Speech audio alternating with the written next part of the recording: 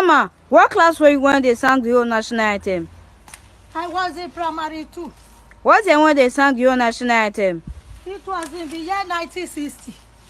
Can you sing the old national anthem? Yes, I can sing it. Sing your national anthem. Nigeria, we hail thee, our own dear native land. Don't tribe and tongue may differ, in brotherhood we stand. Nigerians all are proud to serve our sorry motherland. Our flag shall be a symbol that truth and justice reign. If peace or bow to honor, and this we count as gain. To hand to our children a banner with a stain. O God of all creation, grant this our one.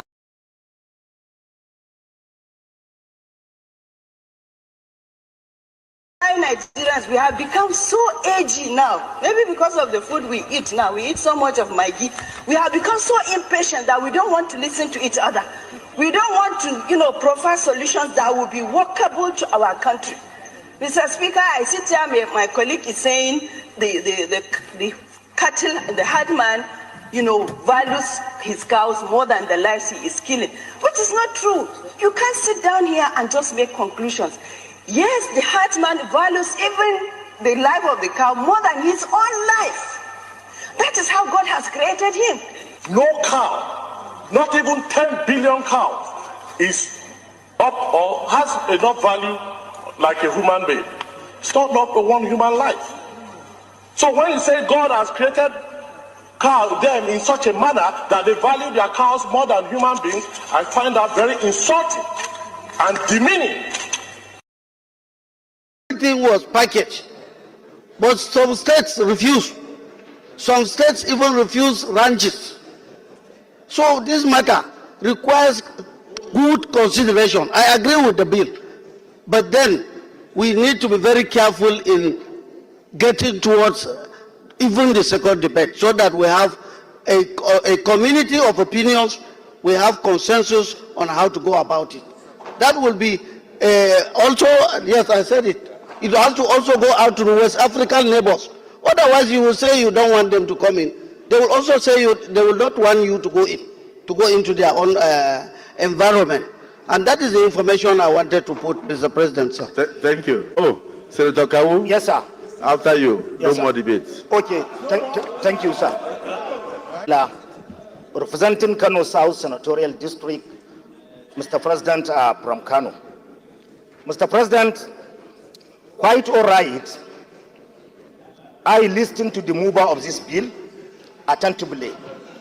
And from my understanding, and from what I believe, and from what is in our hand, between the content of his debate and the bill, there is serious contradiction.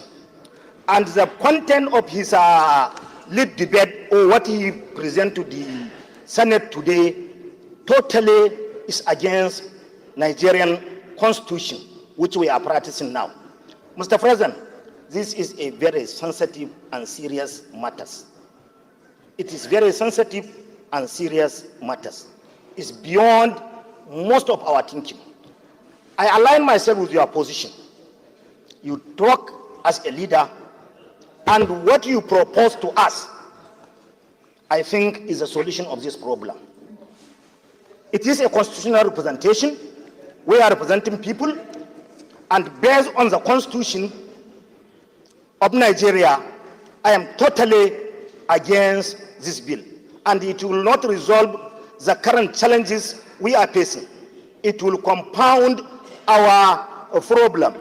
You cannot in any way make a law for a particular section to protect some part of the country.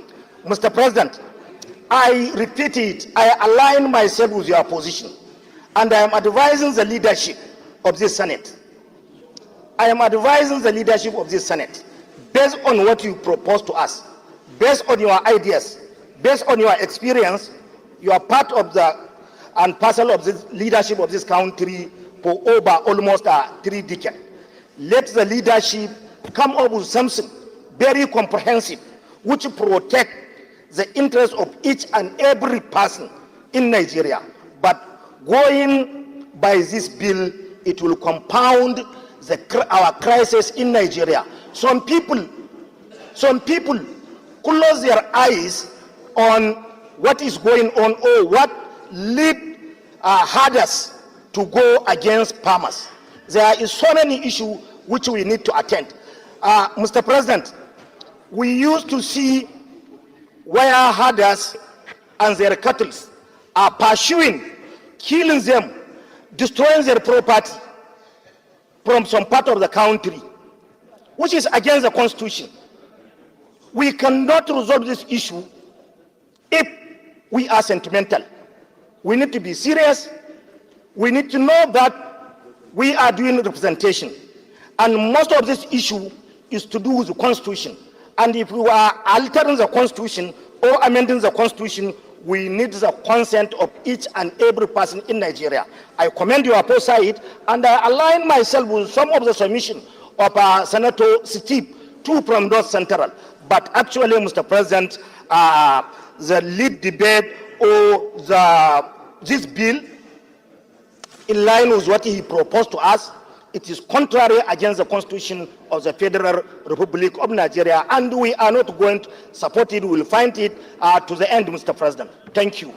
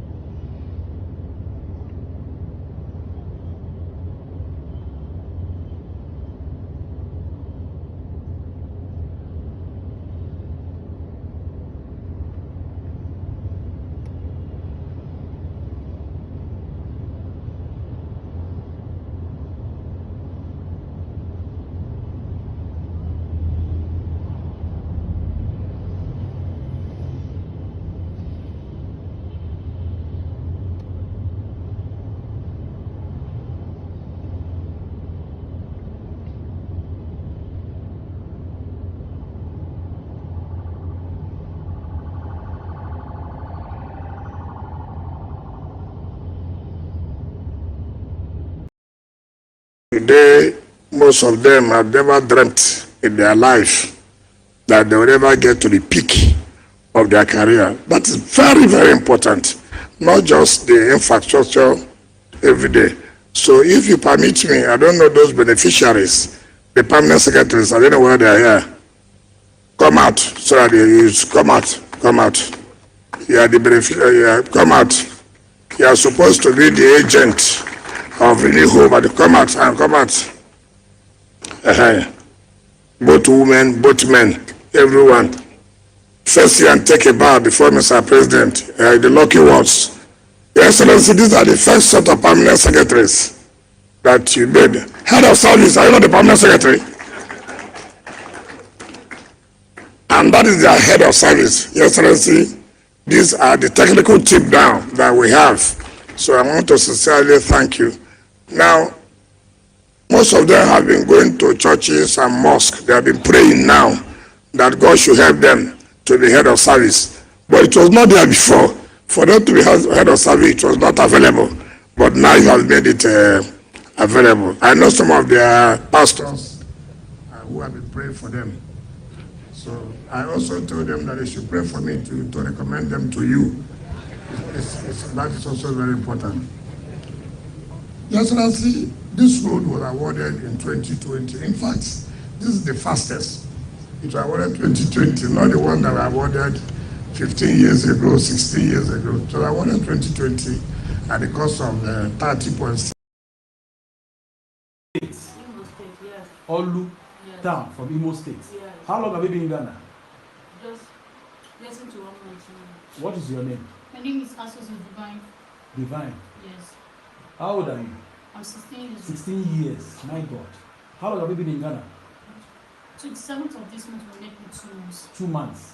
You are from Imo State. Yes. What is your name? My name is Odruke Olebimira. I'm from Imo State. That was South. Sorry. that was south. Sorry. You will be fine in Jesus' name. God will take care of you, my children. What is your name, sister? My name is Selina Danjo. I'm from Plateau State. Oh, mommy. How old are you? I'm 18 years. How long have you been in Ghana? 7th of this month will make me 2 months. My name is Odruke Speak now, please. My name is Odruke Olebimira. Where are you from?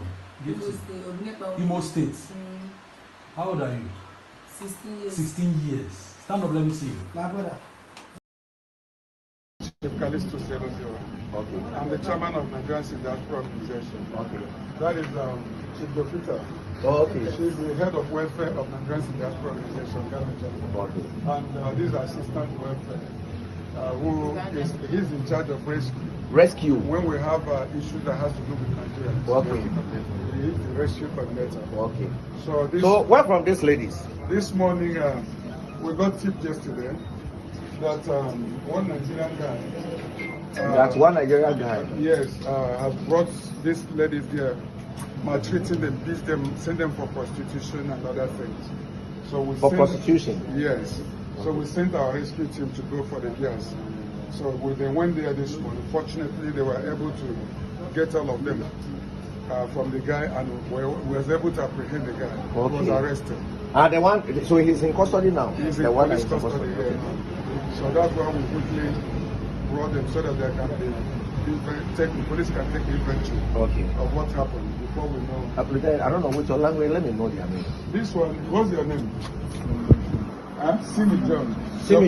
You're from Plateau State.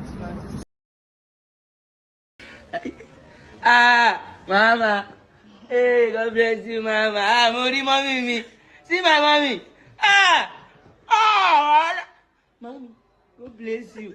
Most video love Mori mommy. Mama waka. See, I don't see my mother. Yay!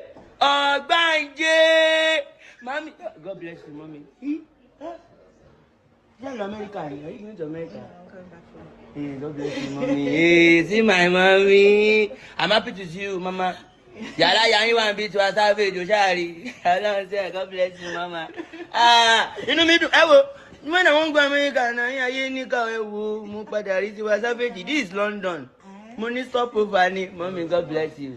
I'm happy to see you. Hey, international woman. #1. My meter for London ní fashion show. Blow. To help blow ni o ma rí. Àwọn tá blow lele, àwọn tá blow lele. Àwọn la rain, do pé oni brain, o ma mọ̀ pa la rain. God bless you, mommy.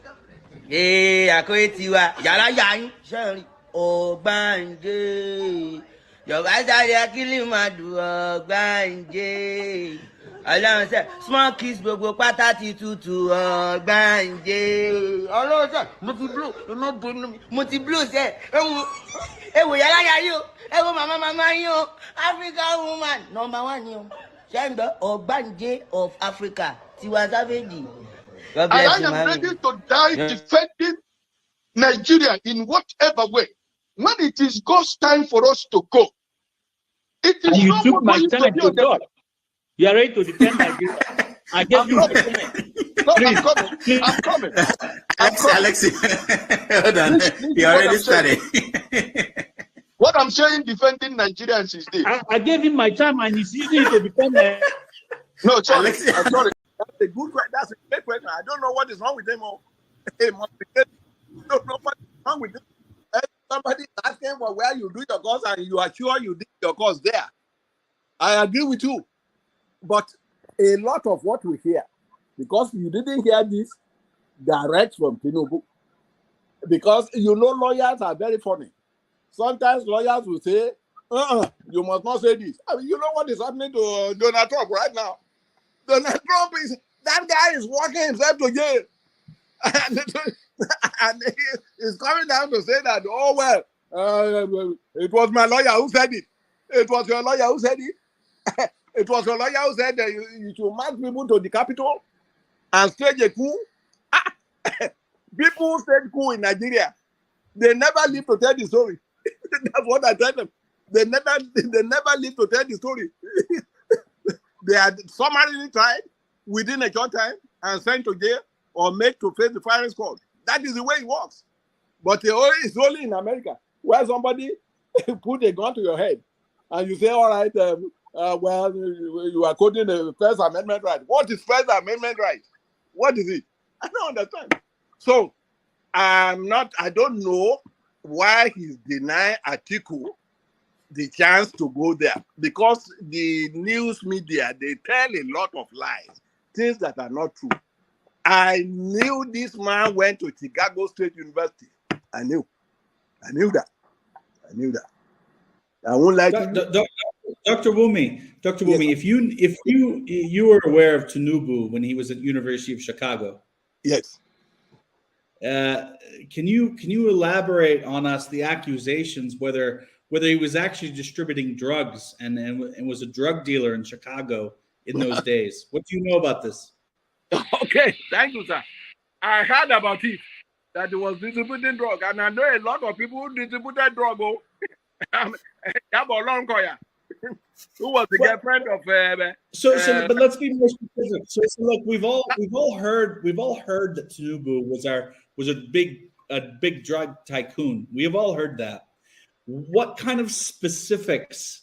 I mean, when you say you heard that from people, were your friends the ones who were buying from him? Did he tell them that he was selling?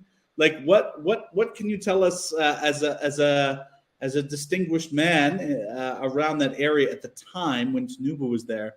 What can you tell us that he was really up to? Well, what I tell you, I don't know whether, in fact, the first time I saw drug, I thought it was Tinubu. I hope that Nigeria wins. I'm never going to wish any president evil so that I can say I told you so. No, I won't wish them evil. I hope. You see, I'm not praying. There's no point. I can't pray for Nigeria to be fine.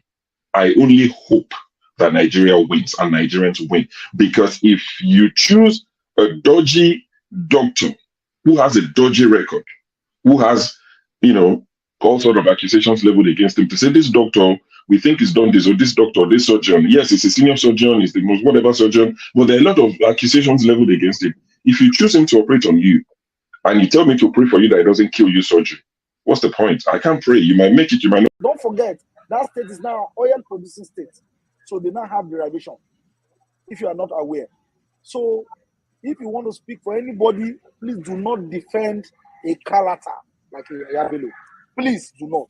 Okay, let me respond to him. One second. Do not defend a character like Yahaya Bello. Do not. All right, thank you, Mohammed. The people of that state. Can I respond to him? No. Then go to hell. Rudolph, go to hell. Tinubu is a criminal, yes, of course, a categorical grade 1 criminal. The only person more criminal than Tinubu in Nigeria is probably Babangida. But he's a criminal, and is he fit for purpose? Absolutely not. Should Tinubu be the president of Nigeria? Categorical no. Is there a better option than him? That is subjective. So show me who he is.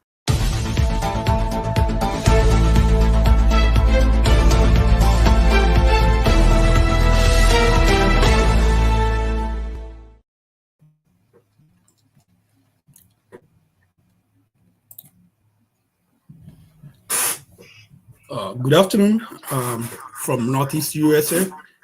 Good afternoon, good evening, good morning, wherever you are. My name is Okija, and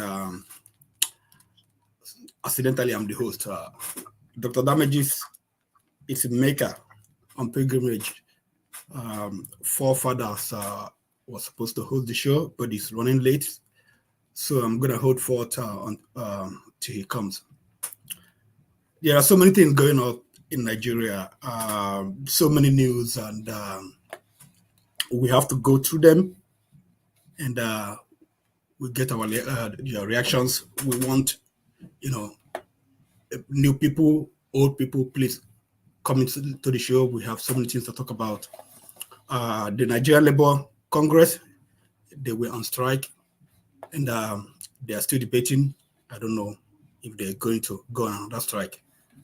And the federal government plans to borrow another money for the budget shortfalls. And the lawmakers are battling about cow.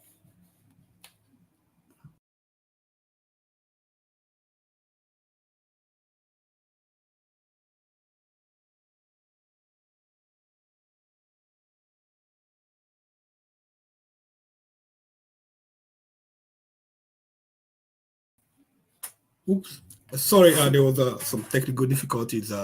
So there are so many news going on in Nigeria. I'm going to bring people into the show so that we can go. You know, there are so many other things we don't know about, apart from the things Dr. Damages listed. There are so many other news going on in Nigeria. And we would like to have people, you know, talk about other things that they have heard during the week.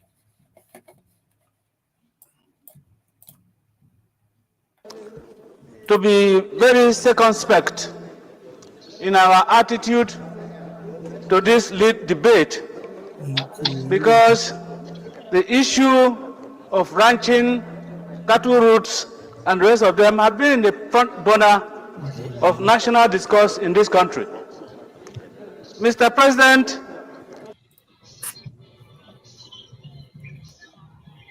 sorry, I'm struggling with the control, so I'm going to bring in everybody on the stage.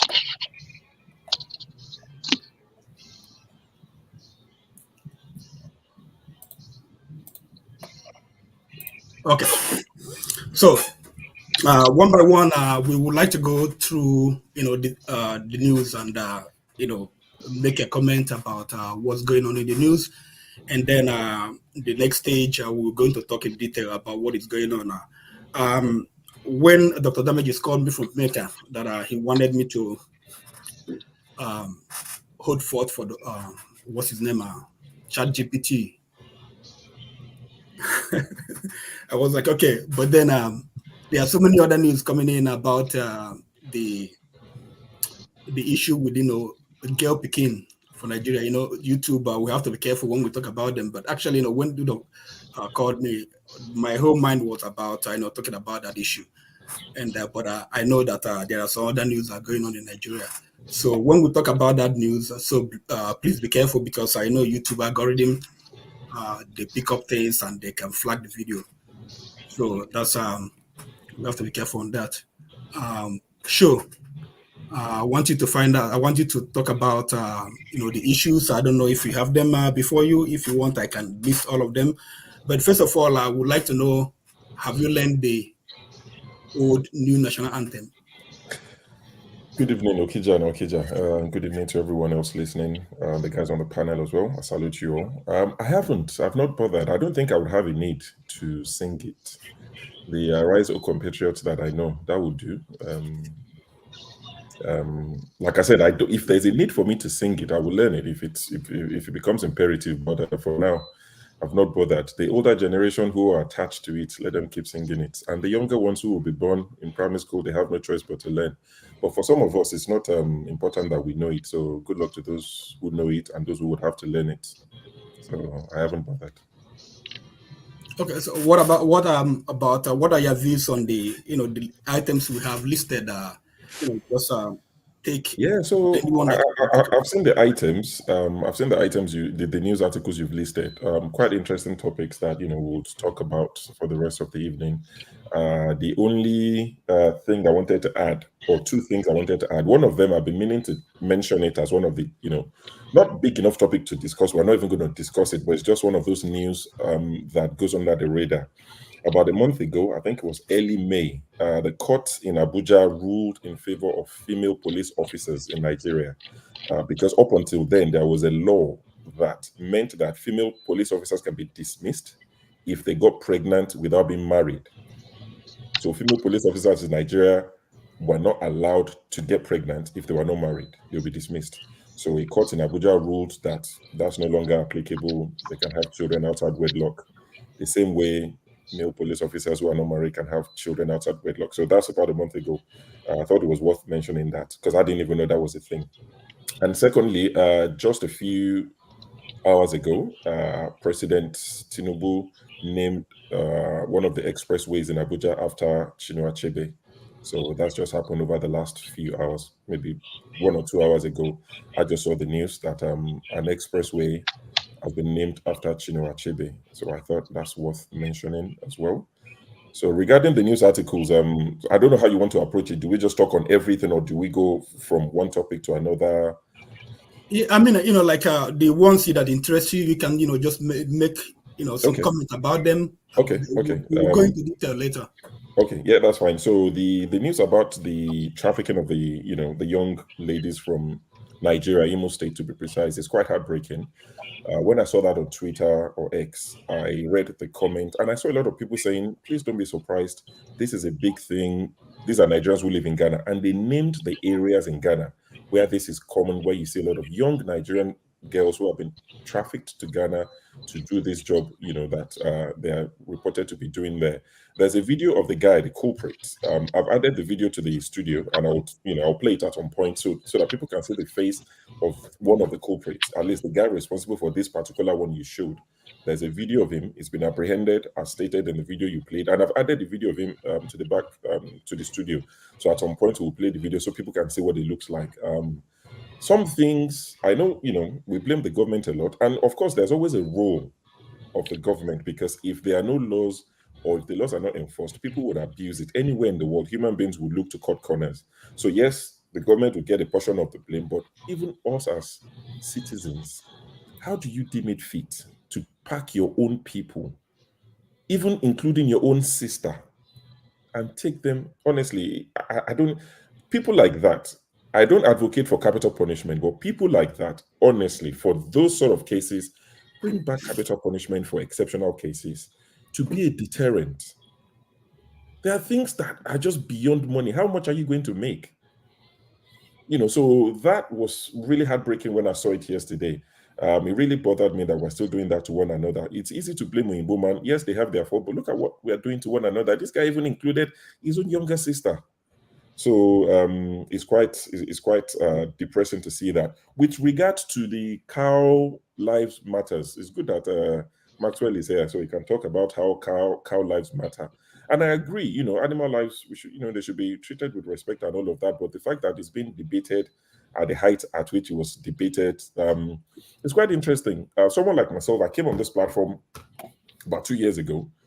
And there was a particular gentleman who came, a Nigerian guy, but I think born in America, spoke with proper American accent, not those adulterated nonsense. You can tell it was someone who was born and raised in America. I don't think he's I speak the truth, who comes here now. But, sounds almost like I speak the truth. You can tell that someone who's been there for a long time. And he was talking about how I am so fixated on cows roaming the street of Abuja. He had a go at me and he said, where he lives, cows roam the streets in America. I said, no, that's not possible that cow roams the streets, that people are.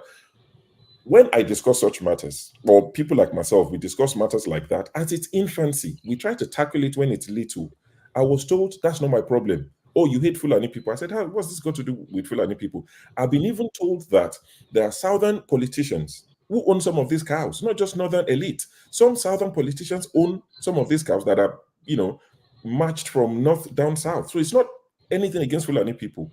Now, let's tackle it when it was at its infancy. I was told, oh, you focus on the minor. It's frivolities. People will come here and talk all sort of, whatever, just to sound intelligent. Oh, we only focus on the big issues. You leave it when it's small. You allow it to fester.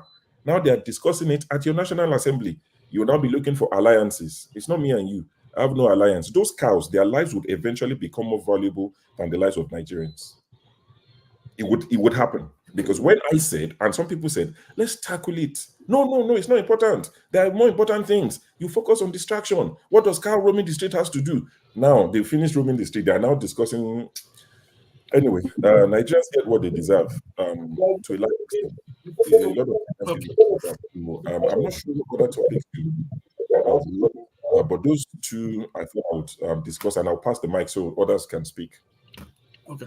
Olumide, welcome to the show. And I don't know if okay, please, Ngozika, I don't know if you're out there. And, Thank you, sorry, Olumide, Ngozika, I don't know if you're out there, and there are some other women who have been, coming to the show.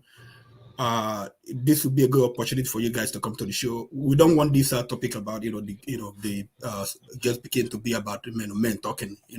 We need to get to the root. What's happening? Why are people? Why women? They get into this.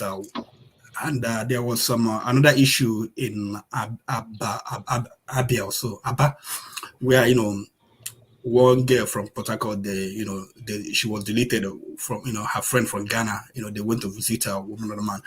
So this has been going on in Nigeria. So we would like the women folk to come to the show, to talk about it, please. Olumide, go ahead. Thank you, Okija, and good day to everybody else on the panel. I like the fact that the issue of the day, the issue I would say of the week, the national discourse of the week, the issue of the ranching, the cows, and the farmer header clash, and being discussed on the plenary floor of the National Assembly.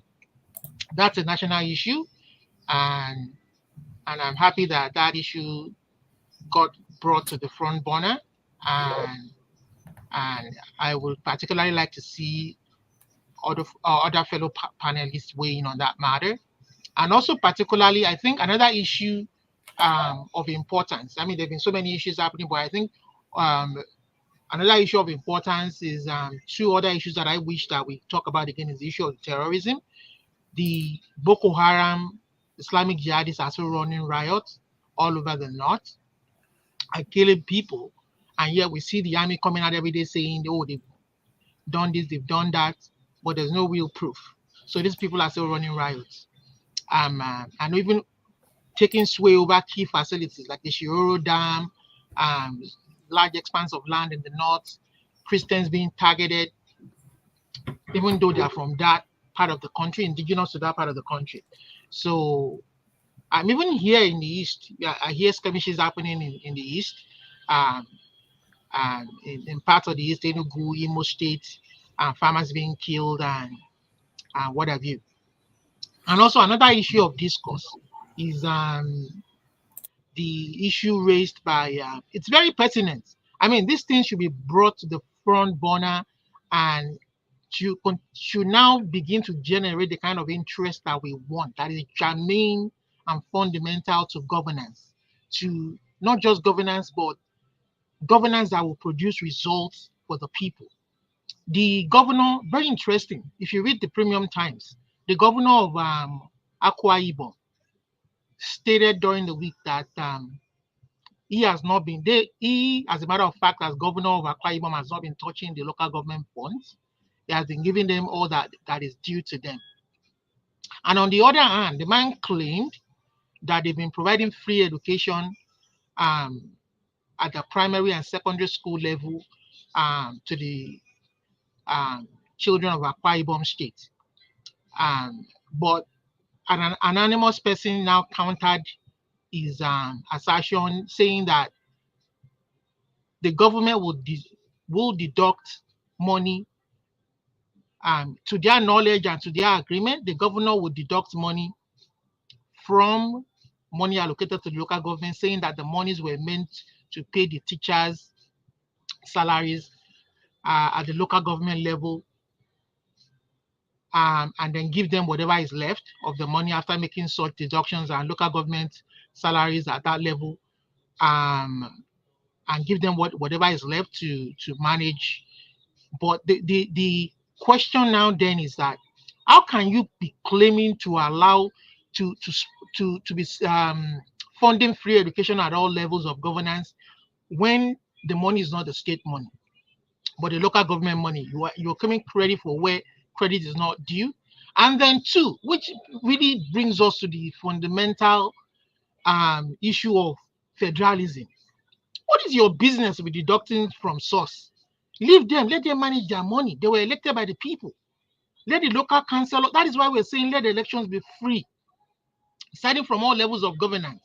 That is why they are interested in putting their yes men there, so that they can manage this money on their own whims and caprices, the people's resources. See, the Nigerian governance is all modeled up from the foundation, because this is the very foundation where governance should be touching every lives of the people. Let the local government people generate their income. Let them, when they disburse money, give them whatever is due. Let them make if the salaries are not paid at that local level to who they are due to, then the people will call them into question and account. They will be voted out. They will be investigated by the relevant bodies, so that every institution is independent of one another. You understand? You as a governor, you were saying, "Oh, actually, I'm interested in what the local government do with the money." And when the president comes after you, you say you are being, and there's no, you're supposed to be in the presidency has no right. You understand? To investigate you. It should be the state government has its own independence. You understand? So if you're interested in looking at what happens at the local government level, the federal level has interest in looking at how you spend the money. We call each other into accountability and let those independent institutions that are started with investigating all these institutions do their job without interference. Let them go before a judge that is saddled with interpreting our laws in the right and proper way without influence. That is how you bring civility to the society, order, and not this chaos we have. I rest my case here. Okay, thank you, Olumide. Oga KJ, your turn. Thank you so much, my dear brother Okija. Good to see you. Good to see you, Sho and Olumide, and my brother from Ghana. I respect you, my cap. And I've not seen Bob Chisco before, but you're welcome. Now, we literally probably touched almost every burning issue. The only one that I probably would draw in as I talk is the one that happened in Abia State with the two young ladies. I followed that news because I feel so sad about it.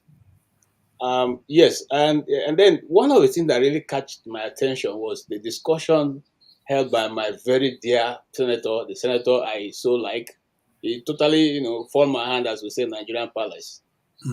In his discussion of the grazing issue, now trying to make the federal government to take over lands in the states, because according to his argument, even if the people decide to give their land for ranching, the state governors may refuse to let this land be used for that purpose, and so they should now, put it in the constitution. If they have to amend the law so that land will be taken out of the hands of the governors. I think that is a very dangerous discussion, a very dangerous, that is setting. If that goes through, it means that everybody in Nigeria can no longer have claim to anything. So if the federal government decides to get up today and take your father's land, your ancestral land, you can't do nothing about it. So I would like us to touch it. Then, but sorry, KJ, but right now the federal government they own all the land. No, the lands are in the hands of the governors. The governors have control of the land. Okay, yeah, sorry. Of 1976. Okay, so so the governors will have to, in conjunction with the governors, give out a land. So where the people say, "Oh, this is our community land. We don't want to, give it out." They can actually go to court based on that, and they can take the governors to court. But remember, once the thing goes to a higher level, like the federal government, it's difficult to hold anybody responsible, because everybody will pander to themselves, here and there, and there. At the end, you have nothing to hold on to. Then the two young girls, one Ghanaian, that's one I feel so sad about, and then the other one, a young girl from Abia State, fell victim of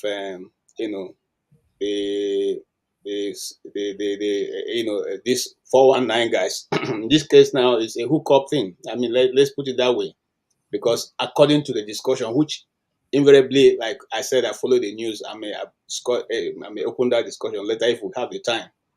But it's not as the news the bloggers have been carrying it. There's more truth to what they are saying.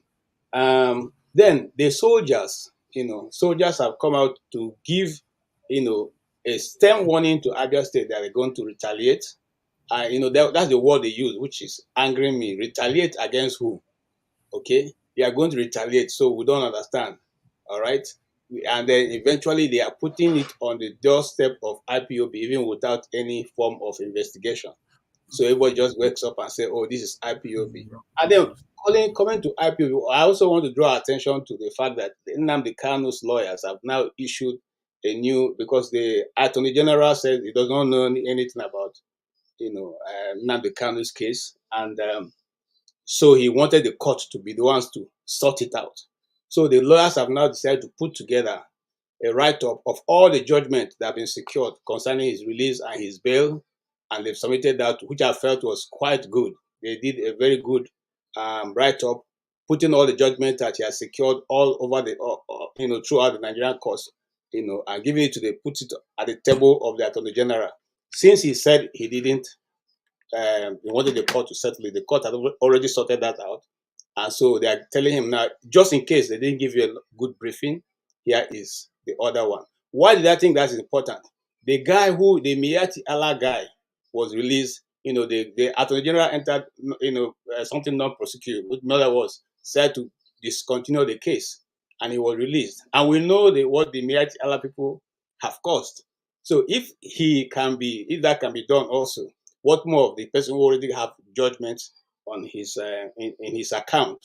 So, and then coming to the NLC thing, I told you guys on this platform that we shouldn't put any hope on NLC. You see, this is the usual. This is the usual listing.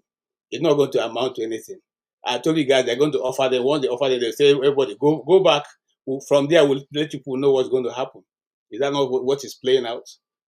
So these people take care of themselves. Once they collect their own Ghana must go.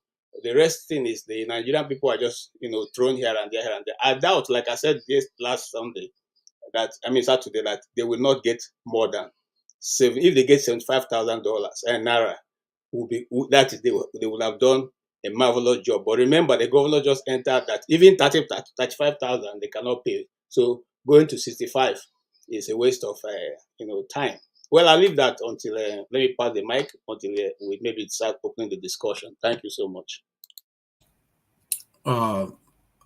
Brother, every day you have new names. Awimbon. How do you pronounce this one? Awimbon. Okay. Okay, go ahead, sir. Thank you so much, and good afternoon to you, my brother Okija, and everybody on the platform and those in the comment section. And before I say anything, I would like to state here clearly that if you are on the comment section, castigating me not to talk about Nigeria and the evil that is going on in Nigeria, you are wasting your time. Someone like AB in the comment section telling me to go back home, go to concentrate on Ghana and whatever that is happening in Ghana. My mom is from Obingwa local government of Abia State. And the services I rendered to Nigerian government, to the Nigerian people, raising the flags of Nigeria everywhere, including Yugoslavia. ABU did not do that. I risked my life in Bakassi Peninsula. I risked my life in Liberia, where I spent 3 years, 8 months fighting, Syria alone, and the rest of them. So I don't think that you have the right to tell me which platform to follow or which platform not to follow. I have interest in whatever that happens in Abia State, Biafra land. That is where my mother comes from. See, I do not know the reason why I own cattle here, 258 and 111 calves. They are in ranch, improvised ranch, not a modern ranch. Nobody is killed in Ghana because of it. The Parliament of Ghana has not gone into the House of Parliament to debate on the rights of cow as to the rights of individuals and human beings that own the country. Why must this be coming from a country that's supposed to lead Africa? Cows in Netherlands, where I have my partners, are they roaming the street of Netherlands? Cows in the United States, are they roaming the streets of United States? Even in Equatorial Guinea, are the cows roaming the street? Why will anybody, especially the lawmakers, go into the place where they're supposed to make laws that are supposed to improve the life of Nigerians and begin to discuss about cows? And someone, a legislator, will come out and tell you that their own people value the lives of cows to that of the life of a human being. What kind of nonsense is this happening in Nigeria? Why must you people allow this, this evil to continue to go? And that is the reason, because the love of cows to these people. That is why your ancestral lands are being taken over. That is why they have the temerity to march their cattle into your farms, into your houses, into schools, into National Youth Service Corps parade ground in Ogun State. Why must you allow this thing to happen in Nigeria in this 21st century? It is unheard of. Nigeria, with over 300 professors, educated people, should not allow this thing to happen. And anytime we come out here to speak about these ills, some people will think that you are being, overreacting to the evil intentions of these people that are coming into the Nigeria that are not even indigenous to Nigeria. The other one that bothers me is, the trafficking of young Nigerians into Ghana. Look, this is not the first time. They have been arresting them in Ghana here and sending them back. And I do not know what the Nigerian government is doing to these people that are sent back by the immigration back to Nigeria. I don't know what they are doing to them. I don't know if these people are being, gathered to reorientate them, at least train them, even if it is handwork, let them be doing instead of coming into Ghana. Ghana is poor. The only thing a young woman from any other African country would do into this country, we are looking for jobs. In Ghana, we have Unemployment Graduate Association. The job is not even enough for the people of Ghana. Talk less of even bringing people or employing people outside Ghana. It is not easy. That evil, I hope and I thank God that the guy has been arrested. If you remember, in a place they call Alaji in Accra, there was a known guy, a known woman, a very rich woman that were transporting, prostituting, trafficking them from Nigeria for prostitution and sending them to Europe from Ghana. Unfortunately for her, she met her match and she was also arrested. I think by now she is still, serving her terms in jail. These are some of the things. And what really, another thing that really struck my mind is the argument of my uncle Abaribe from Obingwa local government. Land Use Act, before anybody would take land for ranches, that person must go through the state government. And remember, it is not only the state government that has, authority over lands. There are communal lands, there are inherited lands in line with the Igbo culture. They inherited their lands. So it is not easy for you to go and take that land for ranching.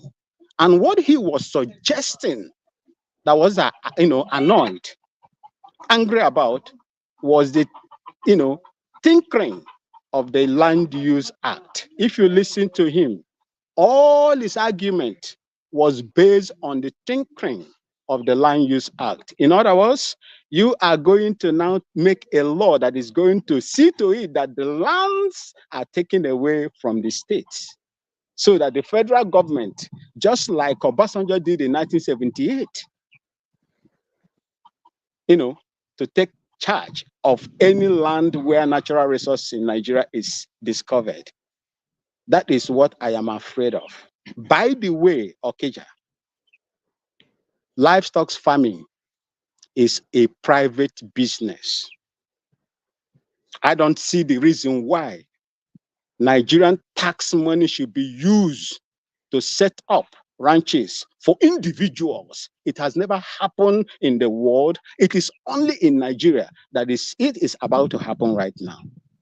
These are some of the things I have to talk about. As you can see, I am in my farm, so I will join you, Father. I will go down and listen, continue to listen to you people, and later I will join. Thank you so much for having me, brother. Mas don't go. You should have told them that Ghana is now Nigeria's diaspora. You didn't.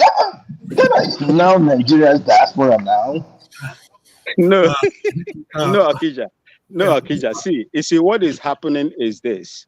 You see, people tend to, migrate to a place that is peaceful, a place that you have, amenities that can support the people in everything that they do. That I ask so many Nigerians that I met in Circle that are selling phones, people that own shops, in magazine in Kumasi, I asked them, why do you people leave Nigeria to come here? They said it is only electricity. Electricity is the reason why they are leaving, because they cannot fund genocide in Nigeria. That is the reason most of them are coming here. And Ghana is peaceful, irrespective of the poverty that we, that we are expressing in this country. So that is that, Okija. Okay. Thank you, Oga Max. Remember, I think there was a time I told you that we will have to make out a time so that you will teach us how to raise, cattle in Nigeria. Mr. Brother Okija, it is not difficult. Yes. It is not difficult. Even with 2 plots of land, you partition them according to the size of the cows. In 2 plots of land, you can keep up to 55 cows in it and feed them properly in that particular 2 plots. Thank you. I will talk to Dr. Damages. We will have a show. You will be the. And one more thing. It is not just this, cattle grazing, open cattle grazing. There is an ulterior motive in what they are doing. Hear me now. When you move cattle from Benue to Enugu State, they are going to lose weight. They will become what we call athletic. The female will not even give you, if you listen to the man that was talking, the highest they can get in Nigeria is 2 liters of milk. But my own cows, the female ones, delivers 45 liters of milk that we sell for other, factories to produce other things that they want. Thank you, sir. Thank you. Bob Chisco, I think this is the first time I've seen you on the show. Thank you. It's been before. Oh, it's been here before. Okay, this is my first time.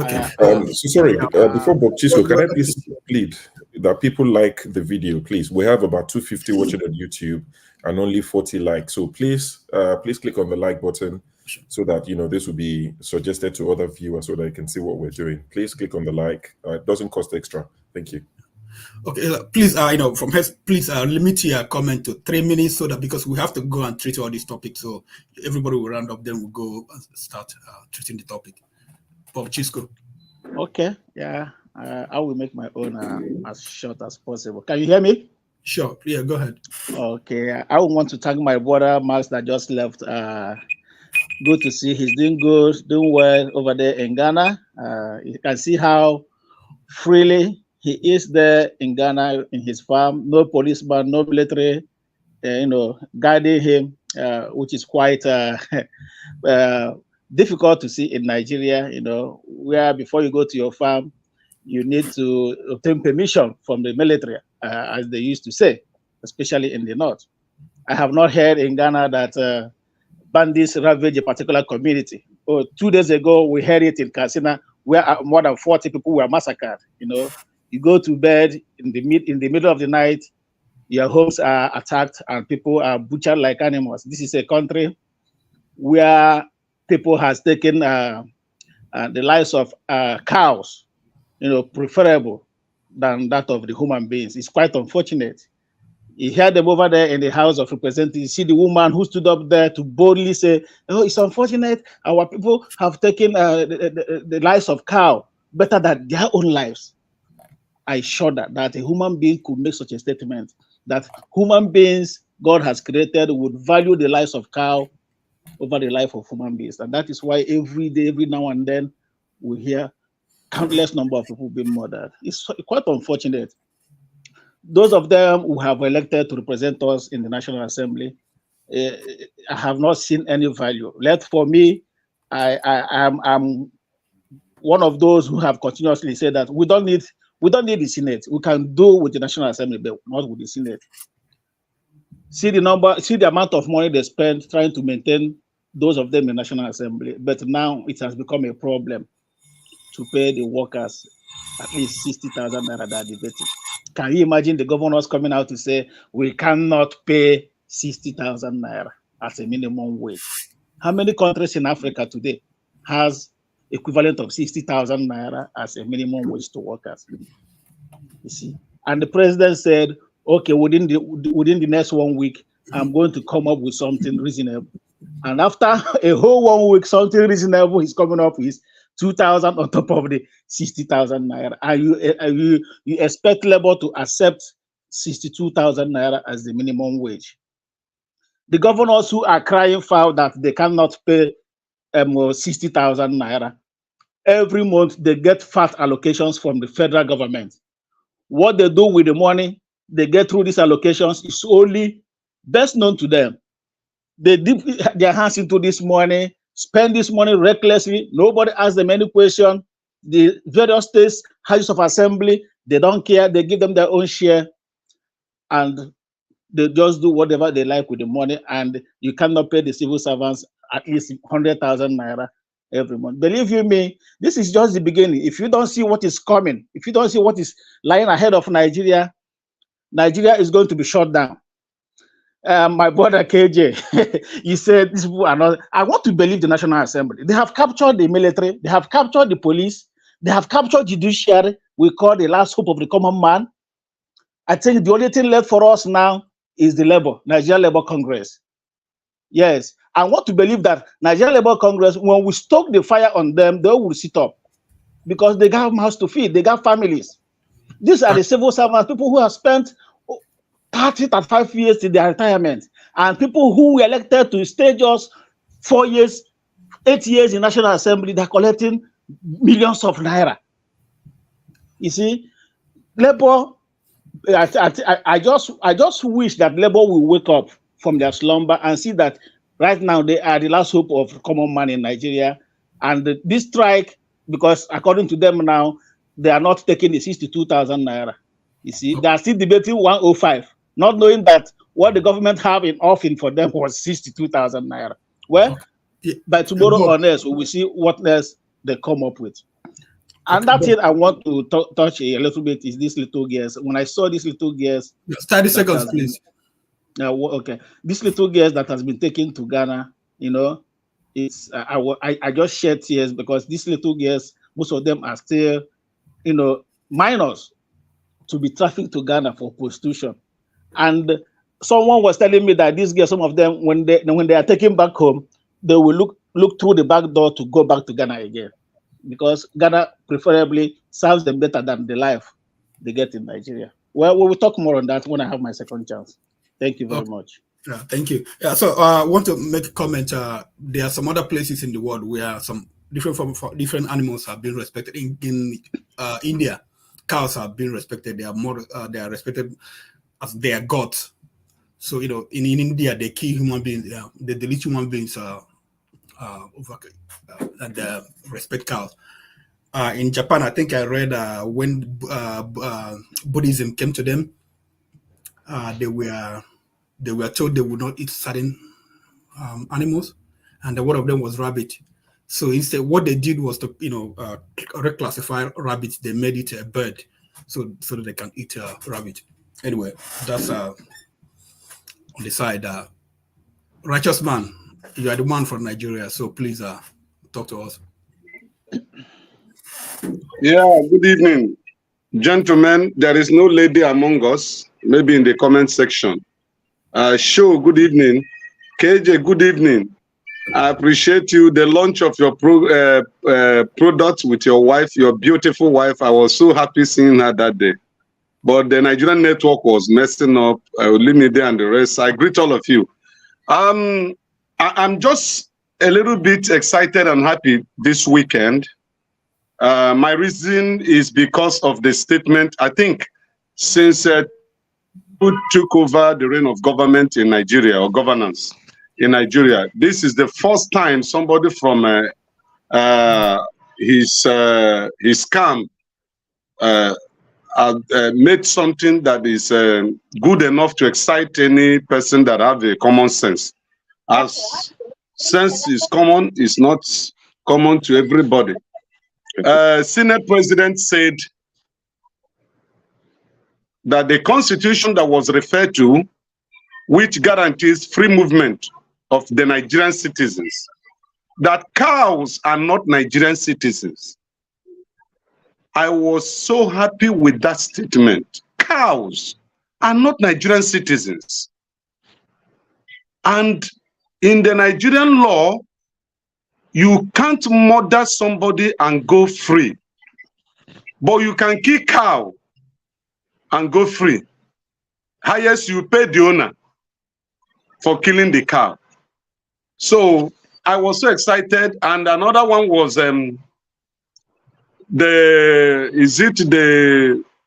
minister that is in coordinating minister of economy coming to tell Nigerians and the rest of the world, especially Nigerians that are in diaspora, that El Rufai was good and desired to be apologized to by the federal government of Nigeria, led by APC, a party that have vowed to destroy us because our lives worth nothing here right now.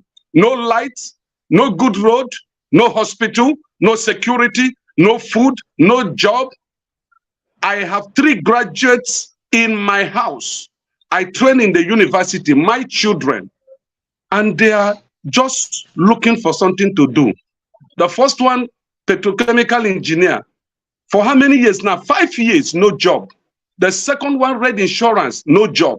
The third one, read computer science. And what they are offering him is a chicken change that cannot run a home for 2 weeks.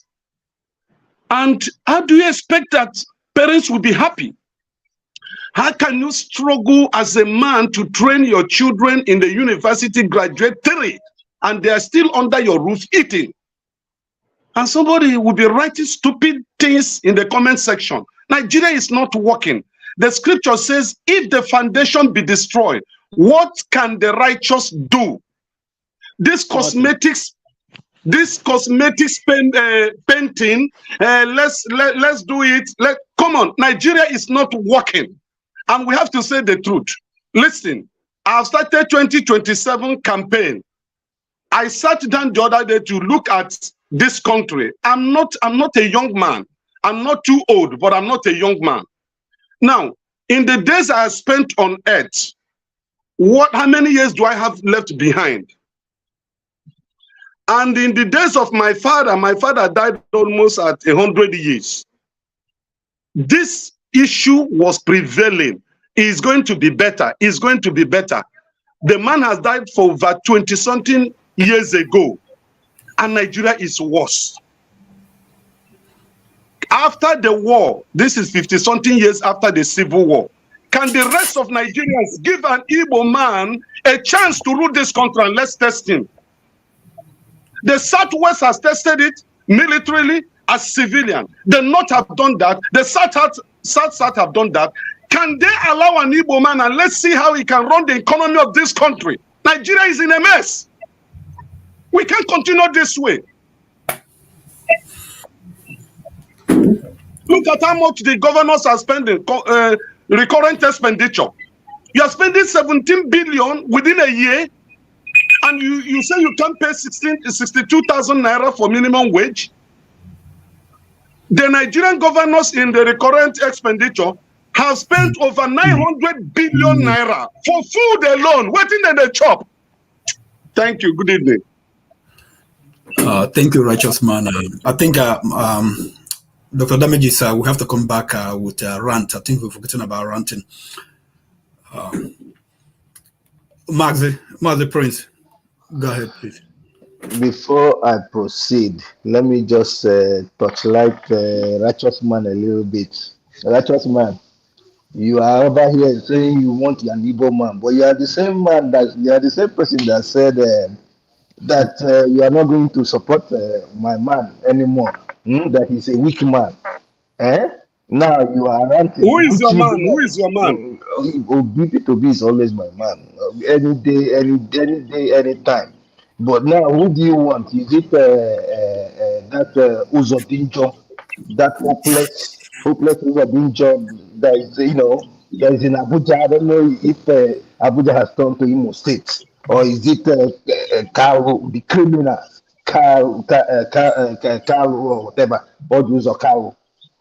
I'm just playing. I'm just playing. You are very free to support whoever you want to support.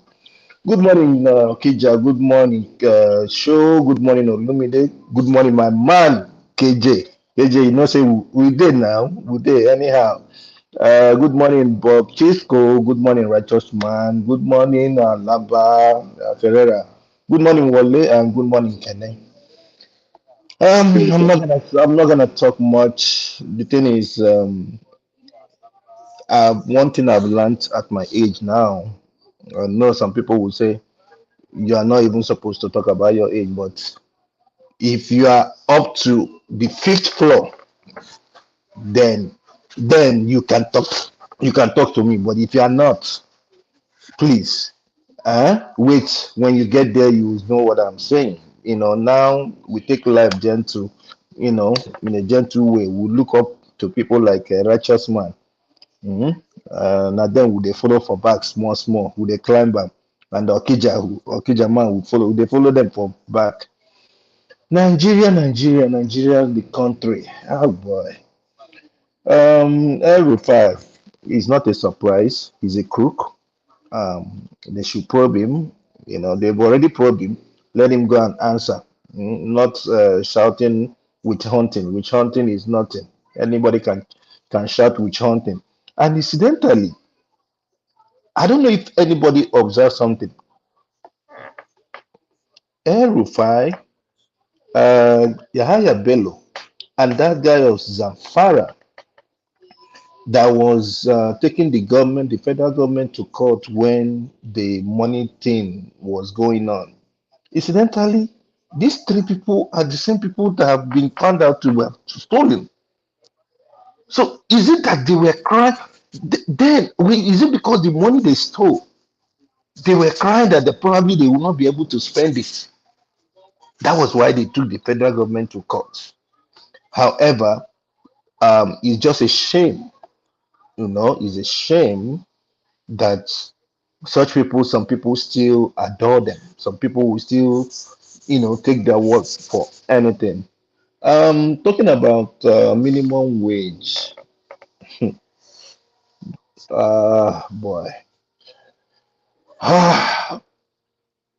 it's so disheartening for me to hear somebody like, is it the secretary to the federal SFG or whatever they call him, Akume, talk about that he cannot pay 100,000. Akume, how much is his salary? And apart from that, does he pay the drivers? Or I think his office got a budget. They got a budget and they pay the government pays the drivers. So why is he talking about that he can pay, and why is he even having 4 drivers? Just to show you how they lead their life, and they just want to impoverish others. I don't know what they're going to arrive at, in as much as I want them to have an increase. However, they should also be wary of inflation, because if the money goes too high, inflation will go too high. If I were the NLC, if I have a contact of any of them, I'll be telling them, fight for the commodities to go down. Something like petrol, let them, let it go down, because obviously we're still paying the subsidy and they're still buying the stuff higher. So things like that should be subsidized more, or whatever it is, or they should have subsidy in that. And Seconds. and then, is somebody saying something? Oh, yeah, I said 30 seconds, please. Sorry. Oh, okay. Oh, Kijana, what for you? No, Okay. we'll come back and talk about all these things. I just wanted Okay, sure. yeah. Okay, so and then for the cattle one, I'm saddened because they've moved them in Delta State. They've just moved them close to my village. So every day it's kind of like my heart, goes out to the people there, because I don't know. I don't know what's gonna happen. Probably one day it's gonna be them and the farmers in my village. They will start fighting it out. But it is what it is. So let me rest for now until it gets to another turn. Thank you. Thank you. Ferreira. Yeah, good. I want to first of all greet every Abroadians grammar speakers. That's what Top Notch call you all on the chat. All you these Abroadians grammar speakers, and I like to borrow that from Top Notch. It's a good description of everybody. Welcome to, I don't even know what to say, the zoo, the Senate Zoo, where we discuss the rights of cows. Well, 65 million cows versus 200 million mumus. Cows have more rights in that contraption called Nigeria.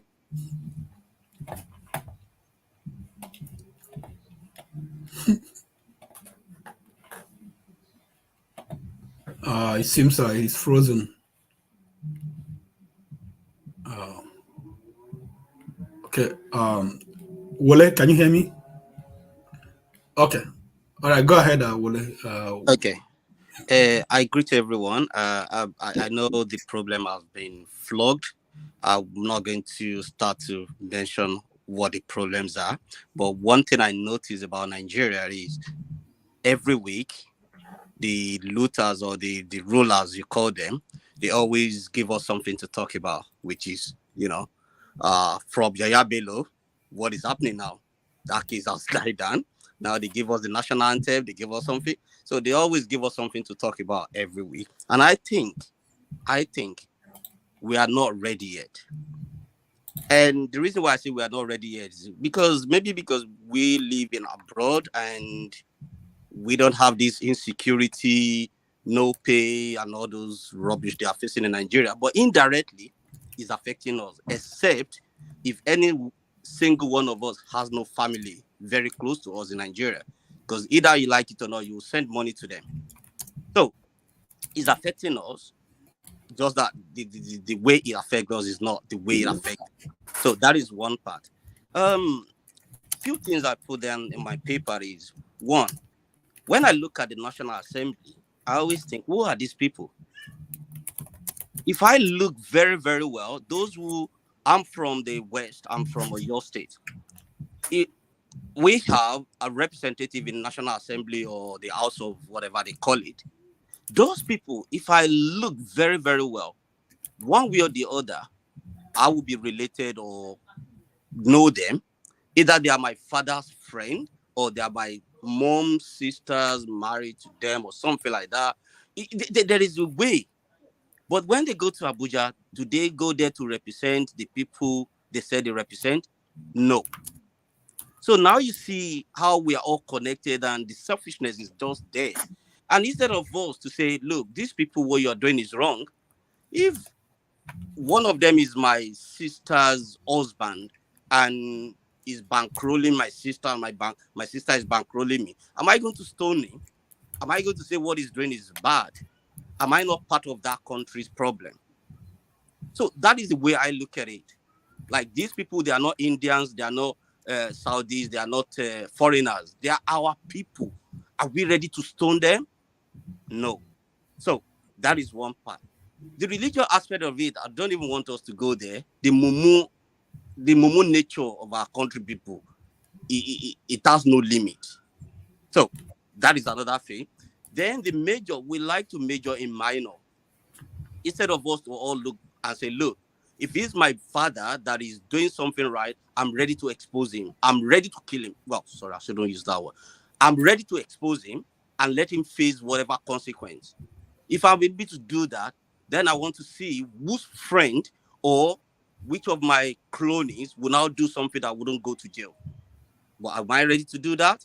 Probably no. So, until we change our mindset, until we all look inward, we don't continue. Otherwise, next week, I bet all of us will have something else to talk about again. It's the propaganda. It's the way the government of Nigeria script their way of, oppressing us, and we love it. We love being oppressed. Either we like it or not, we just love it. Our mumu never do. Until we rise and say enough is enough. But we won't die. Nobody won't buy. They would rather jackpot or look for elsewhere. So I rest my case. Thank you, El.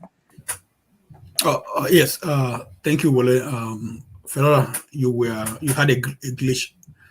Welcome back. Go ahead and finish your thoughts. Yeah, sorry about that. I didn't know what happened. Anyway, straight to the point. Where 65 million cows' rights more important than 200 million people. I just want to highlight a few topics we might have missed on the event that has happened this week that might be of interest for discussion. We have where the Senate passed or signed salary of judges by 300% increase, and then we have where your favorite governor or minister, Week, ordered all permanent secretary to bow down for the emperor. We now run a state that is worse than North Korea. And then another thing we might have missed is the issue of Bode George coming back to soft pedal on the Tinubu administration. Let's give him one more year to mess us up. Maybe the country, if we suffer enough, we'll come back to our sense. That's on Bode George. Then what other thing? Labor, all of you keep saying labor is the last hope. That was how you all said judiciary is the last hope of the common man. And that's just a point of reframe. Let's start using words like common man, masses, ruling class. It discriminates. We are the only country that does that do this classism of thing. I say Nigerians should be all equal. But anyway, labor has always been a failure since I was a student 35 years ago. They've never spoken for the workers or represented them. It was always the student that was the conscience of the nation. But when they've taken the student body over now to their side, nobody to speak. So those of you putting your hopes on labor, you're wasting your time. So, and then I just want one word, and that's my new team word, upside down. That was 1976. That was 16 years after independence that fella sang Upside Down. It's 48 years after 1976, 48 years. You know how grown a man, that's a man with a family that's almost becoming a grandfather. 48 years, 1976 till now, nothing has changed. Cows have more rights in Nigeria. They would have more rights because your people who's supposed to protect your rights are busy collecting money, while those who want to push the rights of cows are busy pushing the rights of cows. Until you come to that equilibrium of facts, we will continue to discuss the same issue. Let's leave it at that. If you want to add those new topics to your topic, it will be interesting. I always have more to say, but I just want to throw a few things out there. Welcome to the Republic of Cows. Thank you. Kene, it's been a long time. I haven't seen you in a long while. I know my big brother, Okija. I greet you, sir. Good day, I think everyone. today is loaded, and I know. I expect you to make it happen. Yeah. Somebody was asking, where is Ogo? And I told him that Ogo is taking some training to be like Kene. Yeah. But this is it. My brother here, Prince, talked about if you're not on the 5th floor, you shouldn't question him or counter whatever he's saying. And my big brother here, Ferrari, came up and said, we should avoid classism. You see? I think, Prince, you heard that very well, right? But this is it. We have adults that are on the 5th, 6th, 7th, and even 8th floor, but they do things like morons, you know? When they do things, you'll be asking, are they okay mentally? Are they okay? You know? So it's not about age, my brother Prince, but I understand what you're trying to say. But some of us that may not be up to that 5th floor, I think we can do better than. There's one that is up to 9th floor. Whenever he opens his mouth, you'll be like, all these Nobel laureate team, where are they now? You know? But this is it. We're talking about cow, Republic of the Zoo Republic, right? So last time somebody referred to a country as a zoo, and some of us were against him. But this is it. A woman in the National Assembly proved him right by saying that cows are more respected in the north than human beings. So I don't think whomever that speak against that guy that called Nigeria Zoo should maybe try to retract whatever he said against him, because now the people have, put it to you that really is a zoo. And that is why cows have more rights than human beings in the north. And you may not even argue with them further, because we've seen where they sleep with cow. Their men ruffle cow. You know how they do that. So we've seen the videos, right? So they sleep with cow. But this is the same part of Nigeria that you don't have the right to rear your pig or your dog.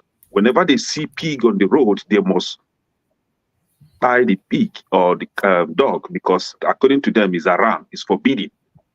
Very intolerant set of people, but they are freely rearing their cows, invading people's farms, destroying crops the way they like, and coming down to the southeast. And now, those gang of morons in the National Assembly are trying to use public fund, to build what they call what do they call it? Ranching, right? Ruga, right? A private business. You want to use public fund to support private business. How about some other people in that Nigeria that are into motorcycle businesses? Can the federal government use public fund to support their business? No, they wouldn't do that, because they are from a particular tribe, right? See, whether you like it or not, somebody said that we come here to speak English. Obviously, we come here to speak English. These people, we cannot live together with them, whether you like it or not. We will continue to speak English every week. We'll come short. We must have fresh topics to talk about every week. It's unending.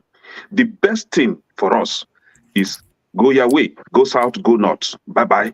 We can meet and greet us, ex-brothers and sisters, right? We must not stay together. It is not compatible. Just like when you try to mix oil and water, they are immiscible, right? You can't mix them together. And we are here trying to applaud whatever those nonsense are talking about ranching. Let them come and build ranching in the southeast. Let them come. All of the cow will buy. None of them will survive. Let governors, Enugu State governor and that criminal in Imo State be deceiving them, collecting money from federal government and playing them the normal 419 that he knows how to play. Let them come and build ranching. We'll destroy it. We'll make sure that we level it down. Let them come with their useless cows and see. If they want to run a private business, they should run it as a private business. They should not force their useless business on people.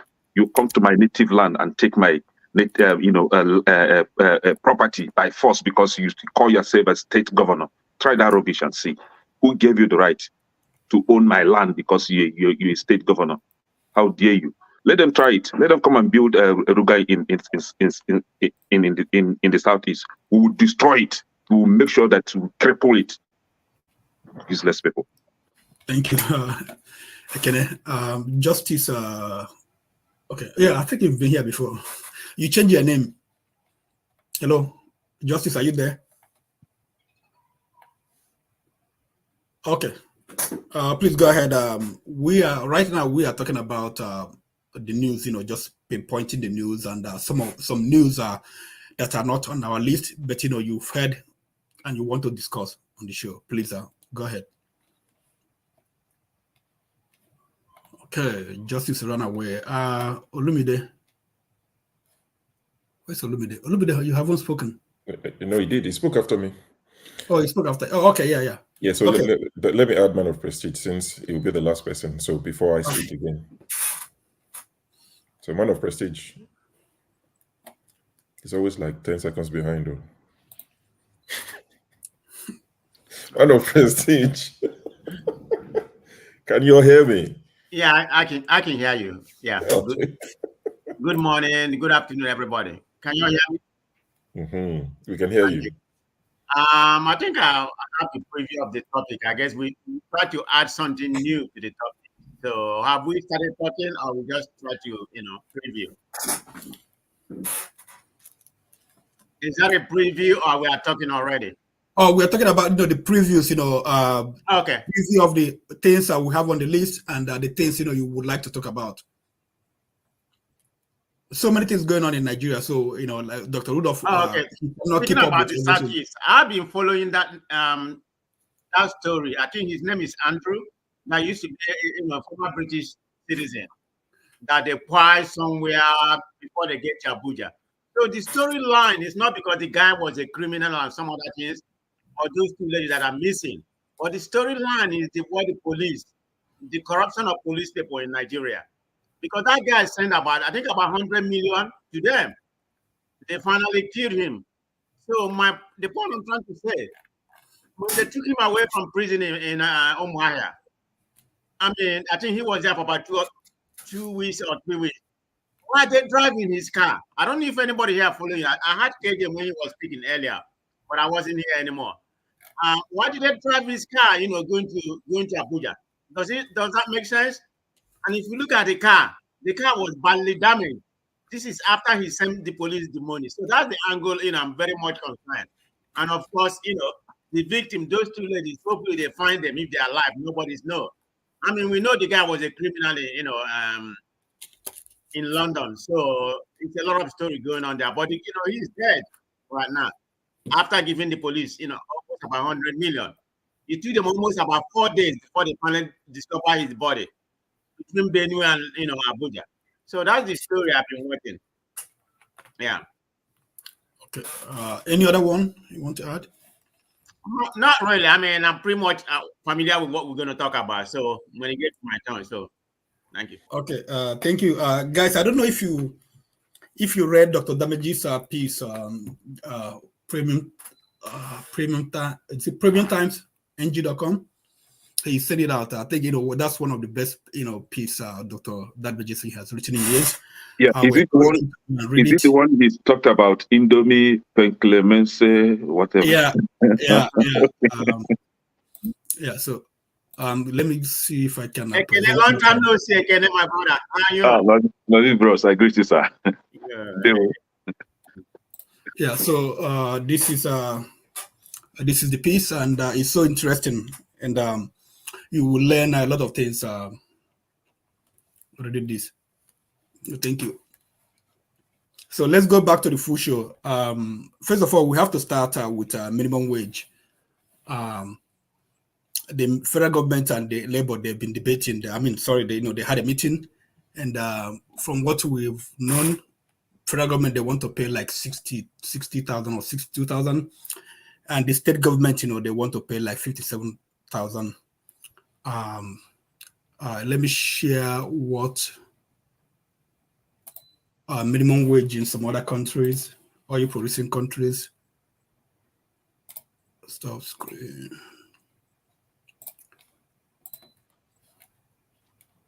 Sorry, you have to bear with me. I'm new to this. I don't know how to present. Okay, so looking at it, this is a minimum wage of top oil producing African countries. If you look at it, Nigeria is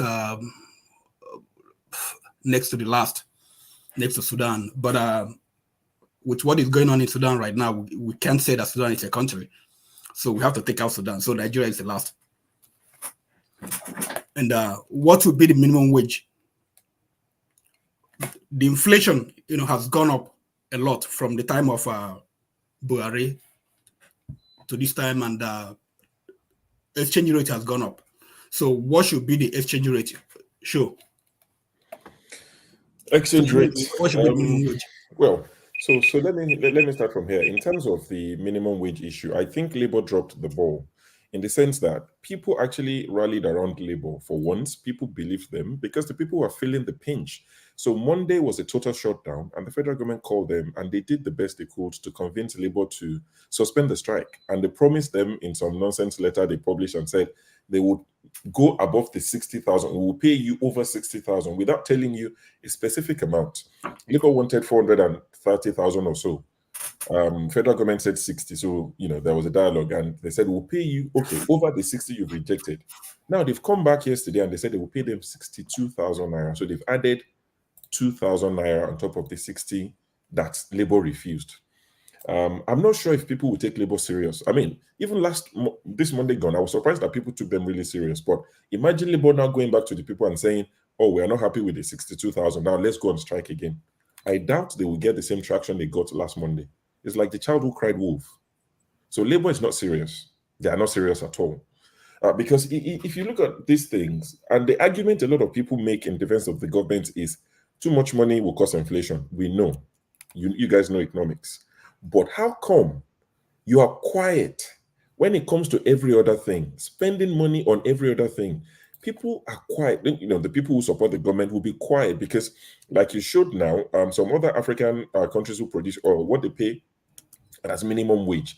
There's another image I'm sure most of you have seen. The National Assembly budget in 1999 was 2.2 billion. The minimum wage was 3,000.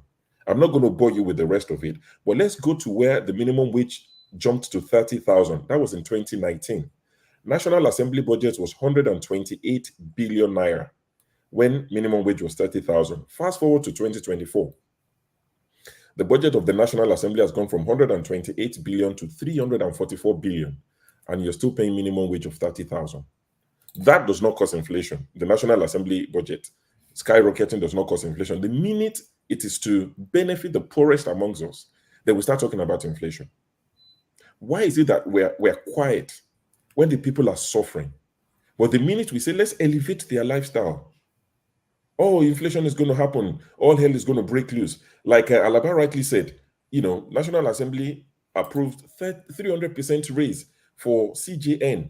It's not going to be earning, I think, 60 million naira. And I'm not saying pay him poorly or pay the judges poorly, but why is it that we can find money for everybody else that is not struggling to feed? But when it comes to the poorest amongst us, we would find all the excuses in the book. Oh, we can't pay them that. Oh, that's too much. We can't afford it. It's not just going to happen. The inflation will happen. Nigeria will crumble. Life will not. Why? Why? I saw something on Arise TV that they put out a few days ago, and I took a screenshot of it. Let me see if I can find it quickly. 1 year ago, around May, early May last year, just before this administration took over, they said sardine cost 300 naira. Today, 12 months later, the same sardine cost 1,200 naira. Peak milk. 1 month. 1,300 naira, not 1,200. Forgive me, I'm just going by what Arise posted. They said peak milk cost 250 naira. Today, peak milk is 700 naira according to them. Spaghetti was 300 naira. It's now 900. Beans, a derica of beans was 350 naira. It's now 1,100. Gari, a pint of gari was 800 naira. It's now 2,000. Frozen fish was 700. It's now 3,000 naira. 10 pieces of tomato was 250. It's now 2,500 naira. These are the people the people that buy these things, that need to buy it on a daily basis, are the people we're telling you, let's pay them a living wage. You tell us there'll be inflation. So please tell us the alternative. How do they survive? Don't just think about yourself. It's okay for the vice president's lodge to be, approved. 14 billion naira that it would take to complete it. It was approved. They inaugurated, they cut the ribbon yesterday. 14 billion. We can find that money. We can find money to buy SUVs for our lawmakers. 360 in the green chamber, 109 in the red chamber. We can find money to buy 200 Toyota Jeep for our customs. I'm not saying don't spend money on these things, but how come that when we say pay the poorest people in Nigeria something that would take them home, all the economics will now spring up and start telling us economics. Oh, you people, you don't understand economics. Oh, you're ashamed to your parents. Oh, and you went to school. And you went to uni. How can you not understand basic economics? Why? Please tell us the alternative. Okay, we've suspended it. We don't want you to pay them. But please explain how these people on 30,000 would buy a derrick of beans. How they will buy one sardine that has gone up by 4 times in less than 1 year. You, the perfect economist, come and lecture us. Tell us, so that we can tell our families in Nigeria who are struggling to feed, how to feed. Now somebody is saying that they are eating pig milk, tomatoes. No wonder they are dying of cancer. What am I reading? So let's quickly move to the goalpost. It's because you are eating pig milk, that's why you're dying of cancer. So stay away from pig milk. It's not for you. Go and find a cow and drink from it directly. Labor are not going to help the people. The people will help themselves. It will get to a point where they can no longer bear it. APC, PDP, SDP, LP will not matter. Christian, Muslim, North, South will not matter. People will come together and say, we are suffering. That Ibian Power song, they will not translate it. The Igbo will be saying their own version of Ibian Power. The Northerners will be saying their own version of Ibian Power. And they would go after the people that are making them suffer and hungry in the land of plenty. When that happens, then they would, let the poor breathe as they promised. Thank you.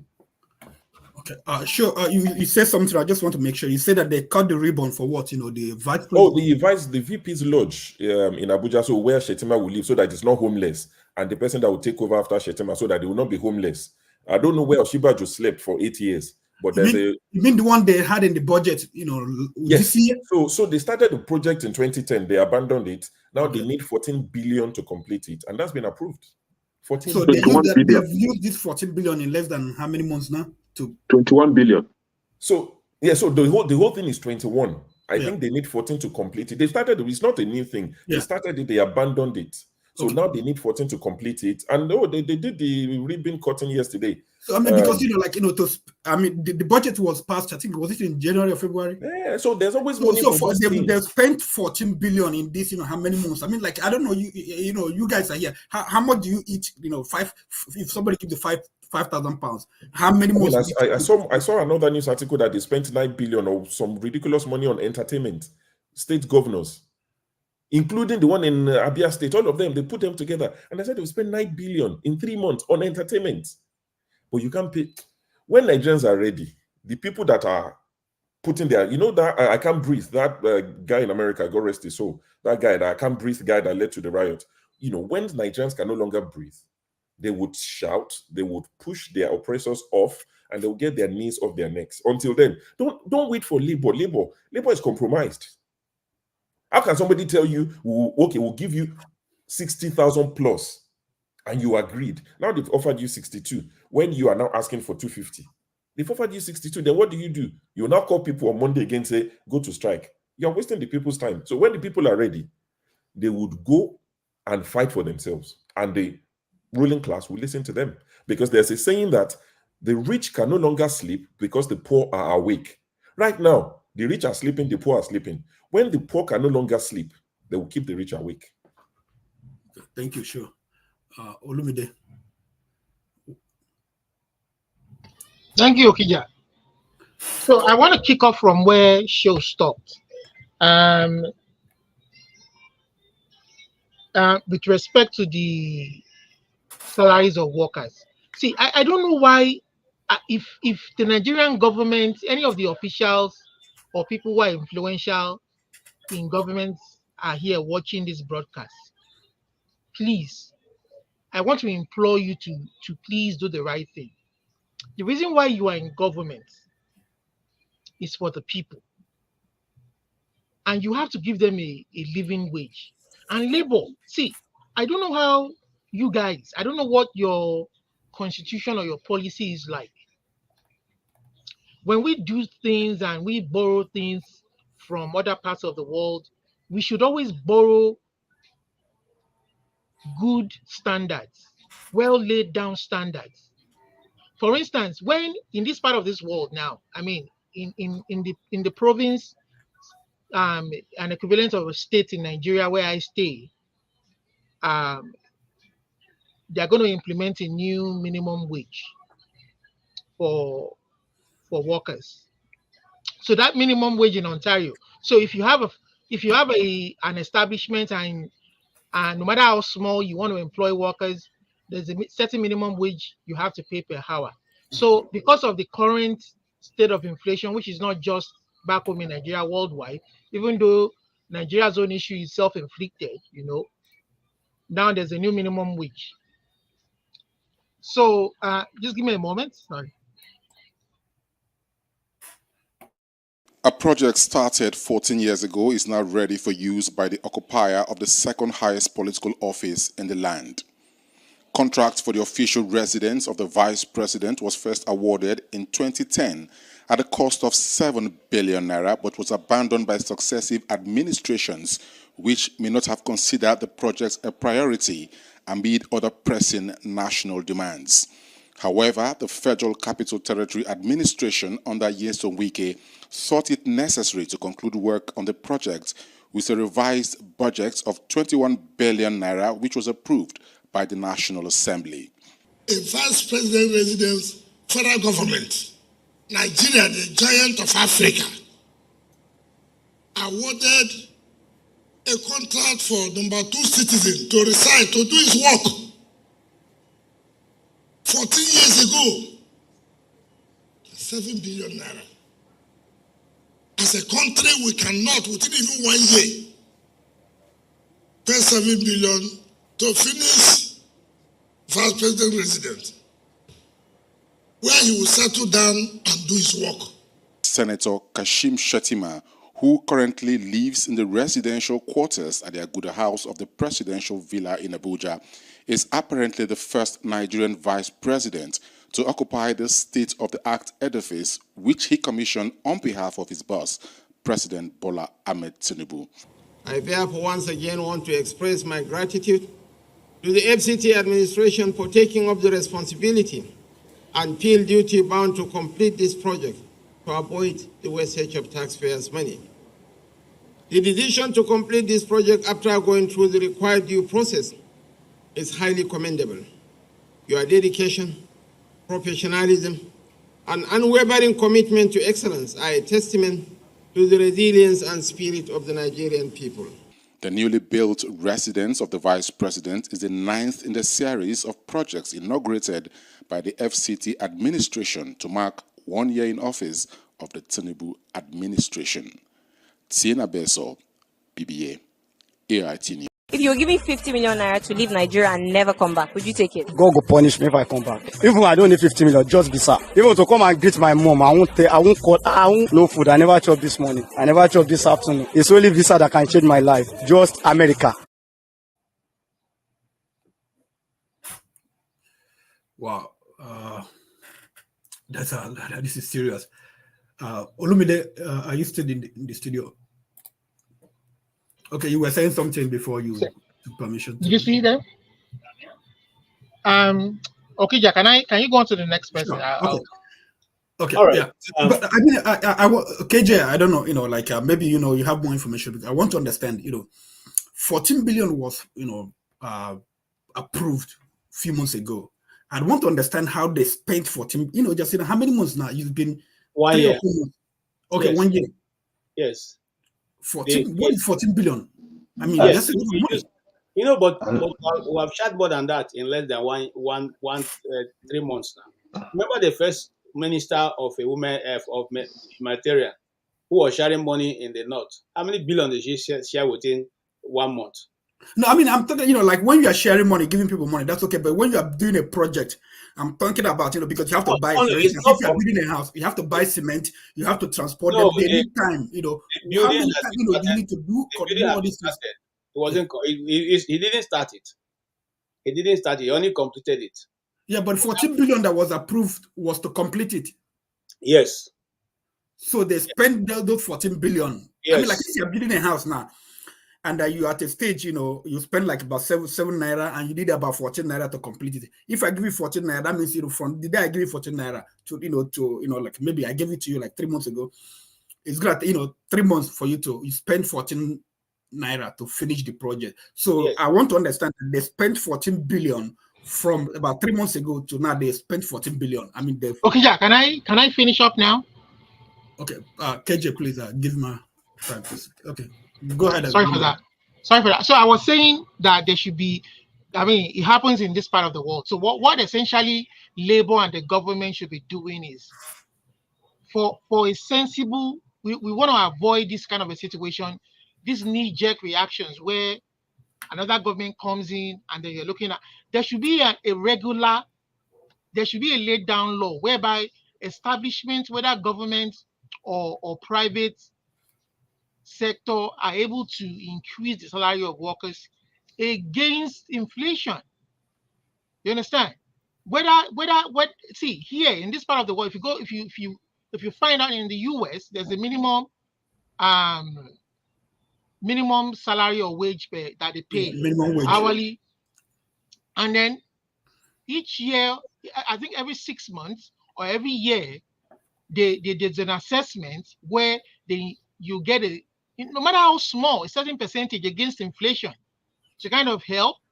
And then apart from even getting increments that comes with your promotion or whatever, there's a certain amount that you get against inflation to account for inflationary measures, because you don't wait until things get better or when they set up this kind of economic policies that brings everything down before you start to fight for some kind of increment. That is why I differ from Mazi Prince that says, oh, they should be fighting for the price of goods to come down, and not. It's a free market economy. That's what you operate. You have to pay them. If you pay them well, it would affect the economy positively too, because they will be able to purchase. There will be higher purchasing power, good purchasing powers. You understand? So when you say that they should be fighting for prices to go down, that is not within the power of the workers. Olumide, I didn't stop you. Just a second. No. Can I tell you something? I think he's busy. Let him finish. He's busy. I think he's busy. So I'm just saying that when you say they should pay them something reasonable, if you go and tell those who give themselves 300-400% increment in salary to reduce their own salaries, pay the workers a good living wage. And which with respect to our federal structure too, what is happening goes against our federalism, principles of federalism. Very truly, each state might differ in how much they want to pay the workers. You understand? Like I said, here I'm sure in America, like we have here in Canada, where our provinces are equivalent to the states, you go to each province, they pay the minimum wage is different from what another province will pay. Some might even pay better than the federal standard. Some might pay better than you understand? So don't dictate to the states what they want to pay. If you set up a national minimum wage to be 102, you understand? Some states might offer more than that, maybe because they have a good source of revenue. You understand where they generate income from.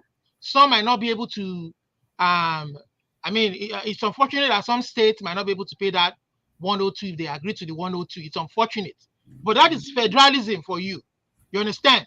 But if that state wants to pay something they can afford to pay, maybe 50,000, but if the cost of living in that state is not as high as those in Lagos, for instance, or Abuja, we can understand that is federalism. That is free market economy. That is capital. Those are the factors you put in place.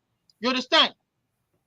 But because the whole place is all confused, they're just a bunch of morons, government officials who are thinking that if they get the workers to argue for less, they've won or they are smarter than the people. That is not how to govern people. That's not how to govern people. That is why we're saying elect the people to allow who they want. If there's a government who think they have the resources to pay what the workers can afford, let it be. But when you force yourself on the people, you get this kind of confusion every day. From local government level to state level to federal level. Now, when you finish the negotiation at the federal level, it will still be another. I hear that even the Jonathan minimum, 15,000 naira minimum wage, some states are not paying it. Some states in the north, they are local, even the 7.5 now, Wahala, they are holding loads of salary. And who lives on that? Can we afford to live? We get paid hourly here, we get paid bi-weekly, twice in a month. Who can live without his wage not being paid regularly to him or her in this part of the world? I mean, don't treat people like they're animals. You understand? I mean, I don't get it. And then the issue of the cows, or I mean, everybody has seen it all at the plenary session. That what is being argued for? Sorry, we are just talking about. Okay, I rest my case right now. Yeah, we're talking about minimum wage now. But what I understand is that in every country, what they do, the federal government, they have a limit for minimum wage. They can have like 60,000, and the state you can't pay below 60,000, but you can pay more.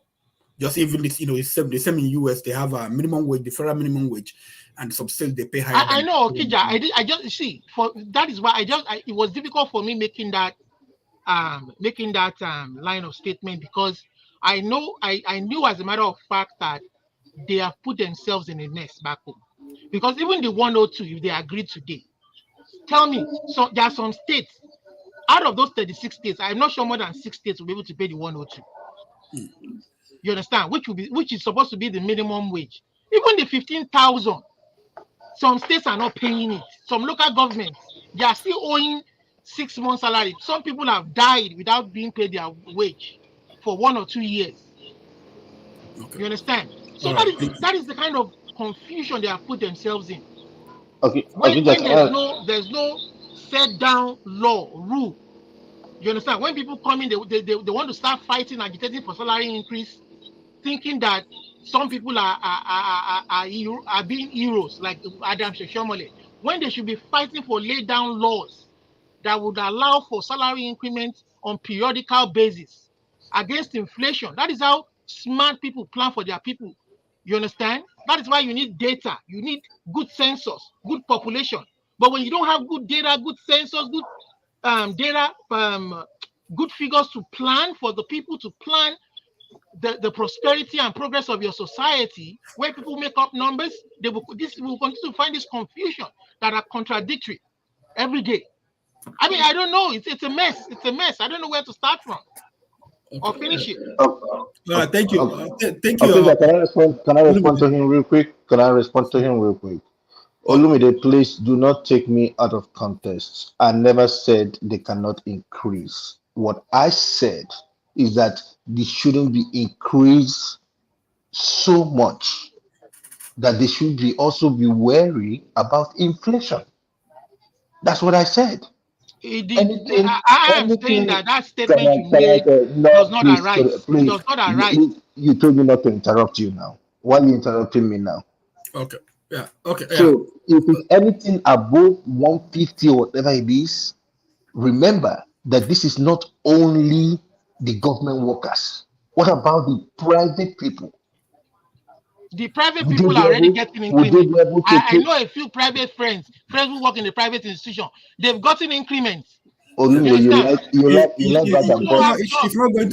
You like back and forth arguments. Yeah. Okay. I've just told you, reasonable figure is fine. That's all I'm asking for. Yeah, Maz, we'll get to you. So you talk about all those things, but I know that a lot of private places, they pay lower than the minimum wage. They have all these Chinese and Lebanese and Indian companies. They pay way less.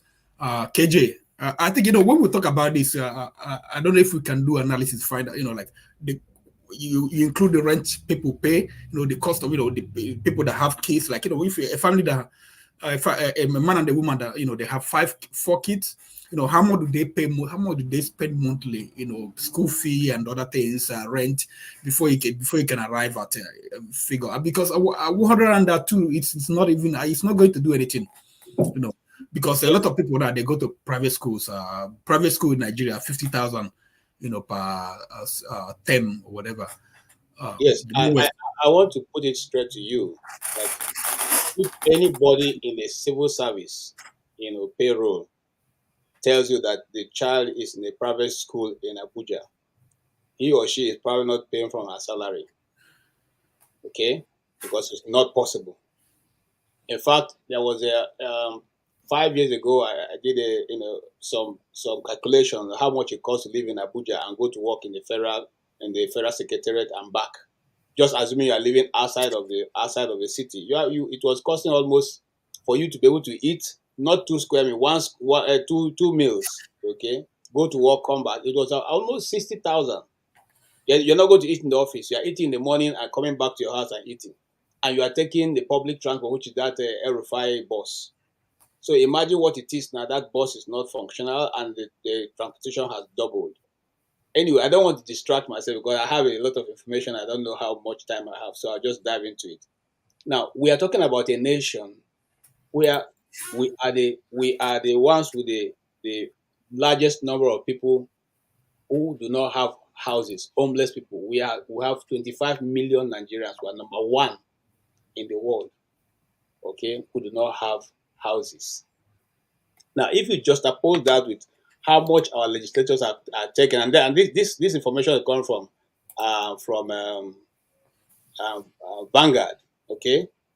Now, the National Assembly and the state assemblies, okay, with their agencies, will this year alone they will collect 724 billion naira, okay, 724 billion naira for those individuals. All right. Now, if you go down, I don't want, like I said, I don't want to take our time, okay, to analyze. You find out that almost this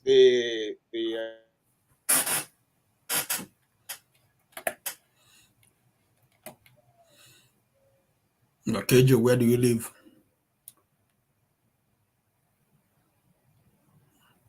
Okay, he's frozen. Can you hear me? Okay, yeah, go ahead. Nigeria now. Yeah, I can hear you now. Now, I'm sorry. Now, you find out that majority of our money go to these institutions, the state, the federal. Okay. Now, how much was spent on this one individual's house, the vice president? Meanwhile, in a country where you have 25 million, the number 1 in the world without housing, we can spend that amount on one individual. And somebody, one guy, or is it OJ also, Ike, is saying that Wike should enjoy as long as it takes. I want to correct him. Wike, watch the vice president. In the eventuality of anything, Wike and the vice president is coming out as your president and vice president of Nigeria. Just remember that I first mentioned it here on Dr. Damage's show. See, these people are playing kalu with you people. They are playing kalu with Nigerians, and they are, look, as you see, sometimes when I come here, I don't know how to respond any longer, because here is a group of people who don't just bother what is happening. Certain individuals are just spending your money, and you're just watching. And you are praying that people from diaspora should come and fight for you, or do what? What are we going to do?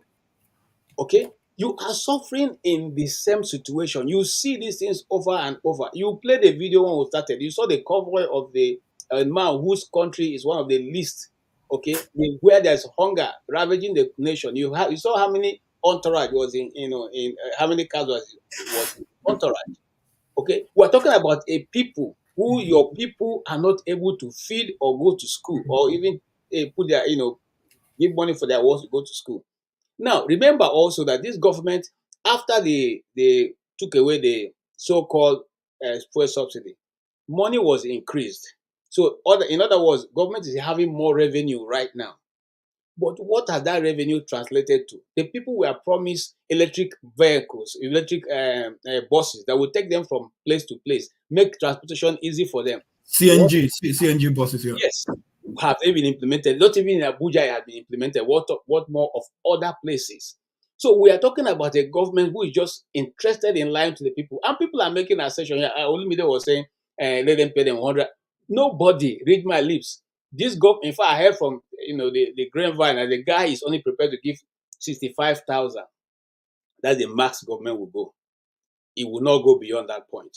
And even at that, will be after they push them to a limit. And that's many, like somebody was saying, state governments state governments that can pay that. I don't know any state government that will pay that.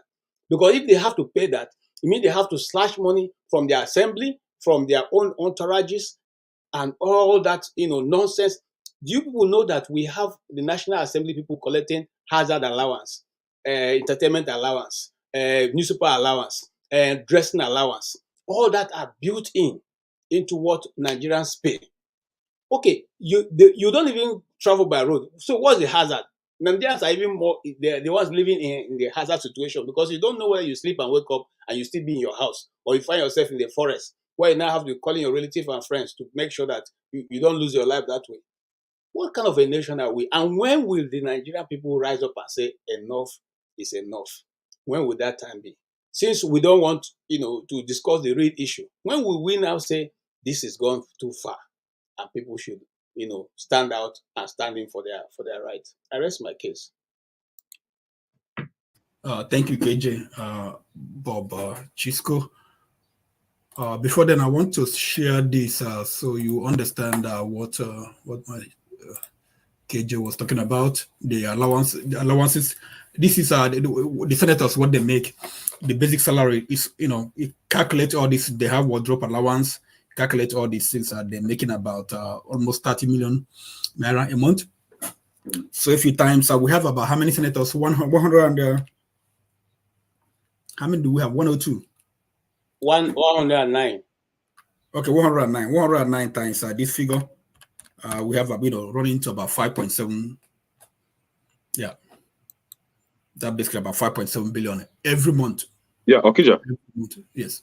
Okija, this is what we know they should be earning, but we don't really know how much they are earning. Yeah. On that list, I think some things are missing from the list. Some of the allowances to include accommodation, furniture, duty tour allowance, ESTA code. ESTA code is actually $950 per night. Then you have recess.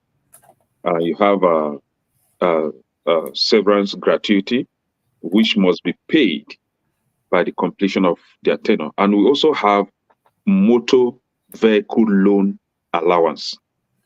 That also must be paid before the expiration of the senator's tenure. Yeah, but this one, the one we have, they pay every month. We are sure they pay every month. But all those ones, those are after when they pay them. If the person doesn't come back to the Senate or whatever, they get some other ones. But I believe you, they get more than this monthly. They get more than this monthly. Yeah. So Bob Chisco, go ahead.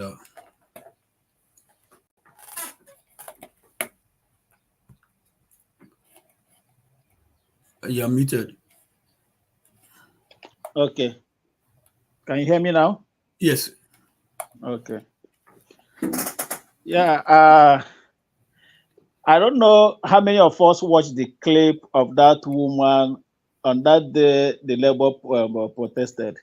The woman that was yelling over the camera against the National Assembly members that if all the salaries of all the Nigerian workers are put together, their salaries are nothing to compare to what the National Assembly members are receiving.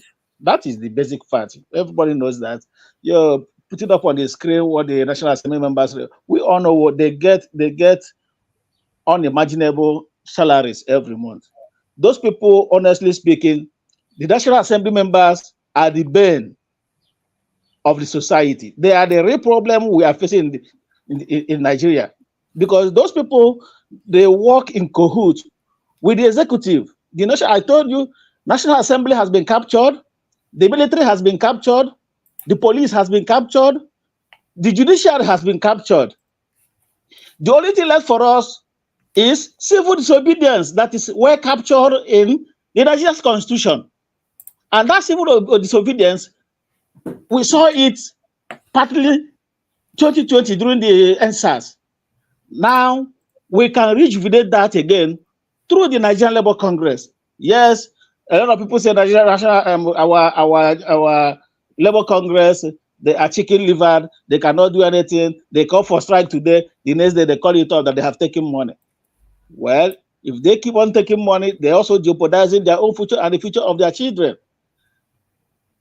I, for one, I don't see any headway for Nigeria in this current situation as presently constituted. Nigeria has been so badly damaged. Look at our recruitment processes. Look at when we conduct an election, someone that knows nothing. Look at Buhari. Buhari that they took. What did they not say about Buhari? Could you imagine if Buhari had not been the president? The North would have been saying, oh, this is a scent that Nigeria missed, that this is a man who's supposed to be a messiah that could have saved this country.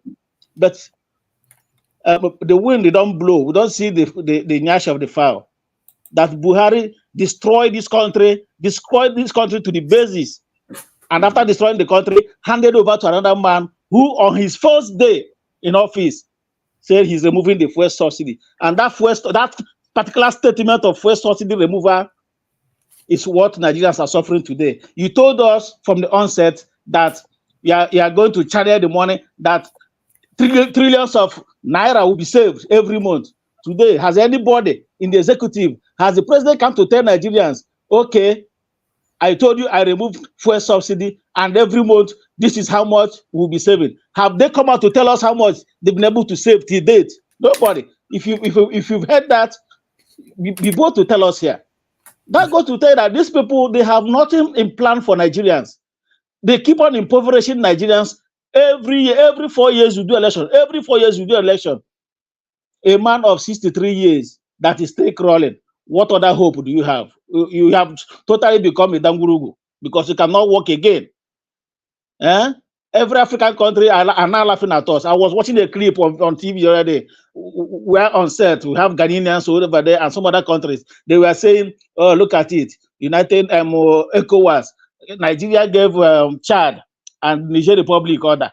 And they laughed over it because they knew Nigeria wouldn't do anything. If it were Nigeria of the 90s, where our ECOMOG, when they sneezes, Africa catches cold. But today you sneeze, they say leave them, they are chicken.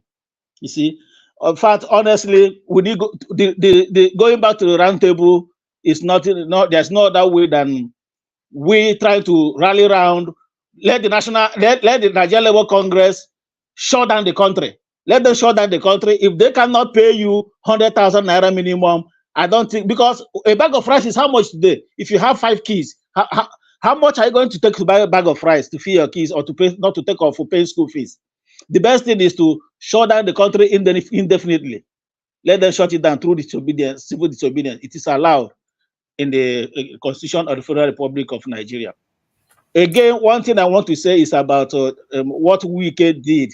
That ordering of the permanent secretaries, because you appointed the permanent secretaries, you marshaled them out and asked them to take a bow before the president. To me, Wike has started to extend his rascality.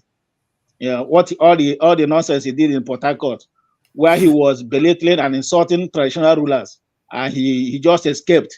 Nobody talked to him. The Hitler of River State.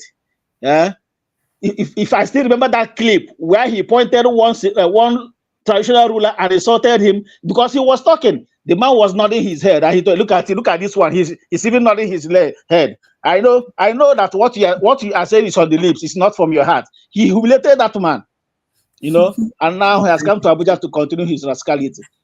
Yeah, thank you. Wike has killed himself politically. We should not take Wike seriously. If you are saying that Wike is coming to be president or vice president, I wonder who will vote for him. But if they are planning to rig election again, I think Nigerians, they have opened our eyes. What they did in 2023, I just pray it will not repeat itself 2027.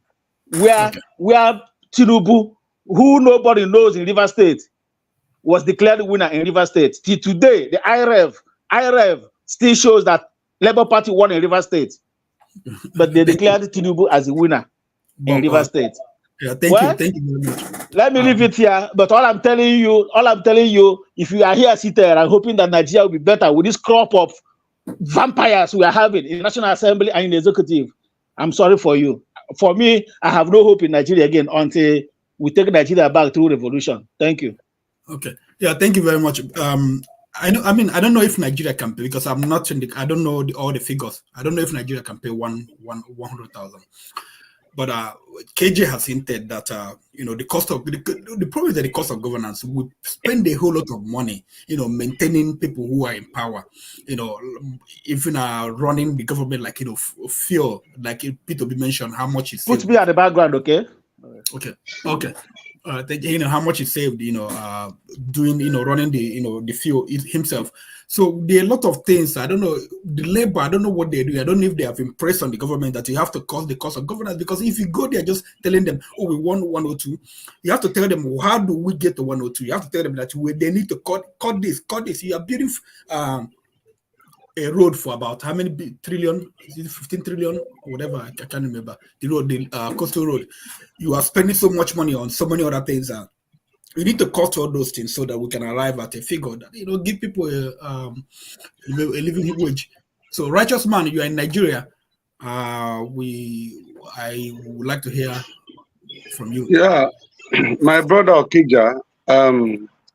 In my first statement, you say ranting. I was not ranting, my brother. No, it's good. Ranting is allowed. Rant, Dr. Damage's show, we allow ranting. We consider it a good thing, ranting, when people rant. We don't take it, in negative way. We take it as positive. Okay. Positive way. Yeah.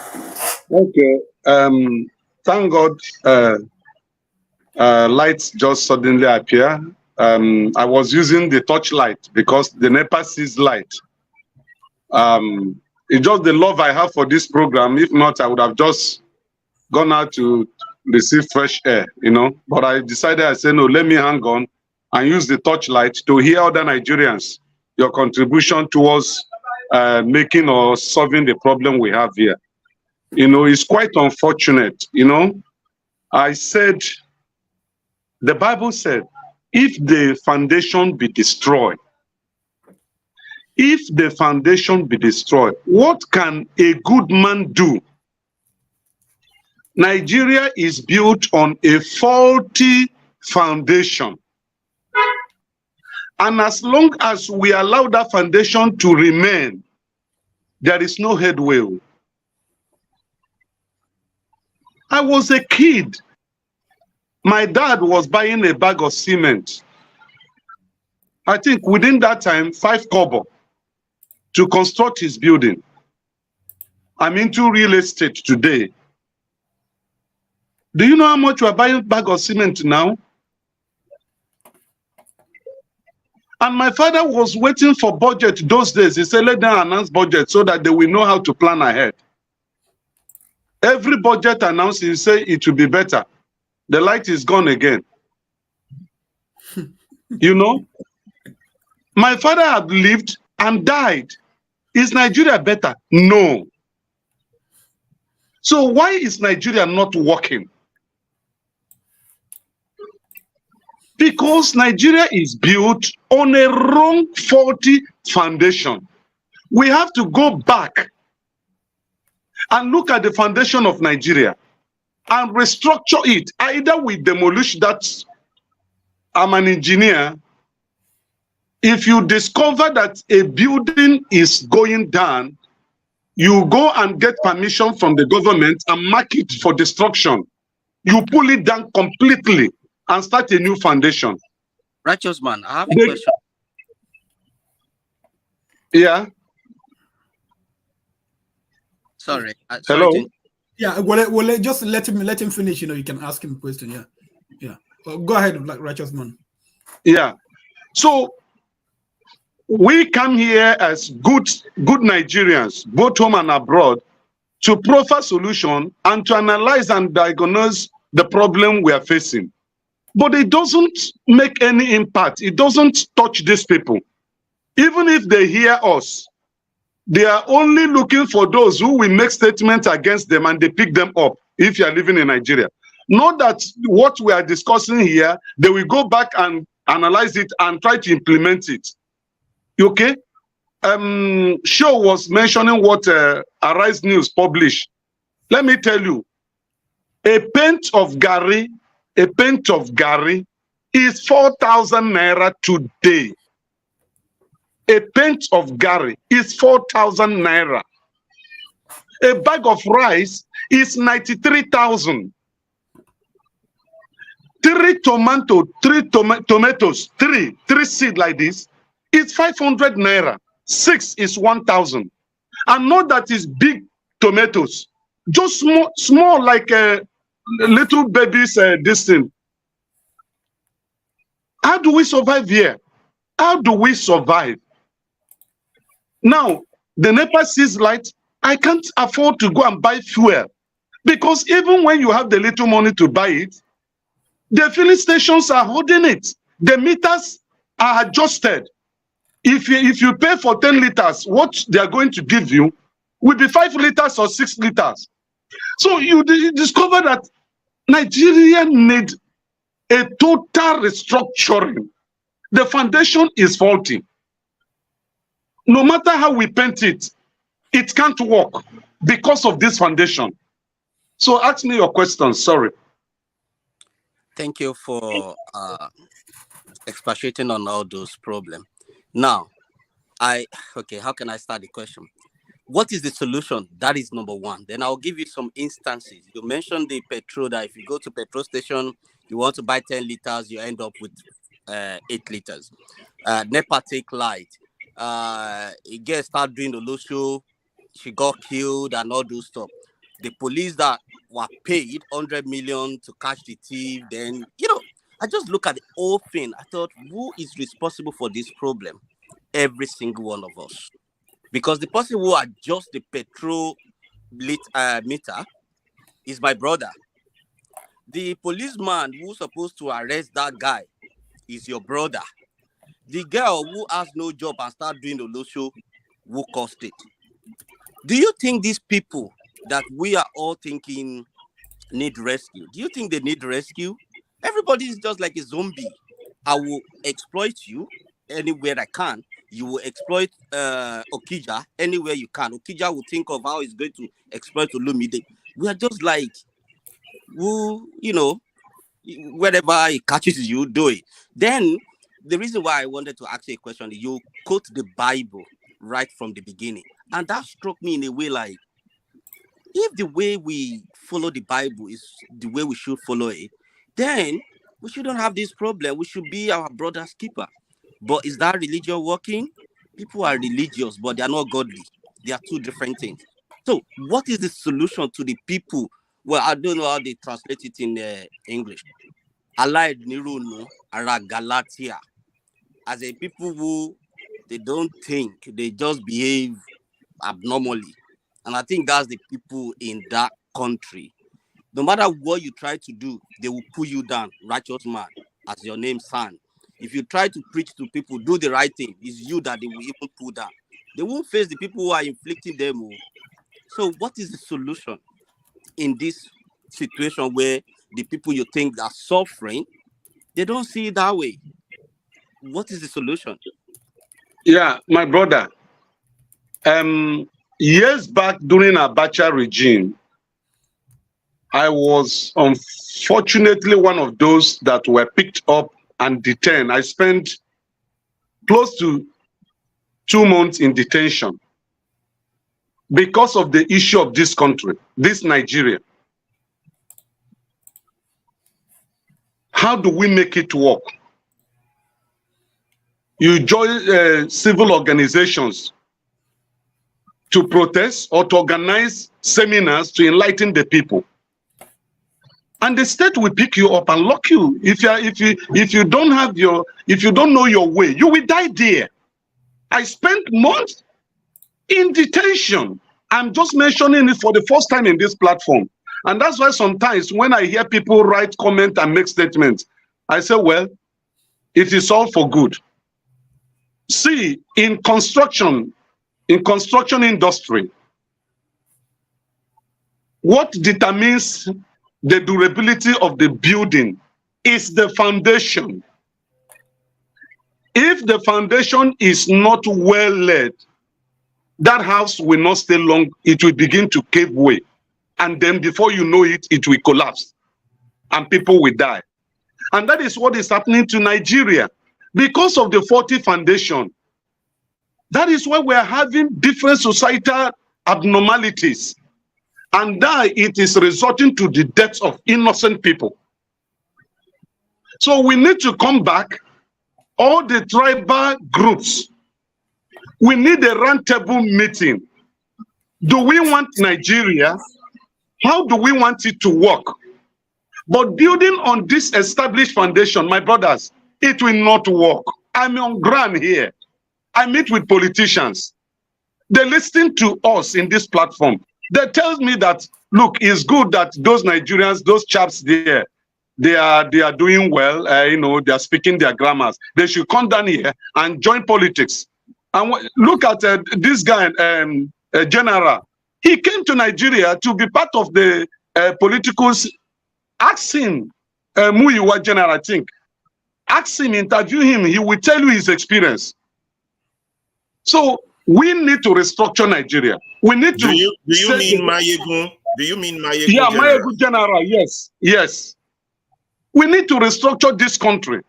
Even if you bring Obi there, this clique, this syndicate, these cabals, they will make sure they will bring down his government. That's what is happening in Nigeria. And you can't do anything about it. So thank you. Okay, thank you very much, Righteous Man. I mean, to me, the most pressing issue in Nigeria is now food and food inflation.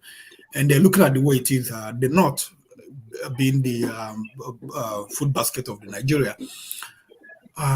We still have the issues in security in the North. The Benue farmers, they are not. Is it the North or the Middle Belt? Some food come from the north No, only onions. Yeah, only yeah. onions. No, they used to yam. They used to get yam also, but Only onions. No northern state has yam. No, so I mean, so some other they get some like maize. They get some other maize like maize, sorghum. Maize and millet now. They don't. Granite. Maize and millet. Granite. That's right. All this comes from the Middle Belt. So yeah, no, Kanu, they have granite and also anyway, but you know that's one of the issues with the major issue we have right now. So whatever you pay people is next year, by the next 6 months, food inflation, food prices will just go up again, and you continue raising the minimum wage. Anyway, Mazi, okay, Jack. Can I quickly comment before I head out, if you don't mind? Who's saying that? It's me, Rich. Okay. Is it Rich? I didn't know who was talking. Okay. Good afternoon, everybody. Good evening, good morning, wherever you're calling from. I want to thank Dr. Damage for the opportunity for we Nigerians to come on this platform. Sorry, Rich. Rich, sorry, this is the first time I'm seeing you. Is this your first time? Okay, please, a round of applause, please. I do watch in on the background every week, but this is my, I think, second time of coming in. Okay, all right. Okay, thank you. So I think we all have passions for Nigeria, and the problem I see is that we always focus on the wrong things, just like many speakers have indicated in the past. I want to look at 4 areas, which I call the 4 P's: people, productivity, power, and policies. People. Nigerians, we are very docile. When you go online, when you go to these platforms, and you see how many Nigerians defend their oppressors, you'll be shocked. It's amazing. I was telling my wife this morning before I called in of a guy that was insulting me on IG because I commented on Body George yesterday. I replied him. He said I should go and tell my father to explain what Body George was saying yesterday. And I replied him, I said, well, I don't fault you. You've not left Nigeria to see how normal country operates. That's why you are insulting me. And I was telling my wife, I gave my wife an example. Last year, we had a power failure here in Dallas, where I live. And my two kids were crying because they've never seen power gone out in their life. I said, that's their mentality. But in Nigeria, it's a normal thing for a normal kid to live in a place and there is no power. Okay? So if you take my kids, for example, to Nigeria, they can't function because they've never experienced it. So that's why I understand where that guy was coming from. He has never left Nigeria. He doesn't know even Ghana, like the gentleman said. I was in Ghana 21 years ago, and for the first time in my life, I saw 24-hour power supply. Ghana was the first place I saw people were sleeping overnight in their balconies. No criminalities, no insecurity, power supply. And when I got back to Nigeria, that changed my mentality. Now, productivity, we talk of minimum wage. Many Nigerian workers are not productive. Let's be honest. You want a business owner to pay you 100,000 when you are not making 100,000 for him on a monthly basis. It's going to be extremely difficult for that business owner to pay you $1,000 or 100,000 naira when you are not being productive. Many people in Nigeria, they go to their work, they sign in and they leave. They don't produce what is equivalent to their pay. We have to change that mentality. Power. Look at inflation in Nigeria. The number one driver of inflation in Nigeria is lack of power. When you, a business owner, is spending more than 60% of your revenue on generator and petrol and whatever, tell me how you can't put that in your goods and services that eventually affects people. Okay? Our government have to fix power, road, security, in order for business owners to stop putting these things or the cost on the people. Look at Nigeria. If Ghana can celebrate over 30 years of uninterrupted power supply, is unconscionable that we Nigerians cannot demand that for our people. Okay? Policies. What are the government policies? Look at all the policies, for example, that have been implemented in the past 1 year. Instead of these policies to alleviate pain, it's even adding pain in the life of people. So these are the 4 things that we have to focus on as a country in order for us to get out of this quagmire we are in. Many of us will live outside Nigeria, and I'm going to round up with this. Many of us will live outside Nigeria. We don't earn minimum wage. Why don't we earn minimum wage? Because when you think of, or when you calculate the benefits that you are adding to your different corporations, you see that you are even paid less. Why? Because you are adding more to that organization. And that's why that organization can afford to pay you minimum wage. What we need in Nigeria is living wage, not minimum wage. And that living wage has to be tied to productivity.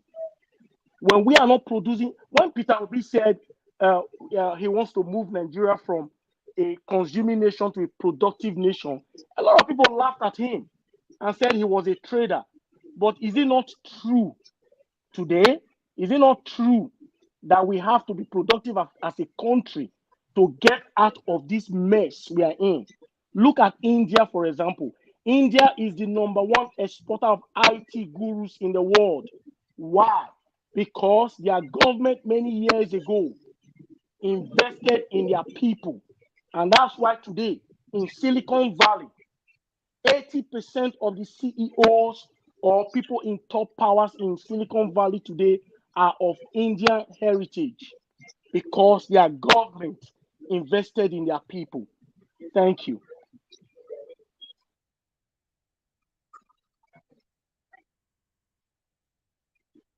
Sorry, I was muted. Thank you very much. What was it? Mazi, I don't know, but Mazi's sleeping now. Mazi, go ahead. I'm right here. I'm listening. Okay. I saw you. I should be the one. I think you should be the one sleeping. So you were meditating. Okay, so how everybody has said what they needed to say about the minimum wage. I will not flog it so much, but all I'm saying in essence is this: whatever that is being agreed upon, let it be something that also the private sector will be able to um uh pay their own workers something good. Pretty much, like I said, people have touched it. Let me not dwell on it. Let me not dwell on it. Pretty much, if only Okija will allow me to choose a different topic, I wouldn't mind. But if not, I just say it the way it is. Most of us in California, most of us in overseas, we see how they pay. At different states pay different amounts. I explained it to somebody the other day. Somewhere in California right now, minimum wage is, officially they will tell you about 15, but most companies pay, 20, 25, 30, depending on what profession you are into and all that stuff. And the thing is also is if it's possible, let Nigeria start earning in hours. This stuff that people go to work, they will go to work from morning and they will stay till maybe evening and all that stuff for the same, and then they don't get paid until the month, the same amount of money. The more you work, the more you earn. I know some people will say, oh, the more the more the money, the more taxes. But if it's something somebody wants to do, let the person do it and just get their money. Yeah, so yeah, let me rest. I just don't want to dwell so much on that because NLC is compromised. So I wouldn't be surprised if they come up. I'm looking at it, if they come up. I've just seen what's his name a few minutes ago. Uzodinma. He's working as if he's working so assiduously on on behalf of the governors forum, but it doesn't make no sense to me. Yeah, whatever it is. Thank you. Okay, Mazi. Ferreira, I'm thinking because we are talking, we are dancing with the figures. What should be the minimum wage? Because Tinubu and the government, they've said like 62. Labor, they proposed for 300 or 400,000. Some people are saying 102,000. I mean, what should be the minimum wage to be acceptable? Because you see the figures. Neighboring countries, they pay about 300 and something thousand naira as minimum wage. West African countries, apart from Ghana, that pay lower, like 58 or so. Other people, they pay over 300,000. The ones we have in the figure. So what should be the what are we looking at? Okija, first of all, let me congratulate you and thank you for doing a beautiful job. And I believe everybody on this panel today would agree that you are doing a great job today moderating. You are not pushing your opinion on people. You're not shutting them up. You're giving them adequate time to express their views. Oh boy, you're doing a massive, great job. This is what we're saying. We have brilliant Nigerians who can do the job. Just give them the chance to do it. I believe everybody agrees with me that you're doing a great job. So you're doing so much a great job. The people in the comment section have no one to attack but themselves. Okay, now on that question, let me say that you are asking the wrong question. That should not be our question. How much should we pay our people? Before we answer that question, let me put this out there. Dare to struggle, dare to win. It was a slogan we used to cry back then when I was in student union activism. Let me say this to the labor union who I believe are dead, are compromised. Cause and effect is something for them to think about. The strike action that Nigerian labor union refused to have today, the effect of that action will tomorrow or in the near future strike down their children. That's a fact. They need to think. They have power and opportunity. They are failing to use it. Everyone on this panel has spoken well, and everyone has made a very, very good point. I could summarize the key points of most of the points people have made. Everybody wants solution. That's the number one point. Some are saying the people are not acting. Some are saying the government gone too far, and some are calling for civil disobedience. None of you is wrong. Everybody is right. Okija, let me quickly address your point on numbers. Before we can start saying this is how much you should pay people, as our government sat down and the labor leaders sat down and said, this is how much it costs to rent a house. This is how much it costs to go to school. This is how much it costs. Have anybody ever done that? They didn't do that. Did they do that before removing subsidy? They didn't do that. Did they do that before floating the naira? They didn't do that. These people are the most wicked people on earth. Why do I say that? I have never seen a group of people hate their own people this much, because they don't see you as people. They see you as resources to exploit. The mentality of Nigerian ruiners, they see their own people as people to make money off.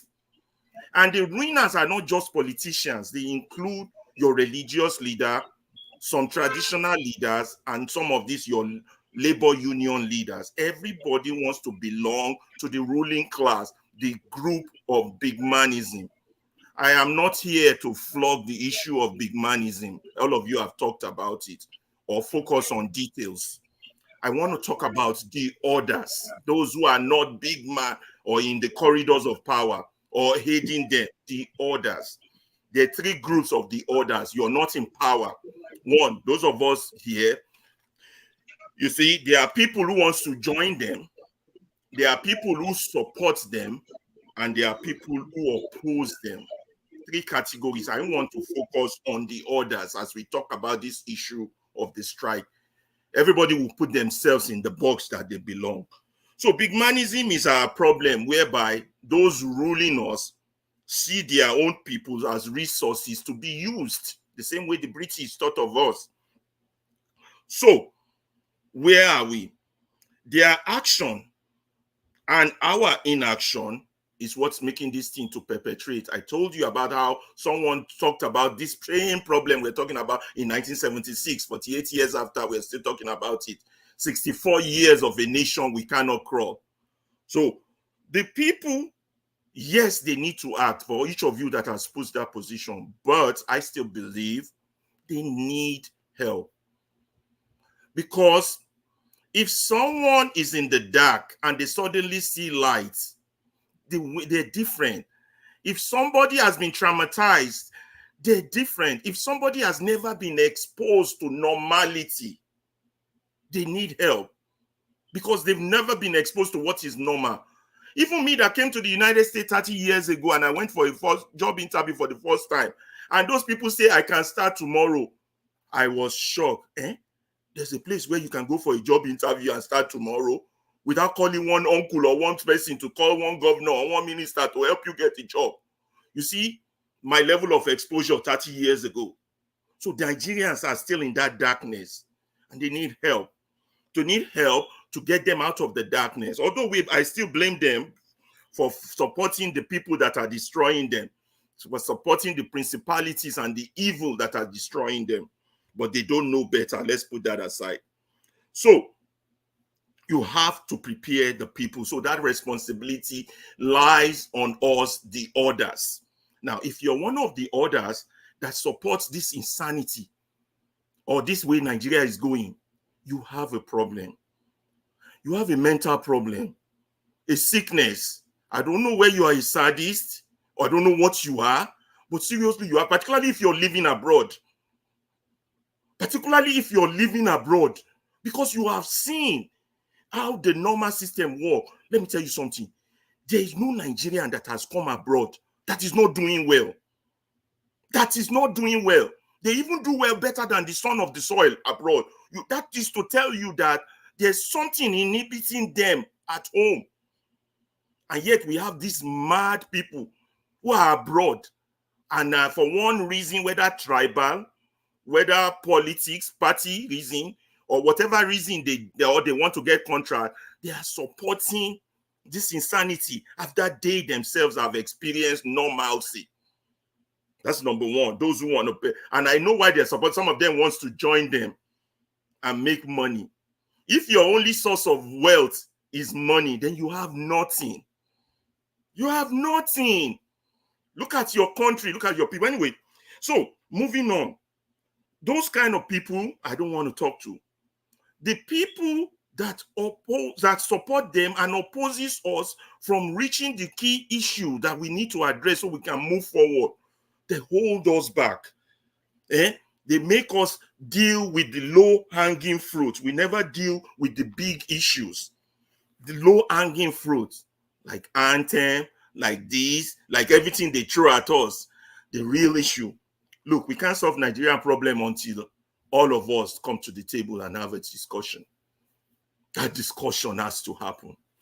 But for the discussion to happen, these people I call the others, those still joining them, still supporting them, we have to first of all take them away from these people, because with them supporting these bad people, we can't have that discussion on how to move our country forward. Now, let us stop lying to ourselves. Every time, let us focus on the solution, like Wale said. These discussions are important because they are enlightening us little by little, small by small. Look at these people ruining us, those in government and all of these, their supporters. They will tell you that, these bad people feels they are doing, when they do these things to you, they even do it so arrogantly that they feel they're doing you a favor. I'll give you 62,000. I'm doing you a favor. I moved up from 60,000. They never ask, how much do you pay rent? How much do you send your child to school? How much do you pay electricity? How much do you get? They don't ask. They're doing you a favor. Not just that, their supporters will now come on here. Well-educated people, living abroad, will come here and tell you, well, the rest of the world is going through the same problem. Let me show you some data. Oh boy, I laugh. Let me show you data. So you know that the rest of the world is not just Nigeria. Let's not use the word, jati. Now, don't hate. They will tell you, don't hate your leaders. Pray for them. Pray for them. Across the world, things are happening. About 1 more minute, please. 1 more minute, yeah. Now, if you believe those idiots, those people are saying that you are an idiot, and they like to repeat that, calling you an idiot because they know there's no consequence for their action. They know there's no consequence. They say, what are you going to do about what they're stealing your money? But there's something we are doing here. We are connecting points and we are reorientating minds. We are reorientating minds. We are having a revolution of the mind. So let the people talk. Let them voice. And then later on, we would organize. But we can't jump to organization until that mind frame is changed first. So that we don't focus on the low-hanging trees. We focus on issues of importance. These are issues of importance. I will stop there and then let others continue. Thank you. Okija, you're doing a great job. Thank you. I mean, they've been saying that I'm doing good. And yes. It's getting into my head. So I want you to destroy my reputation right now. No. I don't have to destroy what is good, right? I always stand for whatever that is good. So you are doing good. Whomever that gave you that commendation, did the right thing. So you are doing well. You can see how it resonates from the comment section. However, this comment section, the way they speak the truth sometimes is getting on my nerves. I think I have to beg them to pipe low with speaking the truth. I don't know why they should be saying that someone, I don't want to call the name, but you will know that the person is the landlord of ignorance. And the other person now say that the person has been is now a member of Cardi B's cabinet. So I don't know why you should be hitting on Kulata like this. And when Ferrari was saying the bullet was hitting, and I was like, this is on one person alone. Kulata, you see, you were Ferrari, you were talking about those that are ignorant, right? Those that know better but choose to be wicked, not to enlighten the people. And you also talked about those that want to, maybe gain one position or the other in Nigeria. And I know where these bullets are going, but I'm surprised to know that the person has already been given a cabinet position in KDB's economic team. But this is it, right? Wole was asking us to go back to the foundation. Wole was asking for solution. What is the way forward? And somebody was saying that we should go back to foundation. I think that was a righteous man. And I beg to ask, where is the foundation? Do we have foundation? Is it not when you have foundation that you go and try to maybe rebuild the foundation or strengthen it? Nigeria is like a house built without a foundation. And when you have a house built without a foundation, that house will never stand properly in a stable and functional manner. It will be a house of nuisance, right? So this Nigeria has no foundation. So you have nothing to go and fix in the first place. I've stayed in the north, and I know how some of them build houses. They just scrape the floor, put mold, mud stuff on it, put thatch, and that is it. House stands, no foundation. So when there is heavy rain, to just flush it out. So Nigeria has no foundation, nothing to be fixed. The only solution for Wale now, that I personally would prefer to Nigeria, is total disintegration. Since they don't want to accept regional government, they don't want to fix the country. They know better. These leaders that you are talking about, some of them have been in diaspora. They know how things work here. But they are just pure, wicked, devilish set of people that would never want to fix that country. We are giving ourselves headache. You and I will agree that Nigerian issue is very depressing. Every day you have another topic, surprising topic that sometimes you now sit back and ask, are these people really human beings? What is really wrong with them? All this money that you are packing, where are you going to go with it? What are you going to do with this money? The highest thing that you can do with all this money is to behave like Dino Melai, buy fleet of useless cars that you never drive. Right? That is the other thing you can do with the money. How many houses will you be sleeping in? Right? So Nigeria is a country that has no bearing. What you have in that country as leaders are gangsters, crippling the country. Somebody was profiling that Nigerians should go on the street. I think it's Wale too. Nigerians should go on the street, civil disobedience. What kind of civil disobedience are you talking about? The same civil disobedience that Nigerian youth came out in 2020. What happened to them? They were all mowed down, right? Since then, they don't have the guts to come up again. I was reading through Dr. Damage's, I don't know, I've forgotten the title of that stuff he wrote through Premier Times, right? He was talking about the powers that the Nigerian youth has in the internet to talk to their leaders, right? That is the only power I think they have now. They can't even come on the street. If they come out on the street, they will be mowed down. The soldiers are there with their AK-47 waiting for them to come out on the street. You can't even get power out of these people anymore. They've captured that country. Nigeria is the captured country. There's nothing you can do. They won't even allow you as a citizen of Nigeria because you stayed in diaspora. You can't even vote. But as a US citizen, for example, for some of us that are US citizens, I don't know about UK, you can vote anywhere you are. Even if you go to Nigeria on a visit, you can still vote from Nigeria. You can vote from anywhere you are. But as a Nigerian in United States, you can't even vote. We're not even talking about pushing for our right to vote. We're not even talking about that. We think that we can change that country. How? How are we going to do that? The people there are afraid of them already. They've instilled that fear in them. They're fearful. They don't want to lose their lives. And we here, in as much as we want to deny, sometimes we like to, structure what we say because you don't want to be arrested. How are we going to tackle this? How are we going to solve this problem? There is no solution.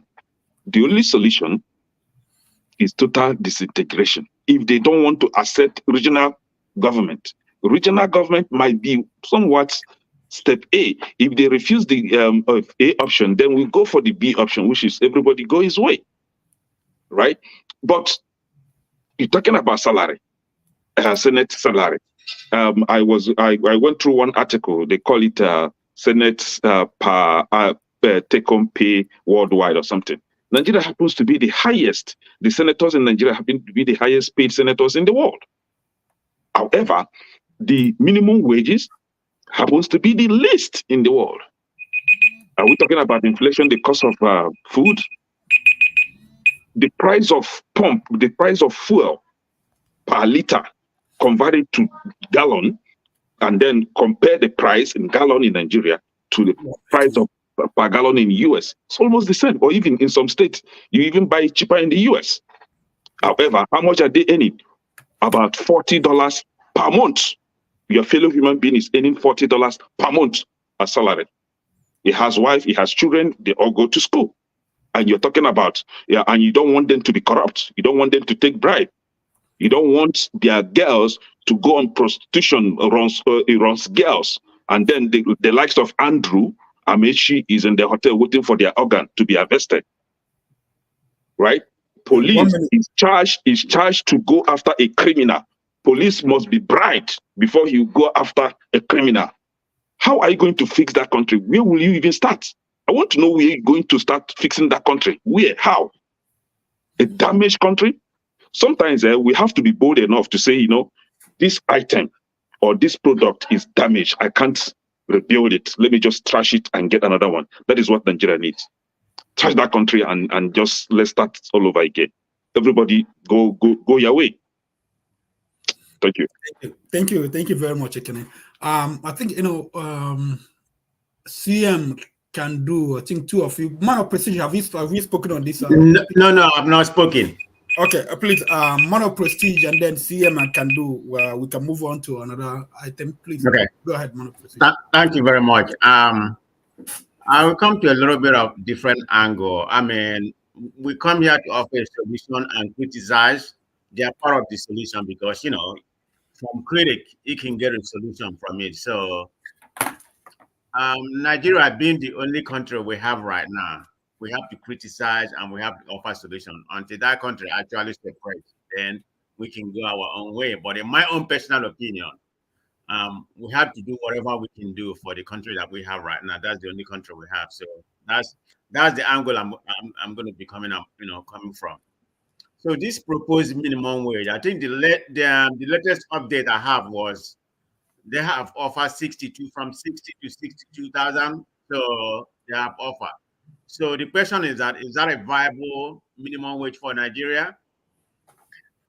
I mean, with the situation we have right now, because you can't make it all the whole country for that minimum wage. The reason why I'm saying that, the federal government can mandate a minimum wage, like USA, like America, where I'm right now. There's a minimum wage from the federal government. You're not supposed to go below that, which is $7.50.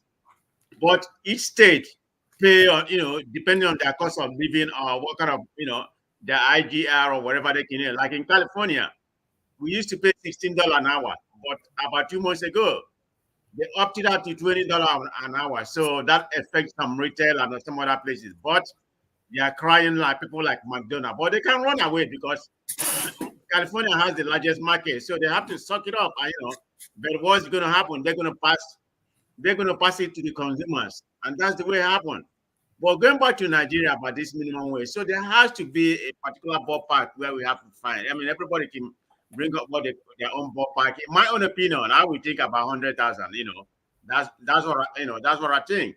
With the kind of inflation we have right now, I don't think we should be able to go up more than 100,000. I mean, it could be 90,000, 100,000. I mean, that can cause hyperinflation, and that would be defeating the purpose. Please, What? please, man of prestige. See, sometimes the way you guys say something, we want to vex. What do you mean? This is my opinion. Yeah, I know hyperinflation, but there was no hyperinflation. What they are sponsoring Hajj with 90 billion naira. There is no hyperinflation when this idiot that calls himself vice president built his useless house for 21 billion naira. There is no hyperinflation when they share 500 million naira each for their recess. No hyperinflation when they want to embezzle money. I hear what you say. To me, they should pay them 1,000. That's what you hear. What is $1,000? $1,000 in a month. You offer that option, but I'm not going 1.5 million naira is the minimum. Everybody, we know what's The happening in minimum. Nigeria. So it's good for you to offer criticize about the waste of money. Man of prestige. Sorry to guys. Sorry to butt in. See, don't worry about hyperinflation. Yeah. These things will correct itself. Yeah. At least give something a minimal wage for them to be able to survive. Minimal. You understand? It's not like here where we are in this part of the world. Your minimum wage will take care of everything. You have people doing 2, 3, 4 jobs to keep up. Yeah. But we're saying at least let the natural things will correct itself. Okay. You understand? When they correct other factors, provide security for people to go to farm so that farm produce can be available to buy at a cheaper price. You understand? People can't go to farm. Let the government do their job. Olumide, thank you. I mean, guys, I don't let me look finish at now. Y'all are taking my time, please. Yeah, sorry. It's supposed to be a monologue. So give me the space to finish. Okay. Okay. So let me continue. I'm So, not against anybody. Man of prestige. I would like you to look at these. What I have on the screen. Sorry about that. My alarm. What I have on the screen, 1999 budget. That's Okay. what that was. But that was minimum wage, and the 2024 budget. That's the budget, and that's the minimum wage. So every other person that will talk, please, I want you to look at this, and so that we can gauge where should it be. Because when I did my calculation, if we were increasing the budget from 2.2 to about 344 billion, and then the minimum wage now should be about 470,000 at least. That's what it should be, because even 1999 we had a whole lot of things. Yeah, where did you start? What year did you start, please? From 1999 it was 2.2 billion. For 2024, look at what I have on the screen. Okay, it's 344. So if we divide 344 by 2.2, then you times it by 3,000, it's gonna get about 470,000. That's what it should be, the minimum wage right now. At 470,000, it's like less than $500 a month. Yeah, less than $500,000 a month. Because the budget increased from 1999 from 2.2 to about 344. That's 2000. Okay. Yeah. So more opportunities. Continue, please. Okay. So based on this budget you have right now, which has increased exponentially. So you are basing that we should be around the parameter of 400,000 or 300,000. Yeah, that's what I think. Because when I started thinking about this, I sent I like my Nigerian food. I buy fish from Nigeria, dry fish, because I'm cutting off red meat and food here. So I give them money to buy me things, and when they bought me, like fish, I was small. The fish we used to small piece of fish. They used to buy like 30 kobo when I was small. 3,500 naira, 2,500 naira, one piece of fish. So I will talk to people. Some people are telling me they don't use fish to cook anymore. They buy crayfish and whatever. So if people cannot in Nigeria, where people cannot cook with food, even when we are small, we didn't get enough protein. What about kids that are growing up right now? How can they get protein if they don't have, if the parents don't have money? And you see people consuming, junk food in Nigeria too much. It's going to, catch up with them. They have health issues. We don't have good hospitals to take care of those issues. So we should be able to give workers money so that they're able to be have good food to their children. Okay. Let me I've viewed some other countries, their minimum wage. I think St. Clair have the highest minimum wage, in Africa. And some of the ones that is show Egypt, South Africa, and something like that, And Ghana is the only one close to us, about 38, about 38,000.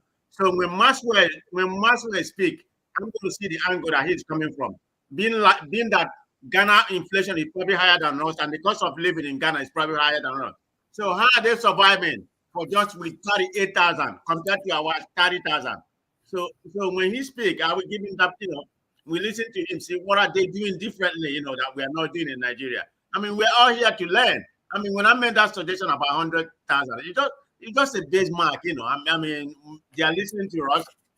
They can take a point what we are trying to narrate. But that minimum wage which I proposed about 100,000. But look at it, what we have right now. It has been almost about 5 years since the minimum wage has increased in Nigeria, or any kind of thing they do in that place. Okay, that 30,000. Do you know that a state? I found out this last week. A state like Akwa Ibom, which is one of the richest states in Nigeria. You know what their minimum wage has been? 15,000. That's what their minimum. Somebody, you all need to Google it, and they have money. So if you're gonna make a minimum wage, that has to be the base, the base mark. Nobody can pay, less than that. I mean, you can pay more or whatever. Like a property state, I always have to use America as a benchmark, which is $7.50. I mean, different states, I'm in Florida right now. Florida pay about $11. Texas, which is a rich state, everybody know they pay about $7 something. So it depends on the cost of living and how you want to manage it. But in my own opinion, I think the labor, have a very, powerful position in Nigeria. They should utilize their power to, to pursue what I call living wage, not just in this minimum wage, insecurity and some other things. I mean, look at what happened, this week. I mean, this is the most, force I've seen the labor, utilized in Nigerian space. They shut down the natural, national grid, which I'm against, because that's a national security issue. They shouldn't have done that. I don't know how that happened. But they can mobilize, the government will listen to them. I mean, all apparatus in Nigeria should mobilize. They should be asking more than just minimum wage. I mean, that's what I see, because if you propose anything so, extraordinary, they're not going to pay it. They're not even going to pay it. What else should they be asking? Nigerians structure something when the federal government say minimum wage, it shouldn't go below that. So what else should they be asking? Tell us what else. Please, we want to finish this topic. Or man of prestige just started. I don't have that much to say, Brad. It's just my own idea how, but I'm very interested to listen to Maxwell, what he's going to say. Thank you. Okay. Yeah. I think Maska, you spoke. I mean, Maska has spoken on this. Let's see him. I think it's Maxwell. No, I'm not. I'm not. We only did a round up. Okay. All right. Please, go ahead. Sorry, CM. Let my brother CM speak. Then after him, I will speak. Please. Yeah. In-law CM. Go ahead. Okay.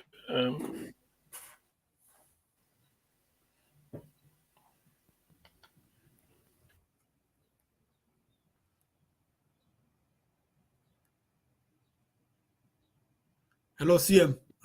You're muted. Okay, go ahead now. Okay. I don't know where I'm coming out at all.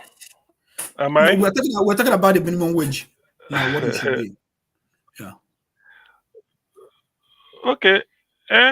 Well, is it really minimum wage or living wage? I thought living wage should be the better terminology to use. Okay.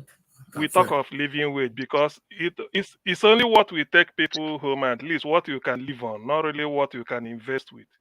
It's really a shame why people are really disgusted about living wage in Nigeria is that while the people who are in power, the government, are treating themselves as if they are the lords. Of course they are, given the way they are carrying themselves.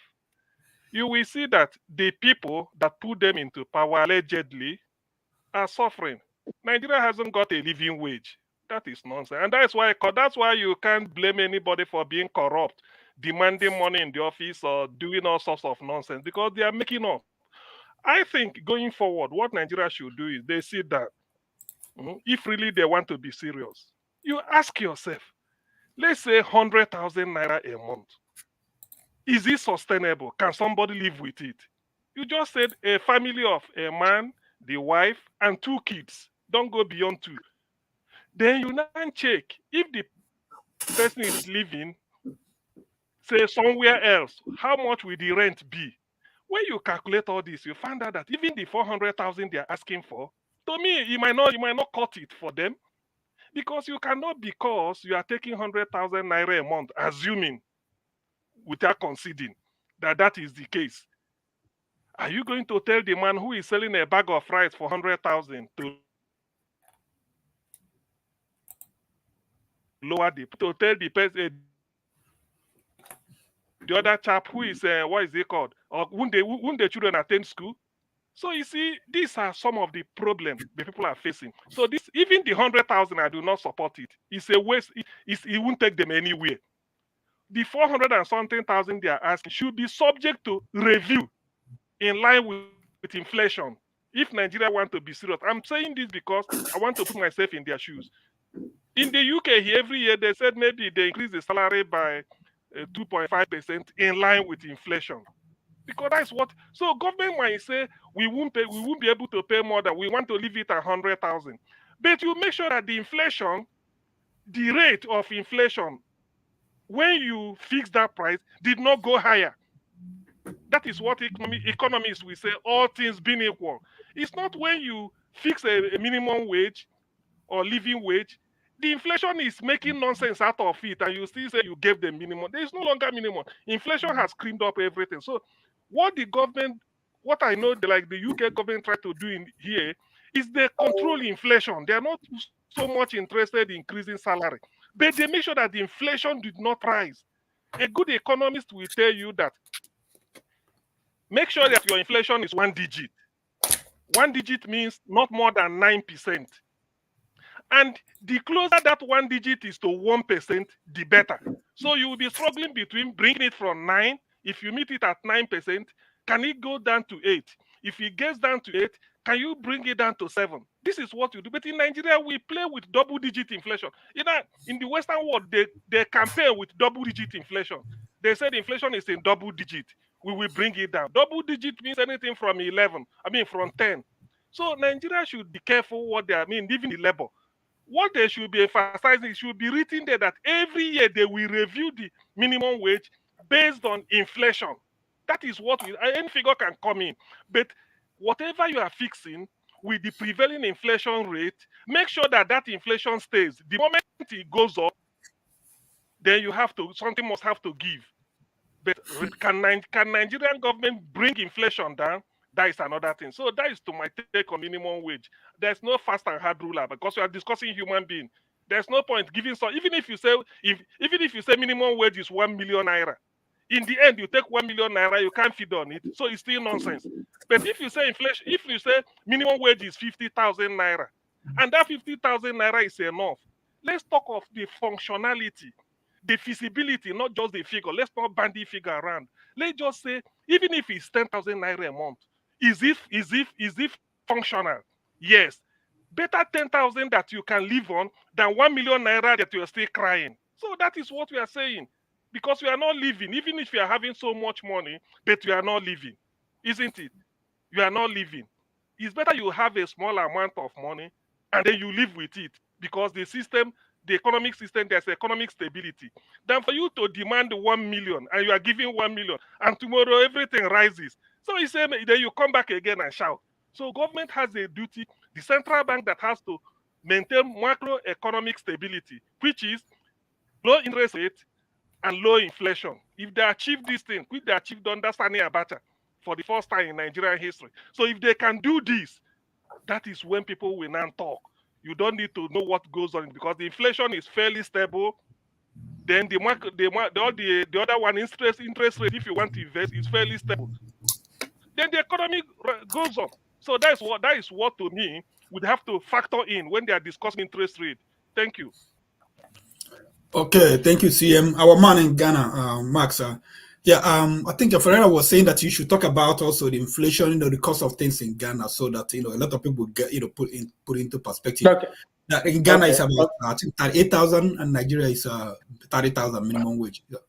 Yeah. You see, there are some indices that I will use to, answer that question. When you look at Nigeria, Ghana, there is high rate of unemployment in Ghana, and Ghana is one of the most expensive countries in the world to live in.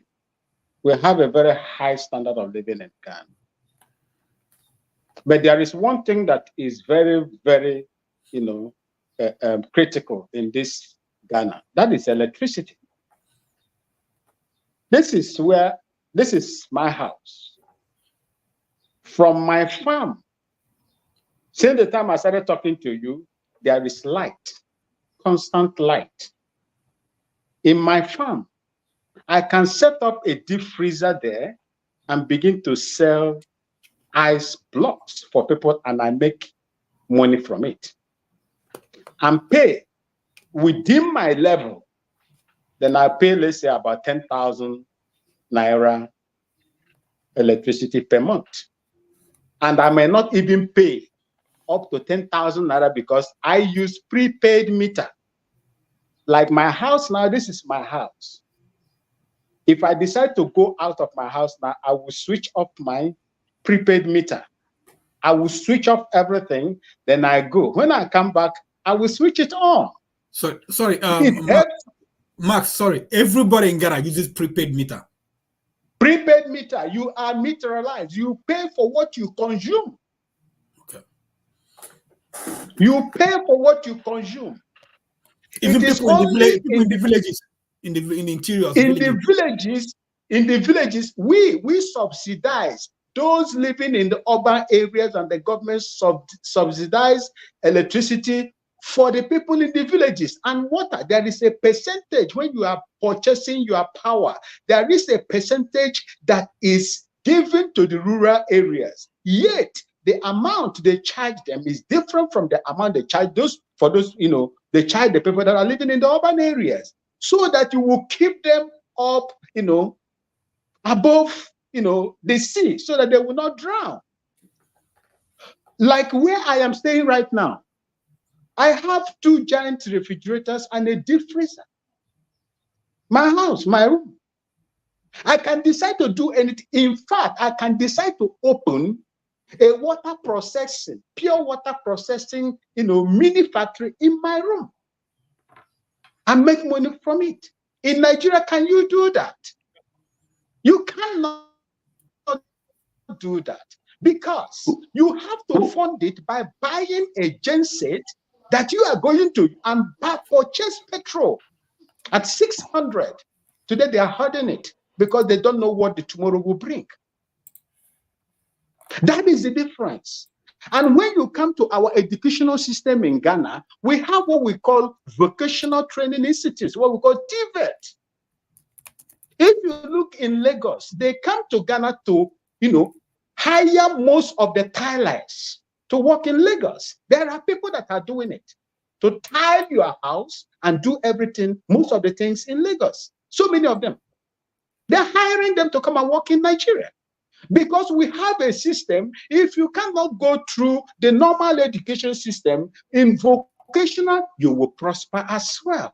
That is the reason why you see our people are not complaining too much. That's one thing. Now,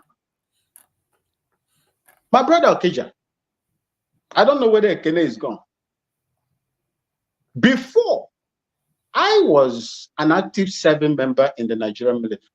And I will tell you this, irrespective of the positive infrastructures or policies the army did when we were there, we helped in the destruction of Nigeria. The army destroyed Nigeria. The army brought Nigeria to where it is today. And they didn't stop there. They left you with Decree 24. You see the foundation, like a righteous man said, And my brother in a green Lacoste, the foundation is the problem of that country. The 1999 constitution, as Abu Salami Abubakar handed over to Obasanjo in 1999, I was still in active service at that time. 1 year when, after I returned from Liberia, 1998. Was it Nigerian's constitution? Was it the Nigerian people's constitution? The answer you people will answer is no, it's not. What stops Nigerian? What stops the government of Nigeria from, let's say, organizing a dialogue that will bring the diverse nation in that country, knowing fully well that you have different tongues that are in collision with one another? What stops them from organizing a dialogue and ask the people this question: how are we going to live in this country? What is workable for us to do? What is stopping them? This is where you have problems. The foundation. If you don't get the foundation very, very accurately or well, there is nothing. If you bring Christ there, it will not work. All these things that we are seeing now is the manifestation of the fraudulent foundation that was handed over to Nigerians. And I wonder why Nigerians, especially the most educated ones, the most educated Nigerians are fighting to validate the same thing. Like I said it before, the way Nigeria is going now, it's just a matter of time. It's just a matter of time. When I protest in Ghana here, I will not be shot dead. The police will tell me, if I say I want to follow this road, the police will say, oh no, you cannot follow this road. And they must go to court to prevent me from using that road that I told them that I want to follow. Nobody is going to kill me. Nobody is going to harass me. If you harass me, I have mediums for redress. It is done here. Check, for instance, my brother Okija, how we hold our people accountable, because we only hold people that you voted for accountable. Go and check the cathedral, the National Cathedral. My present president promised that when God allows him to become the president of Ghana, that he's going to build a cathedral for him. It's a personal promise, but at the end of it all, he was using our taxpayers' money to build it. We have shut it down. It has been shut down. As I'm talking to you, it has been shut down because we complain about it. How can you do that in Nigeria? How will you do that for people that you did not vote for? People, their votes were manufactured. How do I put it? Produced and reproduced by the INEC and push them against your will. How will you hold such people accountable? That is the reason why they turn a salary or wage, system for them that is working for them. But for the ordinary Nigerian, the workers, it will not work for them. A bag of rice, like somebody said here, is almost 90,000 or even more. And you are paying the workers 62,000. Even that 62,000, they are not ready to pay. How are you going to survive in it? And that has to go, telling you why these people are taking advantage of the young girls that are looking these, politicians living in affluence, whereas look at them. You go to Kano Airport, you see private jets all over. Go to Kaduna Airport. Who owns those private jets? Politicians and their cohorts. Whereas the labor is asking, I am supporting labor. Labor we have today is not the labor of Oshomole when it was there. The labor has collapsed. And mind you, anytime labor strikes, the federal government would devise means to counter them. I think you heard of Northern Labour Group before, during Buhari's time.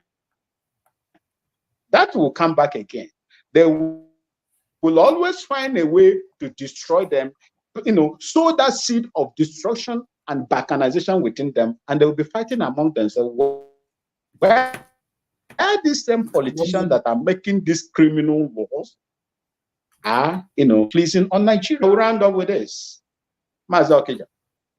Yeah, yes. We have agreed that the foundation is not working.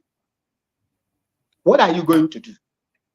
For me, I am an advocate of disintegration of Nigeria. You can't keep doing the same thing all over again and expect different results. It can never happen. No sane country will do it. And do you know where they have captured Nigerians? Both those in the diaspora that are, don't let them pray for them, and those ones in Nigeria that are suffering that could not think that they are suffering. They have for a long time conditioned your mind into believing that you don't need electricity to sleep or to work. That when they bring electricity, you will shout, hallelujah, electricity has come. When they take the electricity, you say, oh, why? They have, surreptitiously conditioned the mind of Nigerians into behaving the way they are behaving. That is why you go to comment section, you see people like Kulata, people like AB, and the rest of them talking the way they are talking. Thank you so much, and God bless you. Thank you. The last person speak on this issue, then we go to the next topic, please. Yes, good afternoon, everyone.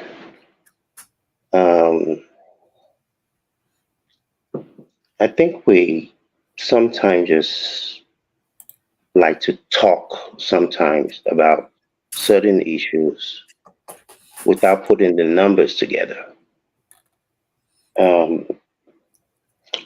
Will it be wonderful if every Nigerian is paid 400,000 minimum wage a month? Yes, but how do you get there? What are the numbers? Even at 100,000 a month, if you say 2/3 of Nigeria are what you would call the working class, people who are in active labor, that will be about 9 trillion naira a month on a 27 trillion budget. How do you get to those numbers? That's voodoo economics, which will never work. Yeah, Nigerians need to be paid more, but what is the productivity? What is the governmental productivity? What are the individual productivities, being the local government, state government, federal government, those people that are being paid those salaries? What is the output? Sorry, Kendu, how did you arrive at the 99 trillion per month? Sorry. Well, not just the government. I said if 1/3 of the country is in the labor force, if 1/3 of the country is in the labor force and they are paid 100,000, that will give you about close to 9 trillion. So I'm not talking about the government paying that, but you cannot have government pay minimum wage and have the private sector say, well, we can't pay that. So it all boils down to productivity at the end of the day. So you see, I was on another platform during the week, and I'm glad Wale said something earlier on. Omoju Rolari. We've had a bunch of people who have never seen wealth. And once they touch a little bag of money, they start spending like a drunken sailor. I watched that video of that convoy. I think even with my bad eyes, I was able to count 66 vehicles. So that who will not die? You see, I think we've been saying this for the last year and a half on this program. I don't think we understand how much deep problem we're in, we are in serious trouble. We are in serious trouble. I remember 2 years ago when Naira was 600 to 1, I said to a lot of people, I even told people in my family, don't celebrate Christmas. Don't celebrate Ileya. Save your money. Because the suffering that is around the corner, everybody go here and win.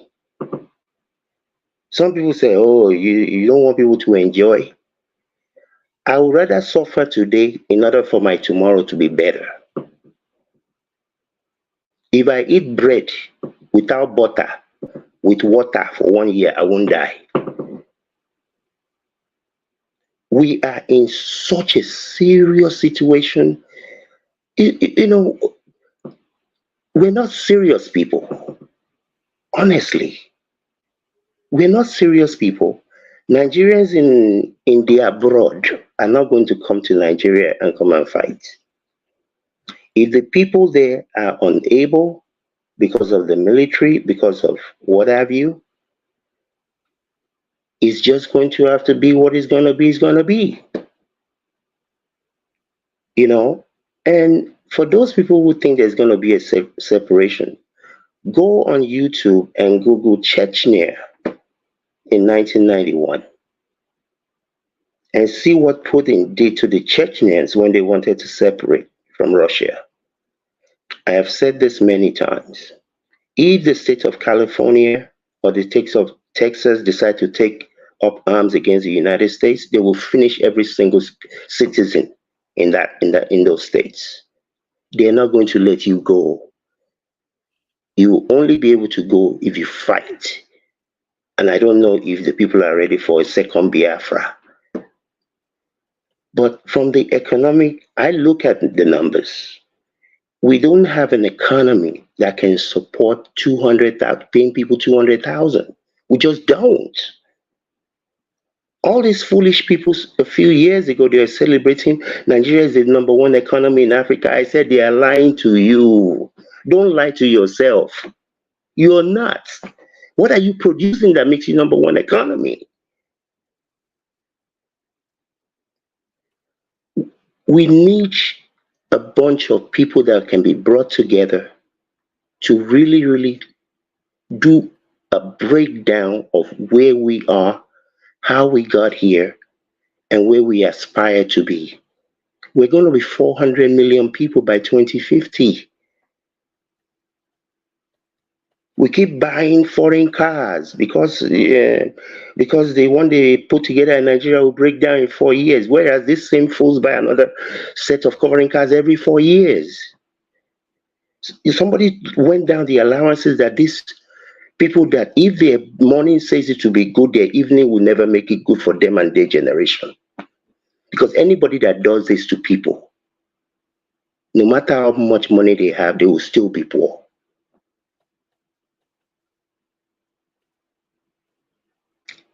We are in deep trouble. All the talking we do here every week is good, but I don't think that somebody that has 6 children with Kwanchoko and their stomach is big like this needs anybody in UK or America to come and tell him he's in trouble.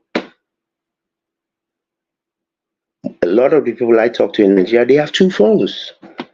They know the price of things in America and UK than me that I'm in America. It's a matter of what's important to you. Priority. Me, I will continue to come. I will listen. I will do the best that I can do with the Nigerians that I do things with in Nigeria. But we're not going to solve this. This is a big, big problem. They talk about they spend so much money. I remember maybe it was 16 years ago. People in the whichever of the houses over there in Nigeria, they said they're buying trash cans from UK because the one they make in Nigeria is not good enough. If you don't support the one that they make in Nigeria, you're providing jobs in UK. Yeah, 1 minute. You don't need to go to school. You don't need to go to school to understand that. My boss said that sells tomato can tell you that. These people, they know what they're doing. These are just evil people. These are just evil people. So, my brothers and sisters, I will continue to come here. We're not going to solve this on the surface issue. We can create all the media houses we want and educate people and enlighten people what we want until the people are willing to fight. Okay. We're going nowhere. Thank you very much. Okay, thank you very much. We've exhausted this topic. I don't know. The second topic I would like us to choose what we want to talk about. On the list, we have the security agencies. They are arresting journalists and cyber using bullying people with cyber laws. We have the Vice President Kashim's house, 14 billion. We have El Rufai. We have Tinubu plans to borrow 6.6 trillion, and we have the cow issue in the Senate. Also, the girls speaking with the carry go Ghana. So, which one do you guys want to talk about? Because yeah, we don't have to follow the damages guideline. Did you hear me? I mean, you can put it a vote. Which one do you guys want to talk about? We'll start with that one. If you ask me, I would say what is trending right now in the Nigerian space is the car issue and the two young ladies have just lost their, or who we don't know where they are right now. Okay, so let's. I also want us to talk about the issue of the cyber security law. It is very important. So a lot of people in Nigeria, especially people, I don't know how to categorize them. People have been, innocent people have been harassed. That law has been turned on its head. It is against free speech. It is either they are purposely misinterpreting the law, and innocent people are being punished. And we know the perpetrators of this. So in the news recently, we've heard a lot of even so-called men of God have been abusing the use of this law to silence people, to subvert free speech.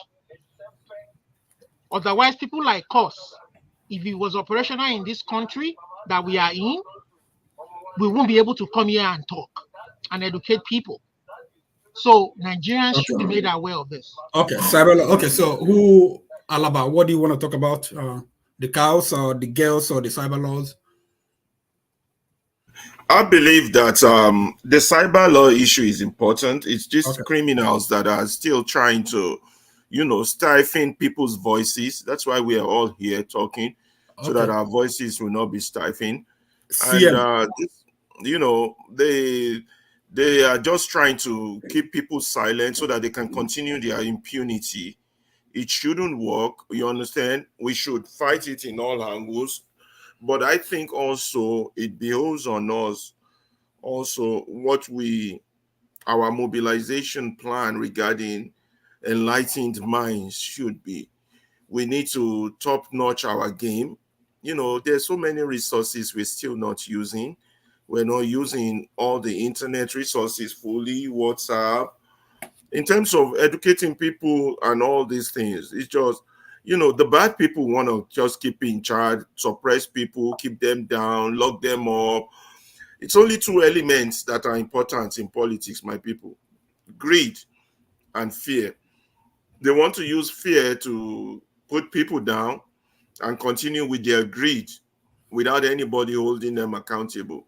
Okay. The new age of internet is an age of accountability, whether they like it or not. People are now like 1 minute away from each other. They can talk. They can, hear messages. The truth can be exposed easily.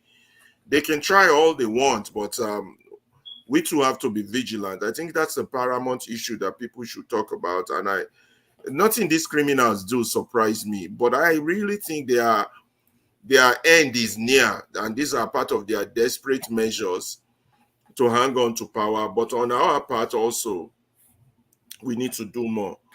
We need a real free media, at least those of us in the diaspora, where free speech would not be stifling, where even YouTube would not tell us you can use this word, you can't use that word. I still think that's inhibiting free speech.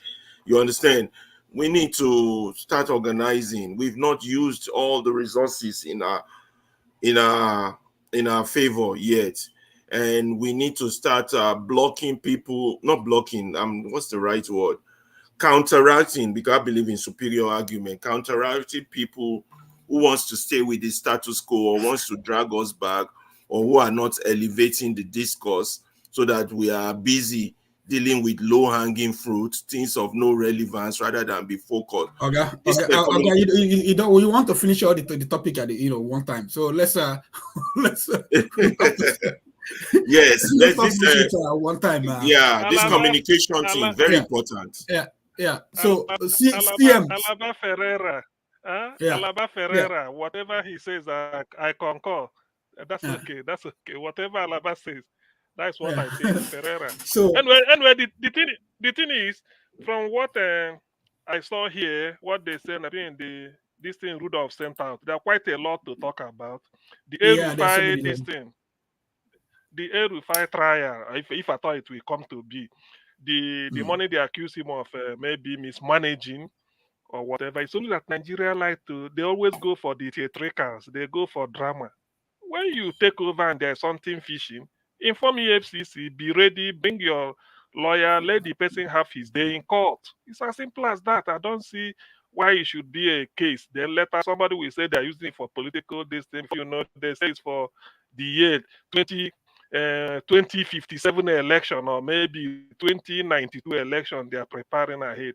So that one alone is of interest to me for more than one or two reasons. Because El-Rufai, people promote him as if he's capable, the next president in waiting. It is not. It is not. So that is the issue. Such things, it's of it. Nigerians should look into it. Then this issue of girls prostitution, at very tender age, trafficking girls to Ghana is also important for us to say one or two things into it. Already, I don't know whether we are still going back to it. This foiled attempt to debate to grant citizenship to cow being debated by our National Assembly. It's a shame. We are still talking about cow at the national level, whether to do ranching or to allow them to roam about. From roaming about, they will say, why not grant them passport after all, so that they can vote? You never know, it will come up one day. So these are some of the issues that are of interest to me. Already, like every other person else, I know where I stand on them. Thank you. Okay, so let's talk about this because you guys said it's important. I mentioned the article written by Rudolph. He was impersonating a dead man, Chino Achebe, and he was talking to Wole Soyinka. And there's something he said. He said, do you know the basket our forefathers say people put on faces to tell the truth to kings who have gone astray? In this age, that basket is called the internet. It grants people who otherwise cannot untie big men's shoe the anonymity they sometimes need to speak truth to power. It does something else. It eliminates the gap between the mighty and the low, the rulers and the ruled, the gods and the worshippers. That's interesting. So, you don't have much information on what is happening but I know that, there have been cases where the woman that gave a review, and a couple of people they arrested. The one with what's his name, Fashola, he arrested one guy. Posted something on Twitter, and they went and arrested the guy's brother. So there have been things. There was one other guy that posted something against some other pastor, and he was arrested. So I don't know much. So I will leave it to you guys. Ferella, let's start with you. Yes, I have said a few things on the internet. It's just their usual grab power, intimidate, terrorize. I will give my time to KJ to elaborate that, since he has a journalistic background on how we can tackle that. But where I stand on it. It's a total no-no. It's something we will fight. I would say more internet, more satellites, more transistor radio, anything to just get messages to the people, more WhatsApp, more of internet. Until this is what is really helping us counteract them. Please, that's all I have to say for now. Yeah, KJ, thank you. Thank you, bros. You have done good to the topic. So I just want to draw our attention a bit, open our mind a little bit more. The only reason the Nigerian elite, that's the ruling class, as Mike will call them, are people who they are occasionally watching the Nigerian people and looking at where the people seem to be going, and then they go ahead and dam that place so that the water flow or the information flow is no longer in that access. So people now, and then they look for one term and give it. So you can now be discouraged. Now, I can tell you for free that they have looked at what the public has been able to do with the information available on the internet. Buhari used it to come to government. They used it to their advantage. And then when they got to government, they decided that this information now is too much. And so, in order to curtail the Nigerian people from being able to get information out of the internet, a lot of things were made. First and foremost, remember, the data, the cost of data have gone up several times in Nigeria. So much so that it becomes almost impossible for you to be able to get a data to stay on a program like this for 1 hour. So people come intermittently and go away. That's one. But that wasn't working because people now found out that, well, let me just go look for money and even at least enjoy myself, coming to get data and come to the internet and watch, maybe how life is lived other places and just, be happy with myself and go to sleep. But when these people now come, now here is where the problem started coming, especially, and I'm going somewhere. When we discovered that we could actually record events going on in a locality and put it on the internet, that becomes a no-no. In other words, they can no longer perpetuate evil behind their backyards and hope that nobody will see it. Because if you're in a community of 20, at least you have more than 10 cameras around. Okay? So that whatever is going on can quickly be put on the internet for the whole world to see. So, which is the best way to try to curtail this information? First of all, to frighten the people. So they try to frighten the people, young men, call them, Yahoo, even those who are not doing Yahoo, who have just decided to use the internet to train themselves and make small money out of it. They were now termed as Yahoo. When you are caught, they ask you, how did you buy this motor? What did you? Even when I was showing them your work on the on the Instagram or all those other people who do all kinds of stuff, because you can do all kinds of stuff. You can work from anywhere right now. It's not yet believed. But what government lays emphasis on the fact that these young men use these platforms to attack them and call their bluff off and bring their lies even publicized. For instance, look at how they were able to put the payment of all the money that is going to the National Assembly people on the internet for everyone to see. These things don't happen before. They come to the television houses and bamboozle those presenters where they cannot bamboozle them. They oppress them by saying, you don't have respect. Why asking that kind of question? And if you don't take time, I'll walk away from your station and I'll make sure that your MD don't allow you to sit in this place. That process didn't work again because they realized that when you are sitting before a reporter now or a news anchor, he's as qualified as you are. So there's no level of whatever I'm going to use to intimidate him, and so it becomes more, okay, how do we handle these young men who have become, unbearably difficult? They don't want to respect their elders, okay? And so the best thing to do is to make sure that there's a law that once you say something that's out of place, we can pick you up, even when it is not true. Even when it's not true, as long as you have something to show to the police, they can always pick you up. And now you begin to fight for your own life. Okay. That's the purpose of it. Not because of not because they are interested in false information. No. They are interested in in curtailing what's going to come in 2025. 27. They are looking ahead and making sure the so-called obedient young men or whoever they are group can no longer utilize the internet to do the damage they did in the last election. They are looking at it and say, okay, because you have access to the internet, that's why you're able to even go to the back office of INEC to be able to get information we didn't give you. Remember, the Nigerian government is like a secrecy, it's like a secret court. They don't tell you, they only tell you what they want you to hear, and that is it. The more you probe, the more you get into trouble. The Freedom of Information Bill, who has ever applied for it in Nigeria and got it? Whether you are a journalist of the top notch or whatever, have you ever applied for any information and it's given to you? It's not given to you, okay? The court won't rule on your behalf. So even going to court to ask for it is a waste of time. So what do? You glean from here and there and rely on the goodwill of your friends who are in some places to give you information. That's the way we operate, okay? And so this is aimed at the Nigerian people to make sure that the people continue to remain in darkness and they are frightened and they are, they are coerced, harassed, and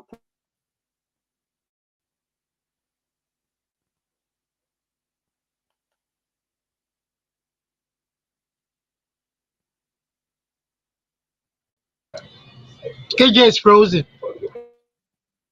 Yeah, KJ is frozen. CM, go ahead. If he comes back alive, then we'll go back to him. CM. Yeah. Okay. Let me remember. Sorry. The cyber laws and the.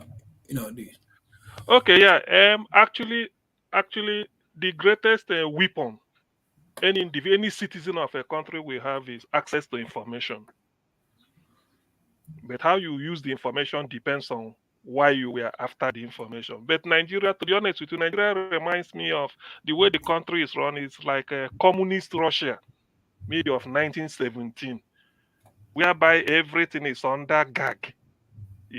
We came close to it almost during Abacha's time, with all due respect, but because of the battle between Nigeria Nigeria was what was it, a pariah state, and then the efforts of Nadeku to frustrate Abacha and all those things, and then the plight of Nigeria. So in Nigeria today, if they are trying to bring a cyber distinct law, to me that is a waste of time. It won't work for obvious reasons, because the world has moved on.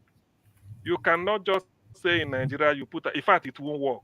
Even within the Nigeria, it will be resisted. You cannot come and tell me you put a cyber. If I'm outside the country, I can access information, but when I'm inside the country, I can't access because of what? What have you got to hide? Now, one thing I always like to chip in is this: when somebody ascends a throne, like I call it a throne, or becomes a president or whatever, they feel that the power of a president is to lord it over the people. No, it's not. You are even doing yourself a disservice, because if you do not open up, people will know what you are doing. Therefore, false narratives or what you may not like will take over. Nature abhors a vacuum. It is in their own interest not to bring in a cyber law or whatever. Allow people to access it. Even if you want to bring a whatever, we have a lot of laws in the book to, if you want to prosecute anybody for maybe for whatever malicious or whatever. I mean, you go through it without making all this. What are you trying to put another layer of what is it called, inhibition on the people? No, it's not. I don't support that. It doesn't even make sense in a country like where you live in a free world, and you are trying to bring a cyber world. What does that cyber do? People make money out of cyber. So many people live off making skit or using cyber, whatever it is, internet and all these things. We are not even talking. What should concern the government is, why are the people not in tune with whatever program or policy they make? That is what should worry them as a feedback. Why is it that when we propose something, the people will kick out? That is what a responsible government should be talking about. It's not just trying to gag. If you gag the people in whose interest, are you gagging them? You need feedback from them to do better. If you gag them through all these obnoxious laws you want to introduce, maybe because you feel that this now, then everything can take over. You then see black market, whatever it is, people will go under and then start to do even more damage to you, which you will be now forced to come out and keep repudiating or keep making a pushback. So allow the information to flow with all reasonable excuse. Allow the space. Let people. It's a communication. If you don't have need to communicate something, you won't do it. They're trying to put the cyber for what? Where has it worked? Are we not a democracy? Like Abiola asked when he was talking about June 12th. He said, are we not a democracy under God? Of course we are. So why all these things are happening? Let me stop here to give others to contribute. Thank you. Okay, yeah. KJ, could you wrap up, please? So Lumide. Hello, KJ, are you there? Yeah, you're muted.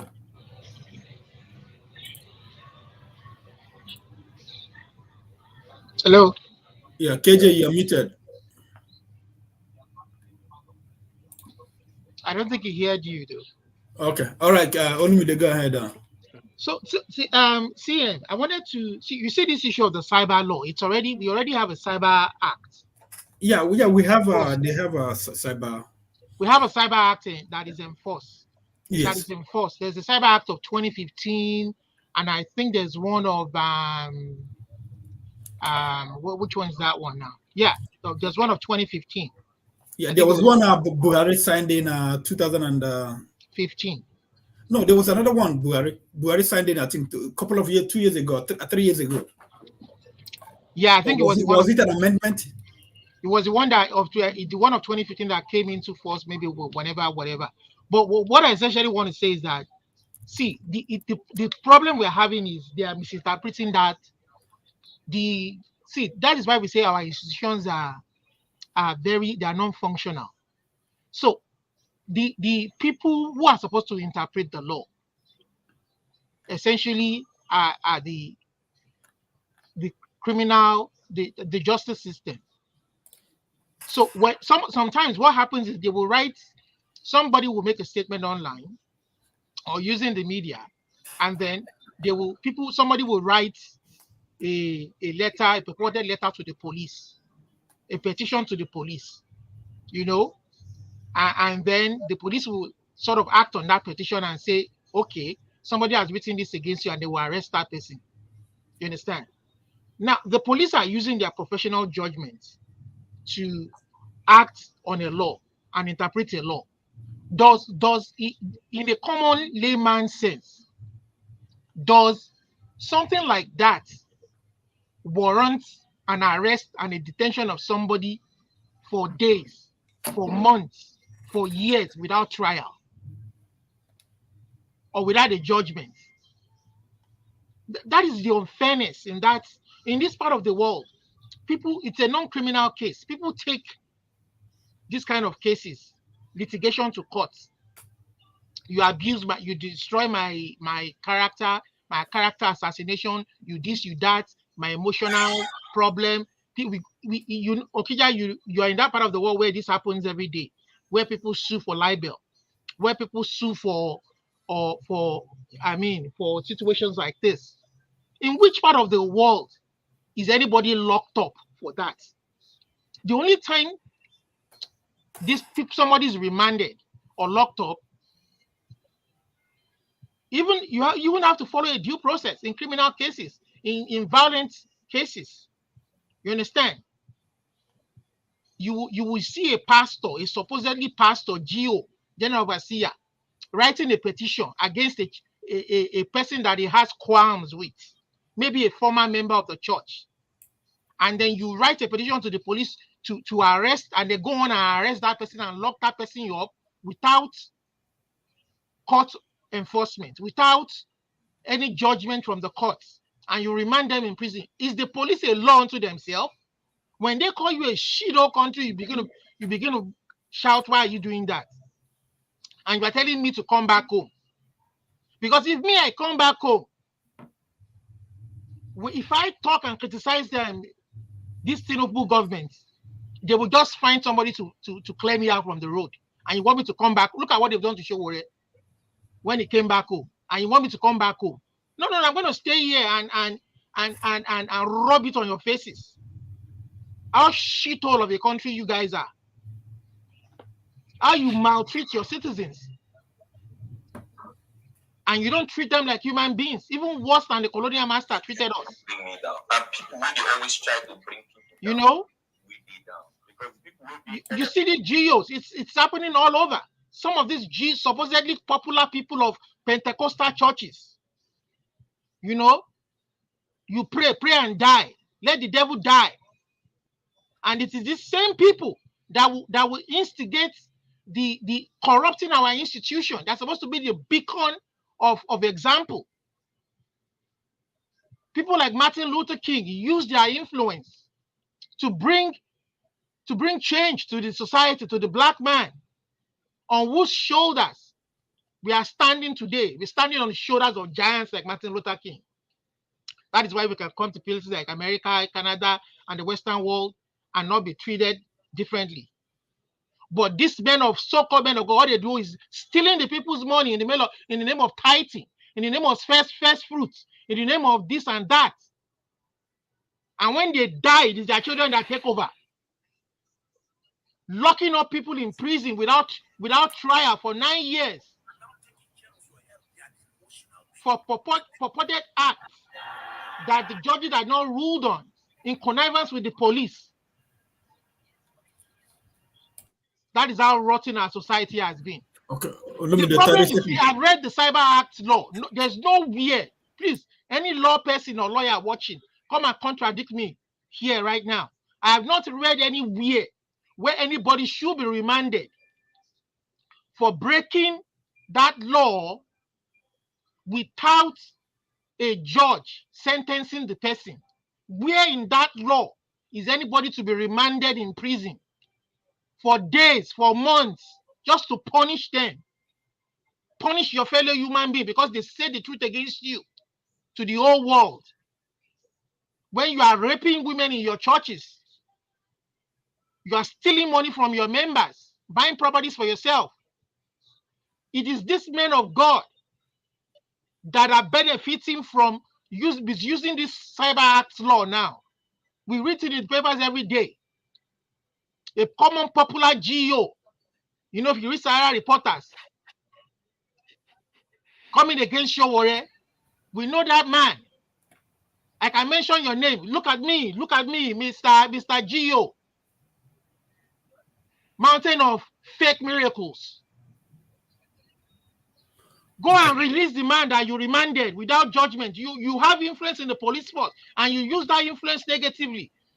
You are supposed to use your influence to better your society, not to further corrupt your society. Mountain of fire and fake miracles. Anyway, I've just started with you, Mr. Man. Better look me in the face. Thank you very much. Righteous man, are you still there? Do you have light now or generator? Jen, just managed to get a little fuel, you know. Yeah, my brother, Lumide, take it easy. Honestly, the value system in Nigeria is gone. It's because of you that are opportune to be there. Just be thanking your God, even if you are not going to church or to the mosques. I mean, just be celebrating every day you wake up. Righteous man, 9 years. Yeah. Imagine losing 9 years system, of a productive life. These people are the system. Yeah, the system here is rotten, you know. It's rotten to the extent that you can't make it in Nigeria if you are truthful and you are right, you are doing the right thing. You can't. They will kick you out, you know. It's a system that rewards criminality. Those who make it in Nigeria are those who have decided to stain their hand, you know. So it is a very bad system. It's very painful. See, let me, KJ said something, and I want to just highlight on those, one of the things he mentioned. You see data. Let me explain a little bit how these people are really trying to make sure that they reduce the Nigerian people, that they close our mouth not to talk. You see the charges on data now. If you are not being supported in buying data, you can't come to this platform and spend 30 minutes. I am telling you the gospel truth.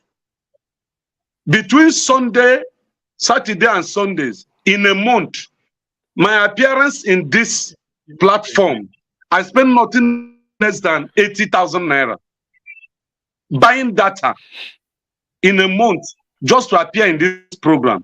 Okay, how many Nigerians will be able to afford that? So if it was when the data was cheap, you would have seen many Nigerians that are in Nigeria here that will be appearing in this platform, making their voice known or heard. But because there is abject poverty threatening the life of the people being brought upon them by the politicians, they can't buy data. And if they buy, they just want to use it to see what is trending. And they can't appear on a program like this.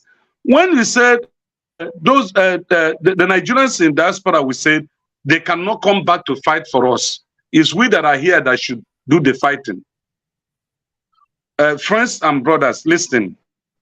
We're not asking you guys to come to fight for us. But one way or the other, you have families, relatives, friends that are still here. And one way or the other, they do complain to you, and their complaints also do affect you emotionally, even mentally. Because even while you're over there, there are supposed to be projects you should be executing. But you end up spending that money in taking care of people here. So the only support we need from you guys, number one, we have Nigeria Info. It's a calling program. Nigeria Info, 99.3 FM. Some of my friends are in abroad, in Qatar, Saudi Arabia, they do call in the morning and afternoon time Nigeria to make contributions so that their voices will be heard through Skype. Another one, which other program that is on TV? Wazobia.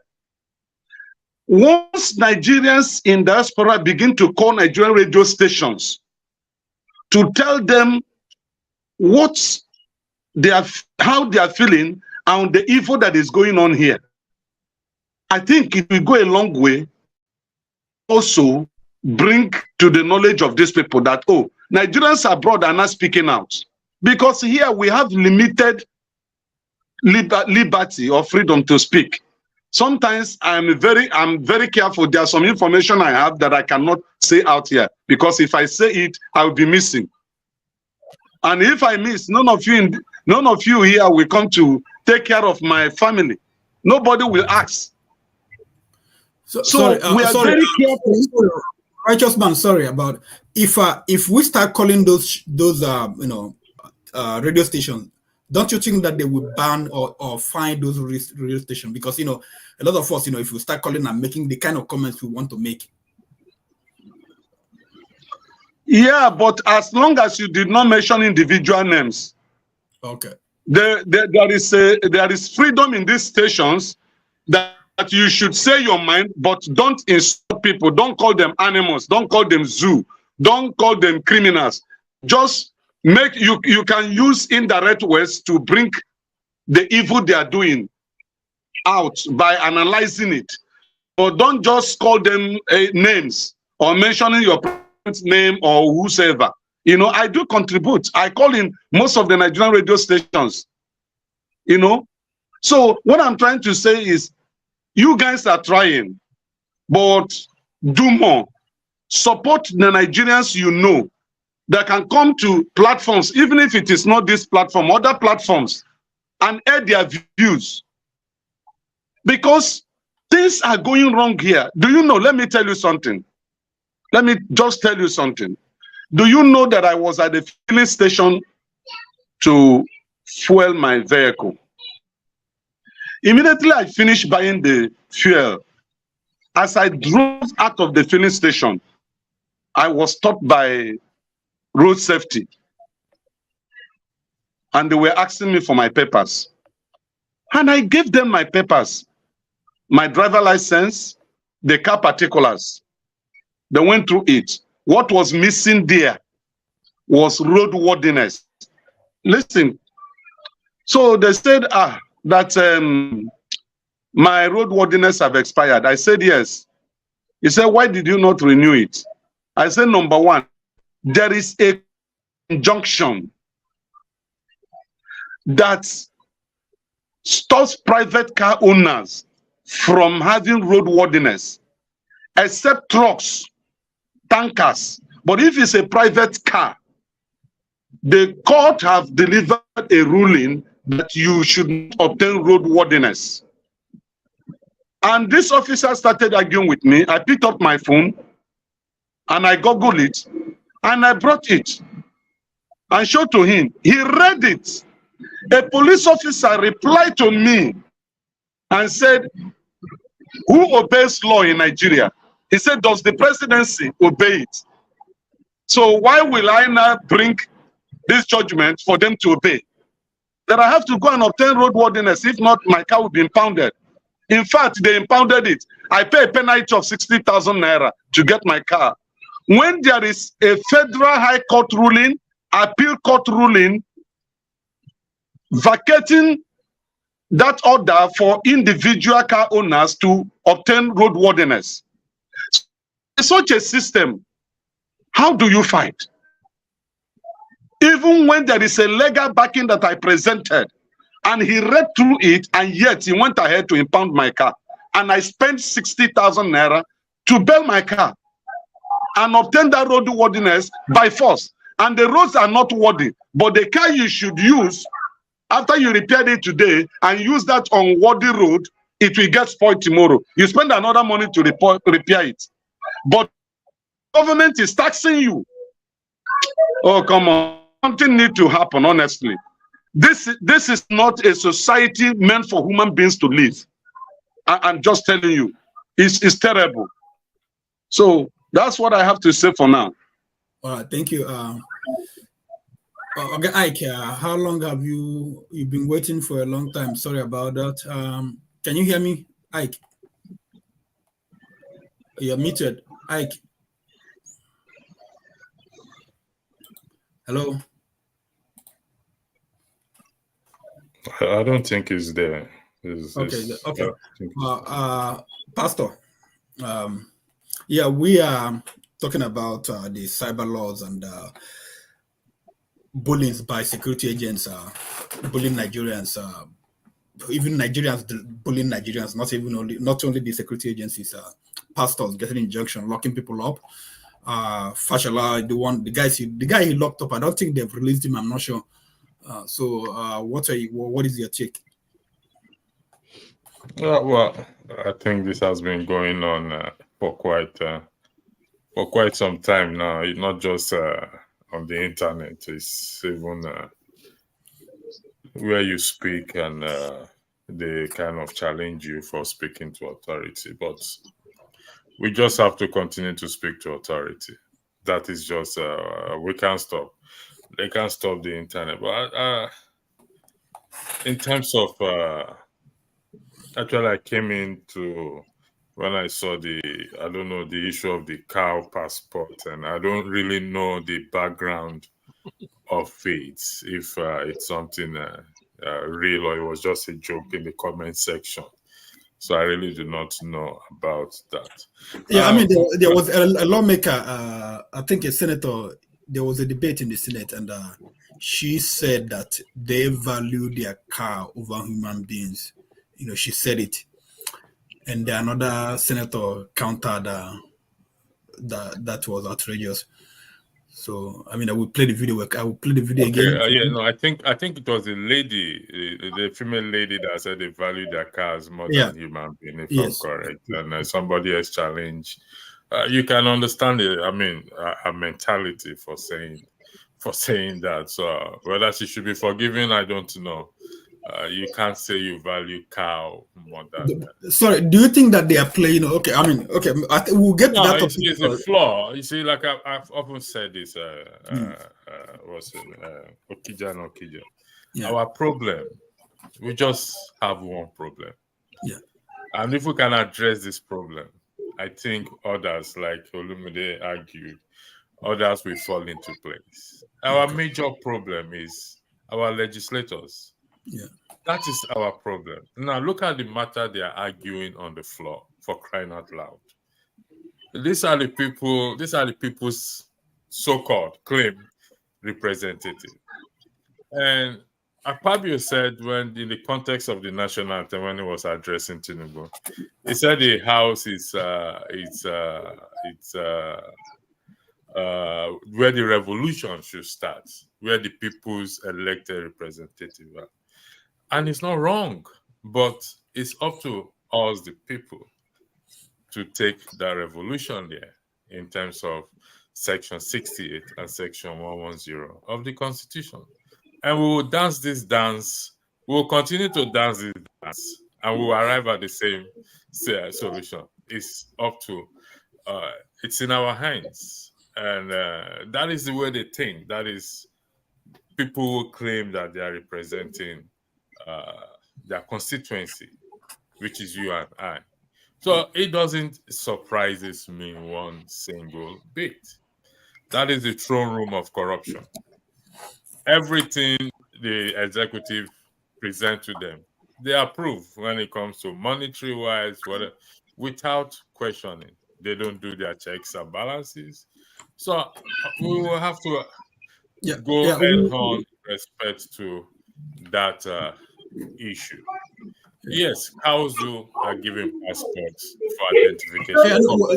Sorry, mosquito. Sorry, I'm going to talk about the issue next. We are still talking about the cyber laws. There's noise coming from the background. So somebody's here, not me. Yeah, we're gonna talk about the car issue next. Next. Oh, okay. I thought the violence. So in terms of the cyber law, listen.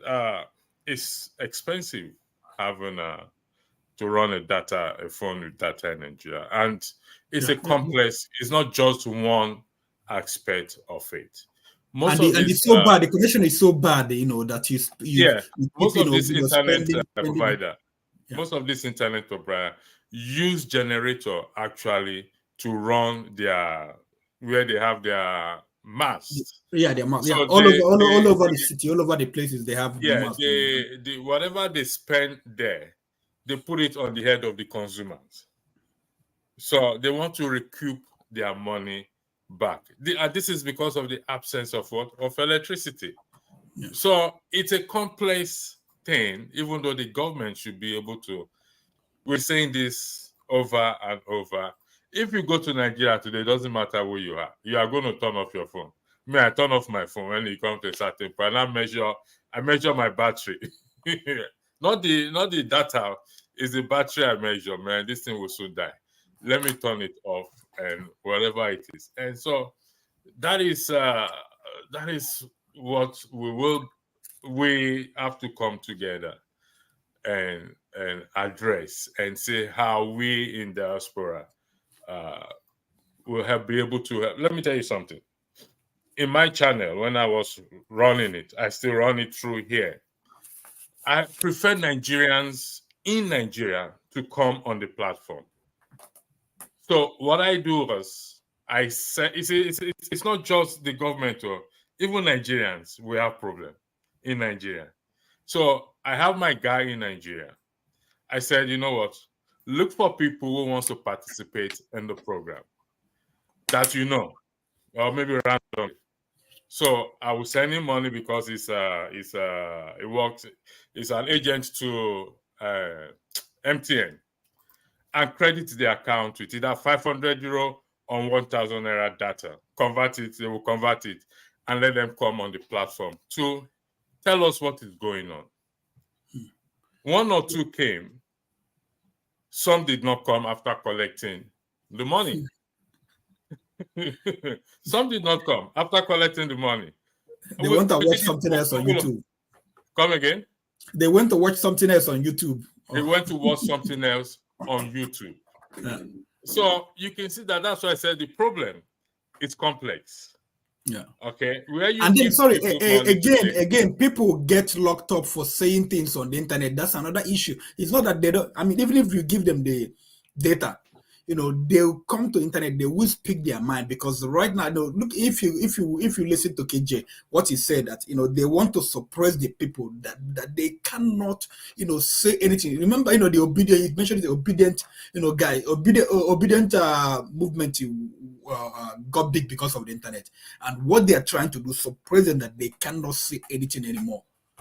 Yeah, they can't suppress. There's an extent to which they can, but at this point, I don't think they can anymore. I mean, also, even when we are calling people out, we should guide. Somebody said freedom of speech is not freedom after speech.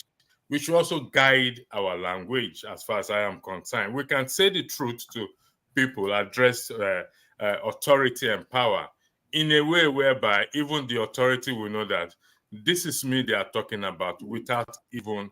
But we thank God, listen, they cannot. There's an extent to which they can go, but they cannot go completely.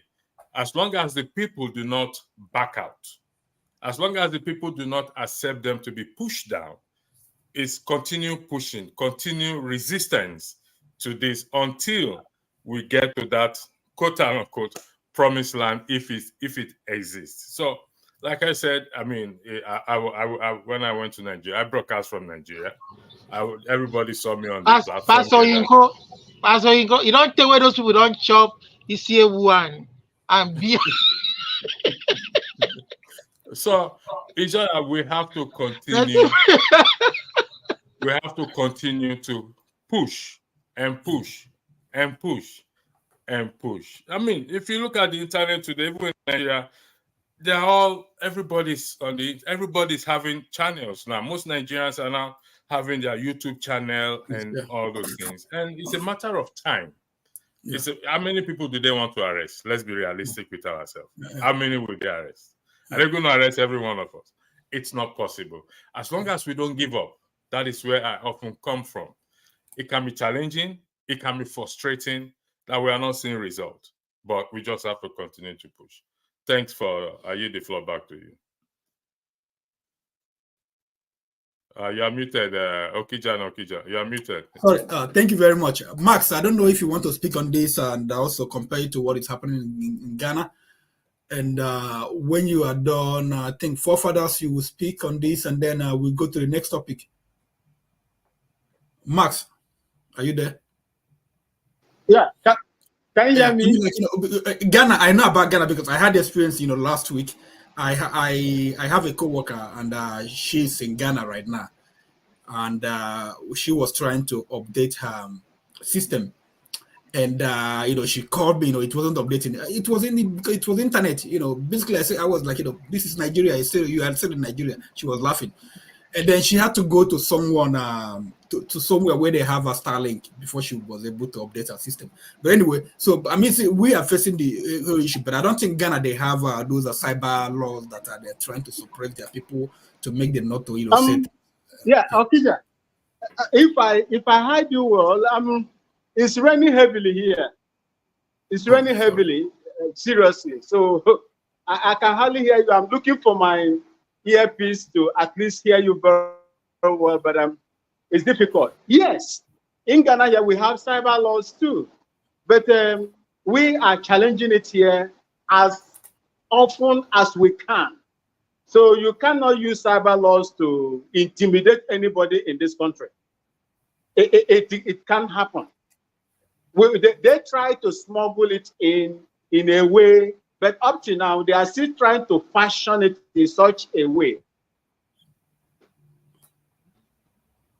But if you make any criminal allegation against anybody in Ghana here, hey, you must quit. So that is how it is. Before you make any allegation against information bill, which has been passed. So if I want any information from the presidency as long as it does not violate or infringe on the national security. They will give it to me. If I want how the parliamentarians are spending our resources, if we carry to information bill, so we have it here, and you must give me those informations that I need in order to check if my local council that will call the district, the constituency, the metropolitans are working very well. So most cyber law that takes care of, fraudulent acts, people that give people, in fact, not even that, the cyber law, even the middlemen. I think you had in the news when the year of return, some people that doesn't even know how the system works now fall into the middlemen, and they are now complaining about it. Some of them are being, they are tracking them and they are getting them. But I'm not telling you that there are no crimes committed here. But the last thing you will do in Ghana is to use a cyber law to silence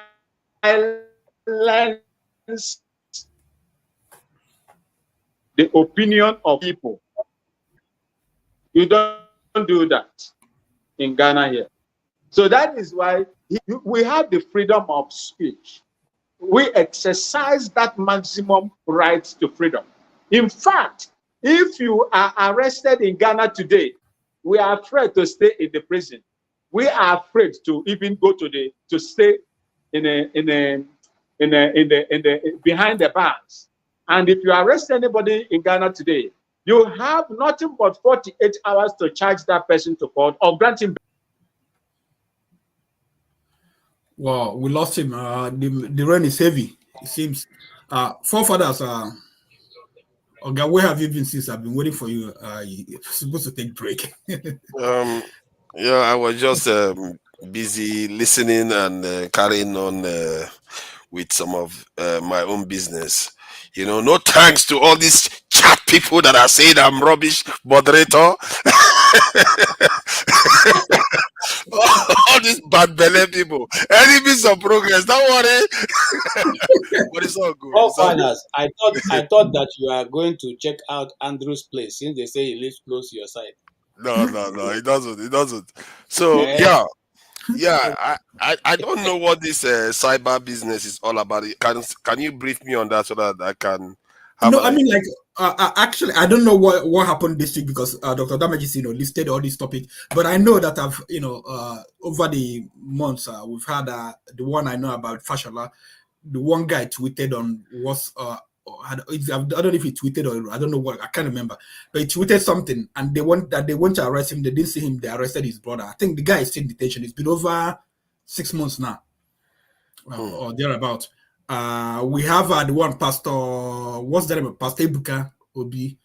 He was someone, he said someone challenged him over a miracle. He arrested, he wrote petition, they arrested the guy.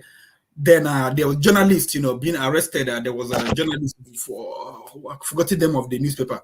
He was arrested.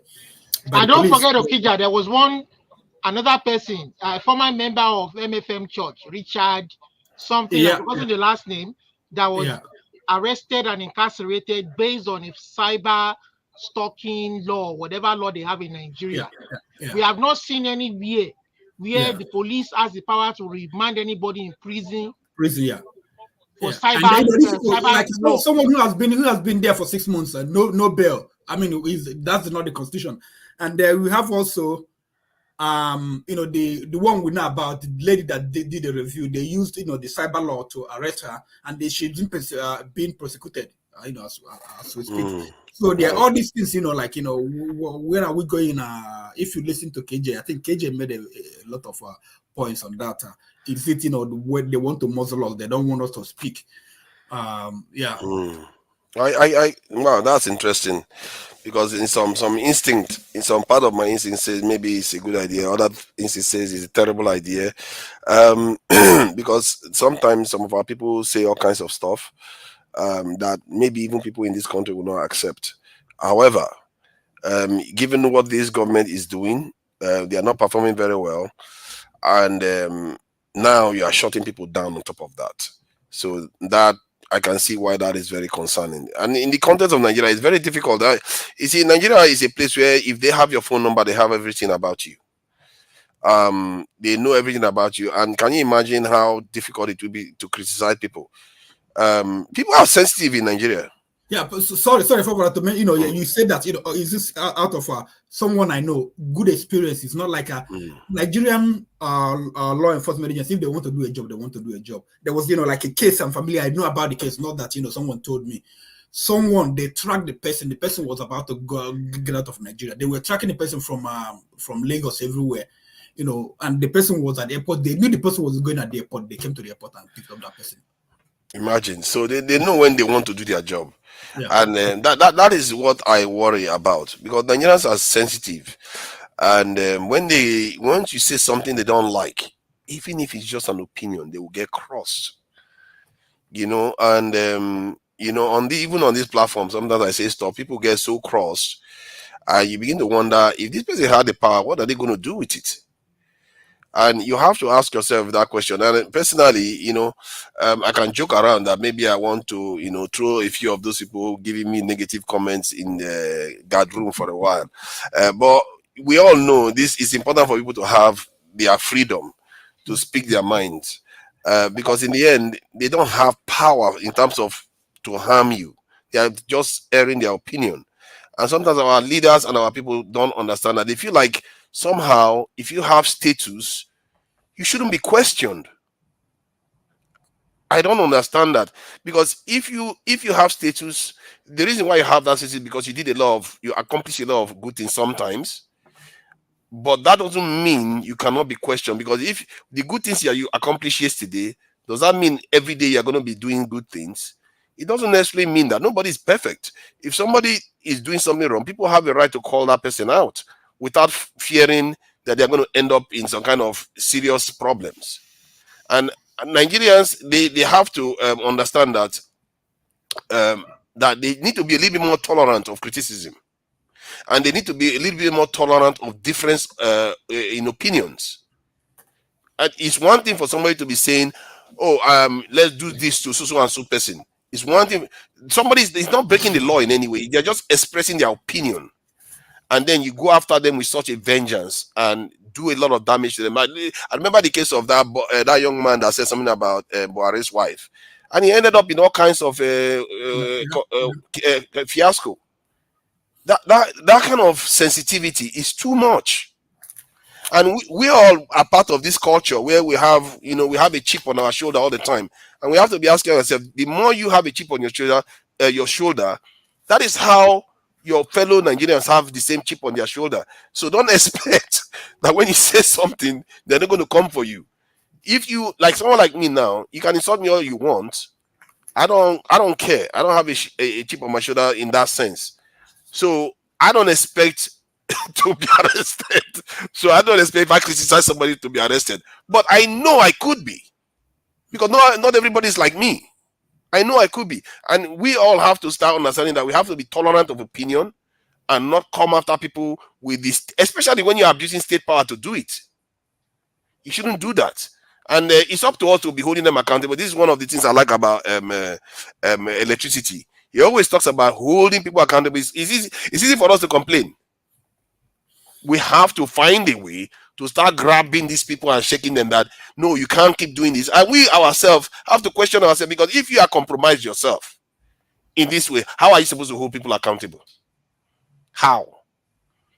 And then, some of these people, they were the ones who they questioned the authority during their time, like Wole Soyinka, Tinubu that said that, he was involved in Nadeko. Buhari that said, protested many times after he lost the election. So these people, they challenge the society, the government, many times. And then, but when we want to challenge them, it becomes like, something else. They have to make laws to, put you down. Nigerians are ultra self-centered. Ultra. Like I heard Oga, I don't know what his title is, whether it's Chief Bode George, talking about 2 years ago, if Tinubu ends up in office, he's going to leave Nigeria. And this week he's saying that let's give Tinubu 2 years. It's like, You know, you are a grown, well accomplished man that people respect a lot. But when you start sounding like you don't have credibility or integrity, should people not be able to question you? And Nigerians, we have to wrestle with this because we respect our elders a lot. So how can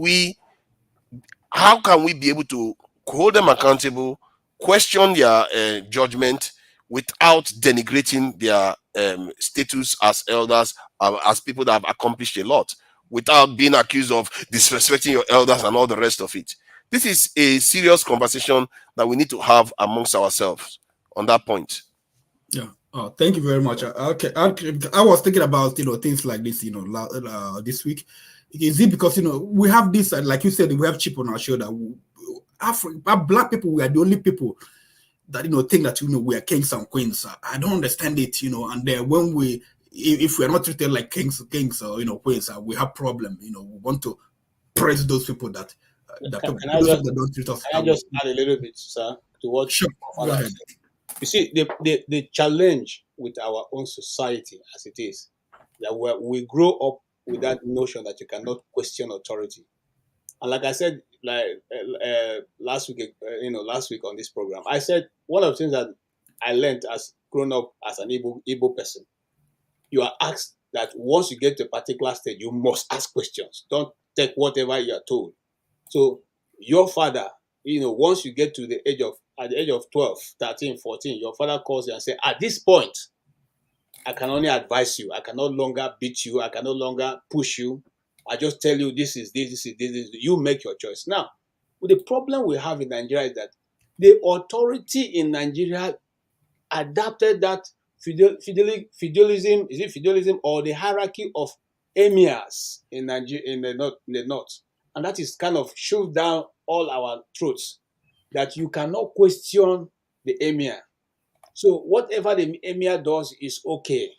If he decides to spit, all of you have to spray out your agbada and collect it. It shouldn't fall on the ground. Okay? And so that is gradually being taken down to every one of us, that when you question authority, you are not a good follower. Those of us who work in Nigeria for long, we know that one of the problems that I used to have in my former place of work was that whenever the MD, the regional director, presents a program, maybe it lays out some plans, everybody rises up and say, Oga, Kai, would you know that this is how you are? This plan is just apt. No mistake. Let's just execute. In fact, your leadership is next to God. But I can see sitting there, I can see loopholes. And I begin to point out those loopholes. Then one of my colleagues go up and say, hey, this guy, you too, they like trouble, self. You too, they like trouble. Why you go, this thing they've. So that held that organization for long. And that is the general thing that you see going around in Nigeria. Once you have a different view from the one that has been canvassed from the top, you are the enemy. You are the one who don't want the country to move forward. You are the evil one. That's, you see, one of the reasons why, sometimes we'll come back to it, go around and come back. You see, the Igbos have a different lifestyle. As I'm sitting with Okija now, if assuming I'm Okija's elder brother, or when the same family are having family meeting, even if he has the most money and he comes and presents something and I don't agree with it, I have the liberty to say, oh boy, this one I no agree. It doesn't matter if you're the one feeding me. So, but you see, we have not been able to translate this, and the authority keeps, they keep, I don't know what to say, muscling the ox, even much more. As you are trading the grains, they keep even making sure that even the shaft, the ox doesn't take it. Okay? And you keep walking and walking. Let me ask a question.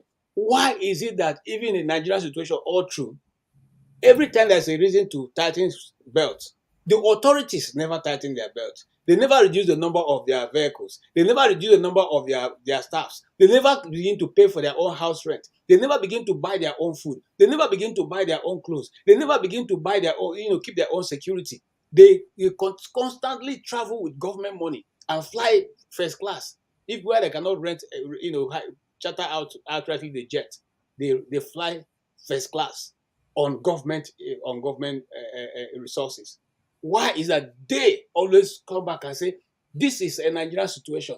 Let us all tighten our belts. Rome was not built in one day. Nigeria is still a young democracy. Even though we are 64 years old, I ask a question. A 64 years old man who is still walking, who is still crawling, is he supposed to be called a man or a child? What do we call him?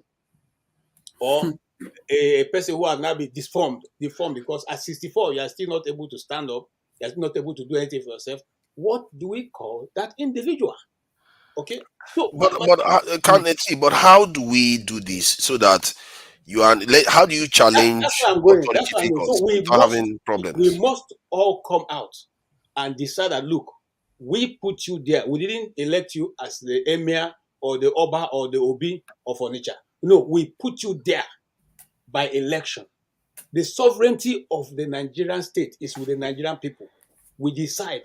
We should come to a point where we say to ourselves, look, I don't want to say use the parallel that we use in Nigeria, but we have to come to a point where we say to ourselves, either we take these people on or they take us out. It's a simple.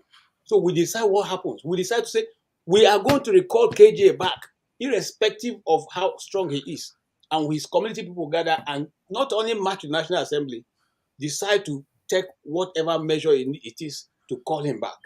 When we do that for the first 2-3 people, then the rest of people will sit up. They will sit up. Unfortunately, we may not be able to mobilize that ourselves in that direction because we have tried it before, it didn't work. Unfortunately, that's the sad part.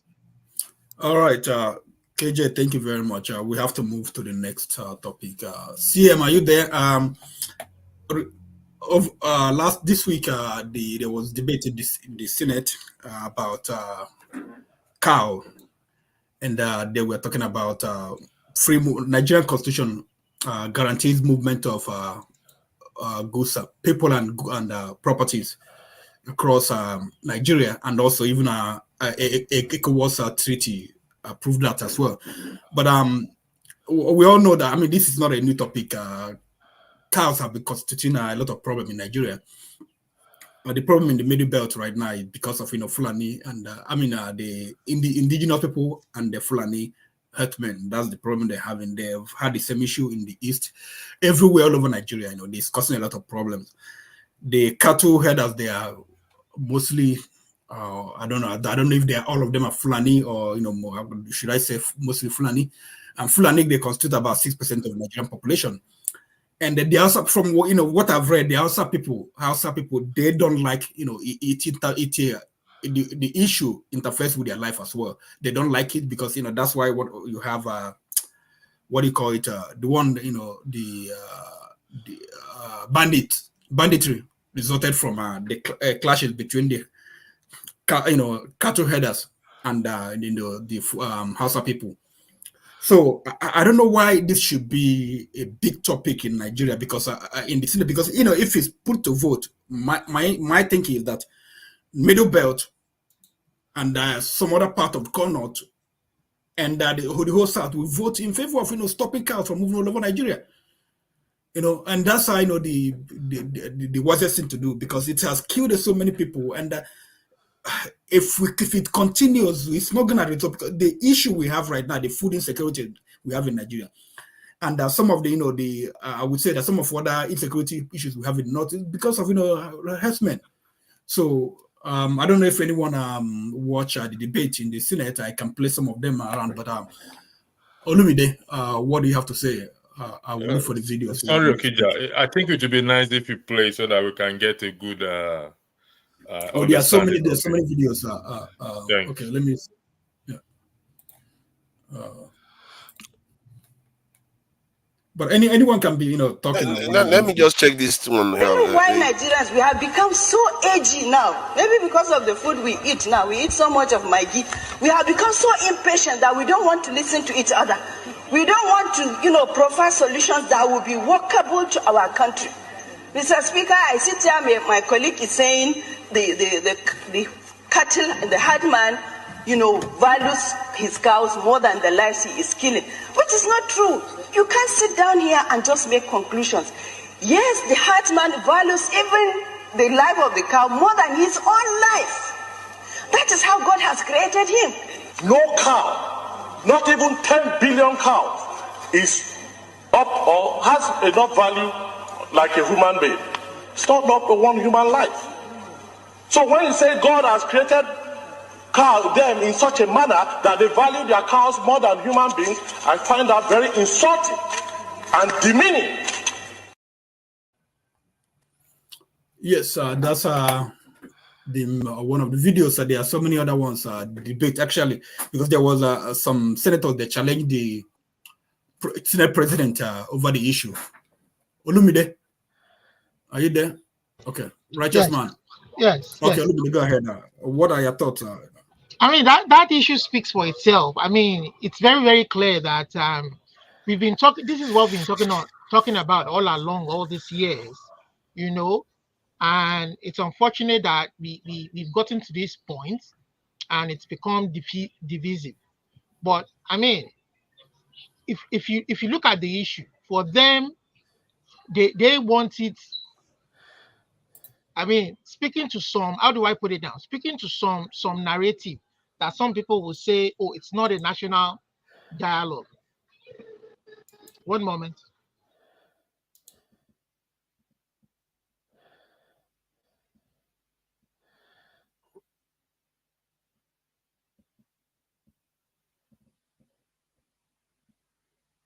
Maybe we should go on with the next person before he gets back, because you never know what Olumide is up to. Okija, you are muted. Okija, you are muted. Oh, sorry. Okija. Okay. Yeah, sorry. KJ, I think, I wish you spoke, but okay, that's okay. It's another topic, let's go down. Go ahead, KJ. Okay. Sorry, I apologize. So let me just quickly say this, that this is very clear. You can see that there's an agenda here. And it is unfortunate that some people, and this is an ethnic agenda, let's be clear about it. We're not going to mince words, and I'm happy that we got to that issue on the plenary floor. They never minced word to each other. So there's no point us coming here and mincing words. Let's speak clearly. Let's speak the truth to each other. It's an ethnic agenda. Now you're saying that lady spoke, and I think some other guys in the same constituency or the same part of the country spoke, saying that I don't think you play those ones, but I heard in some other media that we should make it a national issue. The issue of the grazing the cow, let's make it a national issue so that it won't be like it's sectional.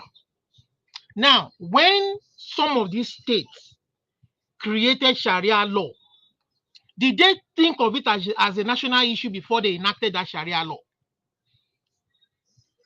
They dared the then president at that time to make an issue out of it. The guy kept quiet. He didn't talk because he was afraid that if he took action, the country might boil. You understand? Now, these same people want to force their way of life on the rest of the country. You understand? Their culture. When we say as a people, we have different culture. We are divided by culture, by different cultural beliefs, languages, dialects, and the rest of it. And we have to respect one another based on that issue. And if you now want to force your own way of life on us by making it a national issue, you can see how selfish some people are myopic. You can see how selfish and myopic some people can be when it comes to the issue of the whole country. You understand? And they've made it so much so that they've turned it into a war where they are killing people on their farms because these people in their states have made it a law they've outlawed. Why Nigerians we have become so edgy now? Maybe because of the food we eat now. We eat so much of Maggi. We have become so impatient that we don't want to listen to each other. So you see now, we right now some states have made it into law. They have outlawed grazing of cows. I mean, You have to go into ranching, that old method of moving cars around. Because of that, they took war on those people. The people of Benue, the people of Plateau, you understand? People can't go to their farms, bringing external Fulanis that are not indigenous to us, bringing them from outside the country and forcing them on different parts of the country, killing our people, raping our women. They are the ones. If we should think of this as a national issue, what we should be looking at is bringing order and stability to every part of our country by making sure that they obey our laws, our current laws. Now, it is a good thing that they've gone to the floor to argue for the Nigerian government to subsidize their cow ranching or whatever. If the whole country allows, they can say, okay, fine, let's give them money, let's subsidize them. If the country says no, they should obey our laws. Obey the different laws in the different states, the culture of the people, what they desire, what they want. If you can't live peaceably among them, then get out, go back to your futajalon. That's justice. You're going to say the truth to one another. I don't go clock anything. You guys are foreigners among us. The ones among you that carry cows all over the place, the Fulani, you are foreigners among us. We know your history. Go back to your futajalon. We want a civil law-abiding society. We are here in various parts of the world. We are citizens of these various countries. Because we have obeyed their laws, we have subjected ourselves to their law and order. We have not forced our culture, whether Yoruba, Igbo, or whatever, or Edo, or whatever part of the country we are from. We have not forced our culture on this part of the society. We have subjected ourselves to their laws. The same thing, you must subject yourself to our laws. Otherwise, at the end of the day, now we're not going to leave that country for us. If you think you will bring war to us, we will resist you. You won't bring war to us. You must obey our laws. If the country will not support, you can come and do business in our state, buy land, talk to the people, do it in a lawful way, not roaming around with guns, rifles that are meant for the military, and raping our women, creating fear. So all of this you are doing will not sync with us. You understand? It will not sync with us. That's just the truth. That's just my own piece. Thank you, Olumide. Righteous Man, are you there? You want to speak? Righteous Man, you're muted.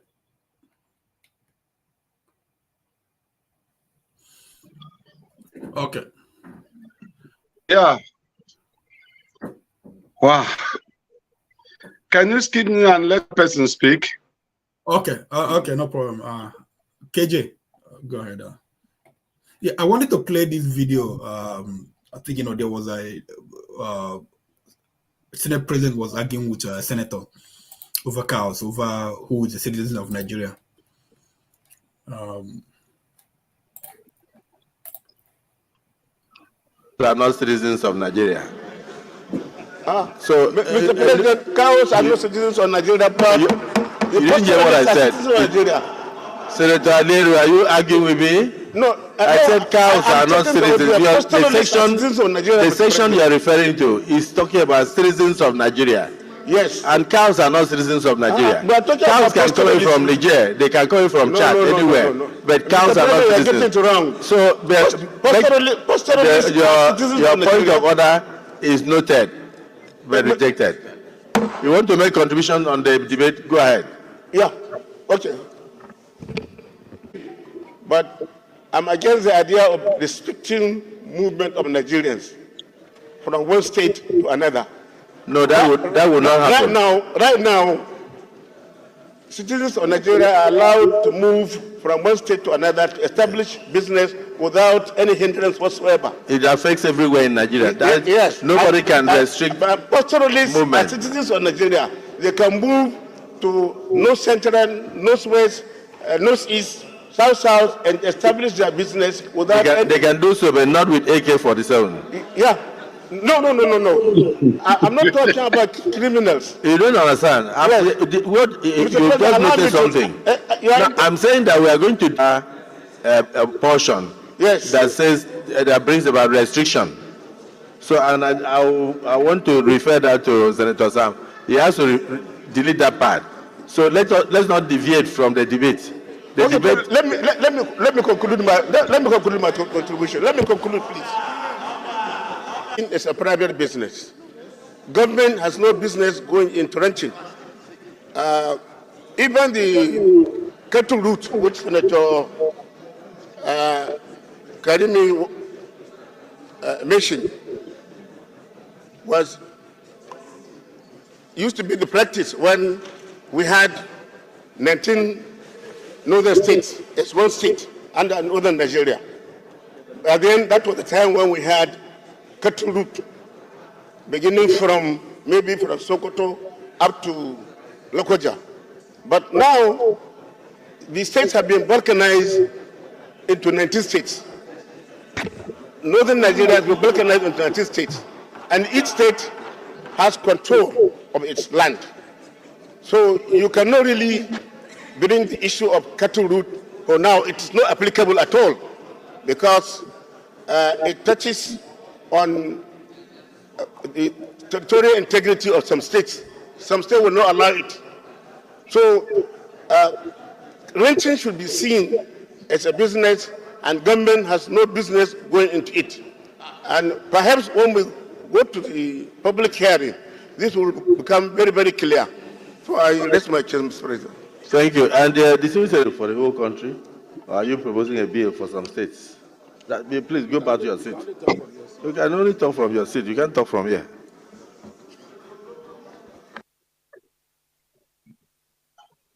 Guide. Proceed. Read Order 42. Order 42 says, by the indulgence of the Senate and the leave of the President, a senator may make a personal explanation, although there may be no question before the Senate, but no.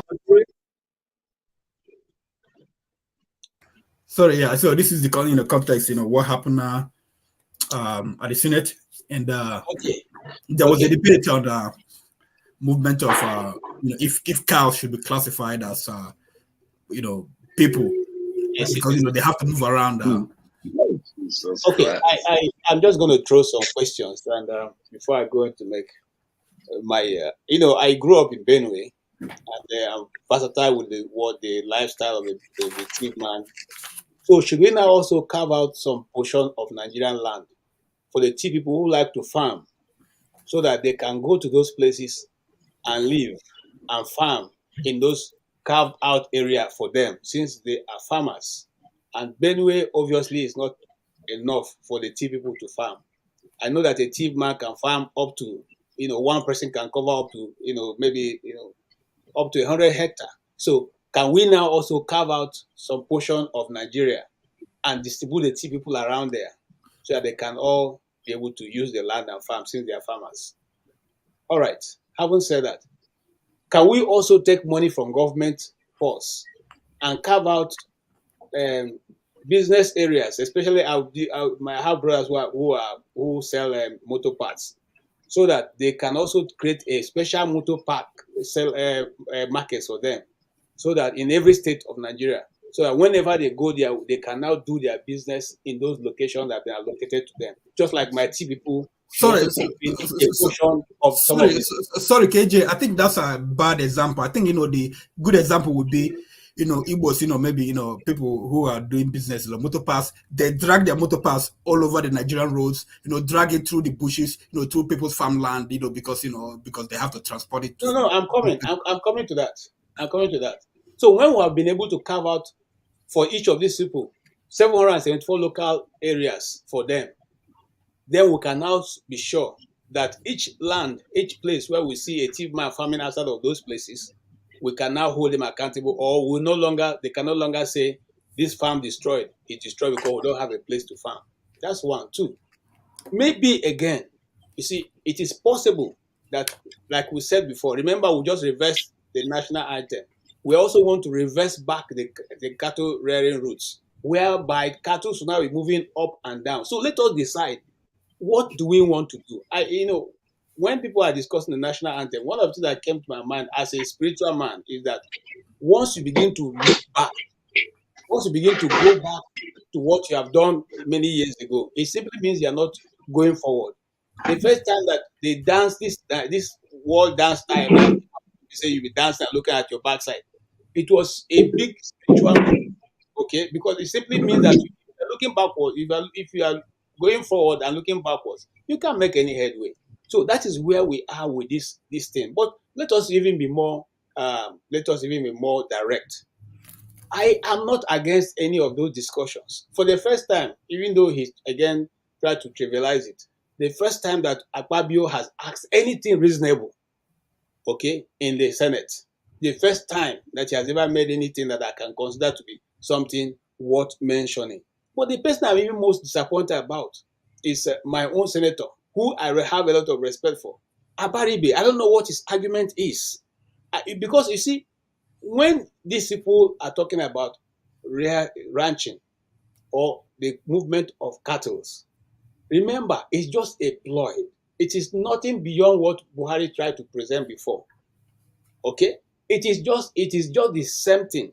And now you guys who have always refused that when we say people in the East are not people the Igbos elect to be their leaders, you can now see a clear example of those people who have been put there by the oligarchies from the North, who are now trying to, by all means, take land from Igbo people and make ranches. The guy in Enugu State went categorically to say that they are going to create it. And his business is not because it's going to be only for the cattle rearers, but anybody can go there and do business. Who has ever been able to live with those cattle rearers? People who know the story of the Ovim when they're coming to Opanta, you know the story of what happened there. All the communities moved away. You guys who are from Cross River, if you travel very well, you know there's a central area in Calabar that used to be occupied by cattle rearers, whom had to be moved by Donald Duke because that was the dirtiest part of Calabar. Is that hidden?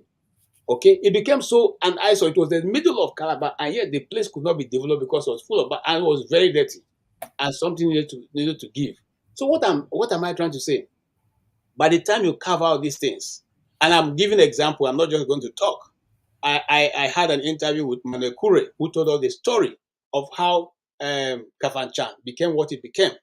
All right, and I'm calling names. I'm not, speaking from, I'm calling names. Manuel Kure is a well-respected man of God from the north, one of the first apostles. Now, how did it come about? First and foremost, those guys came up and said, "Look, just give us a small portion where we'll have our cows, sell it. That's our cow market. We don't have anything to do with the community." And then that place was given by the chiefs. And then one day they got up and they see that the people are trying to crown the person emir. And the village called him and said, no, you can't. He said, no, this is not going to concern you people. It's just between us there. We just our own emir between us there. And so they allowed that. And that guy took his name after what? Emir Jema, the emir of the people. Okay? Today, if you go to that place, tell me, is there a local government there? Wasn't it carved out of Kafanchan?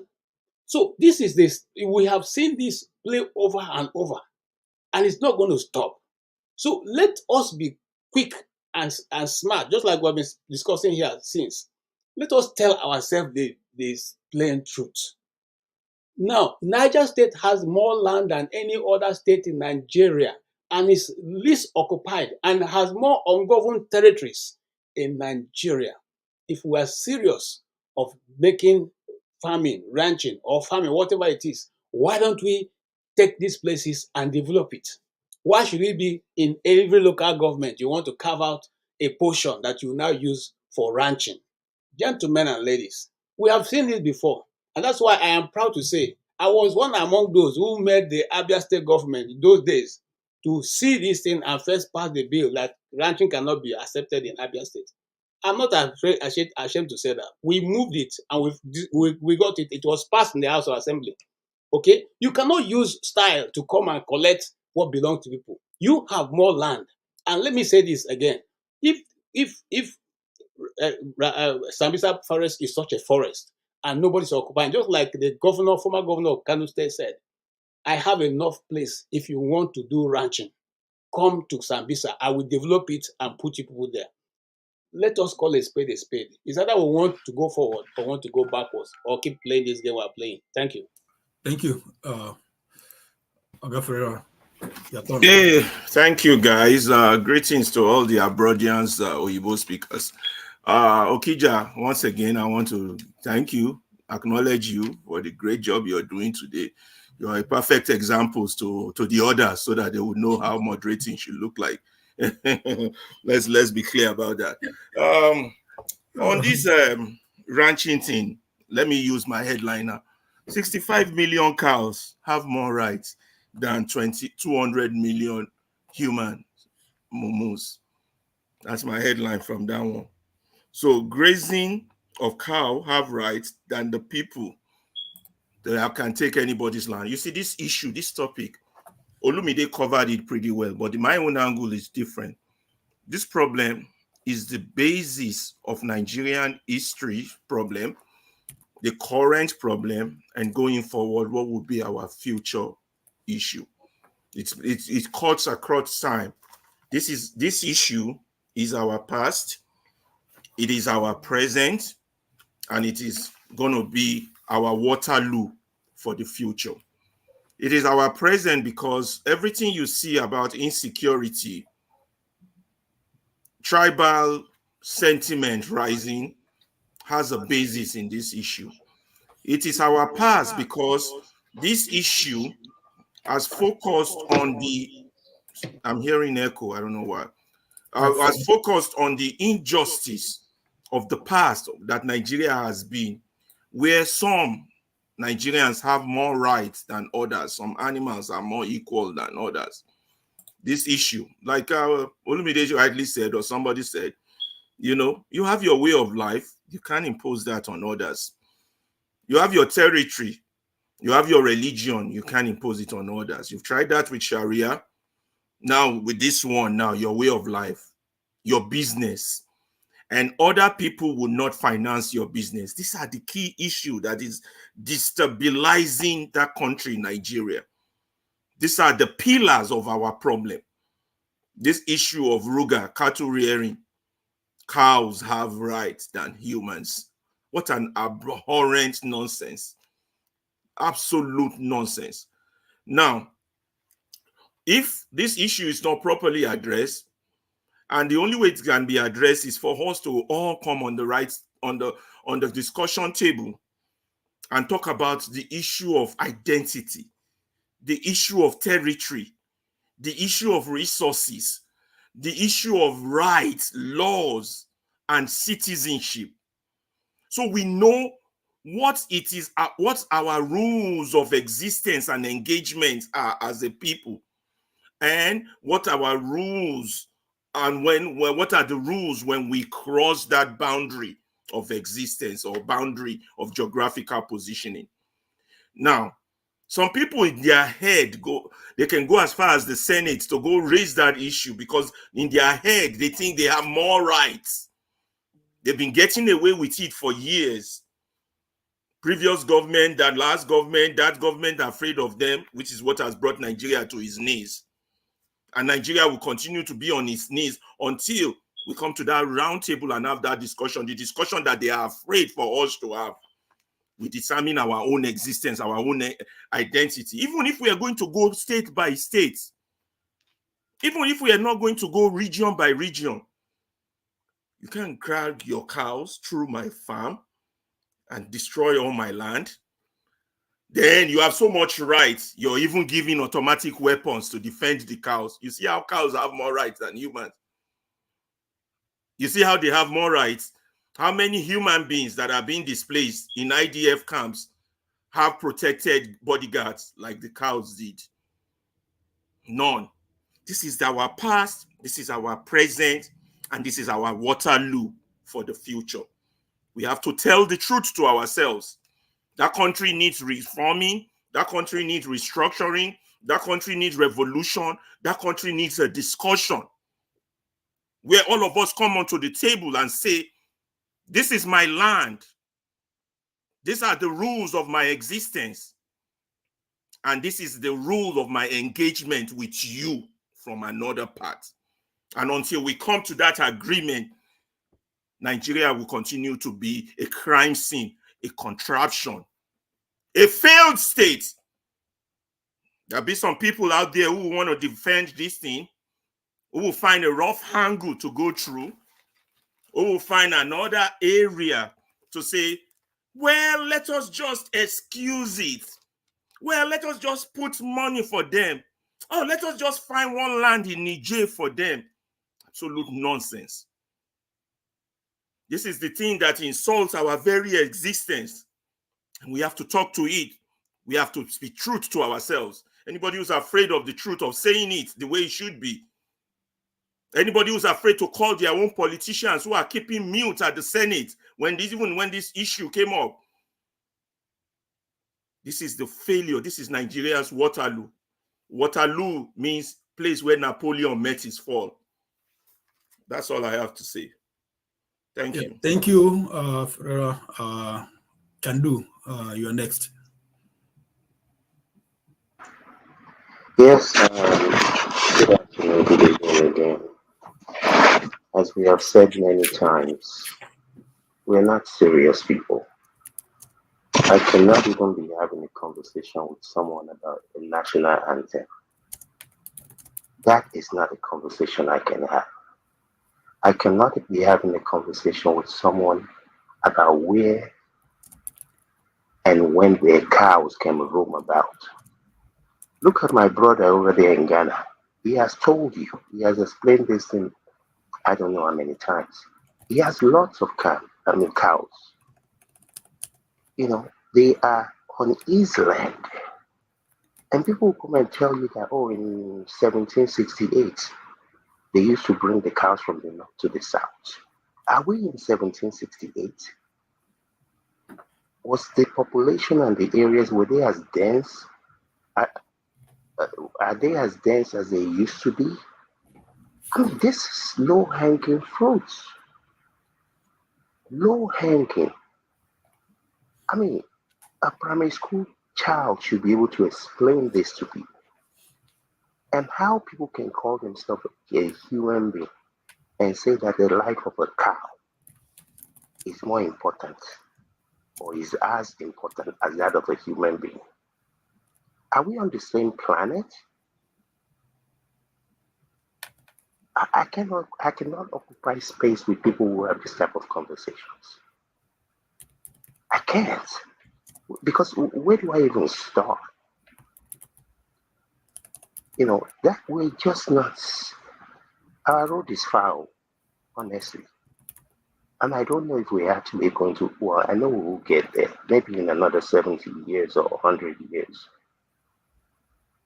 Because the thing that these people are doing, the waste of money, time, resources, and like Mr. Ferreira said earlier, if money is what determines who you are a failed human being. It's just a tool for you to do things. And that is one of the reasons we are where we are today. Because people will be doing rank-a-day to some foolish human beings. Because they have money. You know, so me, I can't, no, I can't, there's a waste of my brain cells to be talking about cows. Can't do it, don't know how to do it, don't want to do it. Like I said, we'll continue to come here, talk. Obviously, we all love Nigeria. We all have a passion for the country, even when, in most cases, for a lot of people, that's actually done much for them. You know, and I hear people talk about, well, we Nigerians are the people. I am not one of your we's. I left Nigeria over 3 decades ago. And when I left Nigeria, I was not even an employee or anything like that. I did not contribute to whatever this mess is. I did not. I don't know who else contributed to it. When I get to Murtala Mohammed, I kill, like I always do in America. I don't say, oh, because I'm in Nigeria. When I'm being driven around Lagos, I don't allow anybody driving me to take the wrong road. So I'm not one of the people. So, and I know that these people know better. I'm sure they know better because a lot of these Jagaban people and all whatnot, they were here they were in Chicago. They were in New York. They've seen it. Ibori was in the UK. So these people have seen it. They have just found a bunch of mumu that they can ride. They found a bunch of mumu that they can ride and be getting all these allowances. These people should be taken to the barbish and shot. All of them. Even the ones that are not guilty. I mean, we're just going to continue this foolishness. We've been doing it. I left Nigeria in 1988. We were doing up NEPA. Children are still doing up NEPA in Lagos. And people are going to tell me it's because you were colonized. When do you wake up out of your slumber? How many years does it take? Even if you don't have any originality in you, borrow from somebody, copy somebody. 36 years later, you can't supply electricity. And people will give every excuse in the world. America is 200 and something years old. You want me to wait another 400 years? 400 years old. What about all the other countries that are able to do it somehow? Well, whenever you are people worshipping, even little me, people will be trying to hail me. No, don't hail me. I don't want your hailing. I'm not interested. But when people have a poor soul, when people are evil, they're just evil. And I don't think there's anything you can do to change this set of people. I really wish some Rollins could come and wipe out. I don't care if there are 100,000 of them. They need to go. The day that we're going to be able to vote these people out is going to be a while. It's going to be a while because they have sent their children to the best schools in the world. Whatever school you think you went to, they send their children to the best schools in the world to go and learn the best things that they can learn. And when they need a minister for this, they need a minister for that. Who do you think is going to be there? And what did their children learn from them? Like I tell people, if Tinubu was my father, I would disown him. If Donald Trump was my father, I would disown him. Money doesn't make me. Money is not everything. You can't even take the damn thing with you. Even if you're honest and you do your own business and you make your money, what difference does it make? Well, that's what we do now. Well, that's what they do. They worship money. Even here in America, you go to their parties, they will be trying to show you what type of car they have. Who cares what junk you have? I don't care if you have a $2 million Bentley. It doesn't feed me. So it's a state of mind. It's a state of mind. And the average, unfortunately, for whatever reason, at least the average Nigerian thinks it's all about money. It's all about what do you, even somebody said in the chat earlier on that, if they put you there too, you will steal too. I say, it's because you don't know me. The place or person that I will steal from has not been conceived because I know what my relationship with money is. It's a tool.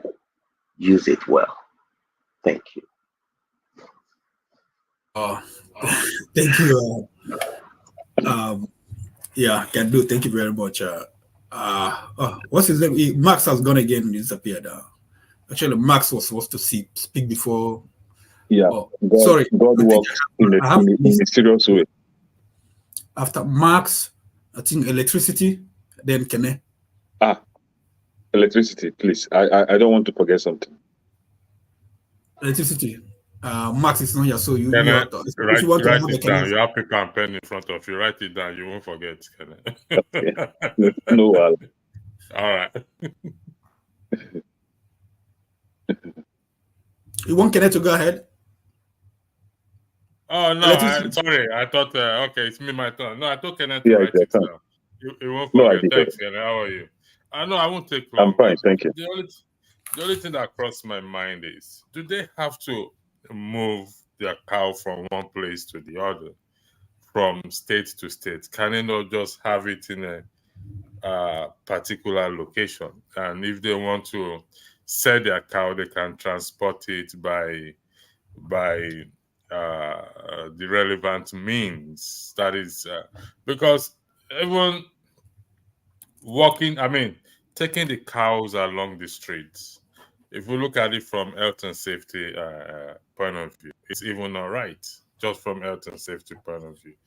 Because if that cow mistakenly, let's just say by error, and decide to headbutt a child with their horn and everything, or an individual, and that person's die, are they gonna be responsible? You can't bring a life back. So I think this matter has dragged on for too long unnecessarily in the house, and for them not to have been able to draw a line on this matter. So it's to me, like I said, it's foolishness of our elected representative, for crying out loud. And some of these people have been out in the country, outside the country, and you don't see people moving cow around. To be honest, you don't see, before you even see cow self. I don't think. I think you have to go to the farm or where they are rearing them before you are going to see cow.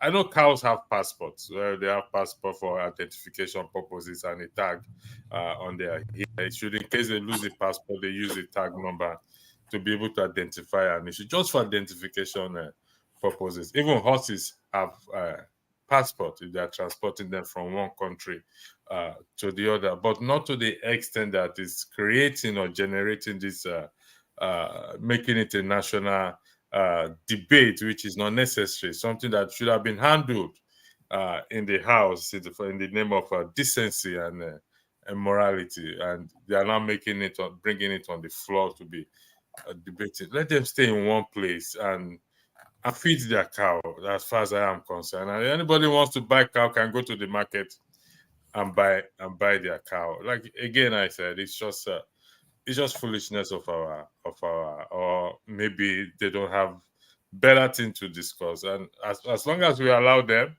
they will continue like this. That's all I have to say. Thank you. Yes, thank you very much, Electricity.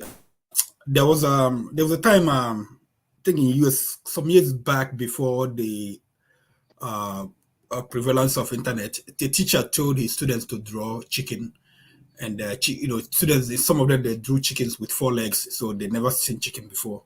So why?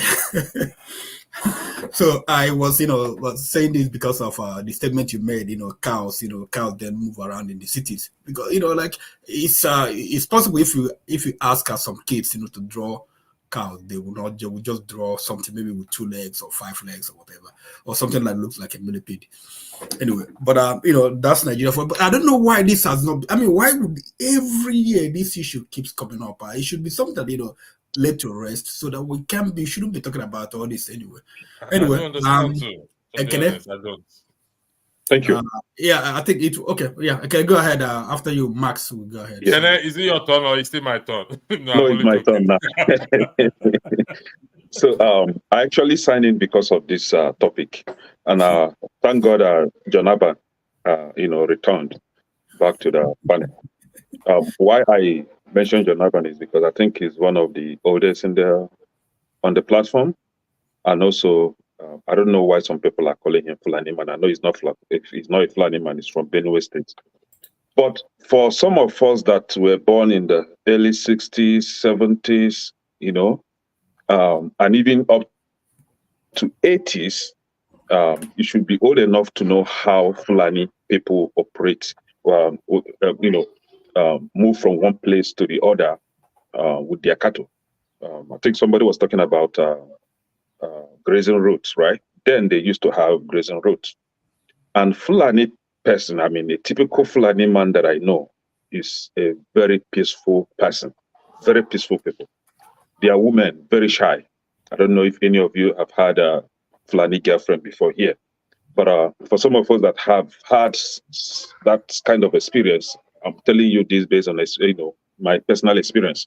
They are very shy people and peaceful as of then. But I don't know the crop of Fulani people that we have in Nigeria this today. is PG-13.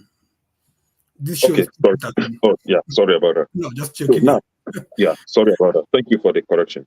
So, we had one APC Senate House of Representative member called Aisha Duku, telling us that cow is more important than the life of cow is more important than human's life, and the house was given to her to say all manner of rubbish. Nobody, shut her down. But a few weeks ago or a month ago, we had one Professor Obi that was trying to ask questions. Why are we celebrating democracy? And she was blatantly shut down and she wasn't allowed to talk, right? Because she was trying to question why the essence of this celebrating democracy day, where there is hunger, there is a high level of poverty, high level of joblessness in the country. So why are we celebrating democracy? She was shut down. But this other person that think like cow was given the room to say whatever nonsense she wants to say. And surprising thing, she's an educationist, former principal of one federal government school in Gombe. Now, this is the same people that you want us to share Nigeria with. Then in the north, where you have Fulani people rearing their cow, they used to create what we call symbiotic, like mutualistic symbiotic relationship between the Fulani and the farmers, whereby the farmers, I mean, those that dies before they, we started having these synthetic fertilizers, right? So the cow dumps was what they used to use to fertilize their farmland.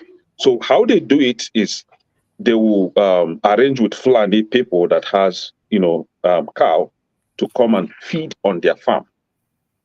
Leave the cow there for some weeks. I think, John Naba, you will know this, right? Leave the cow there for some weeks so that they will use the cow dung to fertilize the farmland. Is a kind of a mutualism, what the English people call mutualism, right? It is a padlock kind of grazing that helps to regenerate the soil, right? They were living in peace. Hausa people that farm, Fulani people that own cows, living in peace. We've never had any issue with them until this MACBAN, Miyetti Allah, whatever, was formed in the 70s. And then when Buhari came into power between 1983 to 1985, Buhari pushed for the acceptance of this Miyetti Allah as a form of advocacy group. Buhari is the cause of all this problem. So he gave them powers that they shouldn't have. And this is when they began to think that they have more power to ask or demand for something that is not theirs. And since then, whatever they demand for has been given to them. You'll be surprised that this grazing land that they are talking about right now, eventually will be given to them. The success is what I don't know about. How they are going to succeed coming to Anambra State to have a grazing land, using Anambra State money or federal government money, or forcing people to give out their land in order for Fulani people to build their grazing, whatever they call it, land, is what I don't know how that will be successful, because I don't think the Southeast people are going to allow that. However, we have people like, what is his name? Hope Uzodinma and Peter Mba of Enugu State that are already dancing, trying to collect whatever the federal government is going to give them to begin to build that.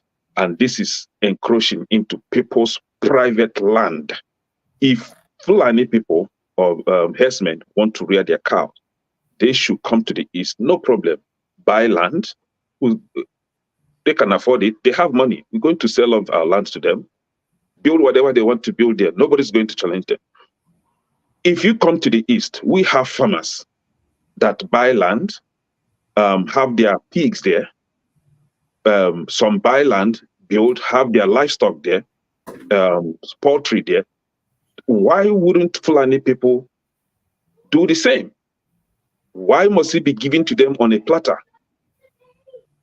Are they telling us that Fulani herdsmen has some special powers or special kind of privileges that other Nigerians don't have? This is what we should be questioning.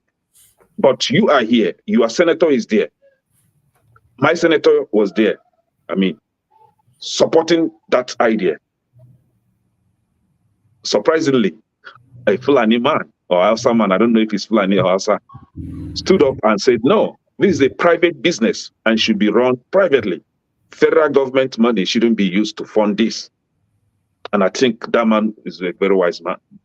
So what we should be advocating for is, are we going to stay?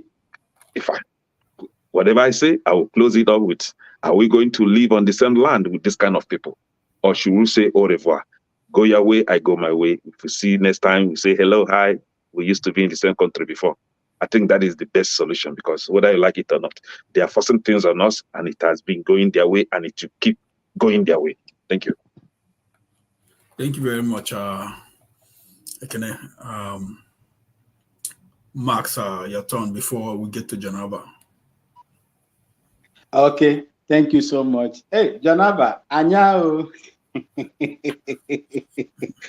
Hey, Max, thank you so much. Sorry, Max, do you have cows moving around in Ghana? I don't know if you can talk about that as well. No, please. You see, look, let me tell you, it is the fault of the indigenous people in the north 400 years ago that allowed these people to come in and settle and become today, they call them indigenes of Nigeria. That is the problem. The indigenous people in the north, with open heart, has brought them in, as they assimilated into the culture of the north, the indigenous people.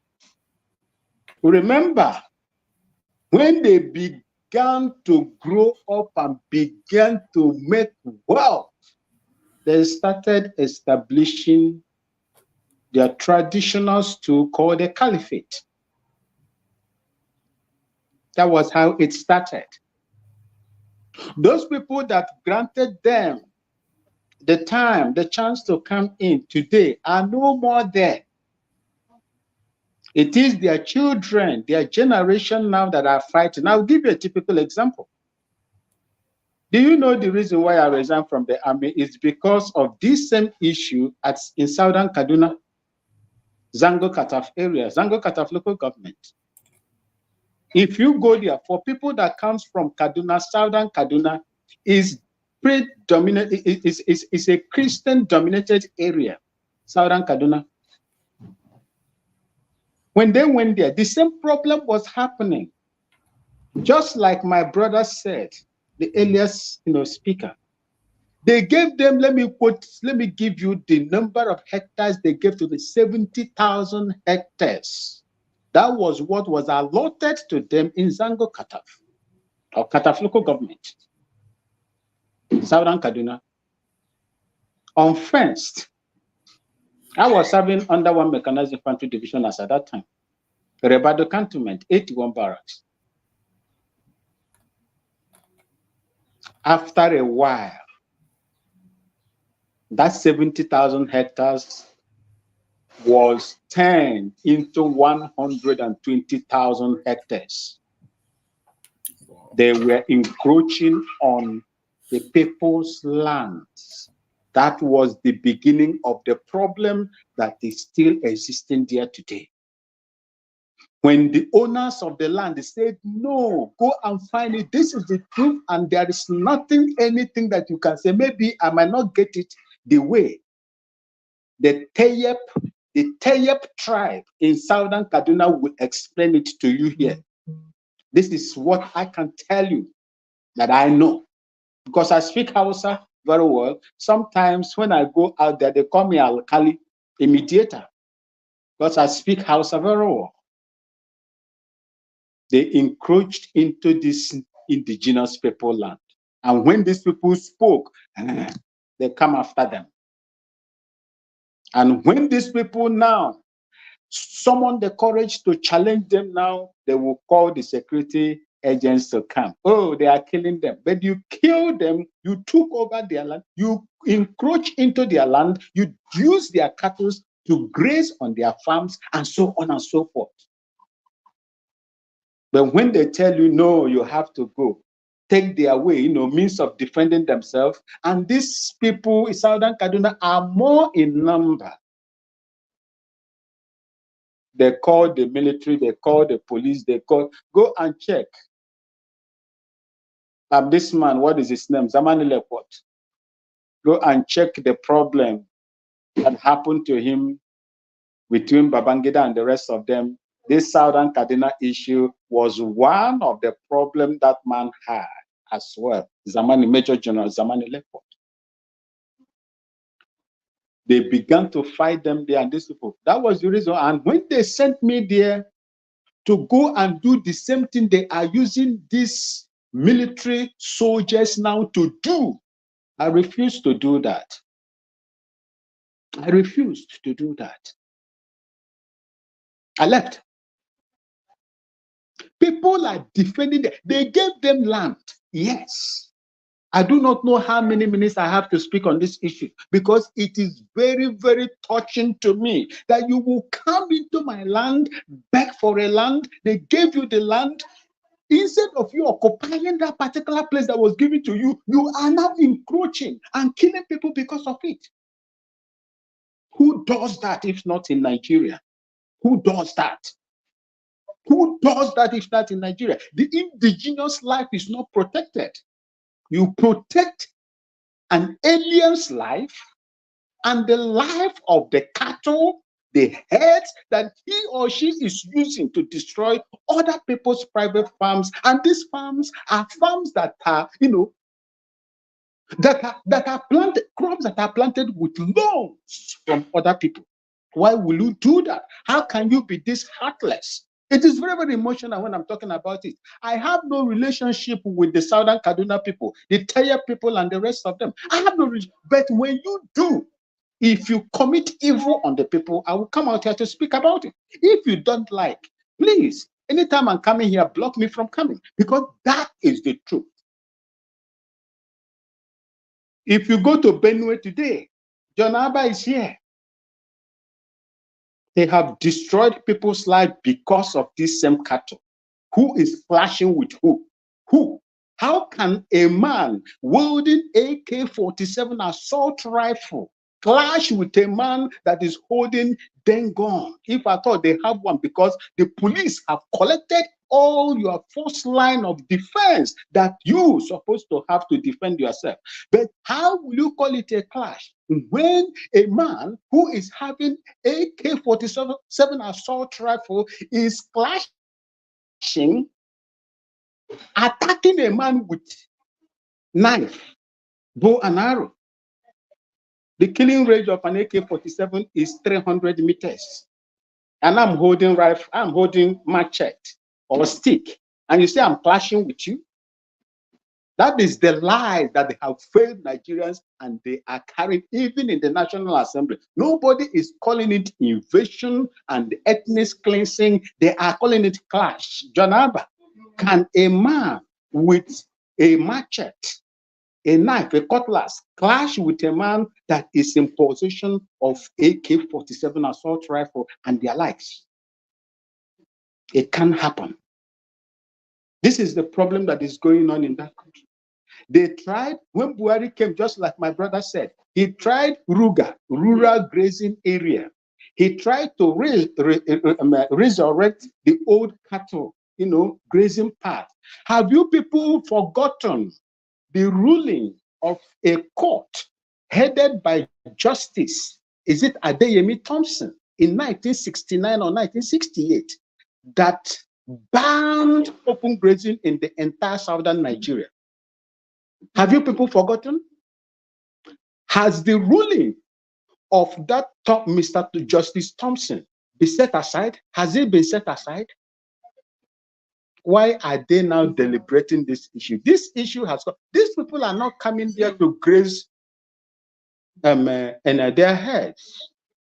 They are using it as a special purpose vehicle to enter into your place and replicate what they have done in southern Kaduna. And when all of us might have gone, our children will continue to fight them, and they will not just fight you alone. They will bring their militant wing right across Africa to come and fight you, and they will take it away from you. If we will continue to play, this, consign me, consign me attitude, and as it's happening to these other people, we will not reach here. It will envelop every part of that country. If you give them that place right now, let's assume that you open a ranch in Abia State. They will come in there, give them a portion. You won't fence it. In the next 10 years, if they were 20 there, you will see more than 10,000 there. And immediately they overpopulate you in that particular place, you will see the other side of these people. We have the Bororos, and we have their military. The Bororos are the ones, the Fulani, house Fulani, that will come to you and stay with you, that doesn't have any problem.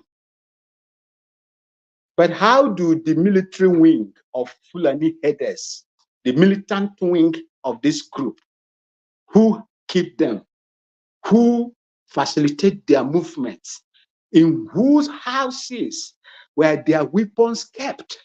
When they brought those weapons into the place that they are going to attack today, who received them?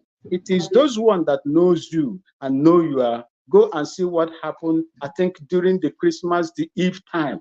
Go and listen to the testimony of the man that survived the attack. They knew him. They were calling him by his name.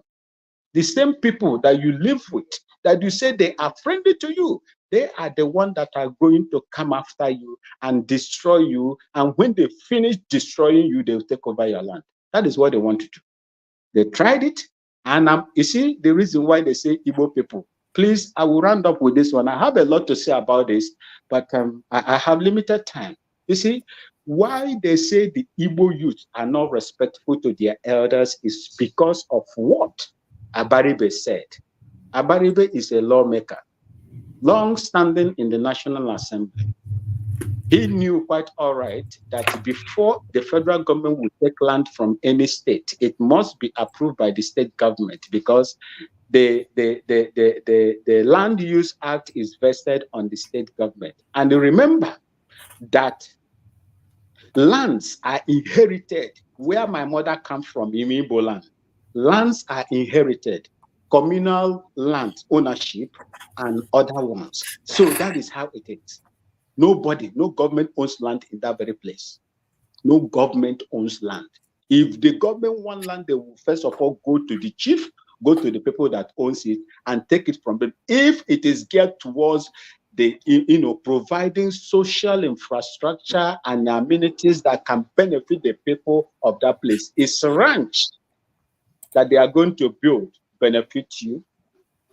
Abaribe said what he said, that before they would do this, he was suggesting, KJ, if I lie, I am happy that you are back. If what I'm saying is lies, then correct me, please. You are my elder here. Abaribe said, was suggesting that the Land Use Act must be tinkered with before this will happen. How can an elder say that? So you want to give them an idea. First of all, before we do this, let's go there and tinker with the Land Use Act so that it will be easier for the federal government to pass it. And I bet you, if they pass it, if they succeed, the federal government can just come into your states and claim land. And there is nothing you will do about it. How do we have elders like this?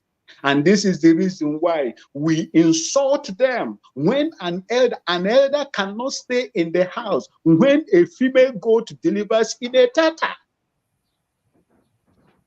When we expect them to speak, they refuse to speak. When we expect them to come out and defend this evil plan, they refuse to speak. Probably because their hands are tied. There is something these people know about them that we don't know. That is the reason why they have refused to speak out.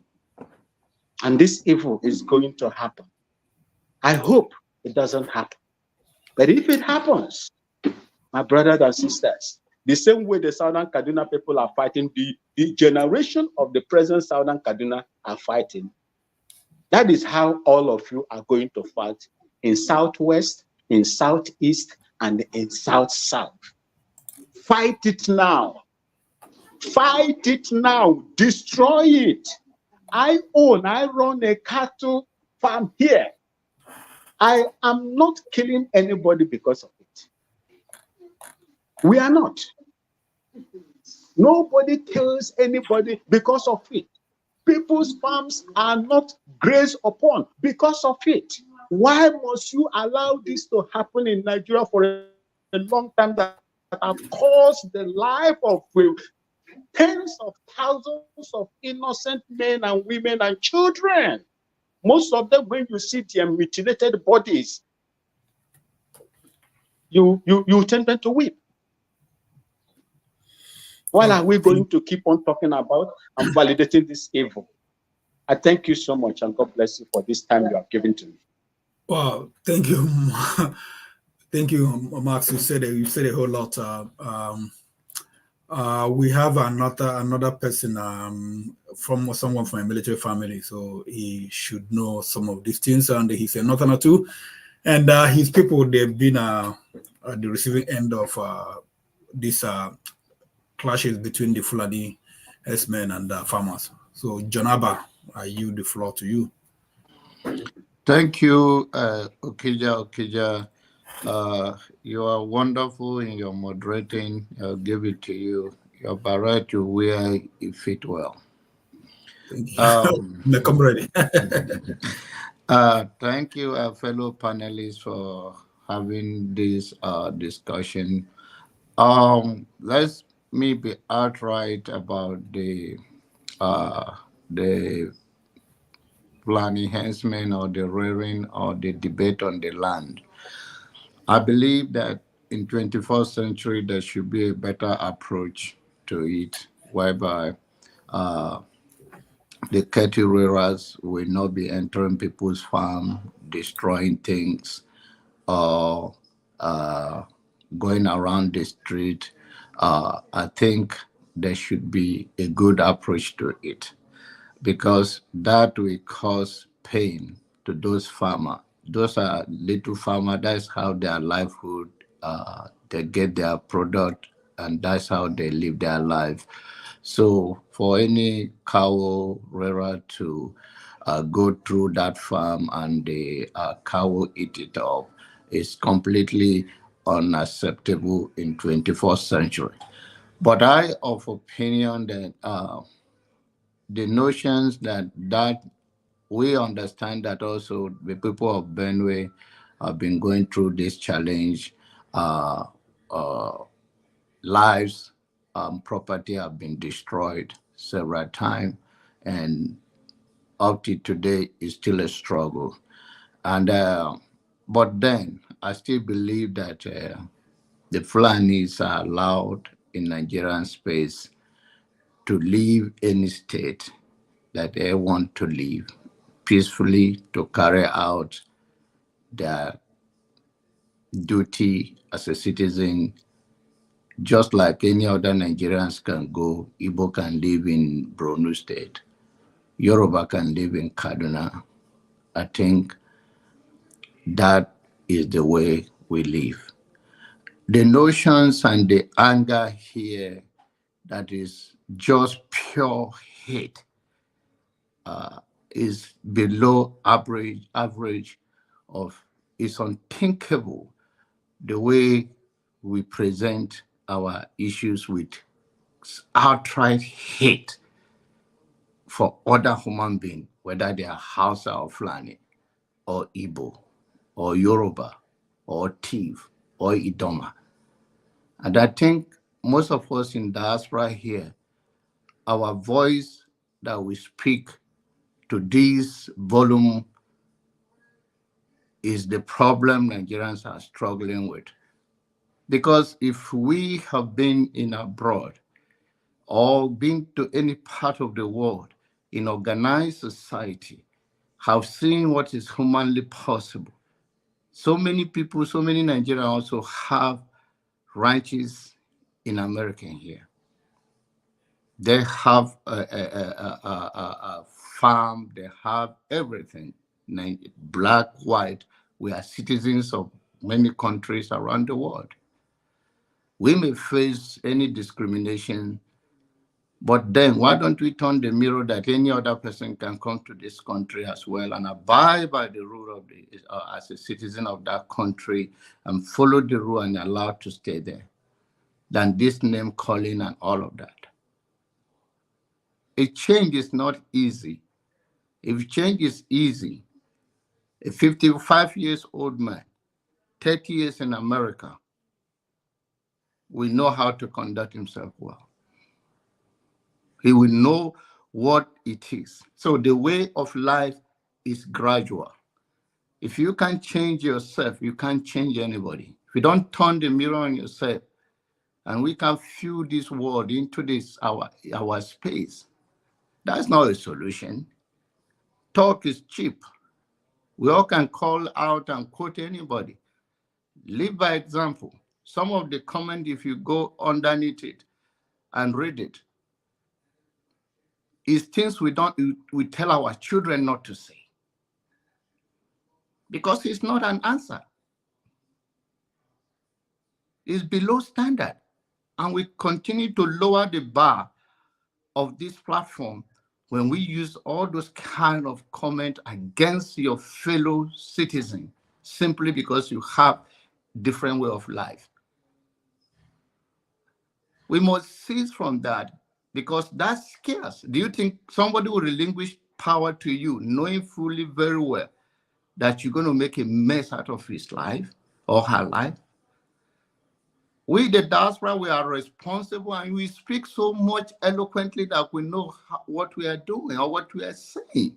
And in most cases, it's either is bigotry, pure religious, pure tribalism, pure ignorance that has nothing to do with the struggles of a common man in Nigeria. The poor Nigerians, they don't want any issues. They want to live side by side, whether it's a Fulani or Hausa or Yoruba. And it's unfair for us to believe that crime is only committed by some numbers of people and the whole society has to be called out for it. It's unfair. There are common crimes committed by some common set of ethnic groups. Even in America here, there are black crime, there are white crime. But somehow we just unleash this kind of thing. And for the past 60-something years, have we helped gaining anything? Can't you, who does the same thing over and over and say the same thing over and over, and you don't get a result, and you're not ready to change? I think Nigeria will be more peaceful and we will work ourselves out better in Nigeria. Let's all go back to Nigeria and go and work it out, because those in Nigeria, they are more patriotic than us, especially when we cannot use our voice based on knowledge and understanding as we have benefited in a foreign land of a peaceful society, how things work. Do you think if you say that even as any country you are in the world and you fuse on certain things, you think there's no reason to hold you accountable? And that's how we create this chaos. It's time for us to make sure that we send a positive message and we can fight a good fight. Nobody should say that fight is not a good thing, but it is a good fight and it can be done logically and in a very respectful manner, not of degrading another human being. A real person don't put any other person down to make himself feel good, except people that have low self-esteem and short-sighted. The value you put on yourself, it should be the value you as even some of you claim to be a religious leader or religious or spiritual. Say, esteem other higher than yourself. We cannot be using this platform just for pure hate. Not all Fulanis are bad. Not all Igbos are bad. Not all Yorubas are bad. Not all Idomas are bad. We have all these elements around this country. But we must take away and take this rhetoric of hate out of this place. If not, we are not different from the people that we are trying to speak to. Okija, please, this is a very, very serious accusation that John Abba has made. Who among all the panelists? When when you were talking, I do not interject you. And you respect yourself. Okija, I would like to know what he hates. Who has mentioned hate on this panel? Who is talking about hate that John Abba is referring to? I want you to mention who propagated hate. Okay. They just want to monopolize this with hate. Keep quiet there, man. I'm not talking to you. Lumide, you made a point. Let's. I mean, if John Abba spoke, just like everyone spoke, if you think that he spoke to you, I mean that's it. But I mean, we're not gonna tell him to just name names. Yeah, exactly. He spoke. They know themselves. That's his opinion. Mr. Okija, can you give me 30 seconds, sir? Yeah. Okay. I'm gonna listen. Okay. Sure. I'm gonna let you know because I'm gonna take some break. It's gonna be John Abba has spoken, so it's gonna be Afolabi. He keeps coming and going out. After Afolabi is supposed to be Ike, so it's over to you, please. Yeah, you can do if you want to give him some time. How long are you gone for? I'll be gone for like about 30 minutes, 30 minutes, 45 minutes. Okay. Hopefully, for others will come and take over. Okay, so it's who's going to speak next? Sure.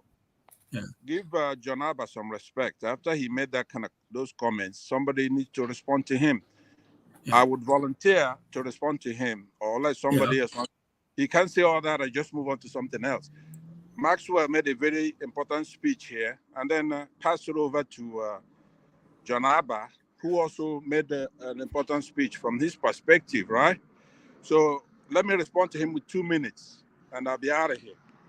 So 2 minutes. I'll time you 2 minutes. If we keep the time, I'm happy to do that. Please go ahead. And show make sure that you don't turn it to and fro. If he says something, I will respond to his thought. So I want you to know that. This is the danger for So if you're not going to follow the chain and you're just going to do it, he's not going to talk over, because I didn't come here to accuse anybody. I just speak my own, and I'm entitled to speak, and I don't name anybody. So if you go after me or say things, I will respond. Period. I'm not afraid of responding to anybody.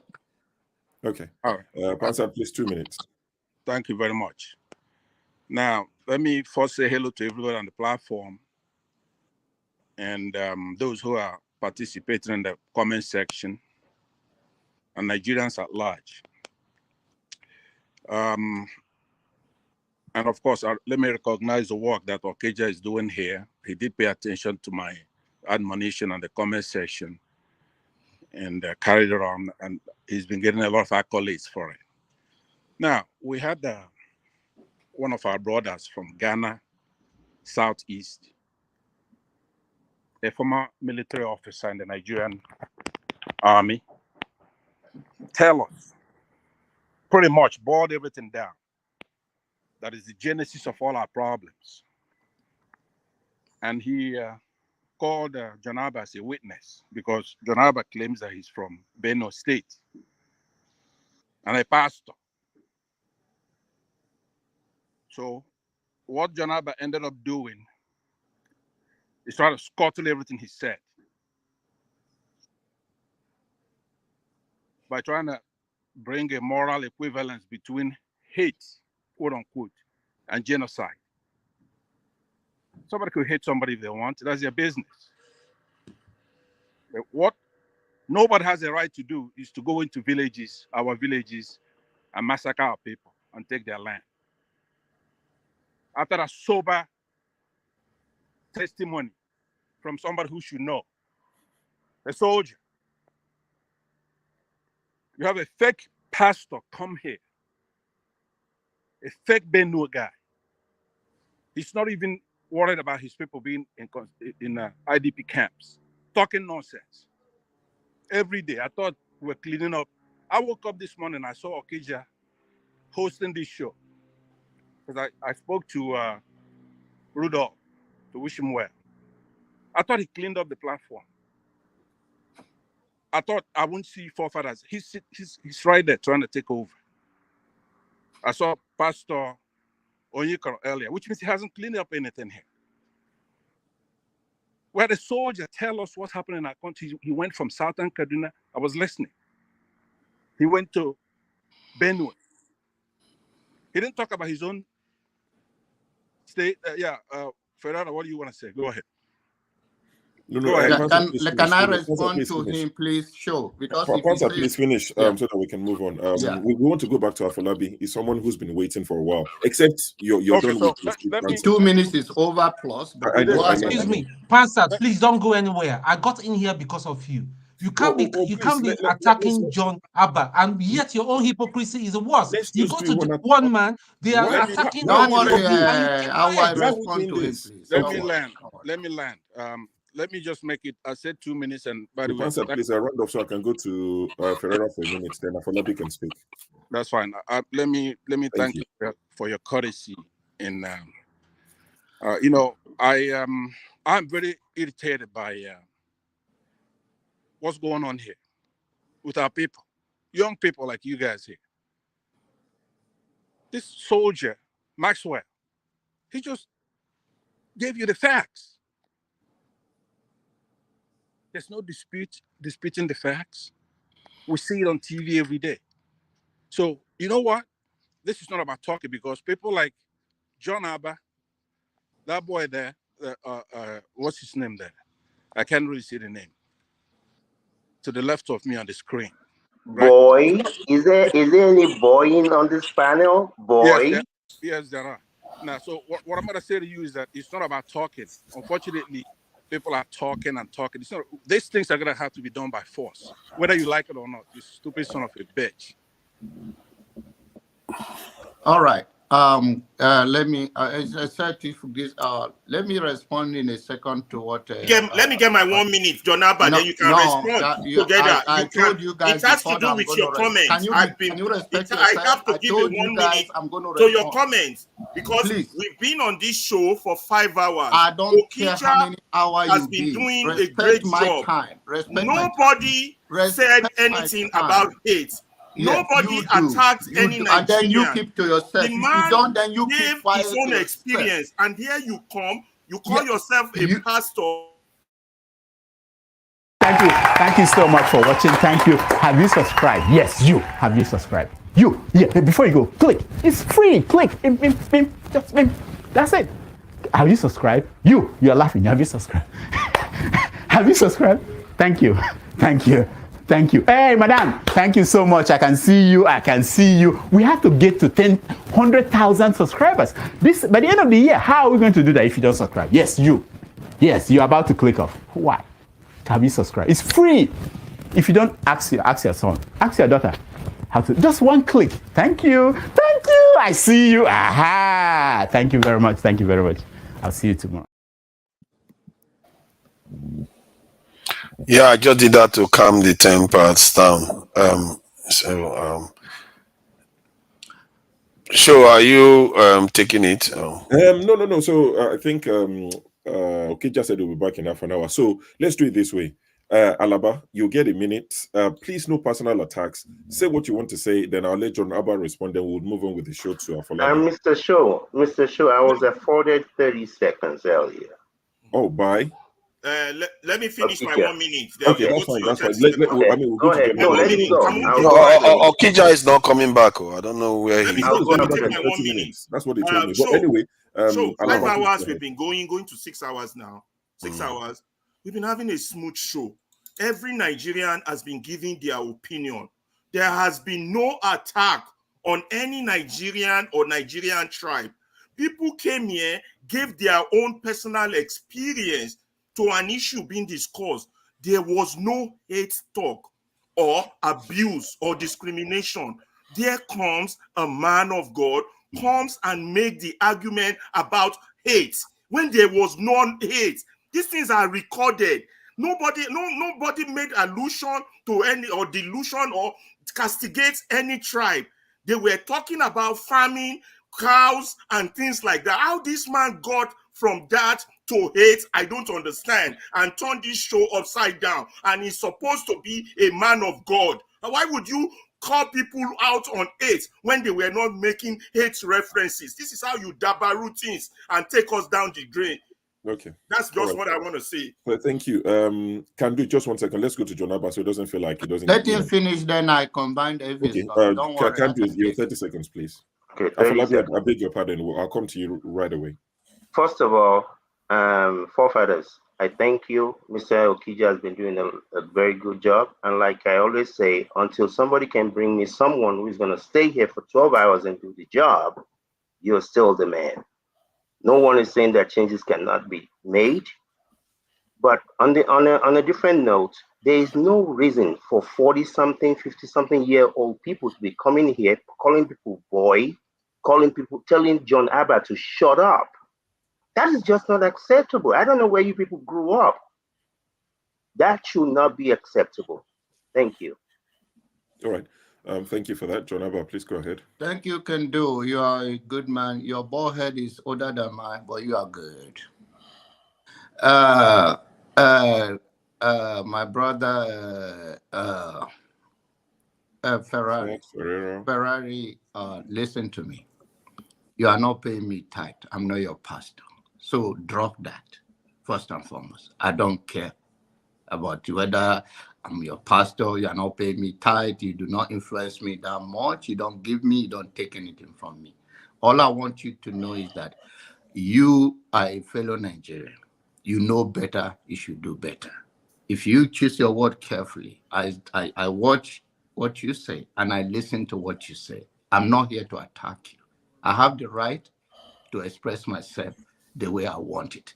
Whether I call it hate or genocide committed against my people, just man up and take it. I'm not directing it at you. And if you think it's personal to you, come out straight and talk about it.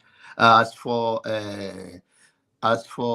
Pansat, I don't pay so much attention to his criticism and his word, because Angela Maya said, when person tell you who they are, believe it. Our word tell us who we are. I'd never go after anybody. I just argue on issues. Thank you. All right. Thank you, John Abba. Afolabi, I apologize once again for keeping you waiting, but the floor is yours, please.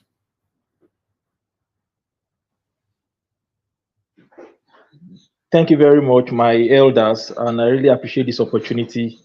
I know we want Nigeria to move ahead, and that's why everybody is talking, and I can see anger. Now, this issue, some people are saying is a small issue. We shouldn't be talking about cow this period. I think it's one of the most important issues we should discuss now, because based on IMF, in the next 7 years, there's going to be a lot of food shortage in Nigeria. Now, they've started selling yam. My dad called me from Kaduna, and now 1 tuber of yam is now 7,000 naira. And they now have to three people will now gather to be cutting yam. For the past 1 week, I've not been myself, though I'm not in Nigeria right now. And it's a very painful something for me. So if you don't address this issue as soon as possible, I'm scared. Even we'll start killing ourselves in Nigeria. Now, why am I talking about this? Before I left Nigeria, I spoke with one Fulani guy. He has about 26 cows in Jos. And I was not like, he was telling me that he value his cow more than anybody's life. It used to be, you do bab me. If you along that airport road, they call it Angon Sawaya, it was Fulani dominated environment in Abuja. But now, because of development, people are now, so they are now back, but they are still there in their house. So I used to discuss with them because of this issue, because I was so passionate about Nigeria. And he was telling me, why am I saying this? Initially, we used to live together without ranch and all that. I grew up in a farm-dominated environment in Kwara State. And till my grandmother died, we used to give them we used to buy cow and give them to rear for us. It is what I know about. Up to now, we still have goat with Fulanis and all that. So when I started hearing issues about Fulani, farmer, and all that, but I don't want to waste our time on this information. This is where I want to go to. I don't know how we can empower our royal highnesses if we really want Nigeria to move forward. All the senators that are in Abuja making laws, if they are not implementable, okay, or we are not implementing them. I don't know if you understand what I'm trying to talk about. What General said is true. If we are not careful, what happened in Jos and in Kaduna will start happening in other regions. Initially, it was just a friendly giving of land, but now they are claiming rights. What John, sir, let me call you John Abba. What is also saying the right thing, because from now it has not been we hate this, we hate that, and it's everywhere. Even in civil service, I was working in civil service before I left. Why are we saying this? Even they implement these laws. They enact these laws or whatever bill. Who are those people that are going to implement it? Before I left Abuja, the former minister said there must not be cow in the city of Abuja till tomorrow. Till tomorrow, federal road, you still see cow. So please, I don't know people that are powerful here. This is the unique problem that we have to face. The royal highness has to be empowered in Nigeria. I don't want to waste our time because I know people are waiting, and that's why I'm just trying to skip what I'm trying to talk about. I remember, if any cow eats anything in our farm in Kwara State, the king in Okeonigbe, I'm calling the name in Kwara State, in local government, we summon the hunters, we enter bush and go and meet these Fulani people. Are you getting it now? But now, because of our royal highnesses, the villagers, nobody's even empowered. These people can just enter village and kill anybody, and there's nothing we can do about it. Police stations are far from the town. If you keep on analyzing this bill, these senators in Abuja, their own is to talk, pass bill, and forget about the bills. I don't know how our royal highnesses are going to be empowered to be able to man guard all the state governors to create what's it called? Because even if you give them this, ranching all this land, these people will still leave their ranch and enter town. They don't know who will give them orientation about this ranching or this. So please, I just don't want to say too much. I have a lot of things to say because I'm also bitter with what is happening in Nigeria. See the recent video going around. You are cutting people's farm, and you are laughing, and they are videoing you, and you are happy. And there's hunger in Nigeria. Look at how much they are selling tomato now. Everybody's aware, so I don't have to flog that. Look at how much they are selling everything now. And it's creating hatred between tribes from now to tomorrow. It is not all Fulani people that are evil. Before now, it used to be Bororo people that used to attack. When General was talking the other time, I did like this. I don't know. But in that time, it used to be Bororo people that used to cut farmers when I was growing up in Kwara State. But now I don't know. So please, before I drop, I don't know. We need to go back to that place where the kings have power to be in charge of their land. And so that they can negotiate with whoever. Okay, you are going to stay in my village. Okay, this is let them also set their own unique rules or laws or bills within the villages to associate with these Fulanis. If not, governors will just create one land. No, they are too far. Thank you very much. Let the governors of Nigerian land go back to the people, to the villagers.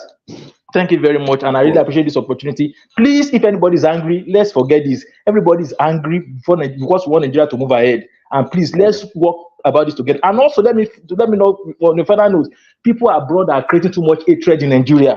Before I left, people abroad are the one instigating tribes and everything. And I will repeat it, and I'm saying is, let's talk to our people.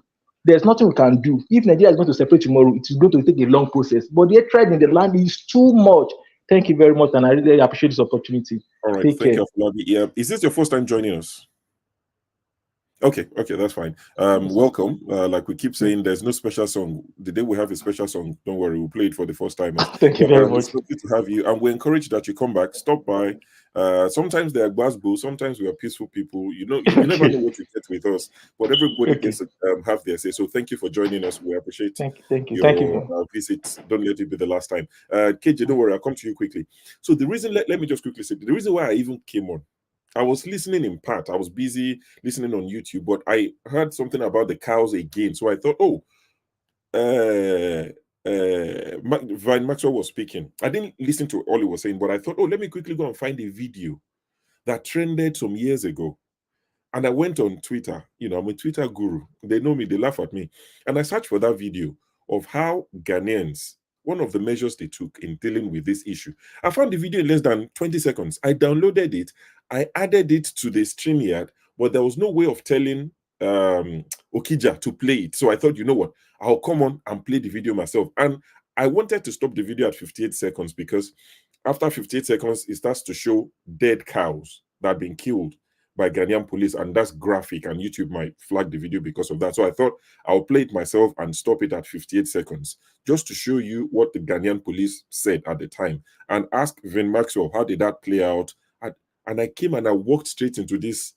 As soon as I came in, it's like someone just dropped a BOMB and everything just went. And I'm like, why am I here? And Okija just disappeared. But I'm grateful for Forefathers is here, because me, I'm going to play that video and quickly run away. I don't have energy. It's too late in the day. So let me play the video, then KJ, I'll come to you. People like, gosh, energy, fight.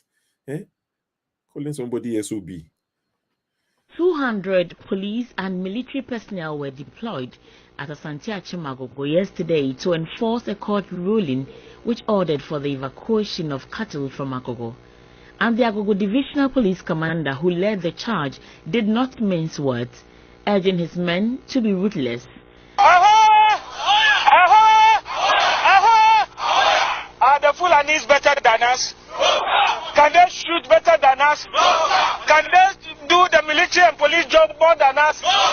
They say they are guerrilla tactics, they are guerrilla fighters, and they are going to ambush you and shoot you.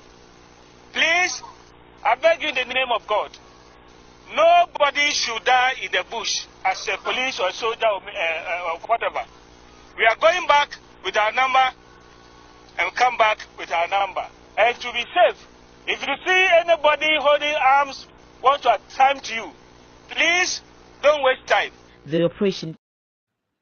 Okay, so after that, he showed a lot of graphic of, they said they killed about 100 cows at the time, and the Fulani herders pleaded with them that give us 2 days and we move our cows out of these places. That was in 2018. I remember when that happened, and I quickly searched on Twitter. In less than 20 seconds, I found the video, and I thought I would share that just to throw a bit more light into it. But like I said, I walked right into this fireworks that's going on. But Forefathers, at this point, I will hand over to you. I'll be listening on YouTube. My wishes and my prayers are with you. Okija set a standard. No one can match that standard. I would like to see him come back and do this a few times, and let's see if people still praise him after a few weeks. Because he always starts nice, and they will eat him up in a few weeks. But he did a wonderful job. Good night. I'm not interested in competing with anybody. I'm interested in being me. Competition at the end of the day. I'm interested in being me. Yeah, good luck. Have a wonderful show. Thank you. So yes, let's see. I think who is next? Is it KJ? KJ, please go ahead. I haven't spoken. It's not KJ, it's me. Okay. So how can it be you? I don't want. Somebody can reshuffle the. Okay, no, Stone, please, you can go ahead. But all I wanted to do was give a response to my brother, Janaba. But please go ahead. It's not fight. Response. After your response, I'll talk. Oga Ike, has he spoken? I'm not sure I've heard him. He also can go ahead. And he was here earlier too. Oga Ike supposed to be the next person, please. Oga Ike and KJ, please speak. Thank you. Thank you, Anton. Please go ahead, Ike. Okay. Good evening from my beautiful island, because now it's 15 minutes after 6 where I live. I'm in the office anyway. So you can see I'm walking out and coming in. So I'm not in my house. So, but what can we say? What can we do? Nigeria is our country, right? But I want to thank my brother Maxwell, and for what he spoke. I want to speak from the perspective of my own personal experience. I lived in Mali for 13 years, and Mali is 99.5% Muslim country. They have cows like the way we have it in Nigeria, but you never see cow anywhere in the street. They have the only time you see the cows in Mali is when they are going to abattoir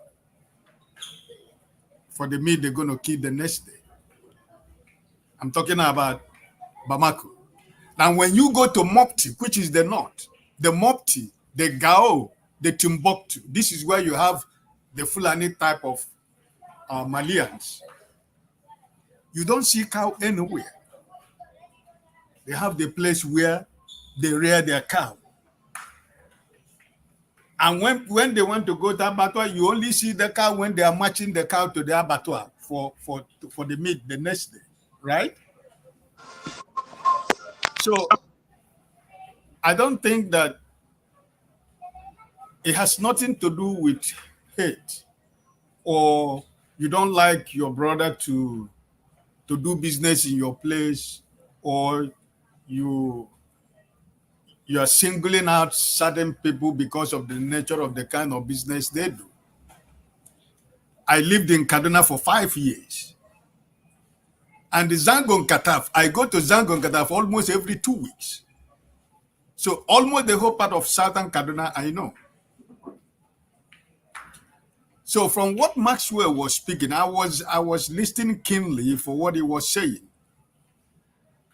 And I don't think that what is happening in Nigeria today is because the people don't like the Fulani people. But like my brother Falabi, who just left, is talking about the cost of living in Nigeria. The present day Nigeria, where a Gary is normally when you are hungry, when your mom is cooking food or your wife is cooking food and you're not ready to wait until the food is done, you go and take Gary to smoke, put granite and put milk and drink. Gary now, you don't drink Gary in Nigeria because it becomes a big man food. That is to tell you the level of the country we call Nigeria. So for somebody who has a farm, knowing the cost of foodstuff in Nigeria today, and for you and your family to go and plant, no matter whatever you plant, and somebody from somewhere came with his cows to destroy that plant, deny you and your family the food to eat, and deny you the resources and the sweat and the energy that is put in while you are planting, just for the sake because he wants his cow to eat. My brothers, we should be able to think like people who have conscience. I'm not saying that the Fulani people should not rear their cows. But like somebody said, Mr. by himself, he said it, that Nigeria, we are in 21st century. By now, we shouldn't be talking about this. There should be a place where these people should rear their cows. My brother Maxwell, he's a farmer. He has a cow. The cows are not parading the street of Ghana. They are not destroying anybody's farm. That's my point. Right? So if the Fulani want to go to Imo State, for example, or come to my place, let me say my town, or where to go and to carry their to do their farm, right? There should be a proper way where they have to do that cattle rearing, but not on the people's livelihood. Many years ago, all of us who are living outside today, many years ago, you don't see the Fulanis carrying AK-47. You just see them with only just one stick. Well, just one stick. That one man that is in front, he can control more than 50,000 cows without any problem. But now the same people are carrying AK-47. A woman who goes to her farm and sees somebody with the AK-47 in her farm, what will you think that woman is going to do? Because she's armless. Or you went to your farm with your dad. You went there with a hoe, with a knife. And all of a sudden, somebody appears with AK-47 with his cow. Even though he has not come with any bad intentions to destroy your farm. But for the fact that that person is armed already, is a threat to you who doesn't have anything to defend yourself. So this idea of giving these people AK-47 is, where are they getting their arms? Because when we can't differentiate the herdsmen, the Kaduna herdsmen, the terrorists. We it's in a situation now we cannot differentiate anything. So I don't think that my own experience as a Nigerian, like I just said here, I lived in Mali for 13 years. I lived in Kaduna for 5 years. I schooled in Lagos. I lived in Lagos for 18 years. So I am a detribalized Nigerian. I have gone every nooks and corners of Nigeria. I have friends. So you don't use one white paint, one white brush to paint everybody. Right? So my brother John Abba, I know you are making a point.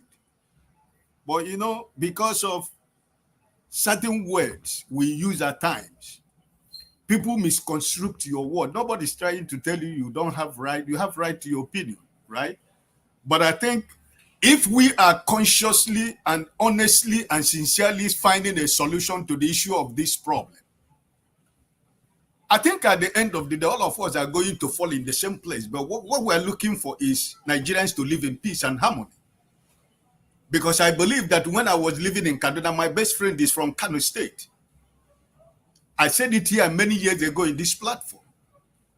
He was the person who defended me and gave me every information, because every Friday they used to have they used to go to the Kaduna Central Market to destroy the properties of the Igbos. He is the man who will always tell me the day they plan that thing, that Friday they plan, he will tell me on Thursday, hey, Ike, tell your people, don't open your shop, because after mosque on Friday, they're going to destroy, they will come into the market. So if he doesn't love me, he was not seeing me as an Igbo man, but he was seeing me as a Nigerian. And he know that what his people are doing is not good. Why should you have to continue to kill people that does you nothing? So for him, he doesn't like that. And my friendship went so deep that he wanted me to marry the sister. But because I wasn't ready in that marriage at that time, he's a Muslim, I'm a Christian, right? But the relationship developed a family relationship. So what I'm trying to say, what I'm trying to tell to all of us here is that what is going on, my brother John Abba, you are from Benue State, I'm from Imo State. What is going on in our place is the same thing that is going on in Benue State. It's horrible to see. It's heartbreaking. Women and children are being killed. Pregnant women, they remove their baby from their stomach. The same people you said that they're riding cows. It's heartbreaking. We are all welcoming people. We have Igbos everywhere. You have Yorubas everywhere. You have people from Benue State everywhere. We live everywhere. We go there, we do business. Like we are giving an example, we are living outside here where we live now. Where I live here, right? It's not my country. I don't have a family. I don't have a friend. But I came here. God gave me a new family, new friends. And I have my house in this place. I don't live in an apartment. I live in my own house. Right? Because they are welcoming. They were not looking at where I come from. So, please, it is a very sensitive issue even in this present day Nigeria, because the economic situation in Nigeria is so bad that we should allow a cow to destroy whatever, anybody. It doesn't matter where, whether it's in Kaduna, whether it's in Kafanchan, whether it's in Borno State, no matter which part of Nigeria is it. Animals should not destroy what people are planting, because Nigerians are hungry. If you used to send your family $100 before now, be honest to yourself. How much now do you send to your family? Before, $100 is a lot of money. But now $500 is no money in Nigeria, because a bag of rice is already 90,000 naira. How much is fish? How much is meat? How much tomato? Tomatoes that you pass on the road before. Traders will throw away tomato. Tomato now is the big man food. So we should be honest. But anybody, like I had that man in the national, anybody who is trying to tell me that a cow life is more valuable than the life of a human being, for God's sake, which a country will such a thing take place if not Nigeria? If not in the National Assembly of a country called Nigeria, will somebody stand up to say a cow life is more important than the life of a human being? My brother, is sad. Like somebody said there, because I think maybe it was John Abba, maybe because they don't have anything. They don't have anything they do in the National Assembly. They just say anything they like. And finally, I'm going to end what Mr. Afolabi said. Yes, traditional rulers before in Nigeria, they have respect. Now they have become politicians. They're even more corrupt than the politicians themselves. The traditional institutions of Nigeria have been destroyed by politicians themselves. So days are gone when your traditional ruler will speak and people will listen, because most of the traditional rulers now are in the pocket of politicians. They have forgotten their traditional institution, but they are playing politics. So, but at least if we can go back to that level where the traditional ruler of a town has a very big authority and power to control whatever that happens in his local government, I think it's going to help us a lot. But it is gone. Listen, Nigerian fabrics is broken into pieces. There is nowhere you are going to find anything. You can't fall back to the traditional institution. You, my brother, all of us who are here, nobody recognize your traditional ruler where you come from. Do not recognize you, but they recognize those criminals. They are the people they give traditional titles. They are the people they welcome when you go home. But you, who is living and working and doing an honest and dedicated work, nobody wants to know that you exist because you don't come with a bag of money. So where are we going from? Where are we going? So those countries like Mali, where I live for 13 years, today we say Malians, they don't know anything. But are they not better than my country called Nigeria, where for 13 years I lived in Mali? The only time I see cows is when I go to abattoir, or when we want to do Nigerian Union Party, end of the year party, we go to where they are rearing the cow to go and buy cow. You don't walk on the street. In Mopti, in Gao and Timbuktu, these are people that are close to Algeria and Tunisia and Morocco, their border. You don't see the cow. They have a place where they rear, because they are farmers also. They are fishermen and they are farmers. So the same farm that they are planting, they don't allow their cows to destroy the same farm. So why is it that in Nigeria it's something that is normal? We should accept it that is normal. My brothers, please, it's not normal. God bless you all. Thank you. Just to add context to this, I remember when there was attacks in Lagos in December. That's during the election period, and we all saw how even Igbo Basics was almost in tears here, and people were passionate, and CM was very passionate, and CM kept repeating, "Why do they have to burn our shops? Why do they have to burn our shops?" And I told him, if you keep saying shops, you forget that human beings are actually getting affected. You keep talking about shops repeatedly. And I feel like because what CM was saying then was that this is our life and you are taking it away from us. That's what I was hearing. But why I told him that was because when people hear it, they will say you're not showing concern for the actual lives lost, because I know that a gate man lost his life during some of the attacks in Lagos at that time. And but when a Fulani says that cows are what more than human beings, maybe there's a translation there that we have to understand. To them, that's how they are looking at it. It's connected to their life. It's not because they don't understand. They will not kill their own child before to save a cow. That's not going to happen. So we try to empathize with each other a little bit. Can I say something? Especially, I would have loved to have said it when Sho and Okija were in, because I think my coming in when John Abba was talking was what caused the flare up initially. So I just want to set the record straight. In line with the rules of this platform and the broadcasting, John Abba made his very, very serious allegation. He said some people spoke. I mean, he wasn't man enough to mention the names. Olumide, is it your turn? Just to be clear, I don't want to just jump. I just want to set the record straight. I'm not taking. Then try to keep it brief so that. So what I'm trying to say is that he wasn't man enough to mention names, but he painted a white brush and made allegations, which I find very, very serious. He said some people made racist and bigoted statements attacking a particular ethnic group, and I wasn't addressing the question to him. I was addressing the host. I said, host, if anybody had done that in the course of this broadcast from the inception, can you please call that person out and bring that person to order? Because you don't want to bring the platform to disrepute. His allegation I find very, very serious.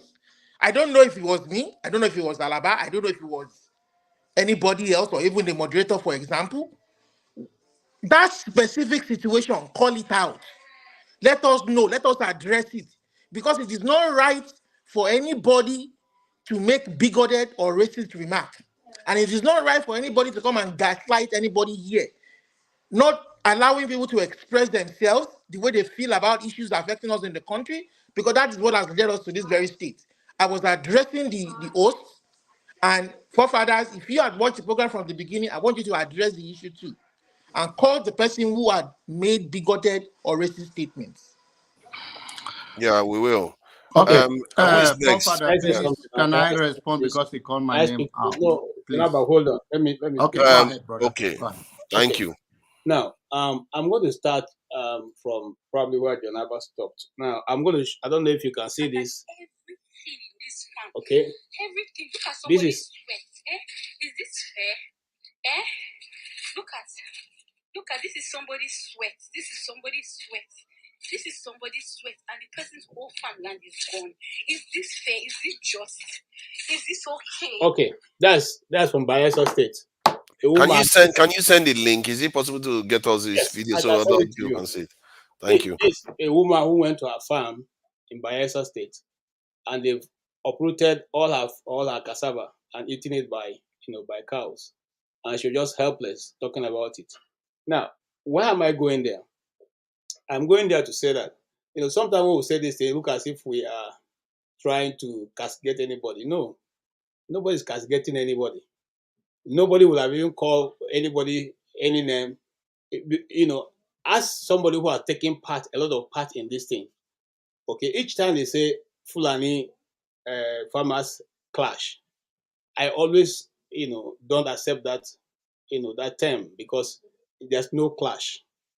There's never been any time we go to a place where that clash is done and we saw a Fulani man on the ground and a farmer on the ground. No, we only see one set of people, the villagers.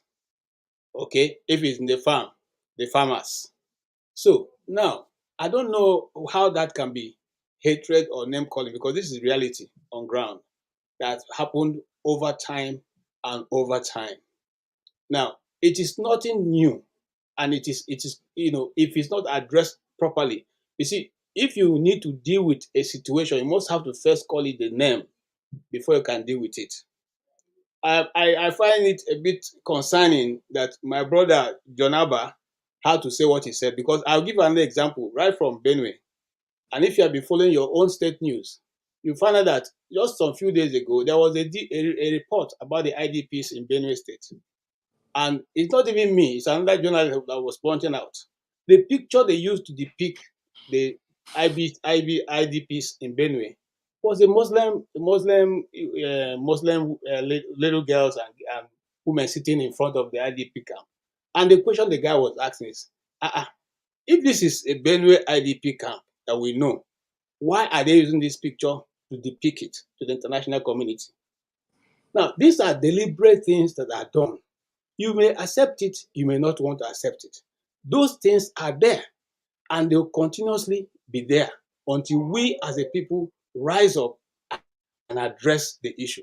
It's not about trying to hate anybody. Before you say that, again, I know when you said that, I try to look through my state, for instance. If you go to Abia State and Umuahia as a capital, there's a place called Amausa.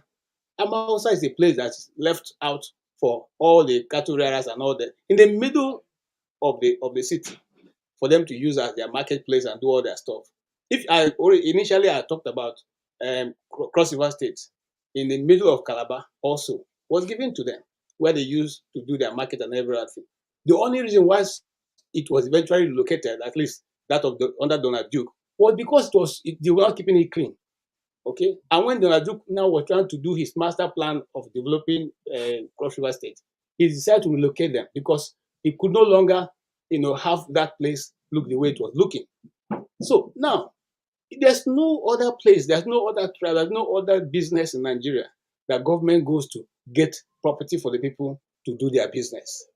And we are saying, simple and short, this is a private business, just like Adamu Aleru said on the floor of the Senate.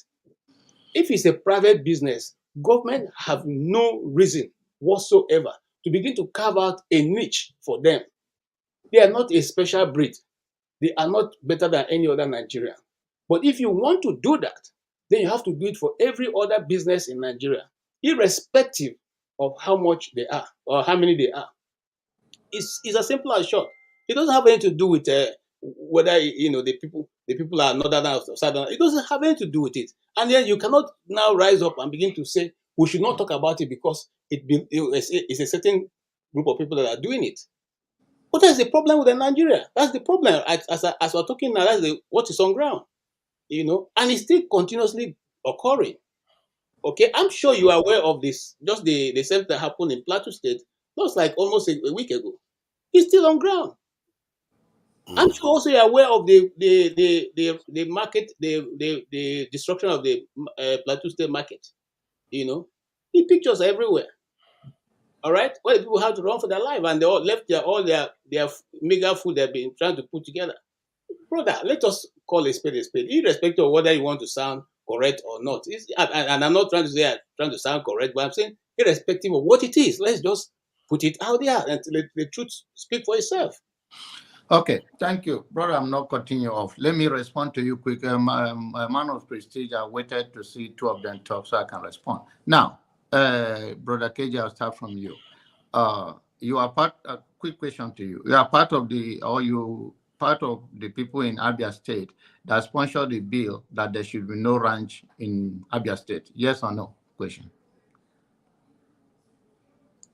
I don't know why you want me to answer yes or no. It's a yes or no question. No. Said it here.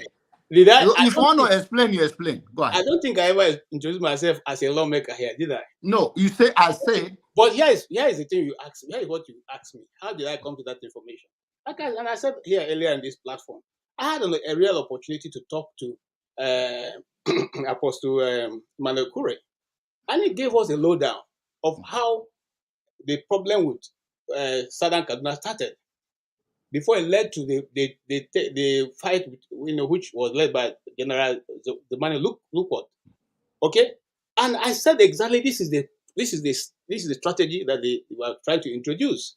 And when that strategy was introduced again towards coming to the south, I didn't say I said I was one of those who decided to make that move. I didn't say I was part of those who made it. I'm not a lawmaker. Yes, but you support it, right? Why wouldn't I support it? Okay, that's fine. If it's any part of Nigeria, in Borno State, in Sokoto, in Kano, any part of the northern states, far north, if there is a rule there that Igbo man should not have a workshop, mechanical workshop or any part workshop, do you think that's fair? I don't mean to cut you. I'm coming to you, please. Forefathers. Let him talk. Leave him to talk now. What is all this? Leave him to talk. Fuck up. Forefather, do something. Do something. All the time. Let's not swear. Let's not swear again, please. I will take you It will be fight. No. Oh, I don't know why we are fighting you. Be out of here. No. Go ahead, Naba. Okay, now let us, both forefathers, I understand they are very destructive. They are destructive to our program. Now, my question to you remains: in the part of any north, whether Igbo, Hausa, Yoruba, if there is a law that says that this type of people should not have their business, are you okay with it? Okay. And I'll answer. Hold on, sir.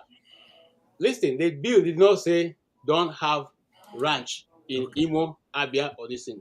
Okay. He said government, what they were trying to do was to give land that using the federal government to receive land from Okay. people. Thank you. I've heard you. I now understand where you are coming from. It's fine. Now, why are you doing this? The issue is this. To your saying, I've said it outright from the beginning. In 21st century, we shouldn't be talking about cow passing through people's farm, destroying their farmland. It's unacceptable. More importantly, the people of Benue, where I come from, until today, struggling. Many people have been displaced from their ancestral home. To me, it's more than rearing Fulani cow rearers trying to have a problem because they go through their farm. I think it's beyond that. It's more than that. And the government should do everything. The Benue people and the governor should do everything within their power to make sure they overcome the enemy of their people, period. Secondly, when you go to my brother, what do you call, Olamide, say I'm not man enough. I'm from Benue State. I'm proud. You know, KJ, I'm from Benue. When somebody chooses word carefully, it's not because it's not man enough. It's just because you want the person. They know themselves, and that's why they are reacting to it. Because I watched this program from the very beginning before I joined. Not 1 minute I miss. So the notion of calling name, these people are not part of us. They should go back to where they come from. I'm in America today. I'm not from America. If I hear that word, I don't like it. I have children that were born here. You can say they're American citizens because of the way their constitution works if they are born here. They won't like it if their father is to be called like that. If they come in the right way, whether it's Fulani, whether it's another part of Nigeria, African people that come to Nigerian space, and they go through the right way to become a Nigerian citizen, it's okay. If I will become an American citizen and serve and do everything, why my black brothers and sisters, I will tell them, oh, go back. Where are they going back to? Go back to where? Flagello. Where? Where is Flagello? So when we come here and you say, I do not say that, and you guys are covering up all of those things, it is below standard. People become a citizen of a country. If they have a wrong motive, we call them out. Do you think in America there are places that the white Americans are afraid that these people have agenda? But they're still careful about it because they need their vote. Because some of them are citizens and they will vote, and their vote will count. Wisdom is not just because you are afraid of anybody. It's just because you are not certain and you don't know. You explained to me that I was not that. My stand, I'm talking about KJ, my stand was like the government should not give land. That the government should, if people will exit, if the Fulani or whatever the henchmen will have their ranch, they should buy it. That is your stand, right? Okay. Now it's clear to me. So the notion that we will call people's name and call people out is a narrow-minded and lack of understanding of how things work. Probably you people like somebody like Ferrari. Ferrari say you have been in America for 30 years. Are you not a citizen in one way or the other? Are you going to tell somebody that if somebody said to you now go back to where you are come from, do you think you're going to Abba, like it? if my dog enter my neighbor yard, then go shoot me. Go sit yourself down. The dog neighbor is different for you telling people to go back to where they come from. It's a different. You don't mix it together. My dog, if you are mixing inside my neighbor yard, then go shoot me. Wait till you talk. I live in If I am not well behaved here, I am not well mannered, they will tell me to go back to my Go shit for my neighbor yard. Let him finish. Listen to me, brother. I live in Texas. Texas have a law called stand your ground. If my neighbor walk in, it doesn't even a dog. If my neighbor walk into my boundary and for any reason I bring the person down, they call stand your ground. So it's not that what I'm saying. You say these people that are not from this place, they should go back to where they are coming from. That is the statement categorically used by They Olamide. are destroying people's farm and killing people. You with cannot their say cow. they should go back to where they come from. You can What's tell your them problem? to law to hold them accountable. That is barbaric and it's primitiveness. And you are an educated man. According to you, Don't let your dog enter my yard. blockhead. In America, I go shoot you. I go shoot you. Okay, okay. Let's allow According to the Jonaba blockhead. let's allow Tone to speak now. Okay. No.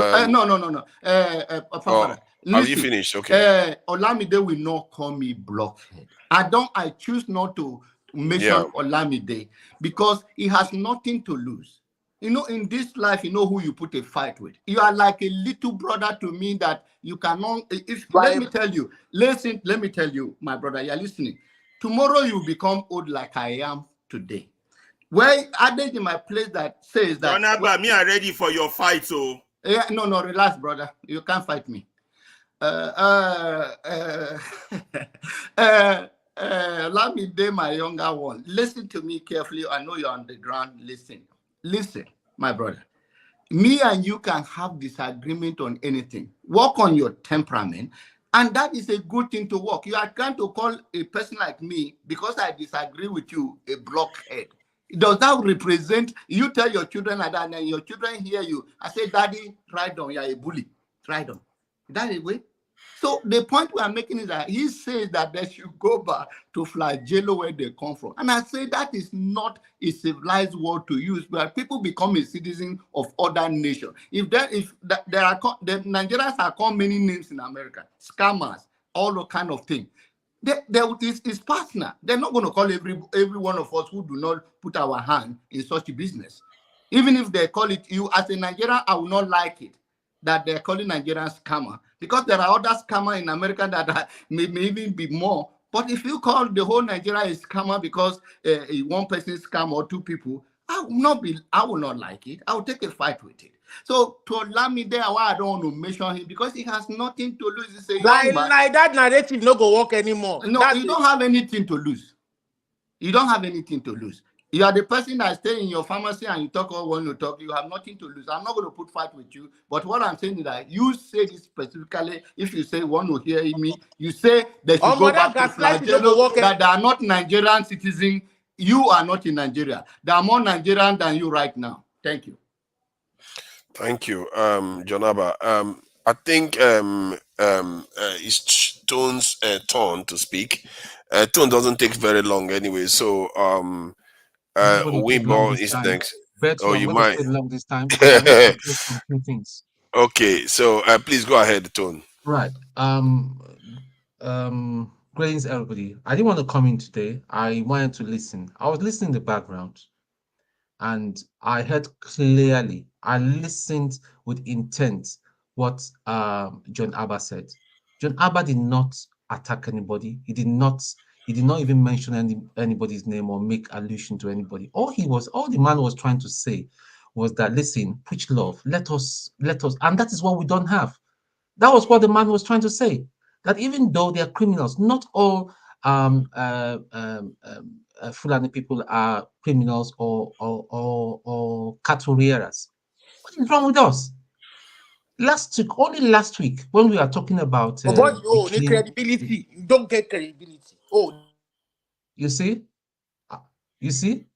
this guy, you're not well brought up. I'm sorry, and to be quite honest, you're not even my age mate. If you don't know, you don't get sense at all. Olumide, sorry. Anyway, sorry guys. So last week we were talking about the killing in Umuahia and all that. I saw a video that shocked me. I nearly wanted to send it to even forefathers and so few of us. I just held myself. I think I sent it to this thing to Rudolph. I'm not sure. I think I did, and that goes to show us that we are not clean. Even though we're talking about Biafra, I've told you many times here, my stand is I do not believe in Biafra. That doesn't make me less of an Igbo man. I'm very, very Igbo, and I understand what is going on in politics across the Southeast. Look at my brother here, Max. If Max was still serving, and his commanding officers sent him to Southeast, and he was harmed. And they will say, yeah, he serves him right because he's serving in the zoo army and all that. Whatever he sees, let him take it. Man, that is a height of wickedness. Igbos, listen, speak to yourself. You people some of you are wicked and very primitive. And that is part of the problem we have in Nigeria. You want me to support your hypocrisy? I will not. I will not. I say to you, I will not. Most of you people here, your mindset is what is still keeping Nnamdi Kanu there. The part of last week, I was shut up, Pansat. I'm not even going to respect you. Shut the fuck up, you stupid old man. Oh no, you can't do that. You can't do that. Don't do that again. 2 days ago. 2 days. No, I'm not going to respect that man again because 2 days ago, you can't keep swearing. He's doing something wrong, but you can't be swearing on panel like that. Okay. People are going to watch it. 2 days ago, I was working late. I was up late till about 4 a.m. in the morning, and 4-man came with one of his controversial twisting facts, and I was listening. They were there, and I quote: one man said from his mouth that it was the Biafra Day. It was the fault of the Oti that he coined up the Biafra Day. This same Pansato that will come here and be running his mouth and be insulting forefathers, while forefathers should not be a moderator or not, and all that, could not even challenge him and correct him. He was there, like Mumu. They were bending the fact. Biafra Day is something that's been going on to commemorate Biafra. He could not, the foolish man could not correct them. Just because they are there, they will, that they will kick him out of that of that place. See, this is the hypocrisy I'm talking about. This is the same hypocrisy I'm talking about. Yes, someone will come and they start attacking Mr. Abba without getting the story of what he was trying to convey. What he was trying to convey, we all know that it's a problem. But for you to come here and say that forefathers, actually, some few minutes ago, Kulata said something which I agree 150%.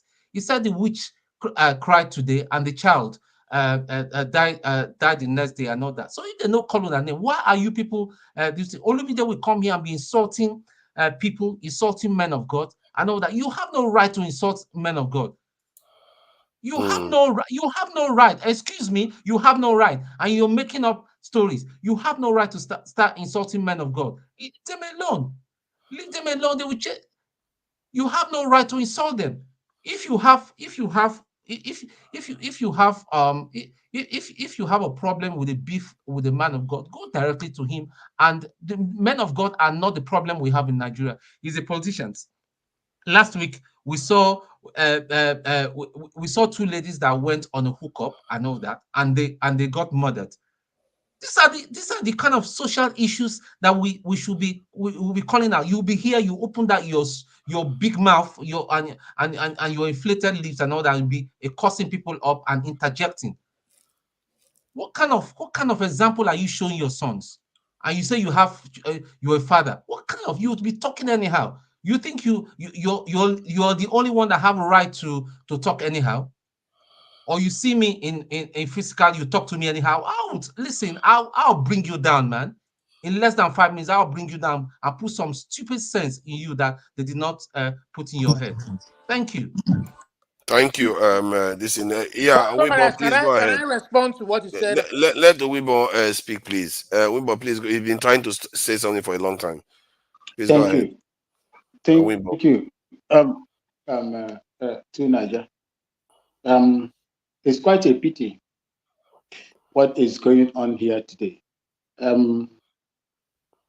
My senior comrade Tony, you are also, doing the same thing you are accusing other people, to have done. You're calling people on the platform by this foolish and so on. Those words are not good as well, my senior comrade. You see, To Nigeria, the reason why Nigeria is where it is today is that when we see evil, we condone evil. I told you people here, my personal experience. Max, our people are part of the killing. Let us say the truth. Our own people, Southeast, are part of the killing in Southeast. But we don't want to admit that. Yes, sir. I'm coming. All in the name of Biafra. I'm coming. I'm coming now. You and I know very well that there is what we call rules of engagement. And the last resort is the use of deadly force. You know that. You see, when the IPO, if you say that the IPOB, when they started, although that is not the topic of today, were they armed? Well, they were not. It is the same army that you and I served and retired. When after them and begin to deal with them. Yeah, but the same thing can be said for Fulanis too. They were not armed at first. Hold on to Nigeria. See, if you give me time, if you keep interjecting, I am going to have issues, by putting my facts together. Okay. Who attacked? Were the Southeasterners that attacked the Fulanis and their herdsmen, their heads? If they were in one place, would they have been attacked? Did you listen to what Abaribe said in the floor of Senate? That in Obingwa, the women ran to him, complaining their cattle were grazing in their farms, far eastern region. And when they asked them to leave, they said they would not leave. They should go and do anything. And if they misbehave, they would deal with them. They had no other option than to run to their senator. Their senator have to take them to the DPO according to him. They have to go there and beg these people to take their cattle and leave. If they kill them, in line of self-defense, senior comrade, because when you take your livestock into my farm, it's a show of aggression. You know that. It's a rule. Don't you say?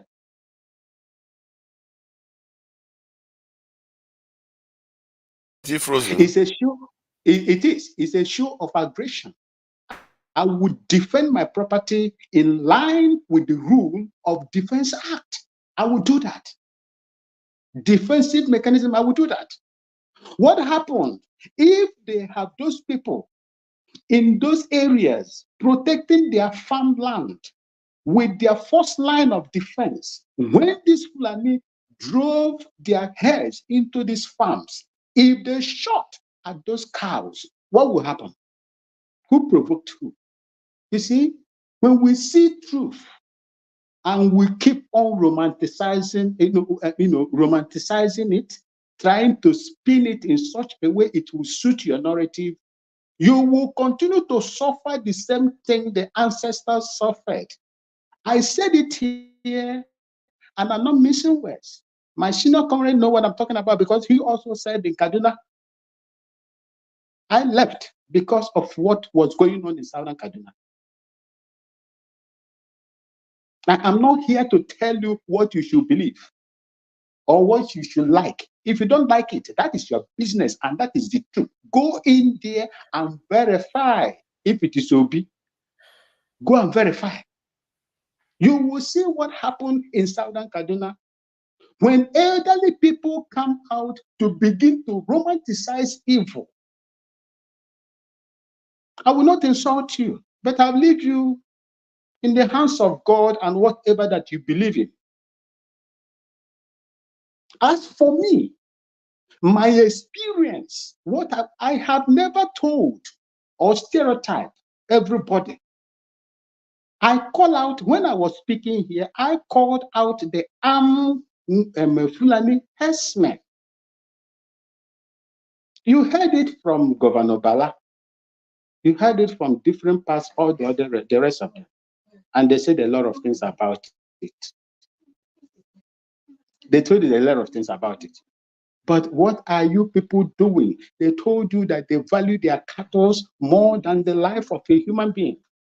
These are the things they say. If someone comes into the House of Assembly and repeat the same, the same thing, then what will you say? The problem we have in Nigeria today, the lack of foodstuff and everything, is as a result of the attacks in the farmland. Where how many farmers has ever gone out to attack the herdsmen when they are in their place? How many? They always march through the farmlands. And when we come out here, then we begin to romanticize things that are happening, things that are obvious. People are complaining of a bag of rice today. These people cannot even go to their farms because of the activities of these armed Fulani herdsmen. Call them by their name. The World Terrorism Index called this armed Fulani, not the other civil Fulani. Armed Fulani herdsmen, the third most dangerous people in the world. That is what they call them. I did not say it. And most of us here, when they said the IPOB is a terrorist group, we celebrated it. Hey, IPOB is a terrorist. IPOB is a terrorist. But your court has in all time at Enugu High Court de-proscribed what they proscribed. There is no other court that have set aside the ruling of the High Court in Enugu, the Federal High Court in Enugu. But when we sit down here today and call the activities of the man in and call Finland, them, is that not terrorist? hold on, senior comrade. The same way when the prison issue happened in Douglas Road, senior comrade, what happened? They said it was IPOB, Mazen now the kind of commander, then without any investigation. Was it not? They said that. But till today, even the hopeless who's or danger also came out and said it was not IPOB. But the rest of the Nigerians didn't believe it. If you, for those of you, I think KJ, are you from Imo State? If you are going to Douglas House, there are massive CCTV cameras mounted in that government house in Douglas House that can pick HD cameras. Up to today, the CCTV footages of those cameras have never been made known to anybody. And every time we come out here, we begin to, oh, IPOB did this, IPOB did this, without no thorough investigation. You see, well, I will leave you people with whatever that I have witnessed. And I'm telling you people today, the act of 400 years ago has a way of repeating itself. In my mother's ancestral land, in Obingwa, we don't have land for cattle ranching. If you want land, come and buy. Is it not the same people that are about to pass this bill now, asking the federal government to give them land? When Senator Zam said where they come from, it was Senator Zam, my brother Abba, my elder brother Abba. It was Senator Zam in that bill that said they should go back to their state of origin. He did not say go to Futajalon and open up their own. That was the debate. And that is the real, clause they want to remove from there, so that they will have access to the various states in Nigeria to open ranches. And remember also, my senior elder brother, or my elder brother, that cattle rearing is a private business. It's a private business. If you harness it well, I did not go and collect land or meet the Ghana government to give me land. We got our land and we set up the ranch. Why can't they do the same thing? There is huge money in it. And if you don't take care with it, it's a very dirty job to do. I can assure you that. It's a very dirty job to do. But if you really want the money and the milk, the beef, the hides and skin and everything that is there, you need to work for it. There is money in it. It is a multi-billion-dollar investment if you are able to do it well. I do not know why cows. I do not know why cows will be a problem in Nigeria. Every time you are talking about cows, people are even. I can hear myself at the background. Can you mute? I don't know the reason why. Cattle don't meant to roam about. The more you roam cattle about, the more you make them less beefy or meaty. They will become athletic. The less quantity of milk they will give you. If they cannot listen to it, we are no longer in the 18th or 17th century. Most of those places now have been taken over by development. Don't expect anybody to give you land. Yeah, try to be limited. Thank you. Yeah, please. Thank you, Owibon, for your submission. And the Black Maxwell, I must say that you are a very kind person. Can you hold on? That Can small you boy hold on, at your Olamide? See, Blackstone, leave your stone behind. is it not a problem of leadership instead of tribe or stuff? Because if somebody's land is destroyed, the government to an extent should compensate that farmer. Somebody's cow is killed, the government should compensate. That's what traditional leaders and state governors or local governments are supposed to take care of. But nobody is holding them accountable for what they are not doing. Instead, some people are using this opportunity to exercise their biases that they have against different groups, which whether legitimately or not. But the point is that you have people that are supposed to handle this thing. They were handling it better before, but they refuse to do better now. Leadership is failing, but the people are letting them get away with it. Please, the Blackstone.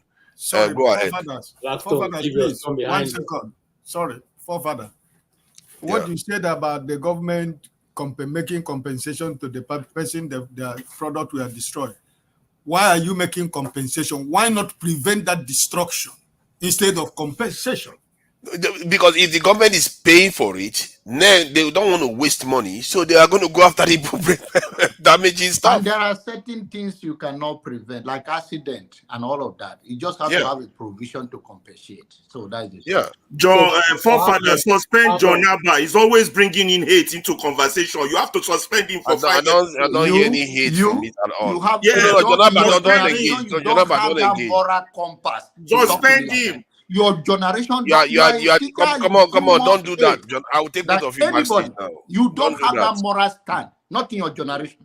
Are you kidding? Suspend him. Don't do that. Don't do that, Ferrari. Are you kidding me?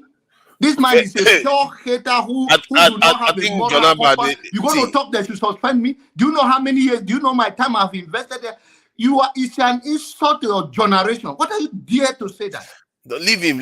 He doesn't know what he's saying. We all know. The state of Chicago should remove you from the teaching board for passing this course across. He calls me an impostor and all this stuff. So let's be our brother's keeper here. In fact, this laugh on you don't touch something. This laugh on self. No, I like to fight well. I wonder. Blackstone, don't throw any stone. Keep your stone. So No, I don't have stones to throw. Don't worry, I'll keep them. My stones are gold. They are diamonds. So I don't throw them out here. Exactly. Anyway, thank you so much. Anyway, I've been listening to everybody. One thing of all the discussions everybody have talked here, one thing I found that nobody have ever provided a solution. We are just talking about the issues, ranting around and everything. So we know that the issue is there. We know the issue is there. So what is the solution? That's where my whole issue lies, you understand me? Nigeria is a complex society, right? And sometimes let's go back to this our democratic dispensation right from 1999.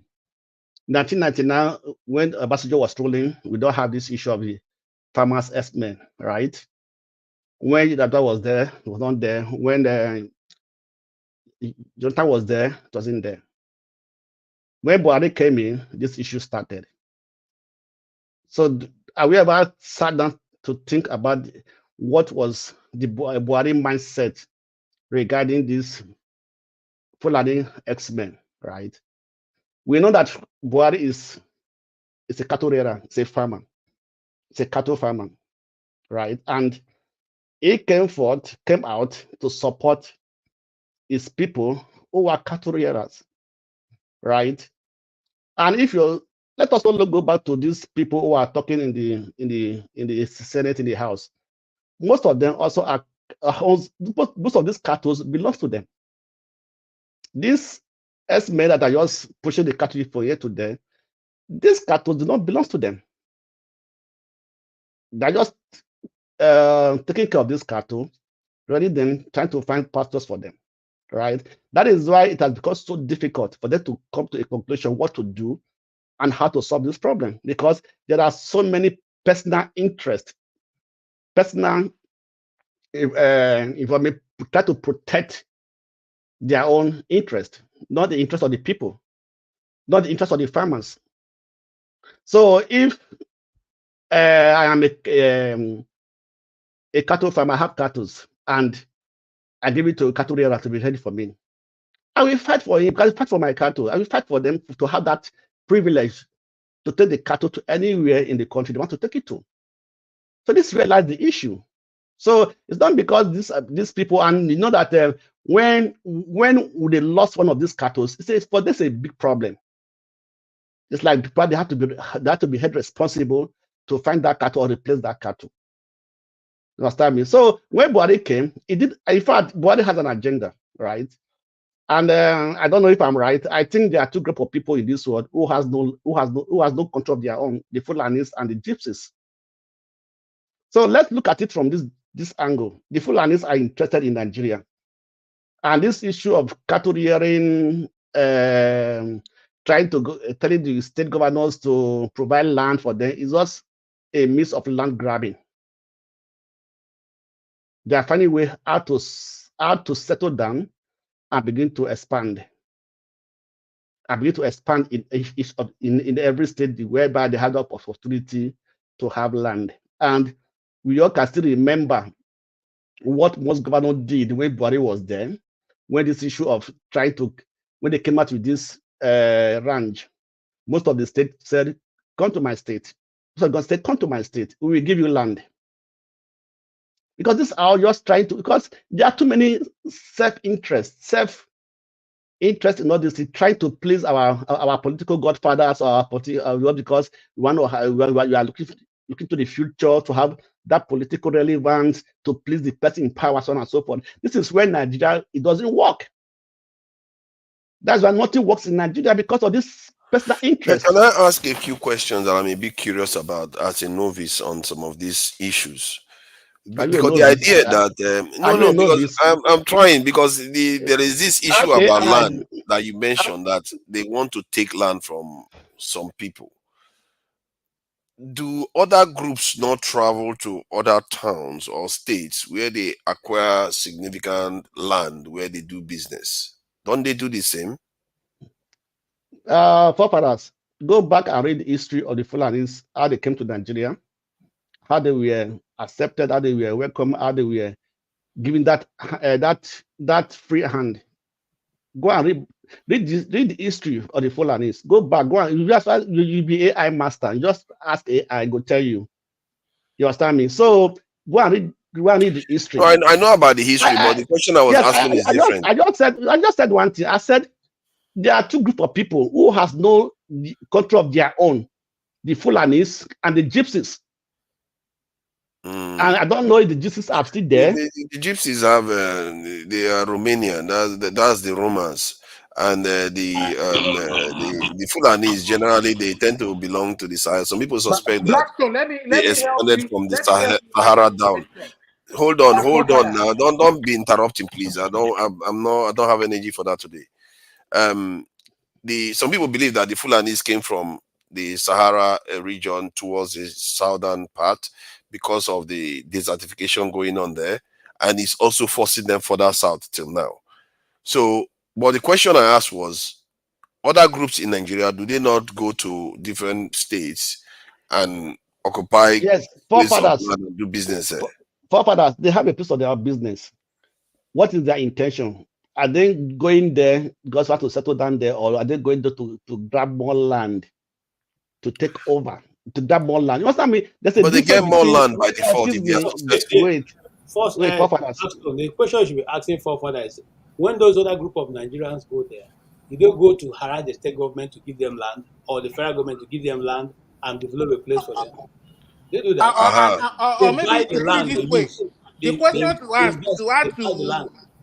to add to KJ's question, maybe the question That's to a ask fair is, question, actually. do they carry rifles with them? Do they carry AK-47 with them That too is illegal. They shouldn't. I like that point. I think Akpabio made that point. That's the only thing Akpabio has ever Will said. they go to I people's actually farm support. They to don't carry kill them? AK-47. Will they go to people's farm to rape them? So, Come on, forefathers, let's not be using such language here, please. That is what is happening. So, forefathers, this issue, you understand me? The Nigerian politicians knows the solution, but because of their personal interest, they don't want to offend people in high places. Because of their political agenda, or political, the future of their political process, and so on and so forth. You understand me? And this, like I said, this cattle belongs to those people in power. It belongs to them. But It doesn't belong to, don't you it think that doesn't- the trick that they are playing is that they are having people fight each other instead of holding them accountable for not doing their jobs? This problem shouldn't be a problem by any nation that knows how to manage this in their realm. It shouldn't be a problem at all. Forefathers, when a people or a country always politicize issues, it becomes very difficult to solve. It's not that difficult, actually. Let me And, finish. You okay, just use the word. You just use the word. Not that difficult.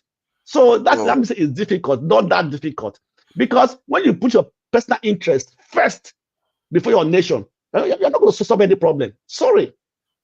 Yeah, but there's also people from the. Excuse me. Buhari was a farmer, a cattle farmer, and he has a ranch. So why was it then not making that trying to make a loss? You can also buy your land. You understand me? Okay, for example, let me give you an example. In Sudan has more cow than Nigerians. Are we having these issues of fighting over cows, or cows going around going to people's farm and everything? Cow is, in fact, in Sudan, in Southern Sudan, I think cow is what is used to accept a rich man, a big man. Cow is what they use for bride price. Most of people understand the culture there. That is different. Yeah, and they're not fighting each other over that. We don't have that culture, but we have cows. Then why are we having issues? Why are they fighting other people? Why are they using it to destroy other people? That's to tell you that they have an agenda. They have a different agenda.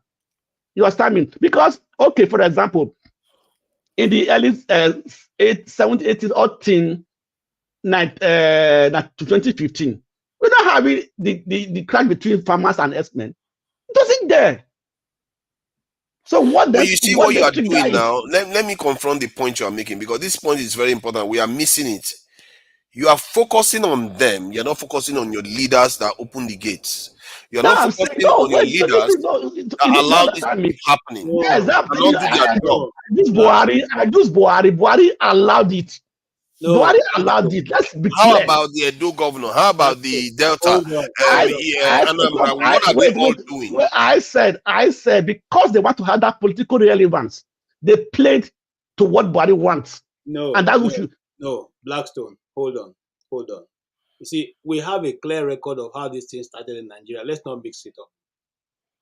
It was envisaged in 2015 or 2012 that Jonathan may not go. So a committee sat, and I'm going to quote the names. His name is called Kawo Baraje.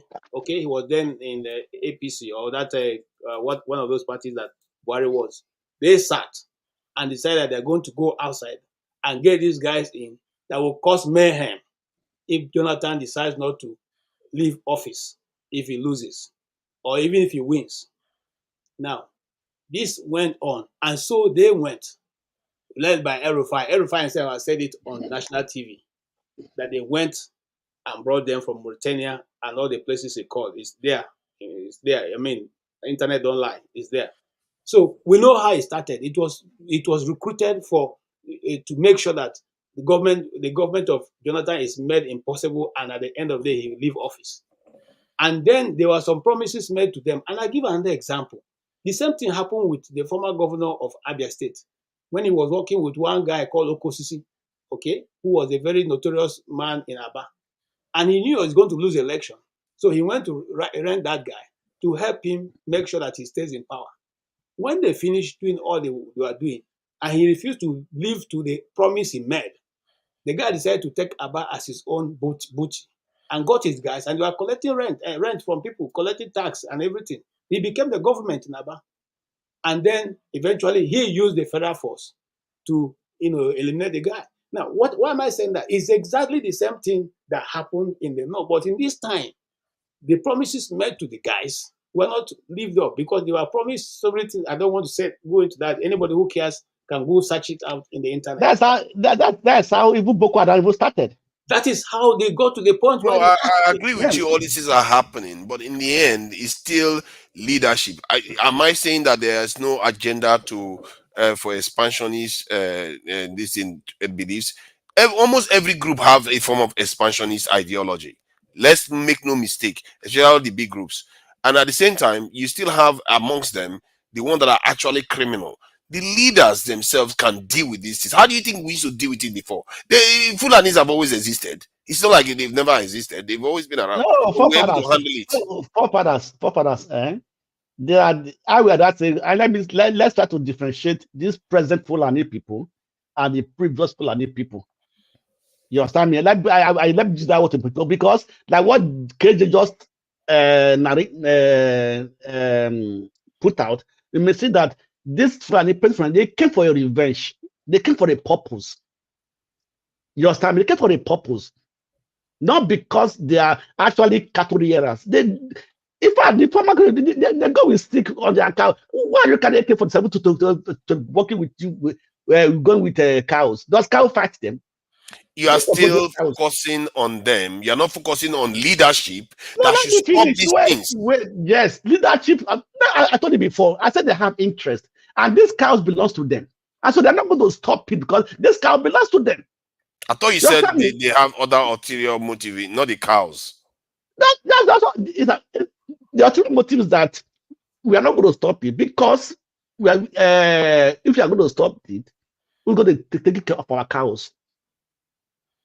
They don't need guns to take care of their cows. They used to do the same thing before.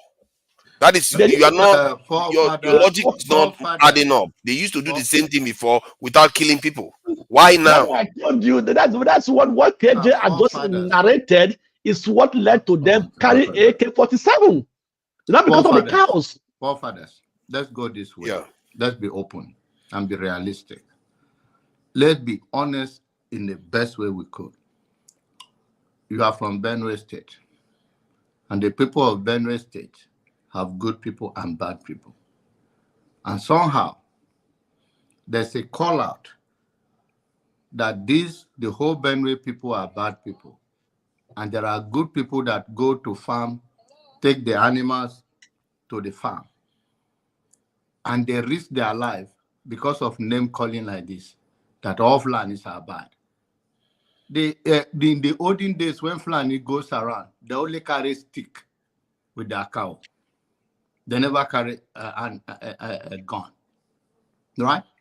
When you think that their life is at risk, only thing I would take from the Blackstone is that those people are also as poor as anybody. They are raiding this animal for the rich people. So everybody, all of them have interest there. So we're going to speak reality to issue. We have to draw the contrast that there are militant Fulani people that have a different agenda than these Katie Rora that are going about their business, and which some of them are reckless in their business, especially passing through people's farm, which I condemn. Right? But then you are risking their life. Oh, they are terrorists, they are this and that. So they move from stick and to gun to protect themselves, because the moment they see you, you don't see them friendly again. They see them like, oh, you are coming after them. And some of them, of course, is outrageous to go through anybody's farm for any reason. But then let's draw the contrast. The name calling of Fulani not even knowing for only through the farm. We are just talking about the farm today. They also call them terrorists. Yeah, so let's be honest about all of this. So you're going to let your people be invaded because you think they are all Benue State governor who will let their people be taken over from outsider? No, you will empower your people. Remember, when David Mark was the Senate president, he empowered the villages that they were attacking. It's the same autumn that you are seeing that they are calling hero because he's going around flipping today is a PDP, this and that. It's the same autumn that removed all those things from their hand. So let's take care of your people. If they violate the law of the land, yes, let the law be enforced. But you are talking about you're going to risk their life, and they'll be moving around. Innocent Fulani man that is moving around will be risked by your calling out that, oh, they are all terrorists, and you think somebody that have interest will not equip them? Come on. And this is why I'm going that the people of the state have power to control them. What Jonaba is saying, they can round up. You see, Jonaba, I want to tell you a personal story. You see, most times I tell personal story because some of these things I've dealt with. When I was in university, I used to have a Ruga. They used to have a Ruga by the place I used to live. Okay? And they had plenty of cows. Every morning they used to carry their cows, pass through because I was staying in university quarters, staff quarters. They would pass through there. And then I had one of them who would always come and ask us. I don't speak much of Hausa. But he wanted to learn. Okay? And I said to him, okay, you know what? Since you are passing every morning when you pass here, go and bring book. All right? I will teach you ABCD. I'll teach. He was very, very, very happy about that. So every morning, he passed with his book. He learned how to read ABCD. He learned how to write. He was so happy. Okay, learning. In fact, we did that for over and over and over. I'm just telling you how Nigeria used to be before all this thing started. And then one day, when I was leaving the university, he came and met me. He said, "I have helped you so much. What will you give me? Because me, I won't agree to take cows." I said, nothing. You shouldn't worry. He said to me, and I'm serious about it. This is my major point. There's something that they do for their people. It's called Maganin Ferengini. I can't forget it. Maganin Ferengini. I didn't know what it was then.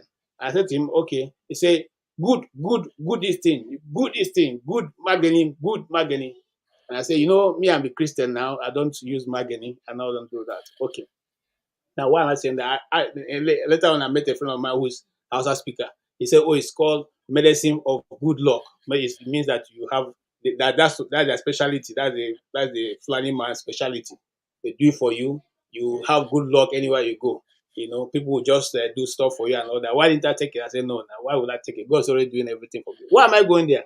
And then this was the relationship we used to have with those Fulani people who have been in Nigeria. We didn't see them as anything. We saw them as fellow Nigerians. Until the political class decided that Jonathan is the worst thing that happened in Nigeria and he must be removed at all costs. They went to Mauritania, to Mali, to Sudan, to one other place to go and bring these people who are now ravaging Nigeria with a promise that they are going to give them land when they eventually take over government. When they took over government, they saw that it was impossible to give that land. They said to give them, remember when the government paid them $100 million naira. Everybody we all know that. So let's not behind these things new. They paid them money, which was delivered by Nasir el Rufai himself. He led this. He said they went to the forest to go and look for them. Okay? Now, when that happened, they slowed down for a while. But eventually, the purpose was before now to give them land. Okay? So now, they had to find a way to craft into our law to give them land. And so they came up with Ruga. Jonaba was asking me if I was one of those people. When they came up with Ruga, how then do you give a one particular tribe land in 774 local government? The other day, Chim was on this platform, and I said it. When I saw the original document, Chim's village was one of the ones they wanted to take over.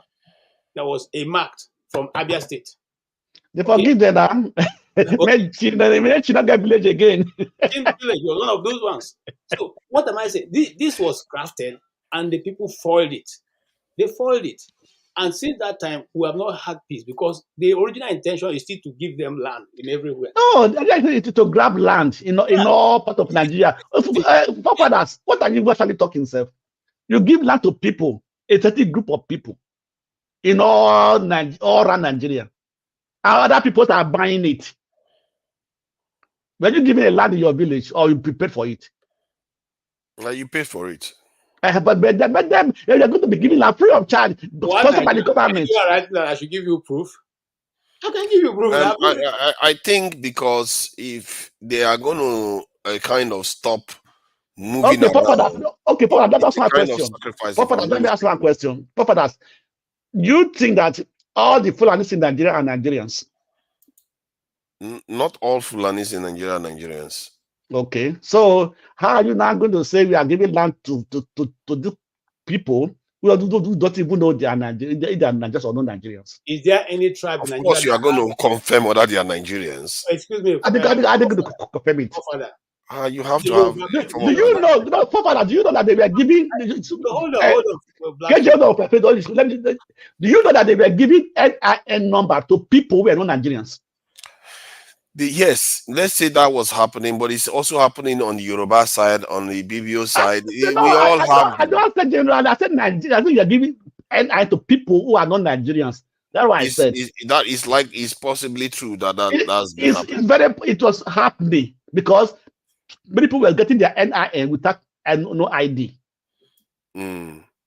My concern is that you are seeing only one side, but you're not seeing the other side. No, I'm not talking about people like the no, forefathers. You understand me? If a group of people are being favored by the government, by the federal government, not even the federal government, you know that there's an issue. Yes, but you can. Okay, are you going to say that like the South South when they were fighting the government, then the government decided to give them amnesty and send them overseas and all those things? That is in a way government doing the similar stuff. Personally, I don't subscribe to that. Law breaking is law breaking. You should answer for law breaking. You see what I? But Nigeria does this. That illustration is very wrong. The South South, what were they fighting for? What are the Fulanis fighting for? The South Side is fighting for their own lifestyle and their environment and their entitlement. Okay, Fulanis, what are they fighting for? They are fighting for cows. I don't even think they are fighting for something. They are. I thought that if the South Side was fighting for their to even highlight your point. The lifestyle is fishing now. Are they fighting that they are fishing the land? No, now forefather, you are being disingenuous on this. They want to maintain. Say, Olumide, hold on. If you want to speak, your turn will come. If they are fighting for their lifestyle to go and fish, you can also argue that the Fulanis are fighting to carry on grazing their cattle along routes. So which route? Which route? I don't know. I'm not exactly an expert. I don't have their map. All I'm saying is that I'm just trying to. Because we all forget that there are two sides. More Nigerian than the other. They stop interrupting. Okay, just stop that. Can I contribute? Yes, you get your chance. You guys are going back and forth. Don't keep interrupting people and saying you are being polite. You're not being polite. No. I'm saying you guys are going back you're still doing it. You guys are going back and forth. Leave I want to contribute. Leave it.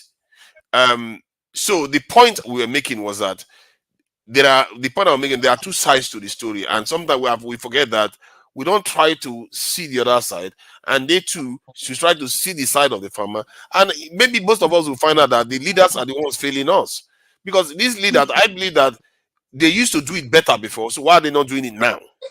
So why have they stopped doing it better now? That's where I want to come in. That point you made is where I want to come in. The reason I'm saying that is because everything boils down to the politics.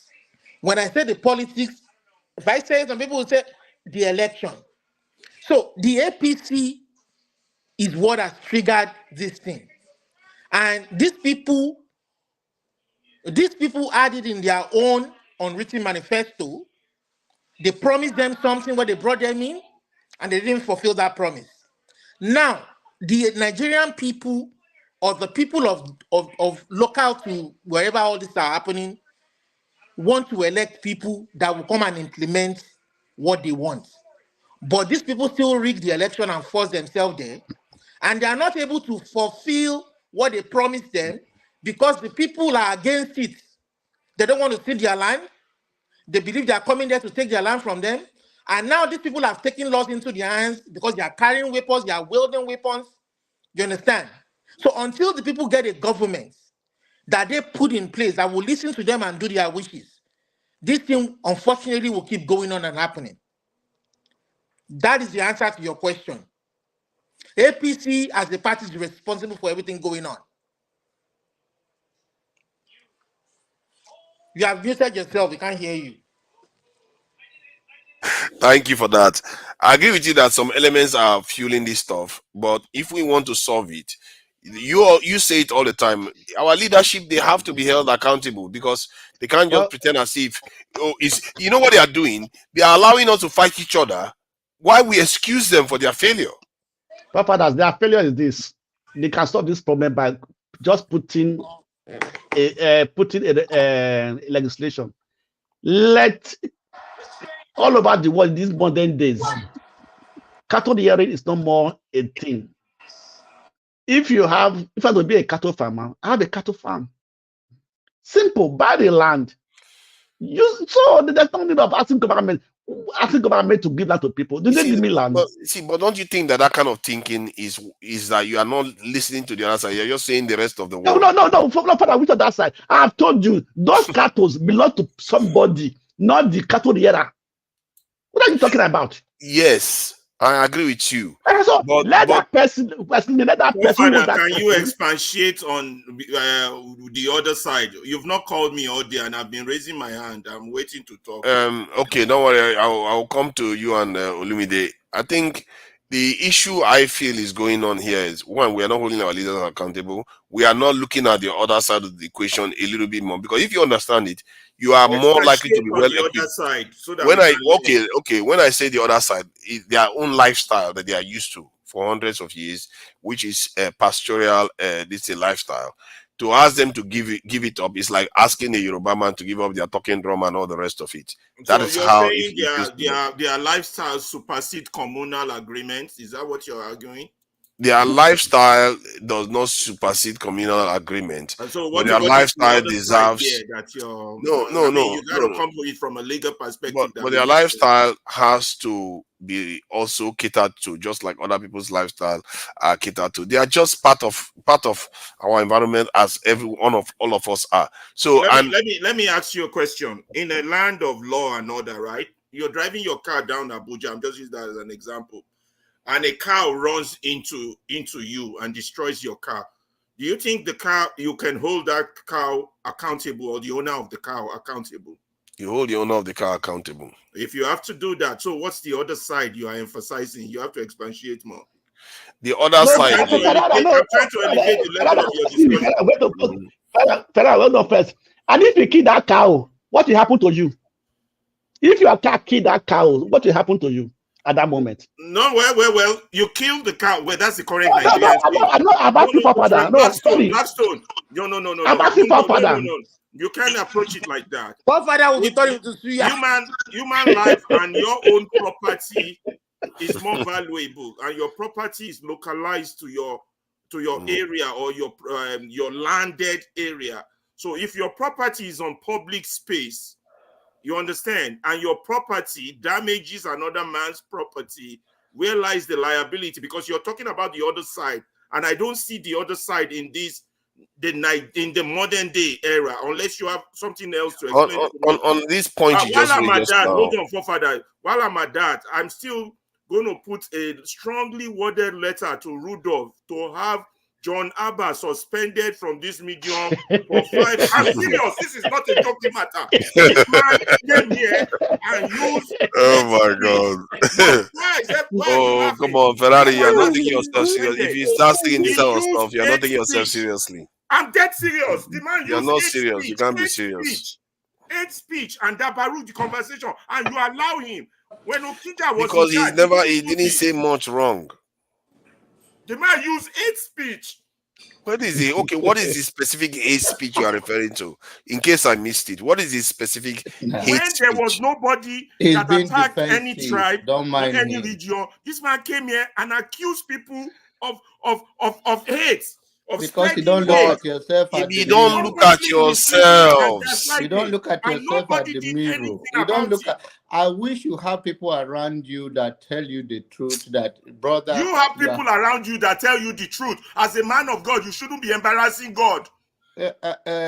God is not in wow. your bedroom. That's the good thing about it. And God is not low And to you your allow him. standard. That's the problem. We don't hold Yeah, each other accountable. you see, the good thing is that when you why is it so much about you? You are not even the one I mentioned. I mentioned categorically Olamide for saying let them go to Fatajello or whatever. He's not even boiled like you John because Abba, you know. I meant the But ones it that will was not hate obey our speech. laws. If you will not Yeah, obey our laws, well, you are no more Nigerian than the other. then go You are you go no back to more Nigerian than the other. In fact, there are more Nigerians than you, if you don't know. So because You hate speech, and so everybody Nigerians the are not issue is that murderers. Nigerians are not brother, if murderers. it's me now, Hold They are on, not I rapists. don't hold I on, don't stage. let me This talk man used hate now. speech, hold You on, and see, you hold did on. not the deal with it. platform Can I has just say been something? boring. Can I The just say something platform quickly? Can I just say something quickly? You see, I'm getting a little bit fed up with the way our people behave, and for better or for worse, one way or the other, maybe I will not be here for long. The way we behave sometimes is really scary, and you see the people in the chat; they are very happy to carry on talking the way we are talking. Maybe it's a form of therapy where we just lambast each other on and on and on. Maybe it's a form of therapy, but for someone like me, maybe for someone like Jonaba, when they hear it, they will just like, what is wrong with our people? Why do we keep attacking each other? And we don't see it, that we are doing it. The fact that we don't even know that you're attacking a whole group, and the other group is watching from the outside, say, oh, look at how they're attacking, or they're attacking. Before you know it, a house divided, guess where you are going to end up? What is this thing? And this is why, personally, the topic itself set us up for this. Because if you lead people in a way to talk about division, you're going to get division. If you lead them in a direction for unity, you're going to get unity. Personally, I'll be going towards a direction of discussion that leads towards unity, because that's the one that actually brings riches to us. The only way to control this or put it or stop this discussion is for the authorities to do the right thing. Stop the killings and bring the people committing this act to book. If you don't do that, I mean, people can't keep dying and you tell us to keep I agree quiet. with you. Isn't that what we're all saying? We should be focusing on our leaders. They are not doing their job. What is the point of all this election and all this rigging? They cannot even fix a simple problem like this one. Then we'll keep talking it every day so the whole world will hear and see what is going on. We can't afford to wipe away Press your leader. a race. Olumide, how can we talk about it when people like him twist the topic and turn it into hate speech? That's the problem. You are the same thing now. We are just discussing now. We are just discussing now. The topic now become argument. We should hold the leaders accountable. Isn't that what Ferrari is supposed to be about? You are supposed to be holding the leaders accountable, but you keep going about the discussion. Why do you keep letting the leaders off the hook? It's their job to make sure they take care of these things. If you are supposed to compensate farmers, do it. If you are supposed to compensate herders, do it. If you are supposed to stop herders from carrying weapons and working in our neighborhoods, get the job done. What is all this excuse you keep making for them? Forefathers, if you are supposed to kill the politicians, kill them. And I'm not. Wait, where did that one come from? Can you stop that kind of talk? This is not the view of Dr. Damages. So this guy is trying to get Dr. Damages trouble. Don't do that here. Don't do that. Don't blame the guy. That country can make somebody go extreme. Go forward that. What are you The way things are what are happening we can voting for? make people go These extreme. politicians are big That is not Nigeria's the view biggest of Dr. problem. Damages. So that's not the view of Dr. Damages or Rudolph. That's So my that is view. the view of the Blackstone. That's my view. And And I think it's a joke. these are the people that are destroying Nigeria. They are destroying Nigeria too much that they don't even deserve to live. Nigerians, It's too much. my brother, I'm going to say this while I exit for now. Now, in the serious note, I hope I always say I shouldn't call him a brother, but Everybody, good night. Sleep well. I will always You be sleep well, the Blackstone. Thank you for joining Good us. night, brother. Good night, everybody. I will always say it, brother Ferrari. I'm in a serious note. I know you are joking. I hope, and I mean it. I don't want to make a case between you and I, right? Please turn the mirror on yourself. Go watch some of your comments. If that is your judgment and you are okay, and your brother Olamide forward it to him to say let him evaluate you on this comment and this and that. And if also he say it's okay, and that is define your heritage and your tradition and value that you are trying, we'll leave it at that. But for you being hypocrite today, and I think you should write that letter and I'll mail it to me. If you don't know Rudolph, I'll take it to his house directly. Don't go through the mailing system. That would take too much long. I believe you should be suspended for that hate speech. I believe so. You know that you have been defensive. You are the one that brought hate speech because there is no one that is more Nigerian than the others. And I have made it clear that even some of us here that are in diaspora become a citizen of a nation and who will still hate to hear go back to your country, even though it may be what we hear from them that we don't like. And then to tell to me is narrow-minded, is myopic for you to tell African brother who come to a space that you run from. They are more Nigerians than you, to be honest. So, and you tell me that you say then go back to where? Go back, say let them come through even Nigerian kill Nigerian, whether Igbo kill Igbo, it's not accepted. Any kind of barbaric act against humanity should not be tolerated at any level, at anywhere. So, to shift the goalpost to what I think you are joking, but even if you are at that, please ask yourself, why are you tolerating it? Why are you twisting it? Brother, have some temper. I don't know even why they make you teach. I don't know. If I know the school, is he a teacher? Yeah, he's a teacher. For God's sake, I don't know why you teach, because the temperament and the way you look at the way you wipe your hand, you are in. I think you see that's why Nigeria only prosper in other countries, because this thing you are doing. Trust me, if you do it in your class and you do it in your meeting, you will not have a job by now. Okay, so we are always Jonaba, let me say it this way. If I rephrase my word this way and say, my fellow Fulani brothers, for those of you carrying arms, killing people on the farm and taking law into your land by not trying to lawfully apply for land and create your own ranching and follow the laws of the land. If you don't obey our laws and subject yourself not to our law, Nigerian law. Our law is making that's what I'm saying. That the Nigerian law, federal and state laws and local government laws, you will rot in jail, or if you are not ready to obey our law, the laws of the Nigerian land, go back to where you came from, go back to Futajalon, or you will rot forever in jail. Is that okay? If I no, why did Futajalon have to get involved in that one? You can just say lawbreakers will go to jail. If you break the law of the country, you go to jail. Yeah, whether Igbo, Yoruba, Fulani, anyone, exactly. Bring any you are making it like it's a war between you and them. And I'm being honest on this platform. Forget we come here. If you make it like it's a fight between another ethnicity group versus you without picking the bad people out, then it becomes tribal. The issue is not because I call it all my people out. So it's not about that. You don't do that. If you make it like that, you are creating. We already have problems from around the world. The black race are really suffering. Then we now created another hate within ourselves. You can tell them that if anyone in the land, even I'm in America, The law did not say, oh, white people is exempted and I'm not.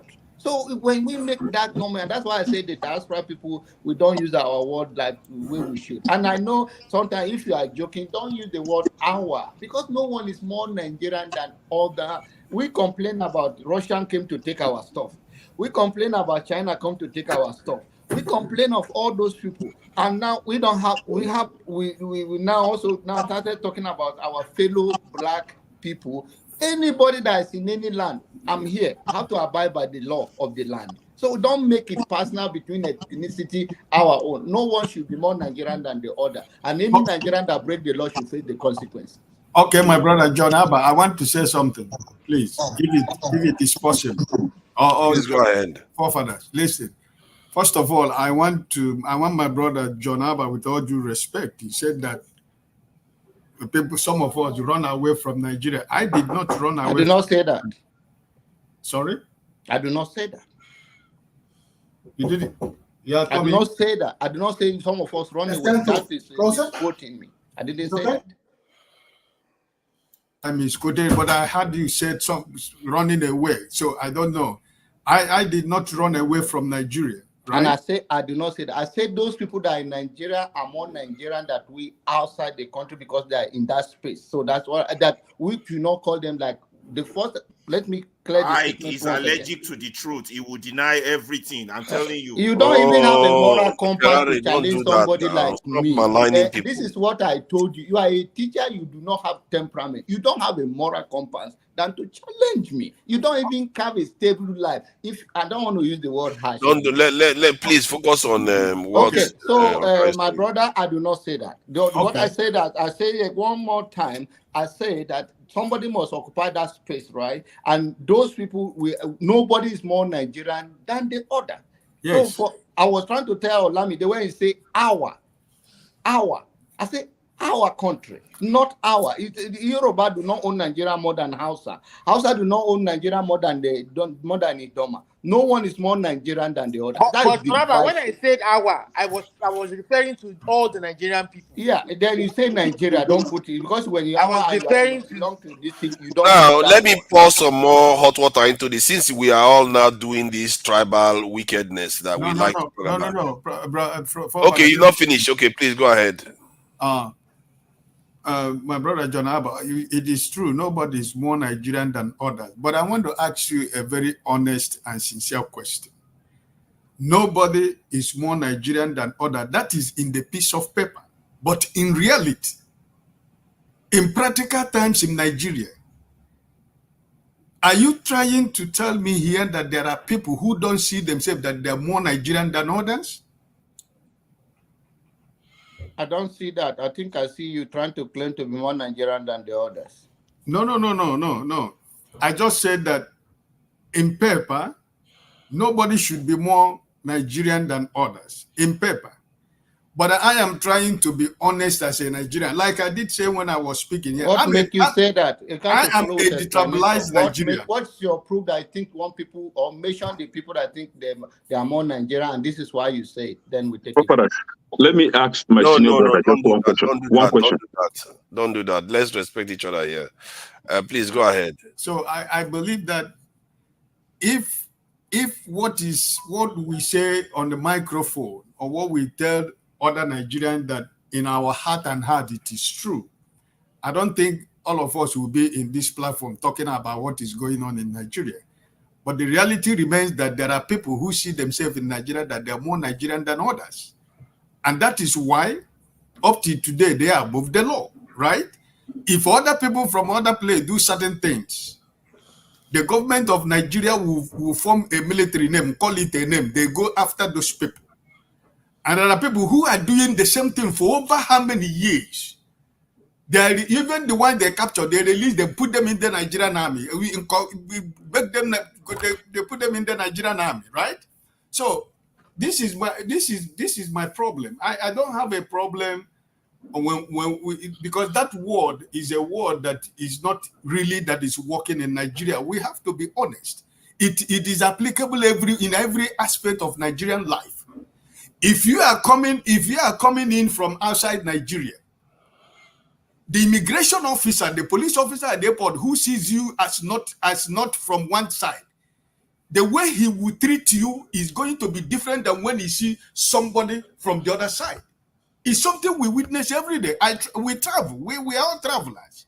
So, but it is painful and it is sad. So I don't want to see myself claiming to be more Nigerian than anybody, but I am speaking in the fact that even though we are not supposed to be more than any other person, but that is actually what is going on in Nigeria.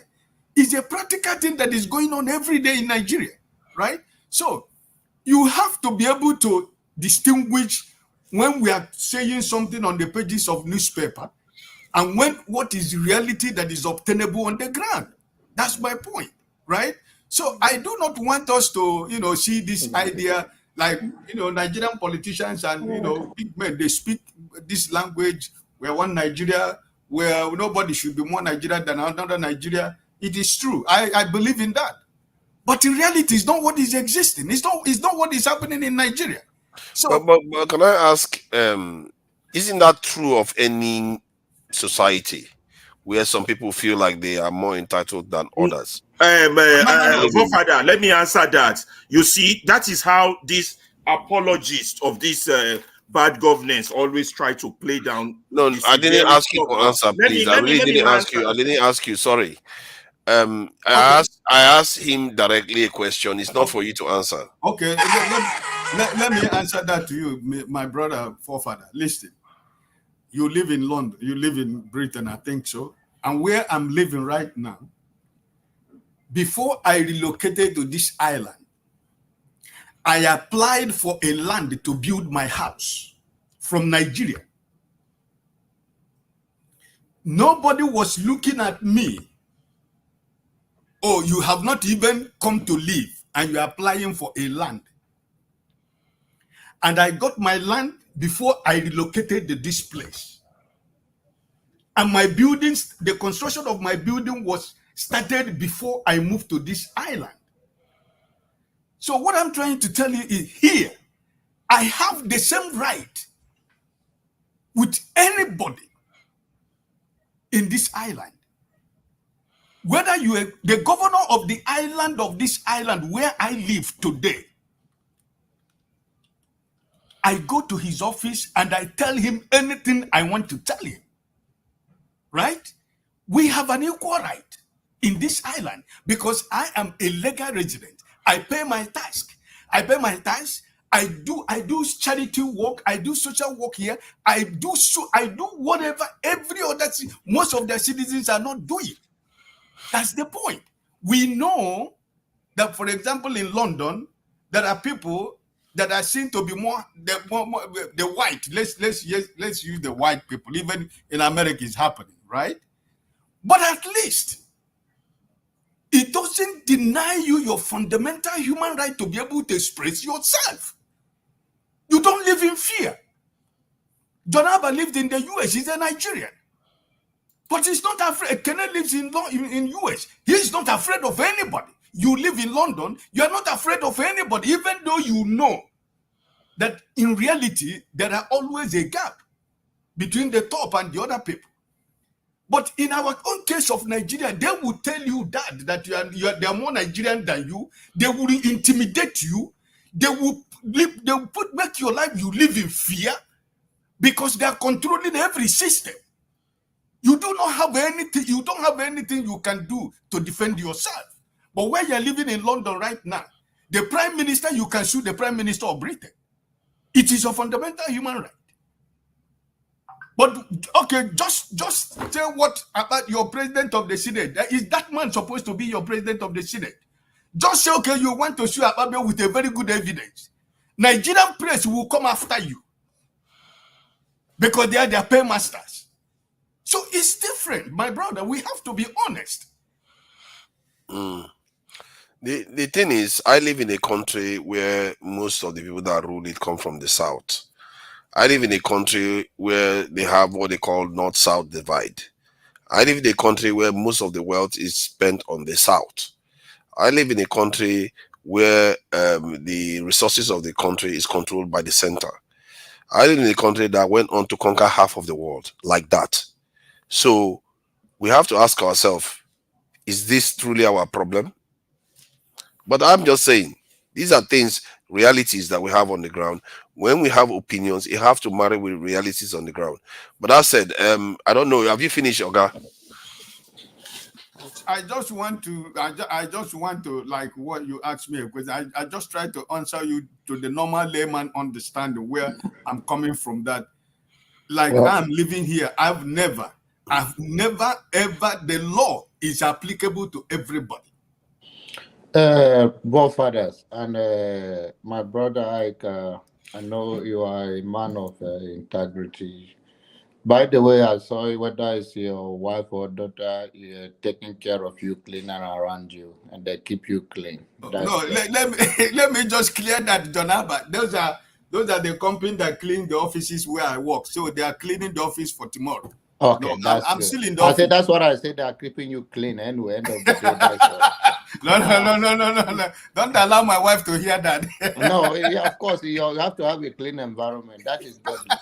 Forefather, let me now let's go to the issue of what please mute this guy. Now let me respond to what he called me for. Is it not Fashola was a Sorry, I'm governor? muted. Jonaba, sorry about that. Okay. Sorry, I was muted. Let them have their say because they've not said anything. But I was responding to what he called me out for. When somebody called you out, you have to hold on. Please keep it brief so I that will, Ferrari can have I his will. say. Let me have a say. Just let him finish. He's going to be brief, then you can speak. You see, I don't know how that sit with any normal person. The same people you demonize over and over, call them all kind of names. Now you believe that they make you feel less of yourself or less of Nigerian than yourself. When Fashola was a governor of Lagos State, you know what he was doing, forefathers and the rest? He was giving 25,000 naira to any northerner that want to return to the north with a bag of rice. Go find out. So how is that a Nigerian?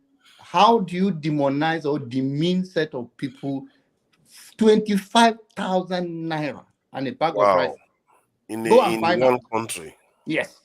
So the notion that any Hausa or Hausa Fulani make you feel less of a Nigeria by any oppression is a lie. It's a community capture. It's a defensive mechanism. You know what? When somebody is a projector, who they are, they say that is what the next person is. Thank you. Then let Ferrari, Ferrari has been around. We have to go turn by turn. No, we are not running anywhere. So okay, now let's be very real. Let us stop lying to ourselves. Nigeria has two major tribes, those in the corridor or close to the corridor of power and those that are not. Now, the coalition of this tribe cut across geographical space. You understand? Those that are close to the corridor of power. Now, what the likes of John Abba come down here to do, and you to do is sometimes forefather, and I'm going to address that point, is that when we are talking about issues, you understand, you come, twist it around, that is Abba today, and make it tribal when that issue is not tribal. Let me say, we stop lying to ourselves. The bad people in Nigeria, you understand, they make us feel as if they are doing us a favor. And the likes of Abba come here and repeat that narrative as if Nigerians are idiots. You understand what I'm saying? Now, the bad people make us feel that they're doing us a favor. For anybody, Nigerian, abroad or at home, to come here and say that some people do not have more rights than others in Nigeria, that person knows in their hearts that they are lying. Me, you, and everybody here knows that some people are above the law in Nigeria. They have impunity. They are untouchables. They run the country. anything they say goes. They dictate to the judiciary. They dictate to the army. They dictate to every organization, civil society. So for us to come here and cloud things as if we are all equal is our reality. It's a disservice to the truth and to our fatherland. There are two types of Nigerians: those who have and those who don't have. Now, how you belong to that class depends on how much you compromise your integrity of those who have. John Abba knows this. You understand? Now, for you to come here and say we are all equal, Fashola did this. Fashola belongs to the ruling class, and you know that. APC ruled us, created this Ruga problem for 8 years, handed over to... Your audio seems to be a bit Yeah, messed. even God Almighty will fight this guy to prison. And we see Jonaba, come on, man. Jonaba, let this go. Don't do this, man. Jonaba, don't do that. Don't do that. Jonaba, let him me speak now. finish Jonaba, now. it's only fair. Let him speak, please, because Let me finish. Go Okay, ahead. now, where I hit you a little bit before, Father, is when you come up with this argument, but we are not the only one. The rest of the world is going through the same thing. You know that is not completely true. I'm here in America. I wasn't even born here. I have written to the governor of my state. He has responded. He has addressed my injustice. I don't have that right in Nigeria. Are you with me? So when we come here and say things that are devoid of reality, we are doing a disservice to how that country can get better. That is what John Abba is doing. Now, this Ruga problem, he kept measuring when my name, so everybody please was let me discussing respond. it, let me finish. When everybody was discussing it, they were specific to the issue of land use, cow, and some people having rights above others. Those were their topic. John Abba came and turned that into an hate speech of tribal hatred for some specific tribe, which was not what that conversation for 5 hours was about. You understand? That was why I got mad. That why would he do that? That conversation was flowing. There's a problem. Those who have influence of the corridors of power are lording it over those who don't. And those who don't are suffering. And the majority of the people on this panel outline the pains of those that were suffering. Do you understand? John Naba came here tactically, switched that conversation around. You don't know, forefather, but the moment you start saying, but they don't have equal rights also in the United States, but they don't have equal rights also in London somewhere, we all know that's not completely true. A cow cannot damage my car in London that I will not get damages. You understand? A car cannot come and eat my farm here in the United States that I will not get damages. Now, I don't know about Russia. I've not been there. I don't know about North Korea. I've not been there, and I'm not planning to. And I'm not planning to compare Nigeria to North Korea. You understand? What? I'm planning to make us break progress. And progress to me would be we get closer to a more developed nation. Like one, I don't want to think they're better than us, but right now they are. So when people like this speak, they soften the blow big way, because don't hate your leaders. Don't hate this group. It wasn't a tribal argument. It was an issue of people in pain. Abba turned it into a tribal argument by saying, then he started telling us the type of words to use. Don't use words like telling Olumide our problem. And Olumide was being patriotic. When he said our, he was referring to Nigeria. You understand? He wasn't saying our as per I am Yoruba or I am Igbo, I'm better than the outside. It wasn't. It was Abba that turned that argument into that direction, which is what Nigerian politicians do to continue their oppression in the corridors of power. That is actually the opposite. Can I ask a question? Go ahead. Yeah, the question is, just because you are in pain, does that excuse one to become use tribalistic language? No, nobody did. That's what I'm saying. But is it possible that you, because of the pain, the person could have lost objectivity and No, they actually did used not. tribalistic They language. did not. They were objective. It was happening in a Father, let specific me region. respond to it because if you let him talk, he will talk till Jesus. No, let him talk Because after he's done, see, Ajanaba, you're going to get your chance to respond. You don't need to defend yourself. Anybody No, I'm that not defending myself. I know. I am too, and I can't defend Just a myself. minute, please. I have something very serious that I want to Ferrari, say. have you finished? Yeah, I'm Please, finished. Is that the last thing okay, I want to just a say minute. is that when we repeat what our leaders are doing, we are making idiots of us. We know our pragmatic reality. That's why we are on this show. So when you come and tell us that's not the reality, we should color the reality differently, you're trying to turn me into an idiot or a fool. And I'm not your fool. And you are the fool who don't see your pragmatic reality and call it what it is. Thank you. Yeah, let me come in. Ferrari, thank you very much for putting it the way it should be, right? I hate the idea that one will always... Let me pipe low. My senior brother, John Abba, right?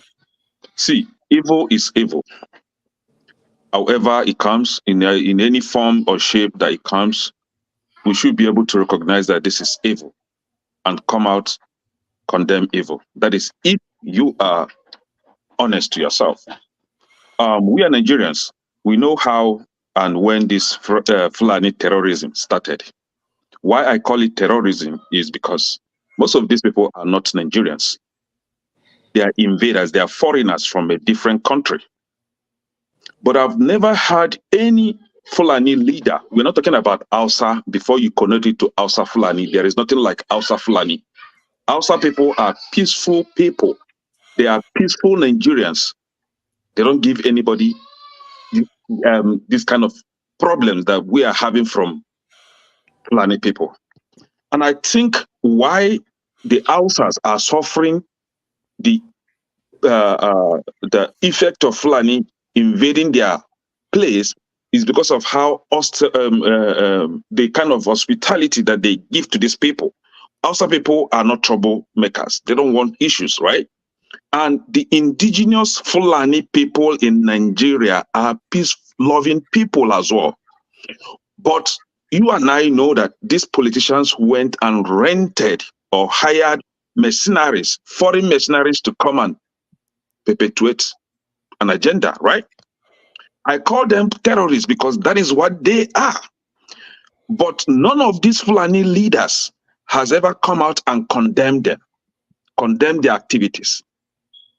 The only thing you see them do is that they find a way to coin it so that it will appear as if they are not as bad as we know them, by giving them nickname, christening them from one name to the other, from being invaders to being a bandit. Now, let's define what Sorry, bandit... does that include Buhari, the Fulani leader? Does it include Buhari? Yes, it includes Buhari.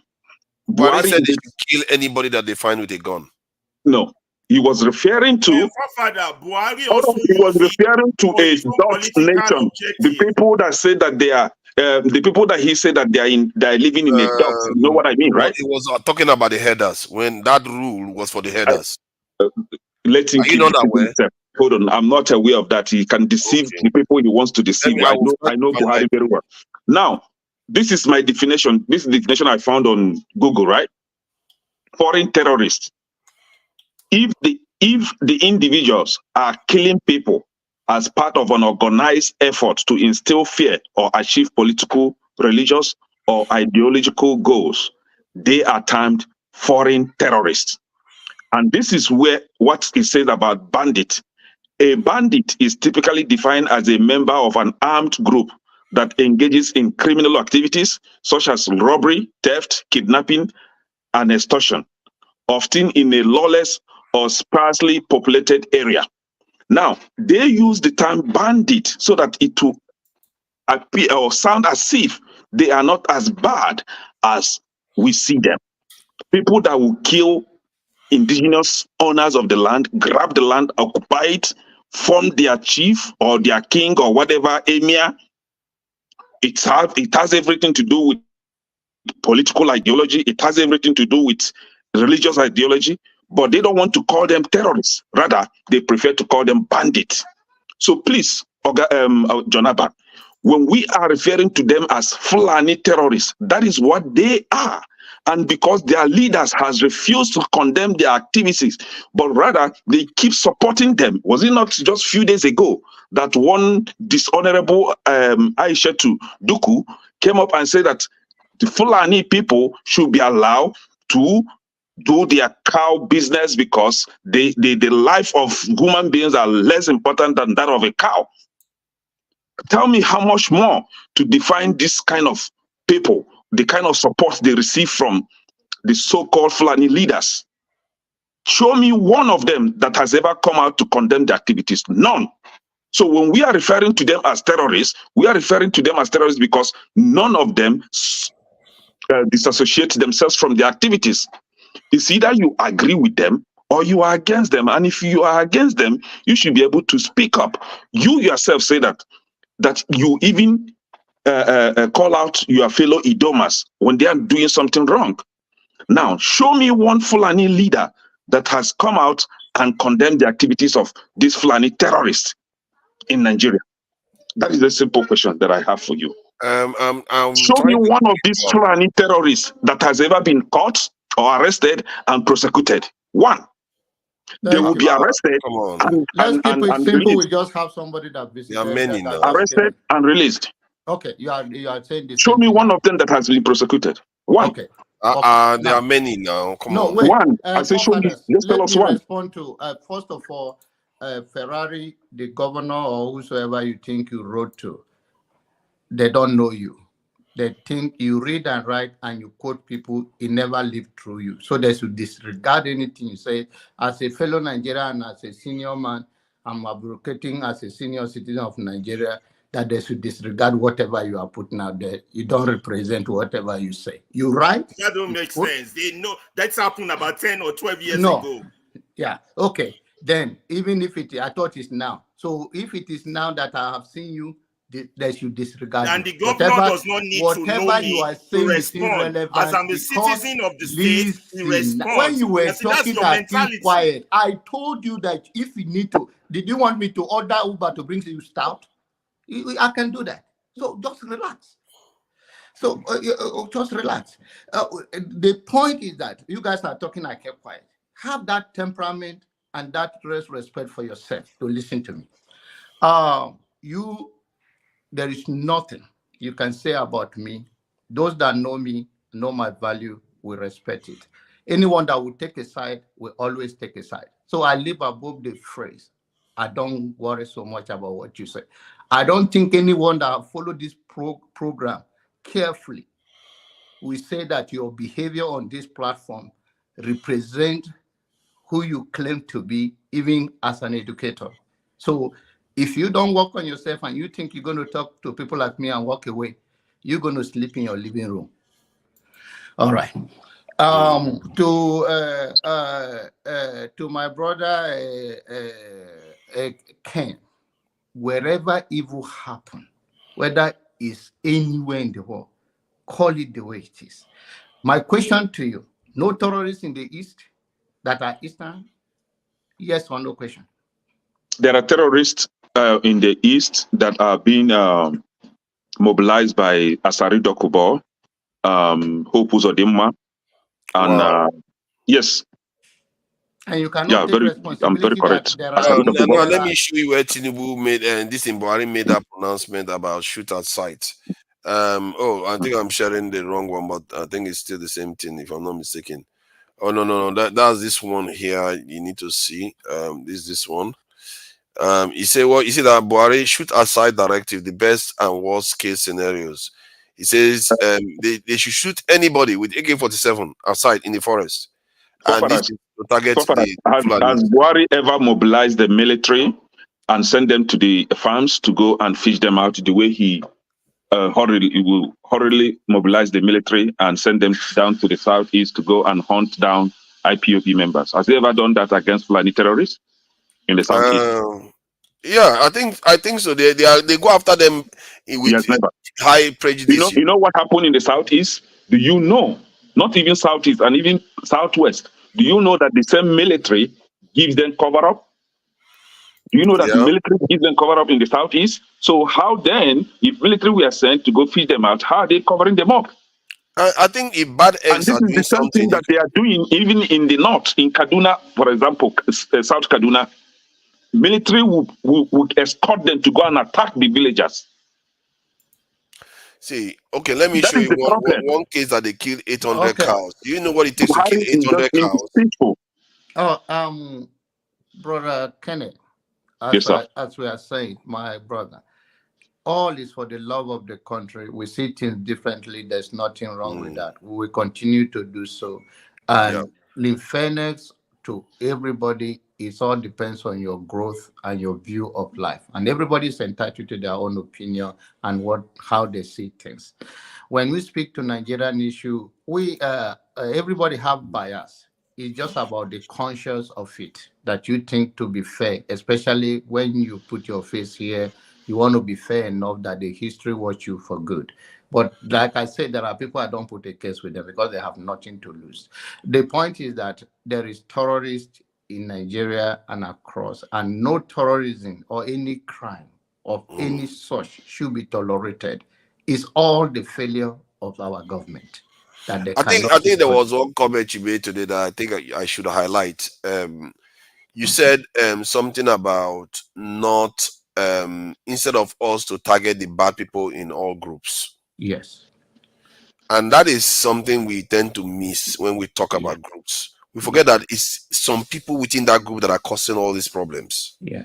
And when we think, oh, your thief is okay because it's from my side, then we are weighing, because tomorrow, let's put it like that. If you are a victim of any kind of anything, your mindset will change right away. If anybody attack you and it affect you directly, or any of your loved one, trust me, you will change your position. That's all I can say. All of this thing we are saying that nobody should romance evil. I'm not here to romance evil. Whether it's Fulani, whether it's Hausa, whether it's Igbo, I'm not here. Because if you are a victim, if you got caught in any part of the world and rob or someone close to you get into big serious up to life being taken, I don't think you have the same stand. Jonathan, this is where I differ now. This is where we differ, right? I don't have to wait. I don't have to wait for me to be affected or for my loved one to be a victim before that's my what I'm mindset saying. change. That let us I already have a changed mindset because it's happening to fellow human beings like me. And it's painful that it's happening to them. Jonaba, please let him.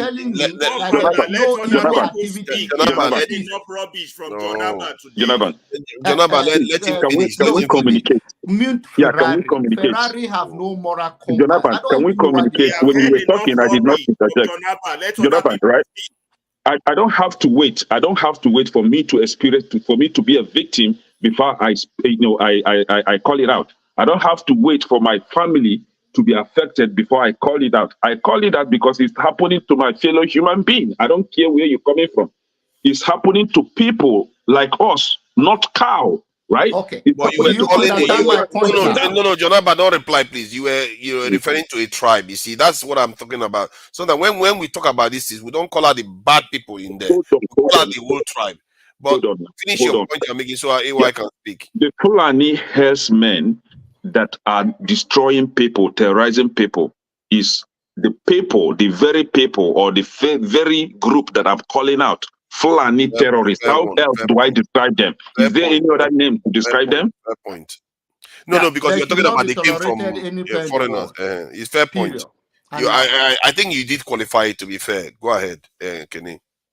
No, the thing is, just like Ferrari said, right? Whenever you call out these Fulani terrorists, Jonathan will always want to twist it. I don't know if Jonathan doesn't really listen and understand what one is saying. I think Jonathan is also correct. He's saying exactly the same thing you are saying. You are just being. So please carry on. He's saying the same. Jonathan, leave it today now. Why are you going after this most strongly today? No, I'm not attacking you, Jonathan. You are my senior brother. I'm not going personal. I'm just trying to help so that we'll learn. I don't need your help, brother. I don't need your help. No. Hold on Oh my now. goodness. I know you senior me, but sometimes you receive help from the younger one. Just as Not much in as this the way. younger one Benny, receives don't help let them from you. bamboozle you Do with you that understand? seniority We don't know nonsense. it It all. means nothing. Do you understand? We don't know it all. I don't know everything. No, I don't too. But we are speaking the same thing. I say that evil should not be tolerated across the board. It's the same thing. But the only thing I say You may differently need my from help. For you are example, if kind I of see a young shielding your boy, own people that there is no bad people there. There is bad Jonathan, people everywhere you in the know when world. you need my help. Huh? Jonathan, you know when you need my help. If I jam you on Nigerian street now, and one guy or a young guy want to blow your mouth out, I could just step in and help you, defend Trust you. me, they won't That's access me me the way helping you Are you you. think. sure? Are you Trust That me, you they sure? know won't that as access an you area boy. the way you think. I promise you that. They will access me the way you think. But it's okay. Your welcome from a good heart is always your help from a good heart is always welcome. Even though you wear the Don't hat let like my you are boy not see living. you for Island, The only area I will fault Don't let my boy today. see you for Island. Hold on now. The only area I will fault Kene today is that he denied that there is nothing Southeasterners are participating in the Southeast. That is all Asari Dokubo that is doing all of them. Hope Uzodinma is from Southeast, right? And Hope Uzodinma has people that are loyal to him, right? They are all from Southeast. So I call them out because that's what they are. Actually, you still have part of them in Anambra State, right? But I'm not going to say what I'm not so sure of. No, Kene, you are correct. Right? You are correct. So, one of them, the yeah. leader of that group, was arrested 3 weeks ago, which IPOB have been saying that they are the one fomenting the problem in Imo State. The lead. I'm trying to remember his name. He was arrested 2 weeks ago. By the GS. And then we'll come here, the Nigerian media and useless newspapers will deceive us and will be attacking IPOB, ESN. But you know that better than all this, man. Some of those groups are active in the All right, South. have a good night, everybody. Enjoy yourself. They are very active protecting the land. Understand the difference. Not when they are online. Not when they are online saying bomb police stations and do this. Come on, let's not. Forefathers, if terrorists invade your land, and it happens to be that the people you hope on to protect you, which is the military or the police, are the actual people giving them information and even giving them lead on how to attack your land, what do? You make a case for it, not instruct people to. You make a case, you'll be arrested because they've already tagged you, they've already prescribed you as a terrorist. When your hands are clean, when you are never a terrorist, they are the terrorists and they are the one tagging you terrorist. Right? So you what do have you do? leaders, you have just keep Southeastern complaining? leaders, you have Peter Obi, you have so many Soludo. No. You're not going to sit there and just watch the Southeast get destroyed. We are not outers, right? We are Igbos. We protect ourselves. We don't wait for anybody to come and protect us. We defend ourselves at any time. We are independent when it comes to that. Yeah, but we don't wait for anybody to come and defend us. think anybody will believe you when you say Southeasterners are not part of what is causing some of all those problems. We had people say that they are not even alive. Why are you repeating this thing again? Are you referring to the Southeast in its entirety? Some Southeast, not. And that is why I said that Hope Uzodinma is from Southeast. Hope Uzodinma has people from Southeast that are loyal to him. They are all in this together. And is it the one causing all the problems? Only him? I said Hope Uzodinma has those that are loyal to him from the Southeast extraction as well. They are Southeast, so he's not doing it alone. Right?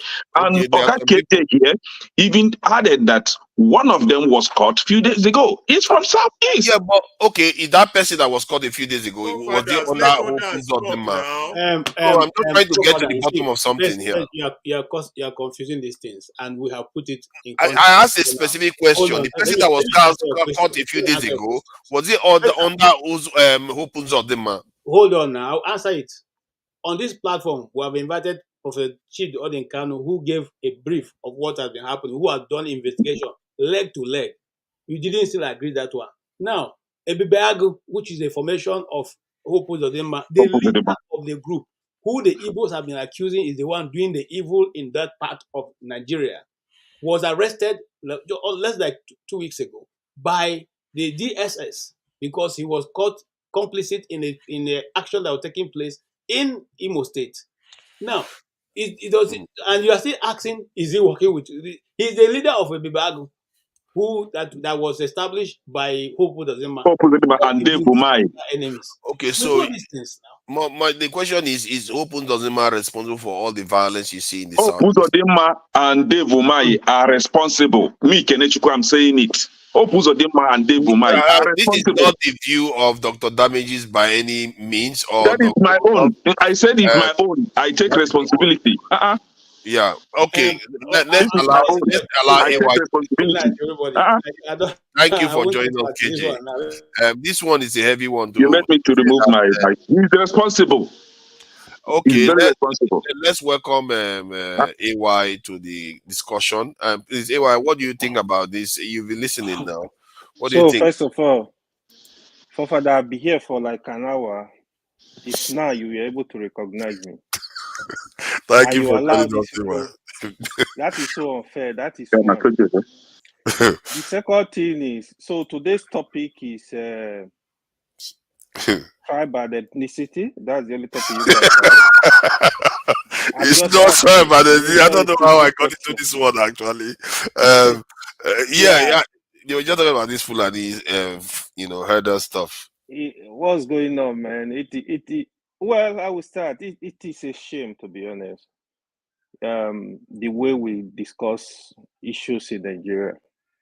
Sometimes I still believe that most of the issue are waste of time. And a lot of us that come here, all we talk about is tribe. And you say you want the country to be good. I don't know how. On the issue of Fulani, my position on Fulani, to be honest, I don't know how the issue of cows, I don't know how it's a national problem. I don't know why federal government are involved in this issue. In 2024, I don't think cows should be moving around.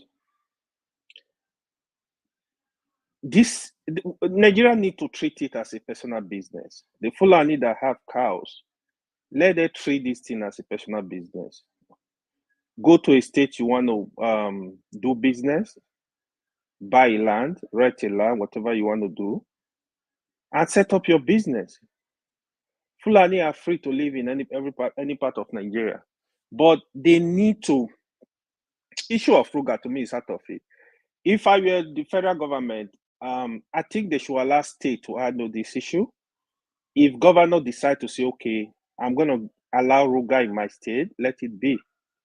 But if I were in their position, give them a mass, look for a land for Fulani. Okay, this is your zone. You can do your business here. I think it's unfair, especially like I know before Fulani used to move around, but with what is going on now, and farmers are not able to go to farm, this thing is causing crisis everywhere. I think they need to stop. They need to stop, seriously. That is on the issue of cows. The other issue Ekene was talking about, Ekene was just here defending IPOB. I think he's a member of IPOB. I wanted to ask him, are you a member of IPOB? Every time he defended IPOB, he defended Mazin Alkano. Good, nice. He's an Igbo man. He defended Arijo. KJ follow suit. No, Igbo people are not killing people. They are not causing problem. Igbo people are not causing problem, but criminals in the East, they are the one killing people in the East. They should call it what it is. If you can call Fulani out, I tell you, Fulani herdsmen, what they are doing, how come you know so much about that tribe, you don't know nothing about your tribe? KJ just mentioned here that Professor Odi Kalu was here. Oh, he explained, Odi Kalu specifically said most of the killing that are going on in the Southeast, they are IPOB or ESN. The video is still there. Go back and watch it when he was here. I was here. He said it. He specifically said it. I don't know what KJ is trying to defend. If we want the country to be good, we need to tell ourselves the truth. If it's our brother that is committing crime, that is making Nigeria not peaceful, call them out. Call them out. You can't say because it's your brother is killing people, is committing crime, you gonna protect them, you gotta defend them. How do you want the country to be good? It's so funny how we can really point fingers. You cannot, nobody is more Nigeria than Nigeria. Ferreira, I will agree with what Ferreira just said, right? Ferreira make mention, he said, the people that are most, that we call, that are more Nigeria than other Nigeria, they are from every part of the country, every tribe. They are just subsetting set of people. Ferreira, what I will say to you is, the kind of argument you're making valid, but some people, they are looking at this issue across tribe. They think, oh, some certain tribe think they are more Nigeria. It's not correct. It's some people all over Nigeria, across Nigeria. Who are the people? These are the people where you see them with all the military, you see them with all the police. The common man don't have police to protect them. They go to the best hospital in Nigeria. Even when we come here and say, oh, we don't have hospital, we have private good hospital in Nigeria that all, in fact, poor man cannot even register there, cannot go for registration, because even the registration alone, you hear is 25,000. We need to understand this issue. When we keep fighting ourselves, a common man that is suffering in Maiduguri is the same as a common man that is suffering in River State. We need to understand this issue. These are the stuff we don't understand. Then we all will come here, it's a bad tribe. Oh, it's the Igbo, it's the Fulani, it's the Hausa, it's the Yoruba, it's the Kanu. Nonsense. We need to think straight. If we want to fight this fight, we look at what is going on now. Today, I sent a message to Kolata on the channel. Kolata, I was trying to talk to Kolata on this issue. I said, Kolata, I don't know if you saw your forefather. I said, do you believe there is still fuel subsidy in Nigeria? Because I've heard people discussing this. People, educated people, they really believe there is no fuel subsidy. Fuel subsidy is gone. I'm like, nonsense. Fuel subsidy is there. Kolata said to me, fuel subsidy is there. I have made statement here. People like Kolata that support this government, allow them to come on this platform and speak to issues. But because you don't want to see them, because they are different from here, you don't want to hear them, you don't want them to come around. You are fighting them. Let them come. Let them come. No. This is what you said now. It's not correct. Kolata used to come now. I told the right thing now. Used to come. Let me finish. So why? Nobody's talking to Kolata. Kolata will not. Hey, Olumide, calm down. Olumide, calm down. It's too hot. Calm down. So we need to really, there are a lot of issues. Okay, now the last election, part of the problem we had was a result not be transmitted. What have we done as people?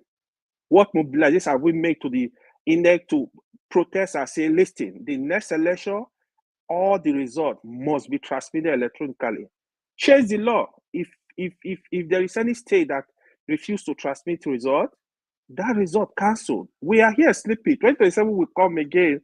These guys will come. They will do us back. What do they call it? They will do us. The more you look, the less you see. They will do the same thing, and we will shout for the next 4 years. They will come back. We need to understand. We need to learn the tactics. We should stop the issue of fighting ourselves every time. Waste 2 hours, 3 hours, 4 hours here. It's a bad tribe. My tribe is better than yours. My tribe is the one killing people. It's all, we wasting our time.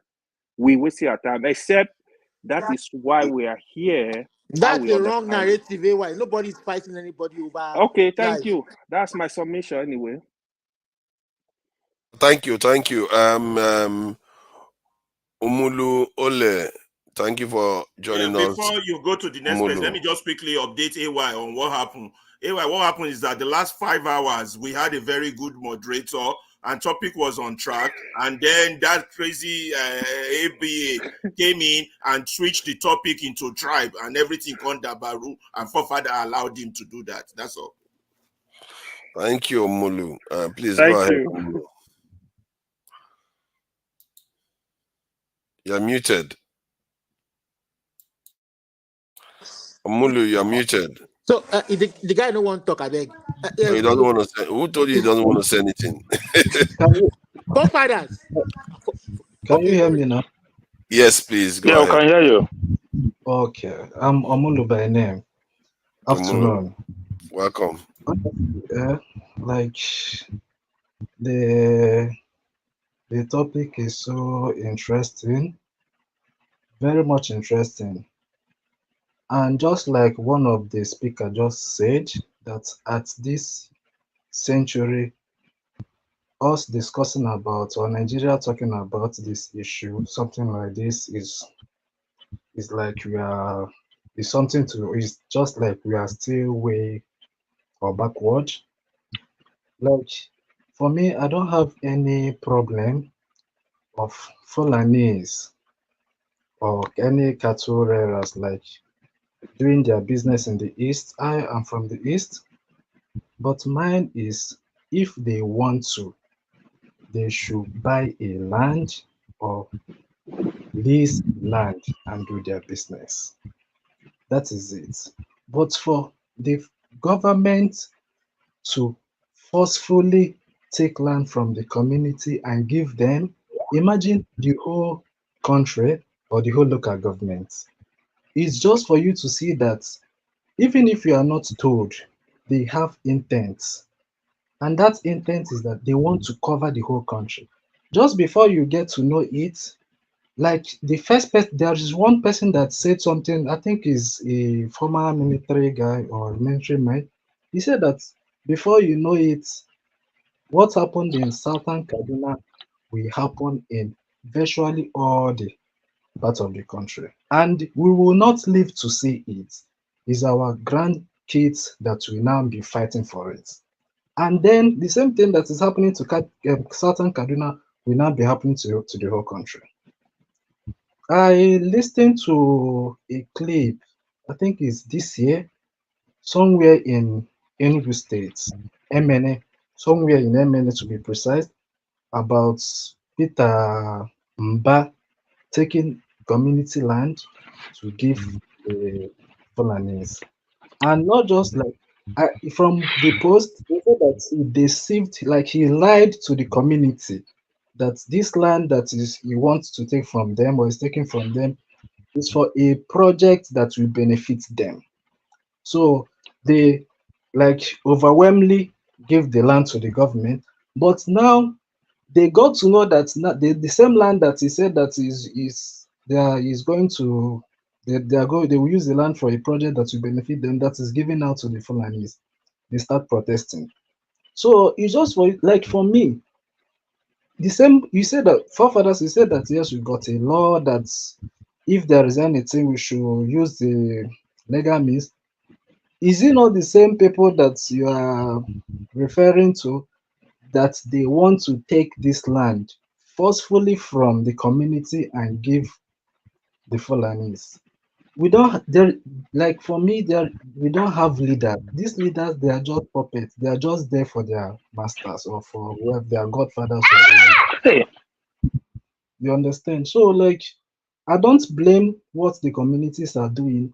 They are fighting for this because you can't rely in this government, in these politicians. So the best they can do is to fight for what exactly what they are doing now. And if not, by the time they realize, it will be so late for them. Where I come from, like my families in the village, they can't even go and farm.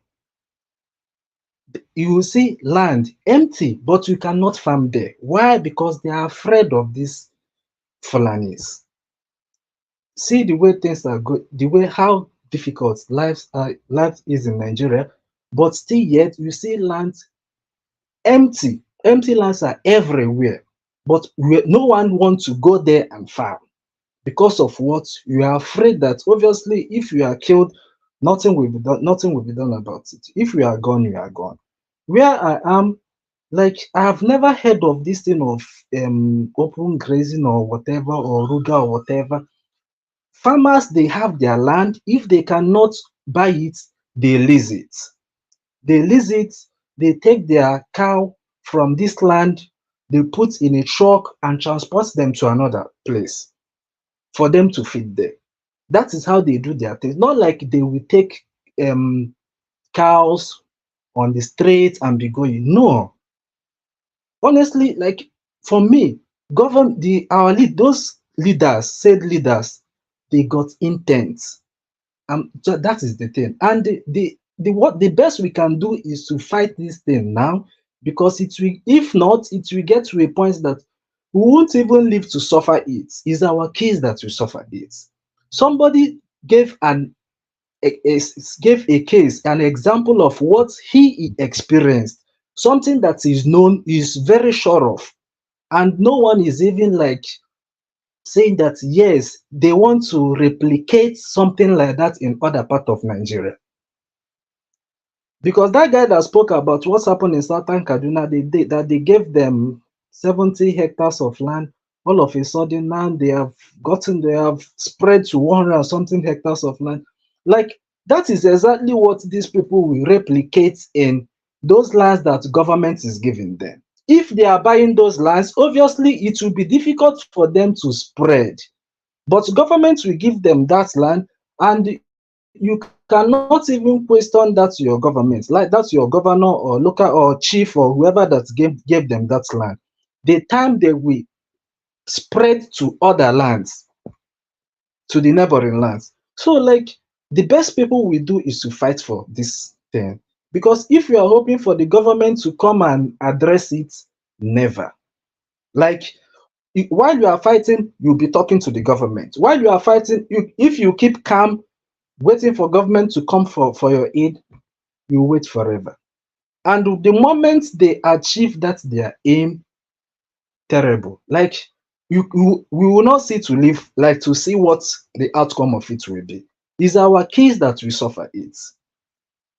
As in, that is just how I see. Because like, honestly, like, in fact, it's terrible. It's terrible.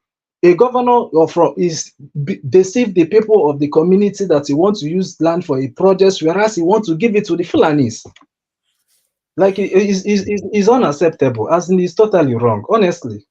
So like, is what I believe that, like, everyone should be like to be speaking out about this, because even if once they succeed in one state, before you know it, they will use their power from Abuja to force the other states that refuses to give land to the Fulanis to now give land.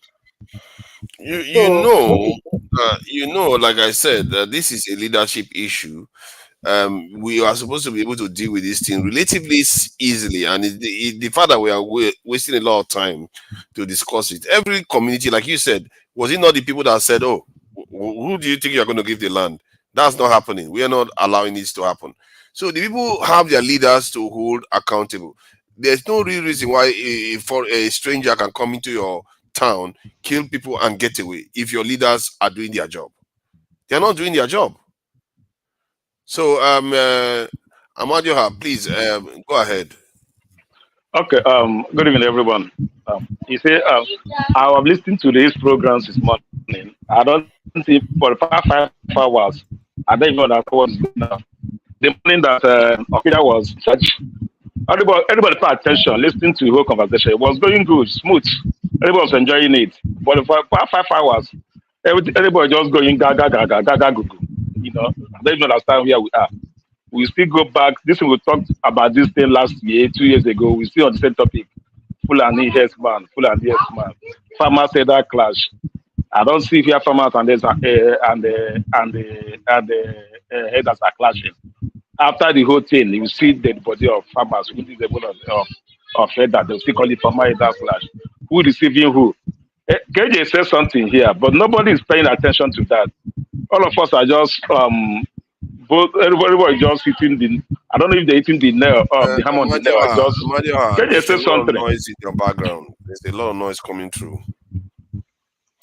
Your mic, because I'm outside. KJ says something.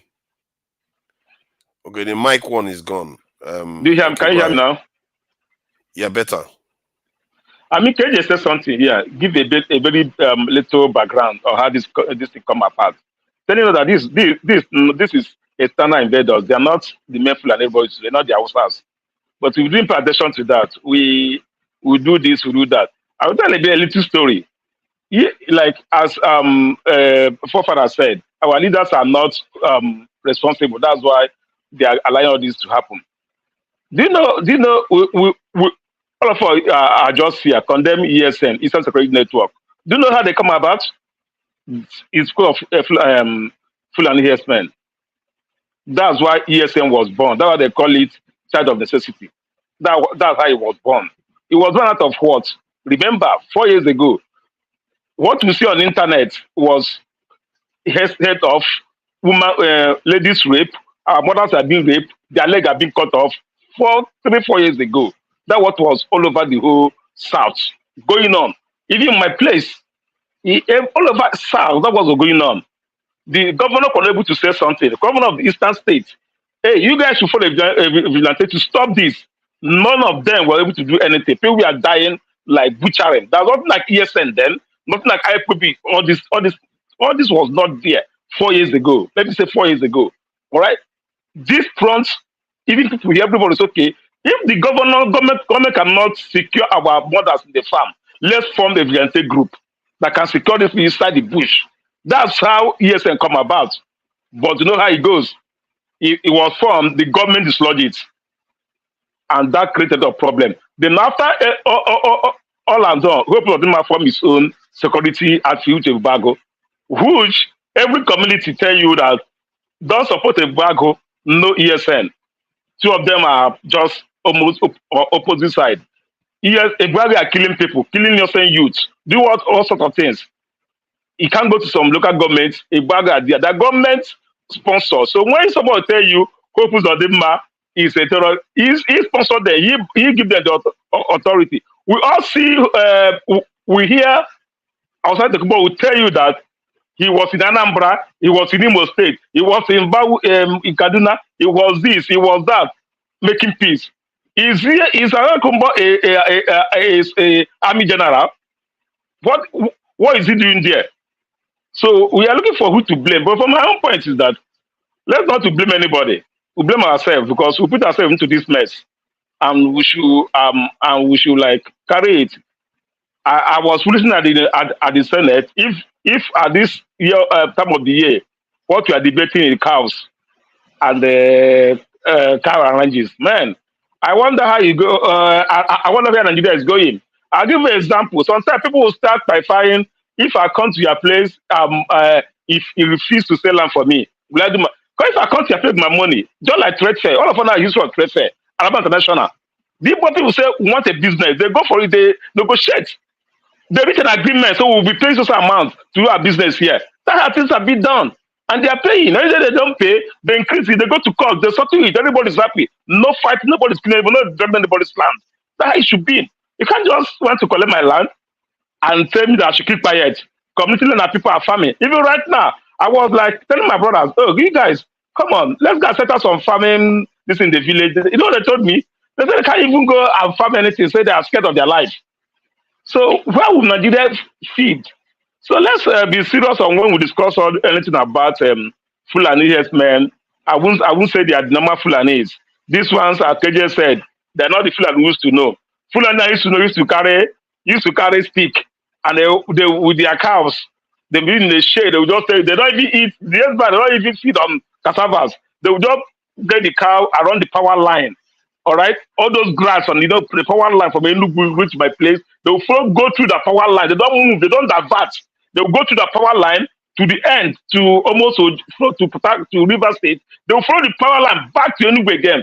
They don't go to people's land. All right. What you know that time, they will come to the well. Hey, they want water. When you see them with their small jug, you give them water happily. Anybody will go. Nobody stop anybody. Everybody was happy.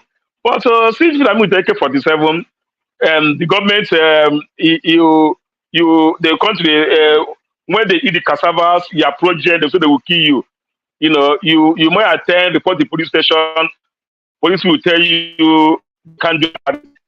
Then they wouldn't want the masses to do. And when you fight them, the next day they will come with the military guiding them to attack the community. And they will tell you point and plain that if they will call their brother and the military to come, they will tell you that they are not hiding it. That they will call their brother and the military to come. So everybody's scared. Everybody's scared. Everybody's scared. They put everybody in Nigeria in the South on a platform. Everybody's scared of them. Everybody's scared of them. We're just saying it here. Yes, it's easy. Let's travel now. Go to back in Nigeria, and they tell that the Fulanis have this in at their village. All of us will just run to Lagos or Abuja to stay the hotel. None of us will stay the village. Let's travel. When they say that the Fulani herdsmen their cows are around here, all of us will just leave the village. All of us are here talking. Let's travel home and stay in the village. We know that Fulani herdsmen is around the corner. So, for my own point, we should not be discussing about Fulani herdsmen by this hour of the day. I used to watch in the movie where the headers, some Asian country are ravaging some village in Chinese movie. The headers with their cow, one hero will step up, start fighting the header with their cow. I see that in the movie, but right now it's happening in Nigeria. I see that in the movie, like 90 something. The headers will like in Asian country. That when I see that headers will like carry their cow, the villager one hero will appear and start fighting the headers. But it's happening in Nigeria through life as direct. And we are not saying anything about it. Yes, we are saying, but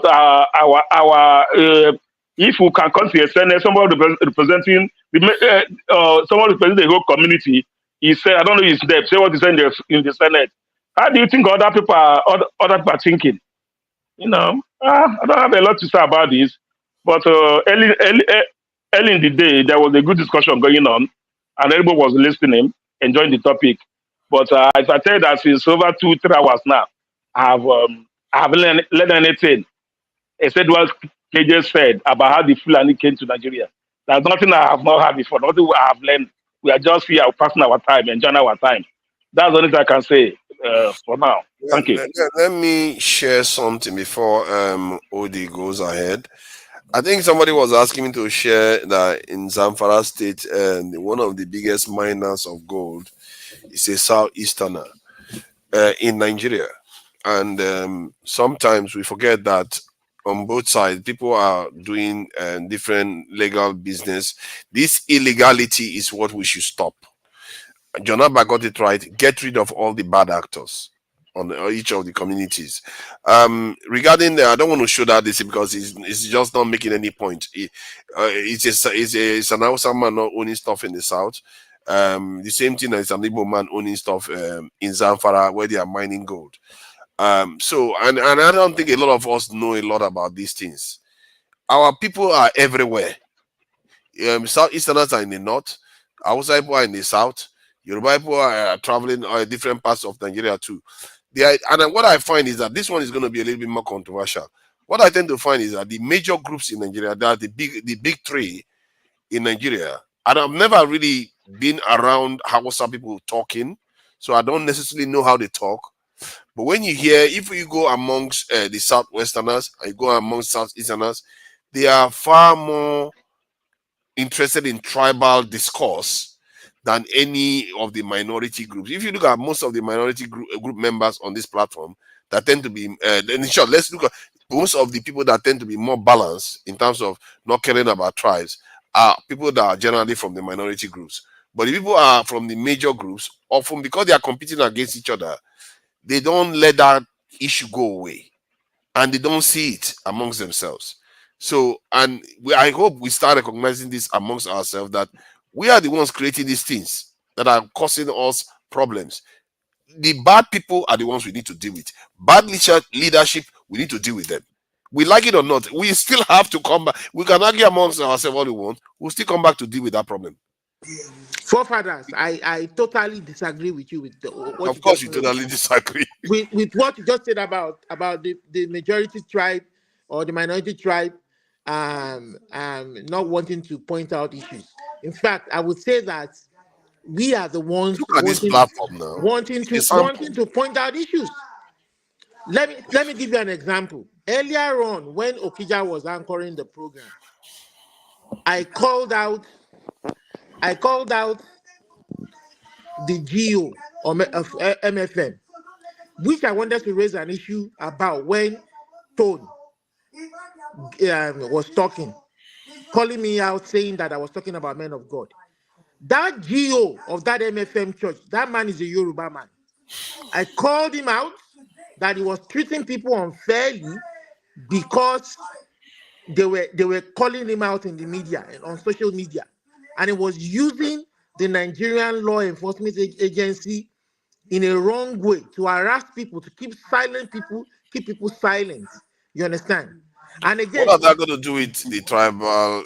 Why he's a Yoruba man. major I'm people a of Yoruba major person. groups are What doing I'm this? Wait, saying is that wait. Let me Just a minute. Let me correct. Let me correct forefather for a minute. Let me correct forefather for a minute. Forefather, every day you stay here, for most of the time, you always the one drag tribal into a conversation. Then you will blame it on the majors. When we are you're always the one bring a tribal conversation on. You only bring it on. Then you will surrender your hand that that is the major tribe that are bringing it on. We are talking another thing, we drag it in instantly. Then everybody starts boiling. Hold on. See, you see what you said just now. If that was true, I'm not going to go to like another channel where you have Southwesterners and you hear them saying so many things against maybe Southeasterners or other groups, and I will be telling them the same thing. And they would be telling me, oh, you are the one making it tribal and all the rest. And the same thing, because the reason why you don't see that, the reason why you think you are not doing it, because you don't see it. Why do you think Jago made that comment? He says, you expect empathy, but you give none because you don't see it, what you are doing to other people. You just see it from your point of view. Okay. Let me give one example. Let me give an example of what happened here today. Let me give an example of what happened here today. Wait, let me give you an example of what happened today. Let me give you an example of what happened today. Wait, just a minute. Let me give you an example of what happened today. Let me give you an example of what happened today. We are discussing something important today. I was listening. I was not here. Don't come. And instead of going to direct to what people are dragging, he started talking about ESN IPOB. You see my point back and tell you don't let people bring it tribal into it. Now he almost dragged the whole thing in as a tribal conversation, which is not right. When we discuss it, when we discuss tribe, we are discussing another thing. Now you are bringing ESN in, bringing IPOB in, bringing this in. Well, that's not the discussion. That's what I'm saying. I don't say not to talk about when you talk about tribe, but when you're talking about something else, don't bring out something that is not part of the conversation and start boiling the conversation. And when people reply, you say you are tribal. That's why I don't. Olumide, stop doing this, please. Amadio, we need to get to a point, because when people are listening to us and one point is made, then another point gets made, then nothing is getting learned. I wanted to ask Amadio, is it possible? Is there any chance that when you are talking about another group, you could make statements that somebody that is neutral or more objective will say, you know what, that is really tribal? And when they highlight it to you, don't you think that is something that you may want to consider, that this person is less, it doesn't have any interest on both sides. He's neutral, in other words. That maybe you should listen to them, that they may be more objective. No, listen, sometimes I call black, I call white. Oshomola told you, Oshomola in the heart said that in his own village, he cannot even go to farm. His own village.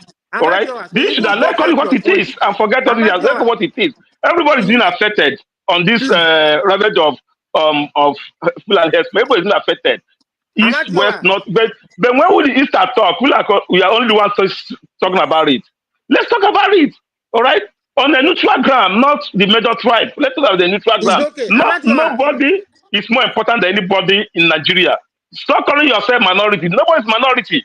Everybody have the same level, man. Let's not call ourselves minority. I agree with that. Level, they are also a small minority when you think about it.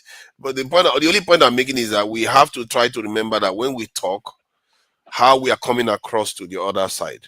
We should be aware, because when maybe AY comes or I come or Jonaba comes in, Jonaba is not Awasa, but yet he or Fulani, but yet he says, "Why are you talking like that?" Because he knows, he sees both sides. So he's saying you are not helping the way you are describing these things. See, forefathers. I don't say the way it is, though. I beg. See, forefathers. What you have to realize is that some of these issues Majority of these issues are local.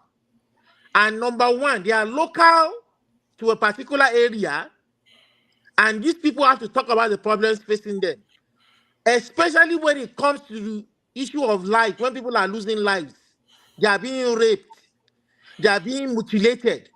Can we watch the language, please? You understand? So when these issues come to the front burner, and it is local, forget it. Please don't tell us we are tribal. Don't tell us we're ethnocentric. I don't want to hear that. The authorities responsible for solving the issue should deal with it. Until they deal with it, we will continue to call it out. So, okay, you see, you should know how to talk, because in America, you should have been taught better, or Canada, that there is a way you talk about issues, not just blanket. No. You blanket everybody because they are from one tribe. Words. We call it the way it is. We don't mean words. No, Nigeria they don't. Nigeria is where you sugarcoat things. Can you just stop interrupting? They don't just blanket everybody from another group, saying as if they are the all guilty ones. You hold your leaders accountable. You tell them this is a crime, this we are committing. They are killing our people. They are doing all this to our people. You need to hold them accountable. If you don't do anything, we are going to deal with you, because that's the job. I think that's enough. You guys are going back and forth. Let me jump in there. Okay, so hello, Olumide, hold on. Okay, good evening, everybody. Good night, wherever you are. I just want to make a few comments. Every Sunday, Saturday, everybody is here. I think it's kind of therapy, that's a group therapy that's, most Nigerians in diaspora who come on this platform give themselves. Ferreira said something important, one very striking thing earlier today. He said there are only two tribes in Nigeria. People close to power and people far away from it. Whether you agree or you don't agree, well, I think that's a statement of fact. Oshomole, you can consider him being in the minority, but he's not. Oshomole is part of the ruling tribe. I'm not sure how you can call George Akume, part of a minority. Okay, so if you call George Akume minority, then you don't understand the Nigerian situation. There's a problem in Nigeria. The problem in Nigeria is poverty. Yeah, we do have terrorism problem. I did last time I brought it up, I usually like when mass guys here, I said there's an Islamic terrorism problem in Nigeria, just like there is in many other places. It sickens me that people keep talking about Fulani headsmen, Fulani this one. Guess who is in the office? Who has all the power? He's not a Fulani man anymore. People keep talking about Ruga and this. Buhari was there for 8 years. We know Buhari was sympathetic to some, Islamic irredentism and, very, very tribalistic. It was all over his appointment, just like Tinubu is very tribalistic with his appointment. But, the idea that we keep blaming those people carrying cows for all the problems in Nigeria, those guys must be really very powerful. How are they convincing Tinubu to one of their main leaders now, El Rufai, is being kicked around in Nigeria? I thought that should be the person, the issues that we're talking about. We're spending all our time talking about, it's you or you or you. Look, everybody has blame in this thing, and no one should stand as a judge, trying to tell everybody, look, we, people, from many of us who were born in Nigeria, we came with a perspective. We were told stories, and we grew up in schools. People who tried to get into, federal schools in Nigeria would see what was happening. Everybody have what they feel. People who try to get jobs in Nigeria, civil service job, or even other type of jobs. But this is not the problem now. We're moving. The problem now in Nigeria is a problem of poverty. And look, see, it's either we have, some type of revolution by military revolution in Nigeria, or look, the people are going to revolt very, very soon. Even the leaders will revolt because everybody's becoming poor. If you look at the recent, I was really hoping to discuss, the issue of maybe El Rufai and other things, but let me talk about this generally. If you look at 1999, I think that's when this Senate was created. When they took wardrobe allowance, everybody was fighting about it.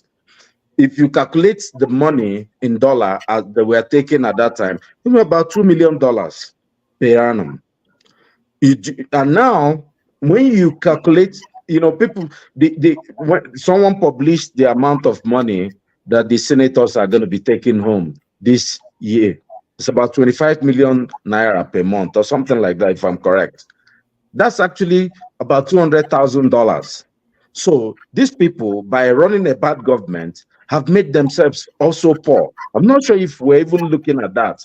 Their purchasing power has, completely reduced. We're talking about labor. Look, everybody, by default, by our actions and our inaction, is becoming more poor in Nigeria. Don't let anybody fool you. Nigeria has even dropped behind Ghana.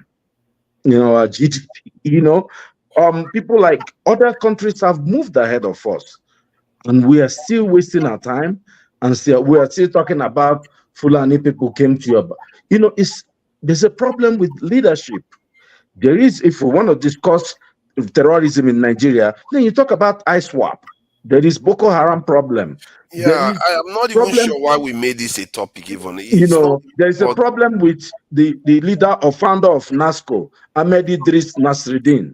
These are the people, someone said, how did the people get terrorism in Nigeria? They killed somebody, was comparing essentially Boko Haram with IPOP. I have problems with IPOP. And I do disagree with the other guy that was here, or some other speakers that say, oh, it's just Hope Uzodinma. No. We have Simon Ekpa. We have problems with even, what's his name? Nnamdi Kanu.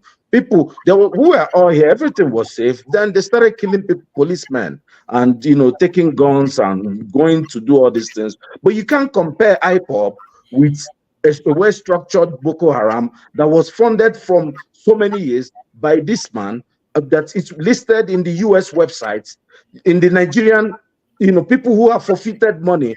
Just a few years ago, one of the countries in the Middle East released terrorist sponsors in Nigeria, a list. But Nigerian government refused to, make it public.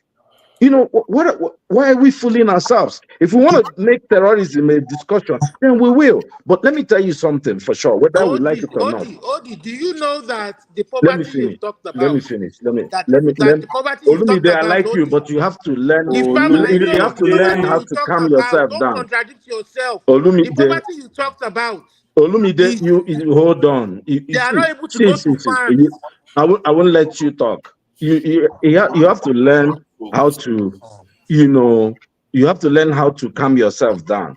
Even if you want to say something, then you say it. I agree with most of everything you believe in, but you just have to find a way to deliver it. Just be patient. When I finish, you take your turn. My problem here is this, what these guys say. No, this is not about political correctness. There is a problem with, Islamic terrorism. It's all over the world. It's happening in Gaza. It's happening in many other places in the world. We know that. It's happening in Afghanistan. It's happening. Everybody knows that. That's why we're being searched a lot in the airports. Nobody, prior to, World Trade Center being hit, people were not being searched like that in the airport. It's just because even one of our Nigerian guys tried to bring down an aeroplane by hiding things in his, we know where the trace. That guy was not a Fulani man.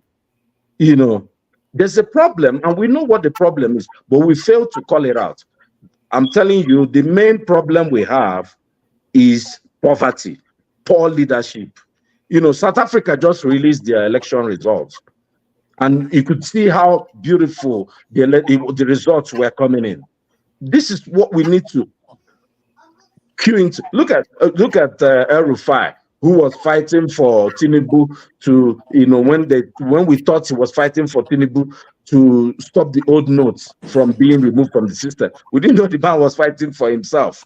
These people know, now we know that, he had his own billions to protect, So the whole idea of, your tribe, majority tribe, minority tribe, when forefather, many times, the fault I find in you is you try to stand in the habit as a judge to say, you're not, you didn't get it right. You did no, you just let the discussion flow. Well, it's your nature, nobody can stop you, but you have to sometimes also step back and let discussion flow. People have their different opinion. I have an opinion about John Abba. I think he has a Stockholm syndrome.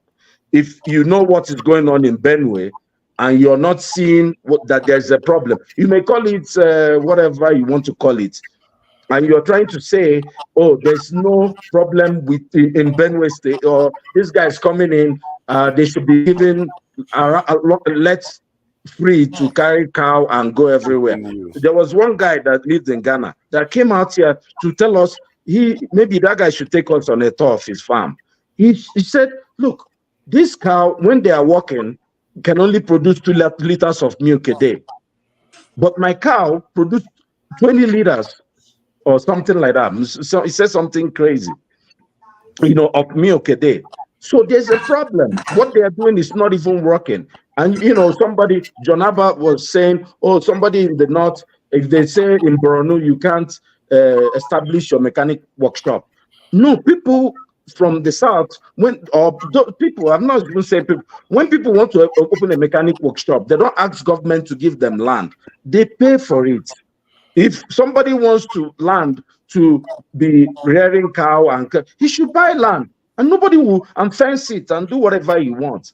And so when people are trying to do, equivocate the same things, different things, then we run into this problem discussing about our tribes. But look, my problem is that my happiness is that everybody in Nigeria is becoming poor. The lawmakers, at a point they were earning $2 million. The US lawmakers were making about 200,000.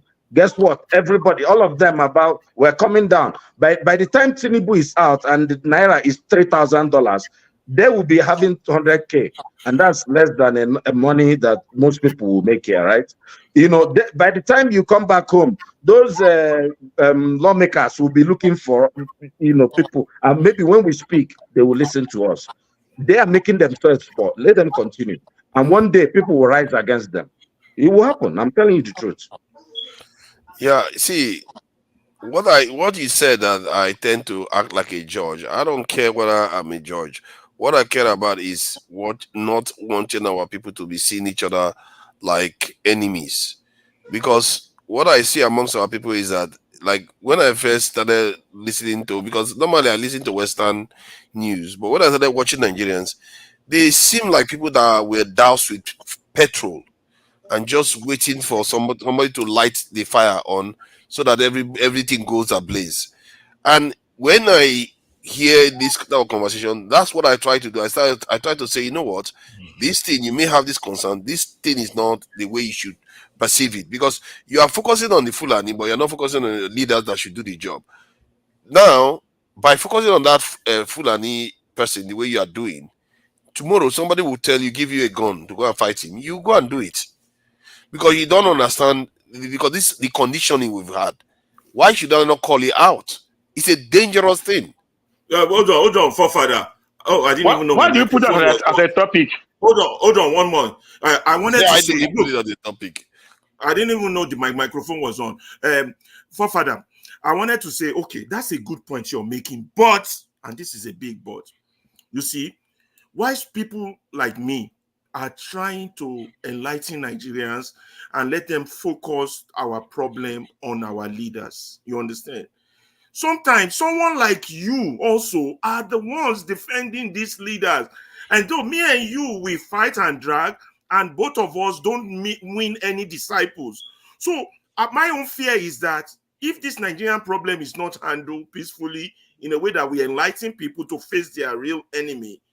When the alarm go blow, and it will blow, whether we like it or not, every day the boycott goes into the well. One day the bottom will drop out. It will happen. We're sitting on a keg powder, whether we like it or not. All this we're doing is just to prevent the possible explosion that is going to happen. You see, these our leaders, they're taking us there real fast, and they have no intention of changing. So it's really weird what you do. Let me finish. Where someone okay, like I'm just going to let you finish. as an obstacle is when you defend them or stand on their side. So first, I have to counteract you or try to win you over first before we can face the real enemy. This is where we have problems as Nigerians. The people that are still supporting these bad people or giving them excuses or reasons why they are doing what they are doing, those that are abroad, the collaterals, there are so many out there on our chat phone, the one man to mow, all these weirdos, you understand, that not letting us focus on the real thing. And we need to focus on the real thing because that's the way we can actually get people and make disciples and form a movement and change this thing peacefully. Otherwise, we are 1 year ball. We 1 year win. They blow for 1 year we're on corner until the day it explodes. That's all. I'm not going to be as generous this time. I think what you do is a form of gaslighting of the worst kind. You think that? Can you just stop? Why do you think that? Can you just stop? You finish talking. I spend most of the evening calling for leadership to be held accountable. Literally, most of this evening since I came on. And you keep telling, you just came on and said that I'm excusing the leaders. I defend them. While you are the one doing it by attacking the only person here calling against that we should hold the leaders accountable. I'm not interested in your answer. I'm really not interested anymore. Because the way you talk is just the worst kind of human being. Can you just stop? Just stop. Stop. You're making it about you. Stop. You made it about me. No, it's not. You did. It's about the mission. No, you said the project. No. You see what he does? You are the worst kind of human beings. You take my own cloak, you put it on, and use it to attack me. You are the worst kind of person. Just stop. I literally sat here saying that we should hold leaders accountable. I literally sat here saying that we should hold leaders accountable, and he came on and accused me of defending the same leaders. And this is what he does repeatedly. I will criticize our establishment, criticize the government. He will say, I'm defending the government. He will twist it, then later on claim to be doing the same thing that I was originally doing. You are really a strange chameleon. And you've been doing this and getting away with it. And I'm going to be calling you out repeatedly on it. It's really a disgrace that you come here to pretend as if you care for the people, but every time the only person that is trying to do it instinctively, you go after me while wearing my own clothes at the same time. That is the worst kind of person I've met a lot of people that have called me devil and all the rest, but you are the worst kind because you come pretending as if you care about the people, and I'll give you a chance to respond, and I really hope you do justice to it. I'll give you a chance to respond because you watch me talk about against the government, calling them how they sabotage the Nigerian economy and everything, and you come on live at the same time, and I don't know why people would let you get away with it. Even you come on live at the same time, come and accuse me of being a mole for the government at the same time. What balderdash is that? You are the worst kind of demo, and I've met a lot of people. You are the worst kind. Now you respond. He's not going to respond. Jason, let him respond. Let him respond. I'll give him his chance to respond. It's only fair. Listen. When we come here, definitely there will be bagbos. If you don't expecting bagbos, you're fooling yourself. particularly if you're sure of your position. Sometimes, yes, today, let's say the truth. Today, you were anti-leadership. Very good. You did well today. I won't lie. But let me give you an example. Even when you criticize in previously or not today, this is what you do. You always use the term, our leaders, our this, our that. Never specific, never mentioning name.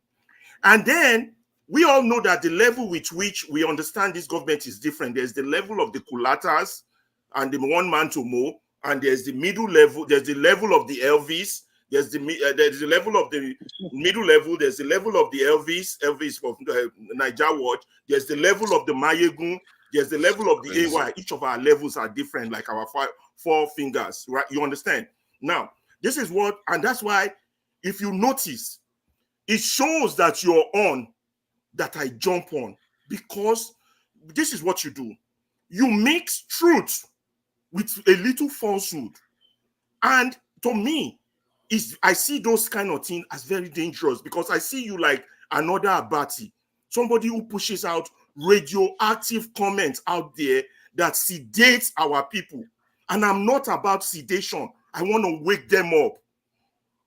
That's what I'm about. So I always come after you based on that, because remember the first time we met, the first time you met, you were defining democracy as the people of the North having more children than the South. And I jumped into that show like a madman to redefine what democracy is for you. So you do that. You will mix the two. Then you will come up with data. You understand? Like, take for example, the data of the issue of taxes and all this. There's so many other things. So sometimes I will sit back after everybody is gone and said, the point forefather is pushing, there's only two reasons why anybody will push that point. Either the one I always accuse you of, or that person is really, really slow or stupid. So one day I called Jagun. I said, I don't believe anybody in this world will be this slow or stupid. This has to be intentional. And if it is intentional, then there's a reason.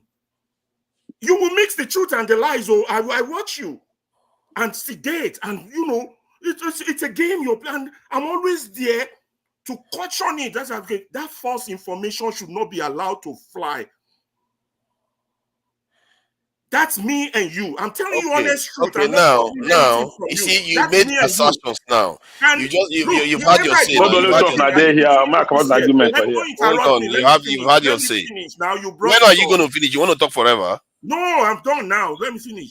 Remember, I told you at the beginning of this year, I said, if I can win you over to my side, because whether we like it or not, those of us who talk like this are only about 10%, and 8%, are only about 10, and 8 of those people are on the Agbado side.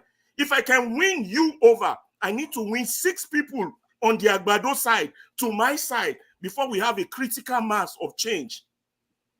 And somebody on the board, on the panel, told me that you think you want to work with somebody like that, but I still need me and you, whether we agree or disagree, we still need to be on the same side, because if we are not, what you see on this show is what we will keep seeing: fights, backbones, this one, personality issue, blah, blah, blah, blah. We're not focused because of that defense, that mixing up the facts, that pushing their position. You always still think the other side has a point, just like we just did today on the issue of the I cite the example, if a cow damaged my car, what points does the, and I keep telling you, explain what points that side has for damaging my car. And you will not back this up, but you will model it up and then move on. But because you have the power of the moderator, you do more damage to me presenting a fair and equal argument, which is why I talked to my wife and said, I want to volunteer, because the objective is to bring out the right information. There are smart and brilliant Nigerians out there. We're just not connecting with them. I thought you wanted to finish. I'm done. So, you see, he literally said there are no two sides to any story. He literally said there are not two sides to any story, when there are clearly two sides to every story. He went on to say he believes in what I believe in. and he says I lie. He didn't even give me one instant that I lied. I've never said, very, very few times I make mistakes when I make comments here. You can go and check them all you want. You are not going to find one error, because I make a duty of trying to hold people accountable to it. And amongst everybody here, I'm literally almost the only freak on that, and he decides to attack me with that same thing and then try to run with it again, wearing my own clothes. What do they call people that do that? Chameleons. And you are the worst kind I've met on all the platforms. I met crazies that have called me devils and all the rest. You take somebody's opinion, you wear it as yours, while accusing them of being traitors to the same idea. Alaba, don't respond. So this we can move to other. Leave this one. Interrupting me? Can you just stop interrupting me? It's very rude, because you people watch him talk just now. None of you interrupted him once. Once. All these biased people. You didn't interrupt him once. You stayed quiet, Amadioha. You stayed quiet, Amadioha. You didn't interrupt him once. But the moment I start talking,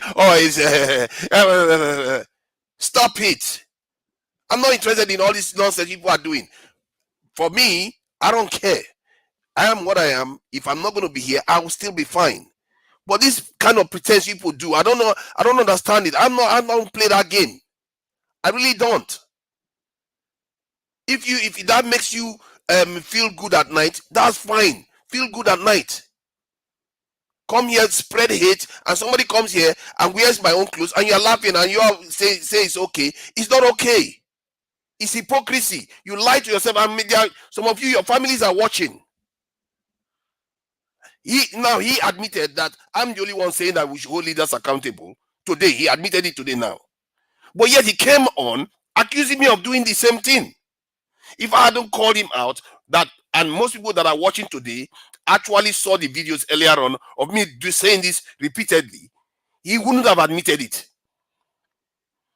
He would have pretended as if I never make excuses for leaders. That's what he says all the time. And people let him get away with it because they don't like my opinion. They don't like me saying that they are being tribal. That's what you do all the time. They don't like me saying that they are excusing corruption and all the rest. Every single channel I go, they always say, like if I go to a channel where there are Yoruba people, they'll say I'm being tribal against Yoruba people, that I support Igbo people. If you come here, they'll say you're supporting Fulani. This is the nonsense you get all the time because they are all tribal.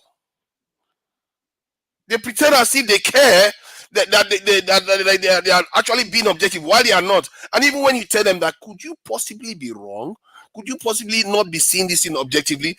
They will say, no. I'm very clear. And literally, look at the excuse he gave just now. Just hear the excuse he gave. Example, for a want of a better word. He said, if a car hits somebody, and damages someone else's car, is there two sides to a story? How is there not two sides to a story, even on that one? Even on that one, how is there not two sides to a story? Do you know whether the other side is drunk? Do you know what is happening? Whether the other side is somebody is robbing them in the car or holding them hostage? Do you know? Are you God?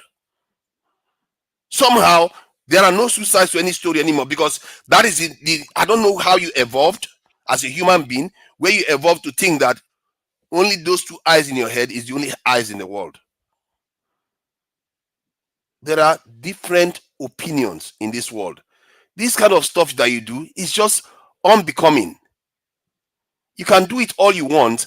The only reason why you have this thing, how do I put it? The ability to do it, because other people let you do it. Because personally, I don't like going after this nonsense. I just get tired of it.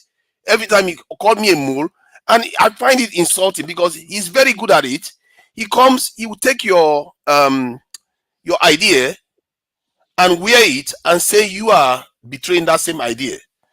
How weird is that? He literally called me that I don't. This evening is an example of it. He said I don't hold the government people accountable, that he's the one doing it. But while I've been doing it all this while, what kind of deception is that? What kind of, you see, now look at fellow Nigerians. Look at what this one is saying. Alaba roasted forefathers tonight. Now, you see, this is the problem. They are the ones encouraging it. They pretend as if they know what they are doing. They are the ones encouraging bad behavior. And then when their country burns up, they wonder, oh, why is the country messing up? Why is the country bad? And was it not someone that came online and said, all these people in the diaspora, they are the ones causing division? A Nigerian came on, said they are the ones causing division in Nigeria.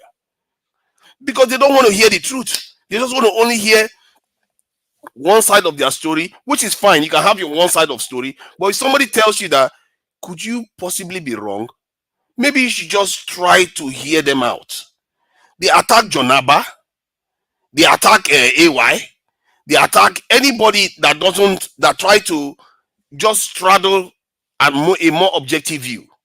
Me, I'm a champion for the attack. They attack me because they know I don't like those type of things. And they're going to do the same. The moment I leave here now, if some other person comes in and just gives them the free way to attack Fulanis over and over again, they will be so happy. They'll be like, this is a good platform. It's working very well, you know. But while in reality, there's no progress being made. If Fulani will come here, watch the same program and think, oh my God, is this what they think about us? Now, that leader in the north that I don't like, he's my best friend. He's my savior.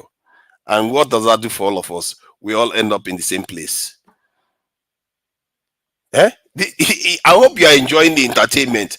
This is Alaba. But anybody that has a conscience will know that everything I've said today is true.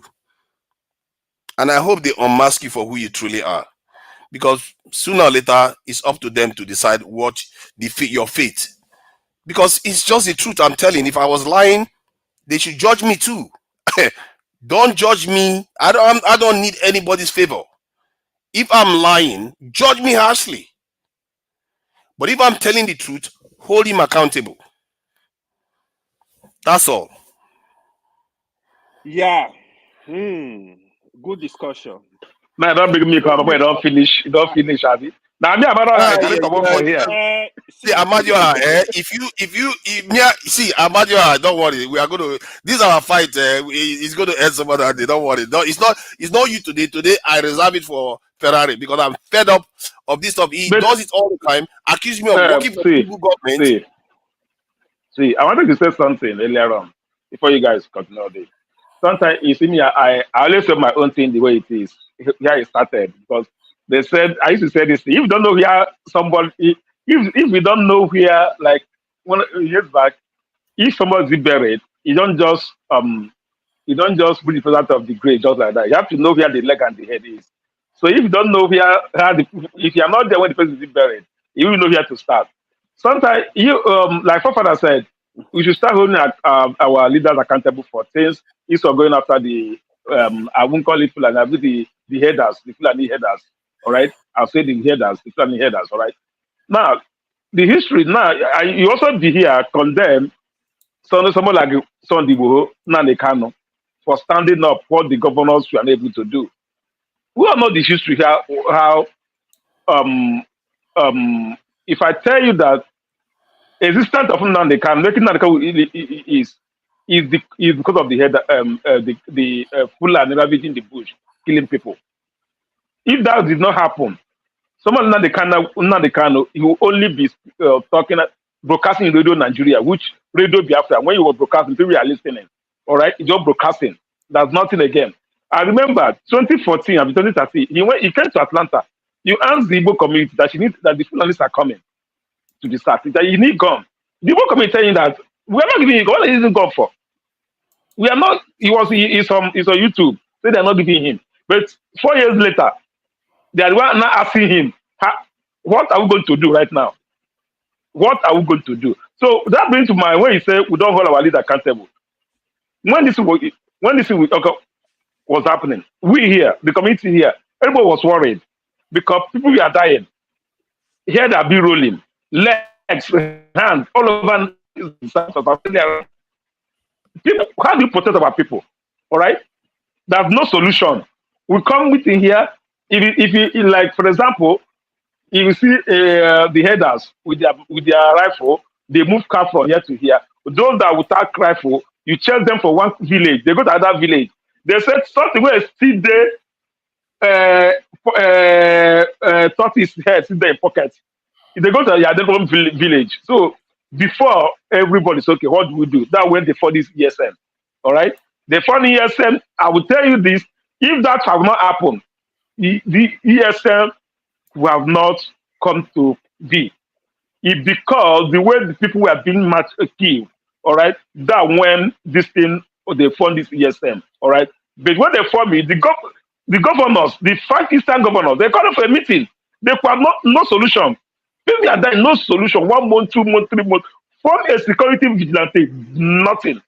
People in that nothing before now the Kali rules. So that's why you see most of the Igbo people, all right? I will tell you this, you can tell it to the bucket. 80% of Igbo people, all right, don't like Nnamdi when he started. Nobody wants to listen to him. Nobody was listening to him. But after 2-3 years, people start listening to him, all right? And why the change? What happened? Because they see him as only savior that are going to save people, to save the to save the land. All right. So that's it. People like have that this for him. All right? So now, if the governor, let me finish. If the governor have not failed, if the governor have not failed, if the leaders, the governor have not failed, someone like Nnamdi will not come to the assistance to like pass order. If the governors stand on their ground, defend the land, all right? Okay, if stand on their ground, people will not be dying. People will go to farm and come back. Nobody is scared of anything. So now the world will not appear. They won't come to sin. So if I tell you that 80% of what is going on, if 80% of between Igbo and Nnamdi is why they come to assistance is because of the headers that come to be served. If not them, the headers are going to serve. So when Nnamdi you will not see weapon in their hand. They will just be waving flag and singing holy, holy, holy, which nobody, people listening, some people they know me out of it, or some people doesn't see anything about it. Most of people something about it. So that's just my own point. So we're trying though. Yeah, go ahead. Amadioha, I don't know you to be talking this way. It seems you started listening to Biafra radio too much. Honestly, what is no? Can you tell me the right thing the wrong thing I said now? Call me and be making up stories. You're not talking to Kashim. I'm not making up story. I'm telling the story of where I come from. I'm making up story. Anybody can be witness. You can ask it around.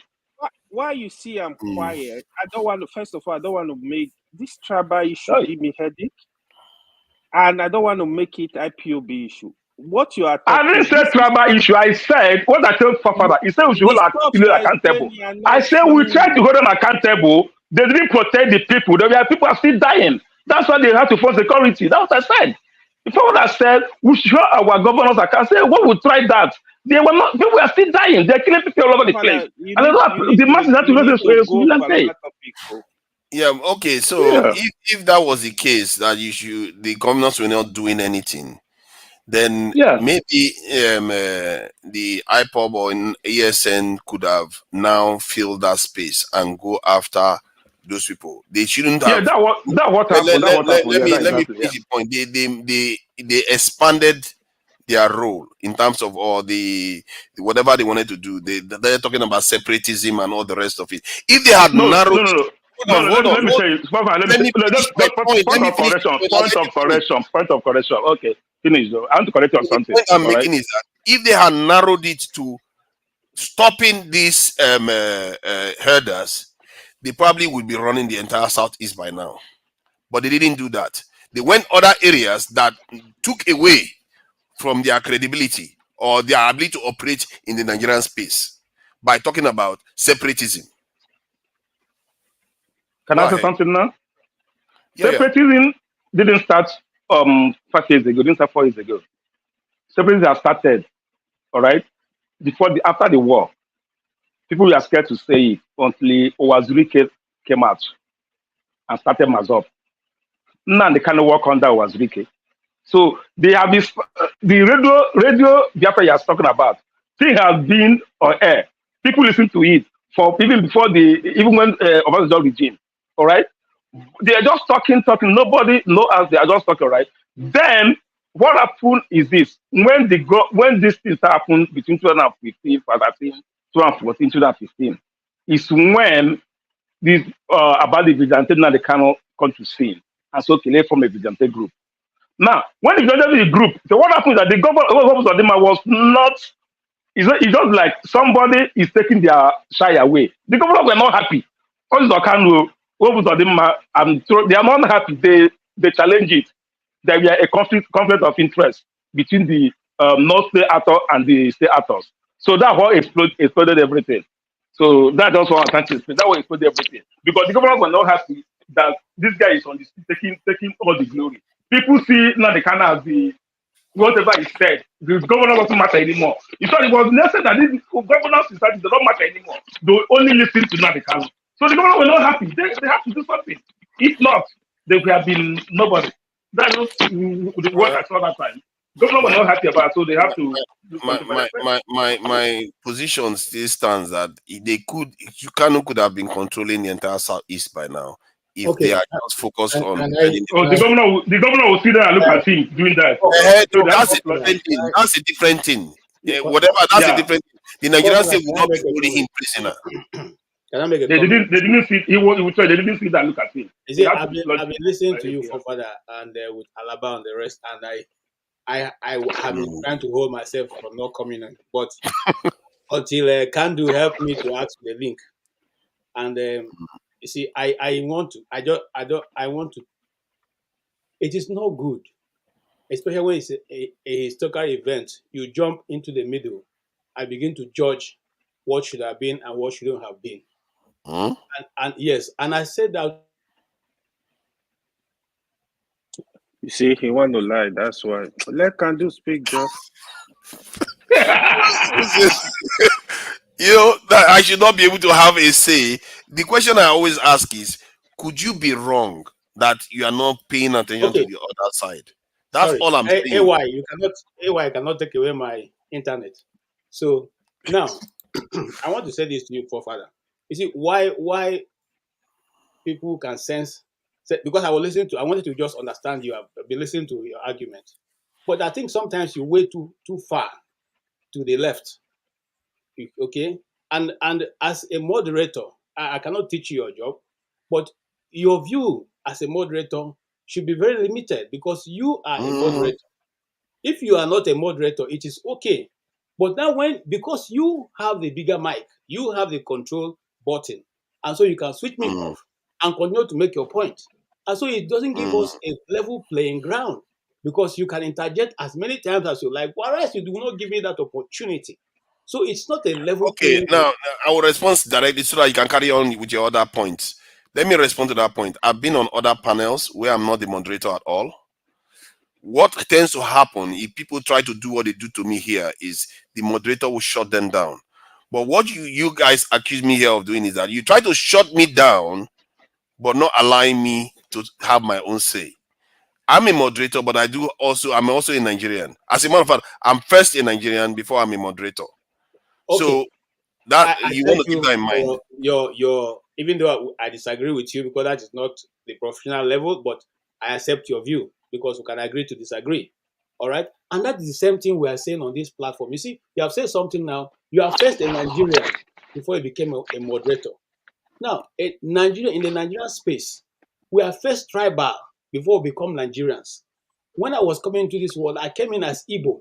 I didn't come in as a Nigerian. It is you and your Lord Lugard that gave us the name Nigeria. It's not God that gave me Nigeria. God gave me Igbo. I am Igbo. That's what I speak. So God gave you Nigeria too, just as much as No, he didn't give me Nigeria. God forbid. He never gave me Nigeria. How did you know that? I know. And yet you have it. Because the geographical location he gave me at the time my forefathers existed was not called Nigeria. It was never called Nigeria. Now, if you circle back a little bit, there are still people who live in America here who are Igbos, and they tell you something. They say, why we were in Nigeria, our grandfather said we were not Nigeria. They said themselves, they are people from Owanyang, which is the rising of the sun. That's what they call themselves. I've met an old man here who gave me a lecture about Nigeria that I never knew before. So what am I trying to say in essence? Let's try and balance things out. When it has to do with the Igbo situation and IPOB, which I am at any time, I have always identified here. I am first of all an Igbo person. That means I am indigenous. I am Igbo. I am indigenous. Okay, that means I am IPOB. Whether you like it or not, I'm indigenous people of Biafra. Biafra is the real word for that place. Before it was removed after the Civil War, they edited that part of the map out and gave it another name. So what am I trying to say in essence? Some of us didn't just gloss over this thing because somebody talking about it. We took our time to research and look at things. And just like Amadio was trying to tell you, when you jump into just like he gave an Igbo proverb, that if you don't know, if you're not there when they bury somebody, if you want to dig up, exhume the person, you will begin to dig from the leg or the head. Okay, so it's the same thing we're trying to say here. When we discuss Igbo, everybody is great to condemn them. Okay, but nobody is great to condemn. Now you are asking, why are the Igbo leaders not holding them accountable? Have you asked why is Buhari not holding the Fulanis accountable? I just showed you evidence. I just showed you evidence where it says shoot Fulanis aside that are carrying guns. You ask now. When it has to do with the Igbos, that you want to decide that they should hold their leaders accountable. The leaders should hold them accountable. When Buhari, before he became president, and Boko Haram nominated him to go and negotiate with the federal government on their behalf, none of you called anything. You didn't see that as any problem. It didn't stop you from voting him to become president of Nigeria. It didn't stop you from voting him to become even though he failed his first term, to re-vote him to become service. I didn't even vote for Buhari just in case. If it has to do with anybody from the east, every red light goes up, and forefather, you are up in arms. Okay, even when Asaro Dakubo have told you on this platform, on this network, ridiculous, that he has people operating in the east, you still don't believe it. Who said I don't believe it? I believe he's operating, of course. Just listen to me for a while. It will not kill you. Even when the governors in the east, the one who is a major player in the east, Hope Uzodinjo, said that it is a voice doing what they are doing, you still believe him. You just it's unfair. It's unfair. Okay, and just like Amadio has said, before the 17th action that was taken and the killing of people in the east, don't we know Nnamdi Kanu? I knew Nnamdi Kanu before that time. Who was listening to him? Was anybody listening to him? Was anybody following their development?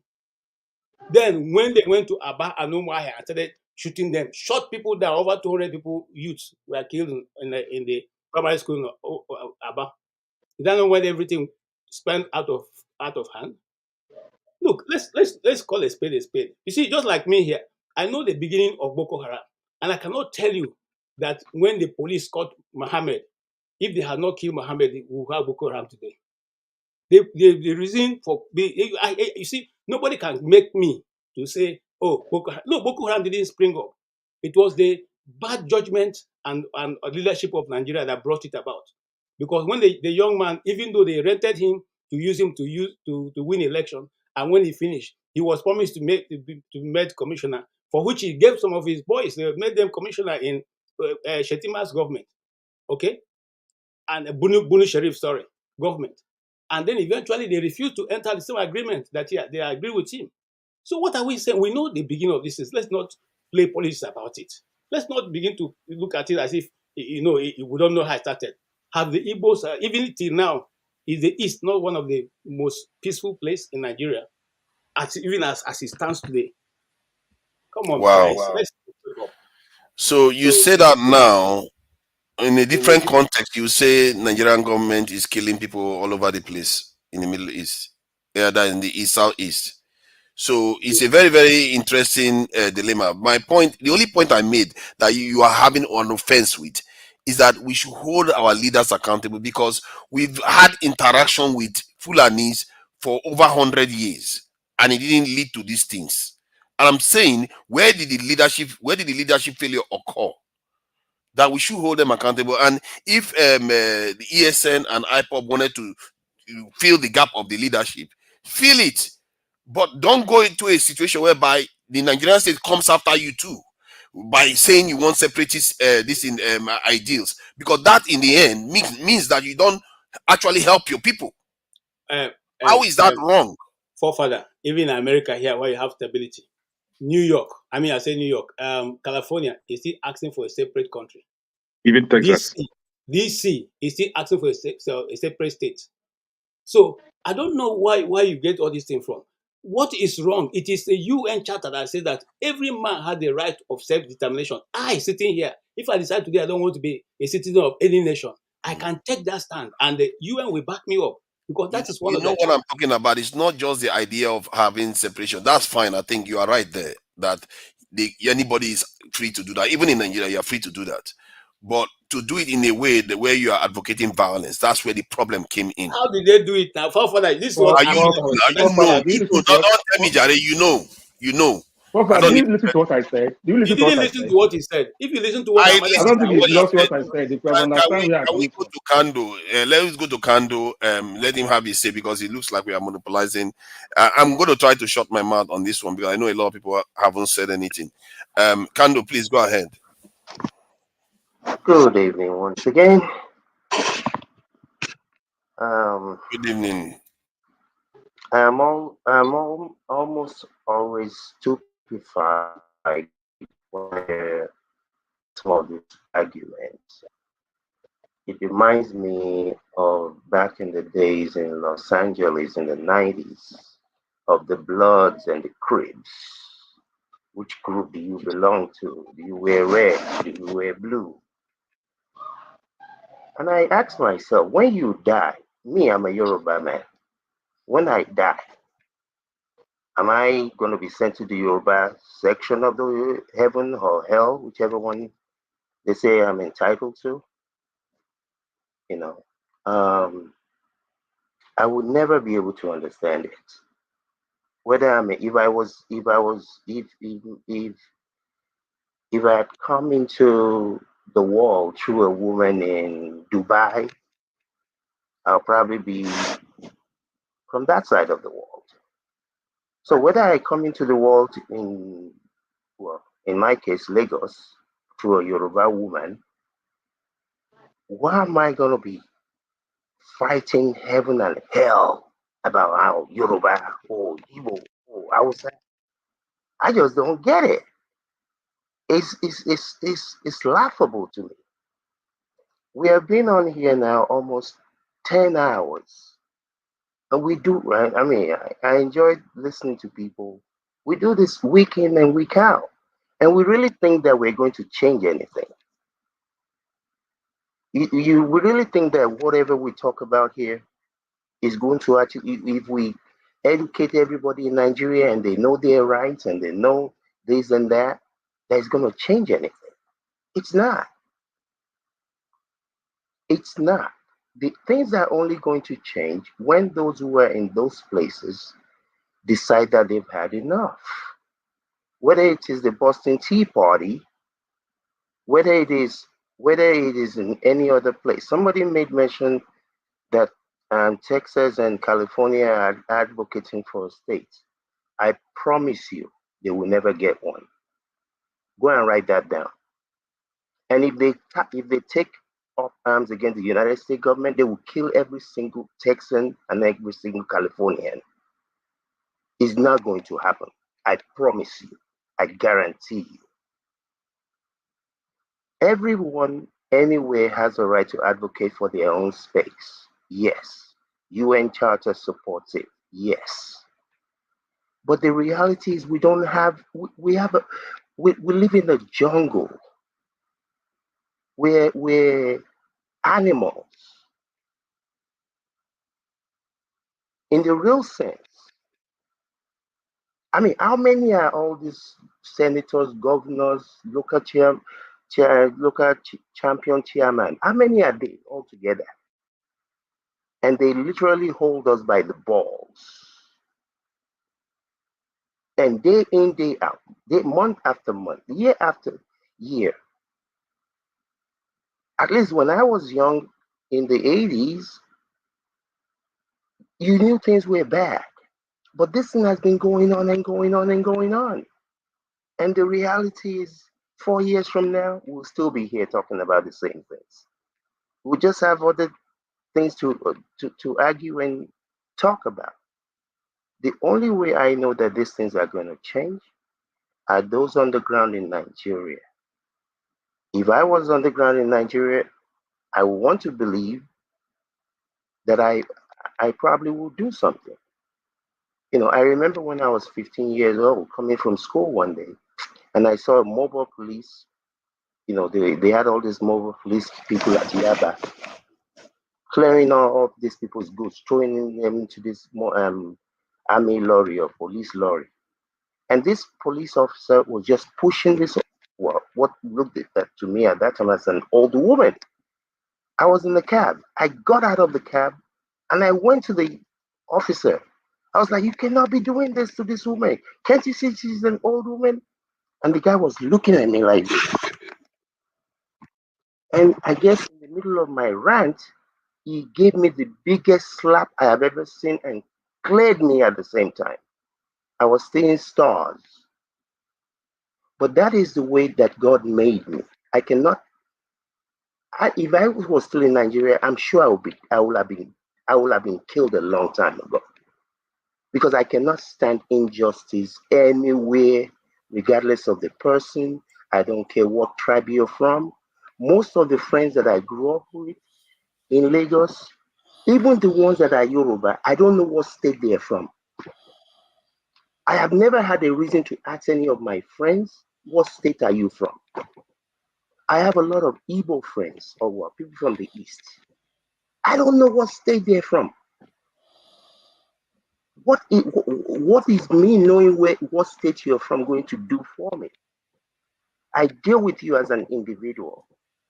If you come from the same womb as me, if you're not a good human being, I don't know you.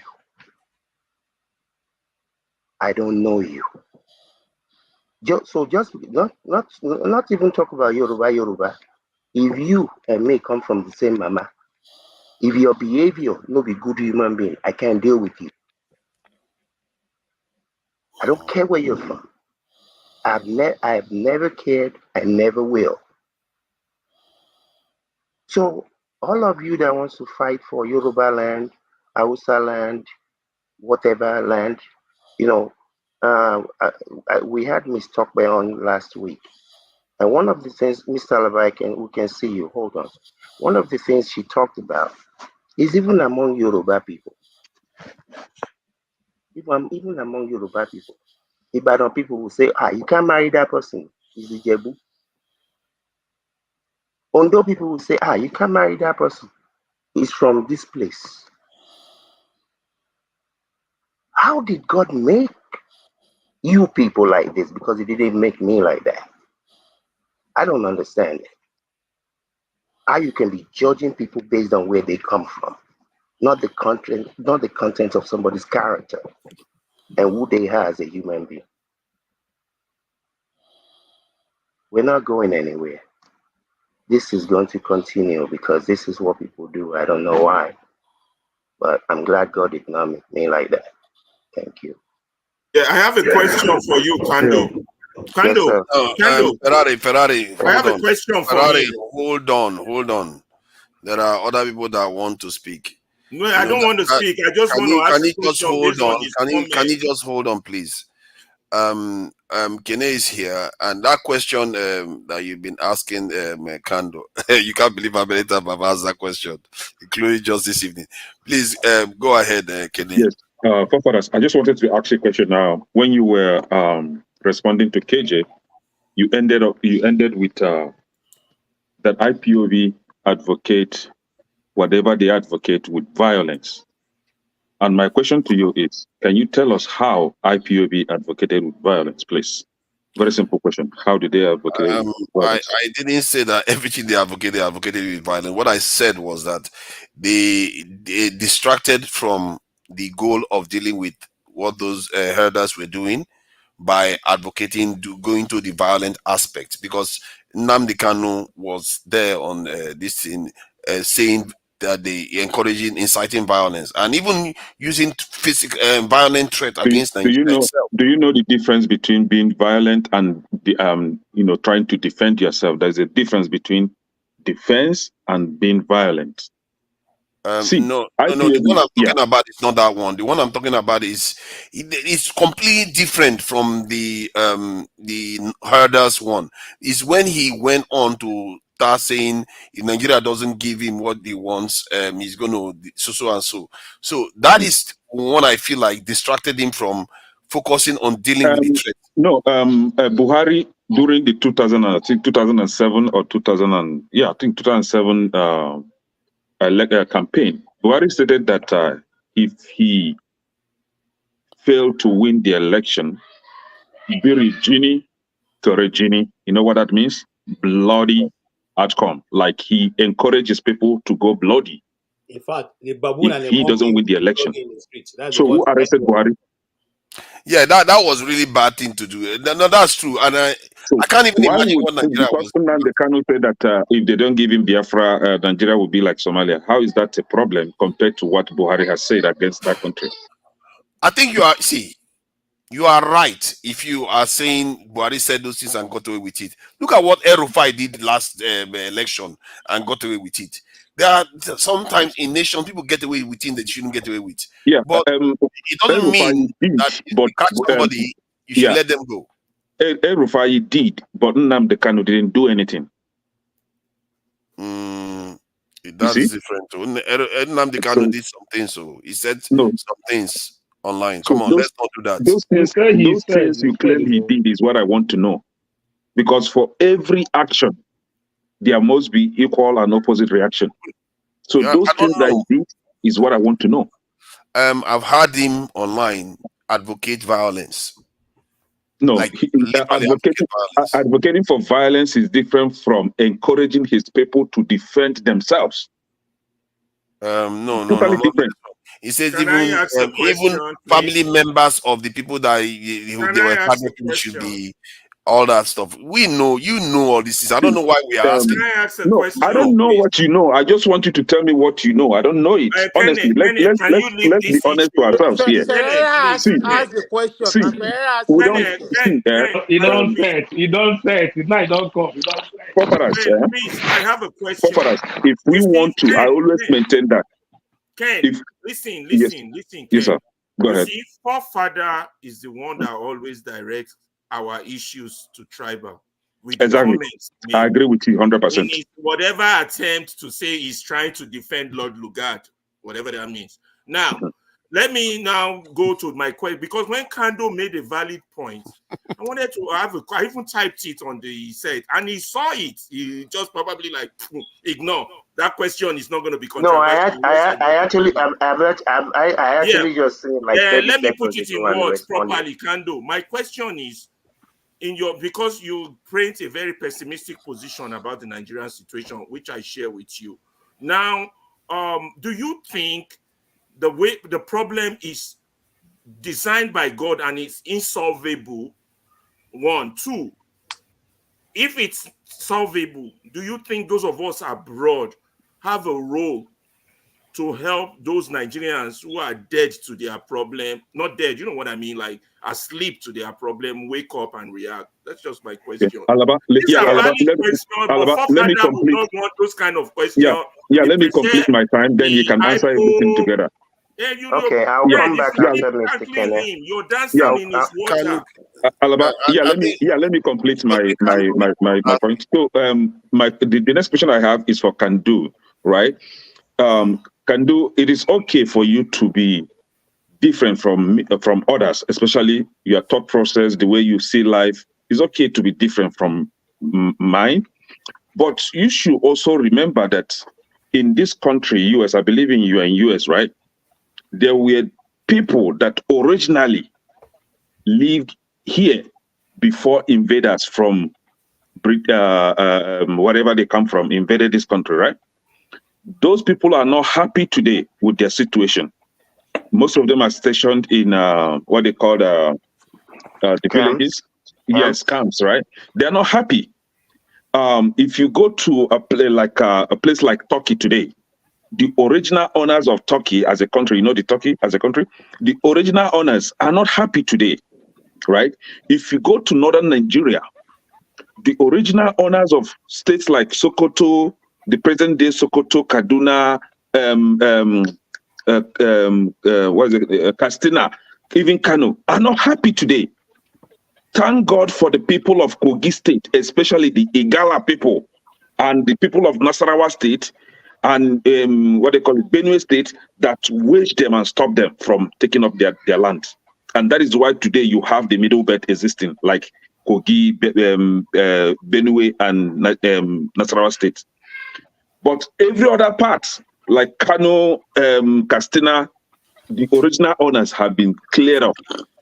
And it is okay for you to allow invaders to come to your land and wipe you off. But it is not okay. Yes, I will answer the question now. Ask the question. Don't make a speech, please. Yes, but it is not okay for me to allow invaders to come to my land and sack me. You stated that Texas and California will never have what they are looking for. It's okay, but you also remember that in this country, we have state-managed system of government. Every state is independent. We don't have that in Nigeria. So whereby a group of people are being subjugated, they don't have control over their resources, they don't have control over their land, they don't have control over their water, they don't have control over anything that they own originally. And you saying that those people have no right to say, okay, we want to be on our own.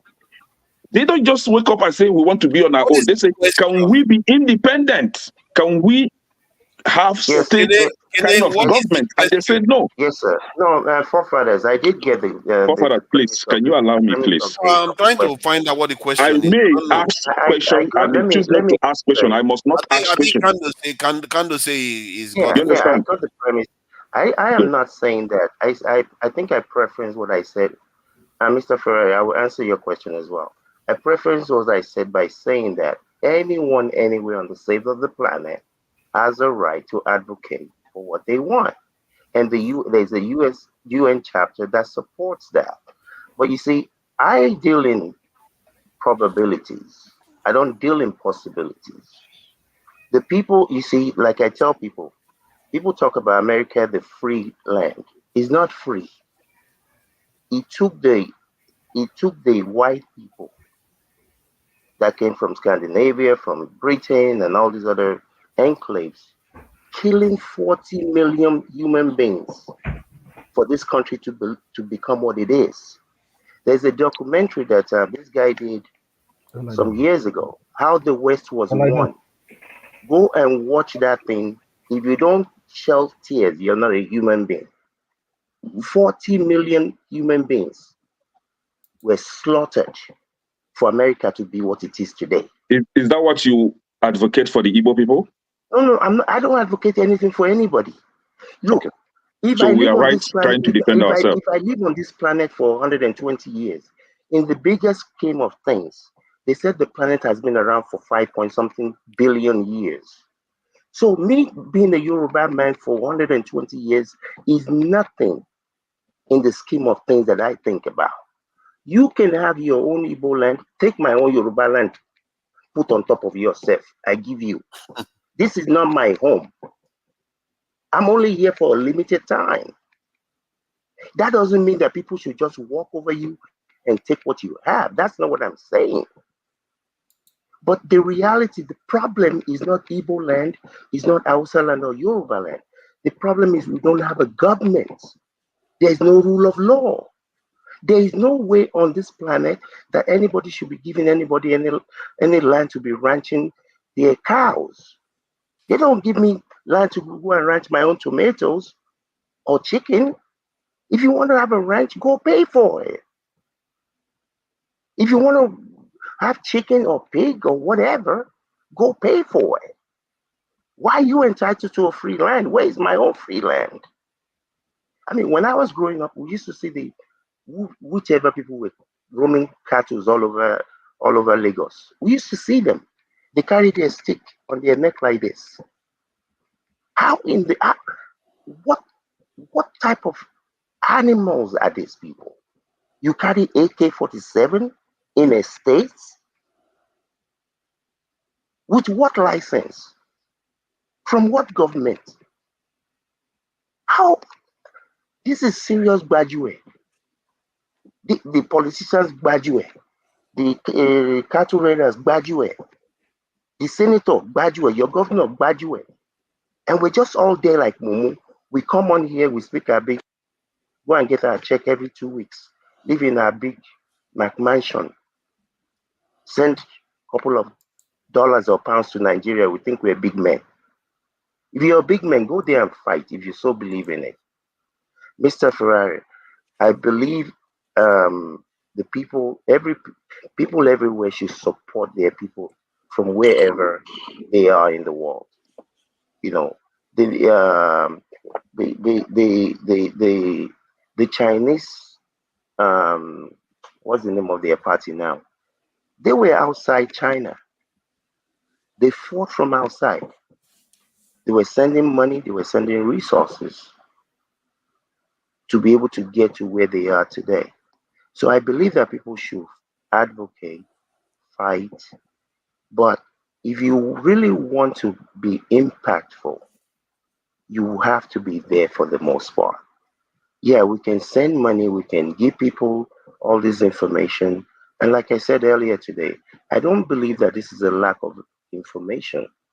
It's just part of this Nigerian mentality that God will provide, or God day. Yeah, God day everywhere. But if you're not willing to fight, I forget what's the right way. If you're not willing to fight for what you believe in, then you deserve to be a slave. Thank you. Spot on. Yeah. Who is next? I think I speak the truth. Please go ahead. I speak the truth.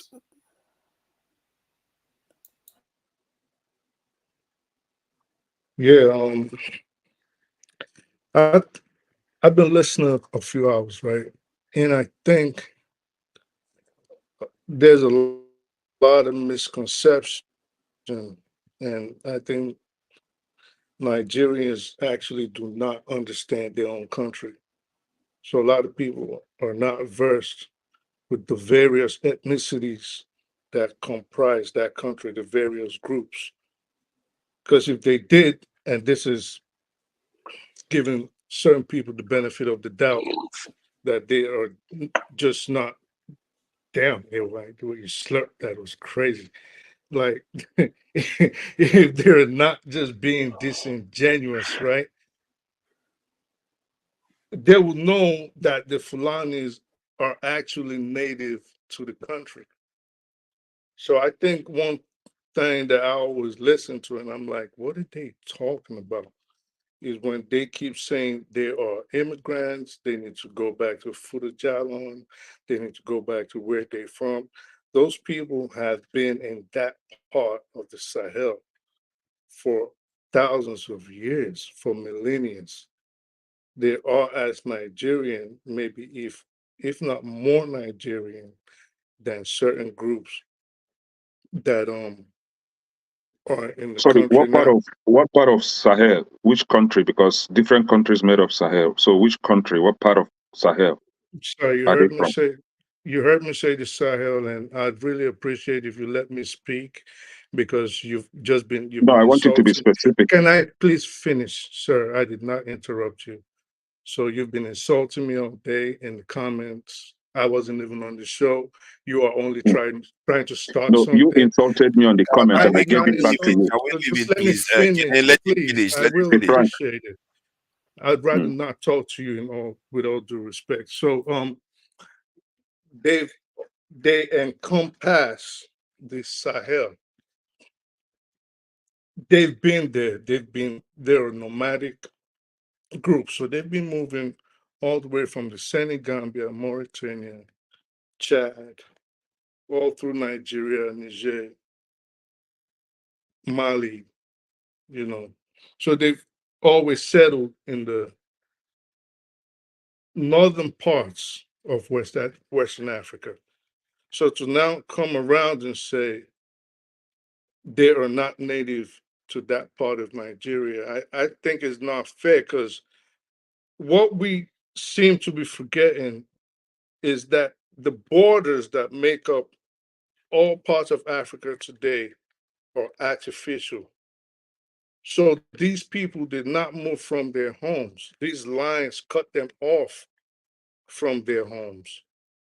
So if you've always had a borderless nation and you could move from left to right without any hindrance, and all of a sudden there's lines demarcating into countries. For example, I'll tell you,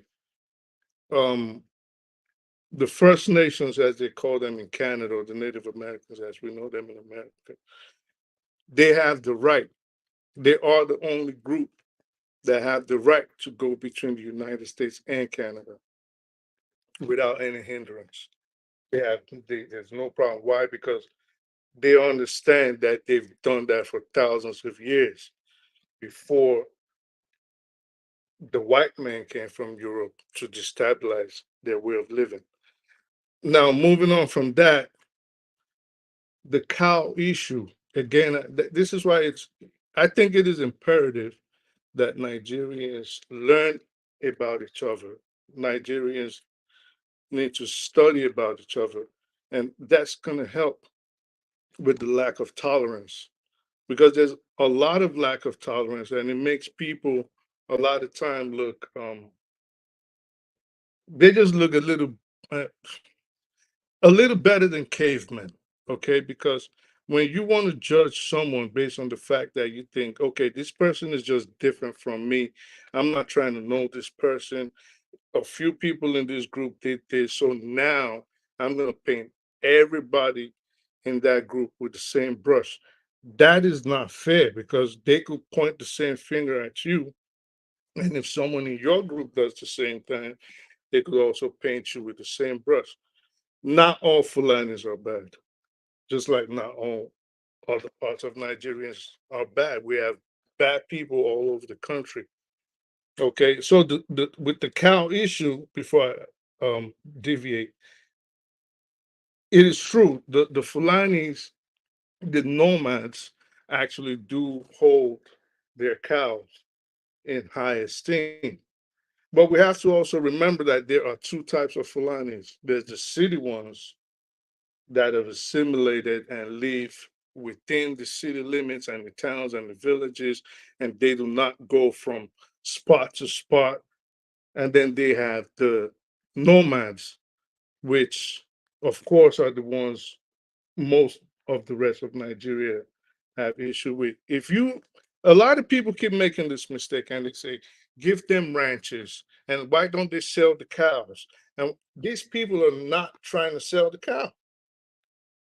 They are not cattle sellers. Most of them have those cows. Hey, don't ask me, but as far as I know, most of them have these cows, and they do, yes, treat them like human beings. They value the lives of those cows. So, like everybody's rightfully saying, you say they never had weapons. So when did they start carrying weapons? When Libya got destabilized, when they started coming down south, and maybe people were attacking them and taking their herd and taking their cattle, and they had to harm themselves. So I think these are things that people need to look into before castigating and you know, before grouping everybody into the same box. And that's it. That's all I got to say. Great speech. Great speech. And these guys, man, you guys are insufferable. They are really insufferable. Point of correction. All of us Nobody said that all Fulanis are bad. So I don't know where you're coming with that one. Nobody coming to tell us put narratives, all Fulanis that in the same nonsensical basket, right? narratives. You think you are fools? Nobody did that. So I don't know Yeah, where that you narrative don't is say coming that, from. but you say that in so many other ways, and that is Now, how crafty you are. And this is Kenny. Secondly, we have different countries that made up Sahel. We have Gambia, we have Mauritania, we have Niger and all that, right? My question to I speak whatever. So my question to you is, Are Mauritanians Nigerian citizens? Are Gambians Nigerian citizens? Are what do they call them? Nigerians Nigerian citizens? Are they Nigerian citizens? That's the question. If they are not Nigerian citizens, it means that those Fulanis that you claim that lives in the Sahel, and for that, because of that, they have the right to be Nigerian citizens at will. My question to you: are those, if a Mauritanian is not a Nigerian citizen, if a Gambian is not a Nigerian citizen, why will the Fulanis from Mauritania automatically become Nigerian citizens? Why would they be Nigerian citizens at will? Then, thirdly, you say that Mexicans, because of nearness between Mexicans and the United States, Mexicans can cross over to. If they cross over to the United States, they are illegal. They must walk through to become At what citizens. point did I mention Mexicans? You see, again, please play around, listen. Replay and listen to what you said. Sometimes you forget what you said. I don't want to go into I that said today. First Nations and I said Native Americans.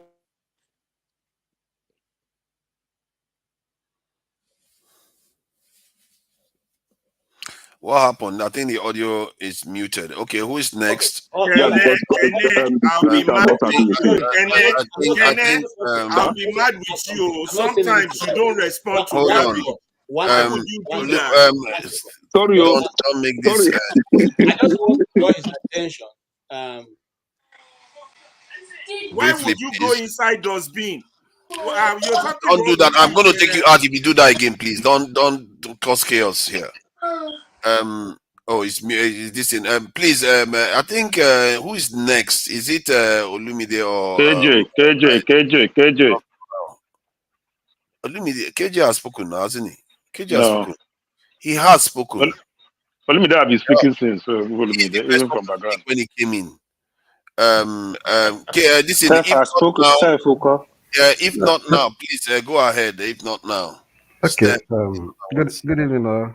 welcome. I purposely did not want to enter into this conversation today, but I've been listening for more than hours. But unfortunately, I have to. It's getting more interesting that I have to talk. One thing I discover is that most of us like to play to the gallery, and not that we don't know, but because there's always this temptation. I want to be seen as a moderate. I want to be seen as somebody who a little bit to the left, a little bit to the right. You understand? I don't want to offend the other people. I don't want to offend the other side. Let me just help to tone things down. You know, it is good to tone things down, but sometimes it's also good to, in the bit of toning things down, don't conceal some truths. I cannot claim to know everything when it has to do with this subject matter of discussion. But there are certain things that I can always point out, whether somebody is happy or somebody is not happy. You know, I'm not trying to blame anybody who wants to conduct his business the way he want to conduct it. Human beings by their nature, if we are given free hand, we can do anything the way we want to do it. Where I am now, if I'm given free hand, I can start a mama put joint in front of my street with firewood. And if anybody asks me, I tell him that's how we do it in Nigeria. That is in my culture, in my DNA to do it that way. You know, things are changing. And in as much as I hold some people that are doing these things responsible, but we should always understand that I don't think that is most of those people that have those cows are really the owners of those cows. Most of them are not even the owners. They are just errand boys, some of them. So the question is, those arms that we are trying to justify the reason why they are carrying it, who gave it to them in the first place?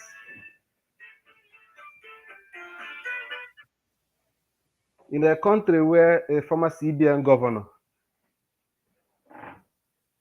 was charged to court for illegal possession of firearms, a header is carrying AK-47 to protect his cow. And every law enforcement officer will see the person and look the other way.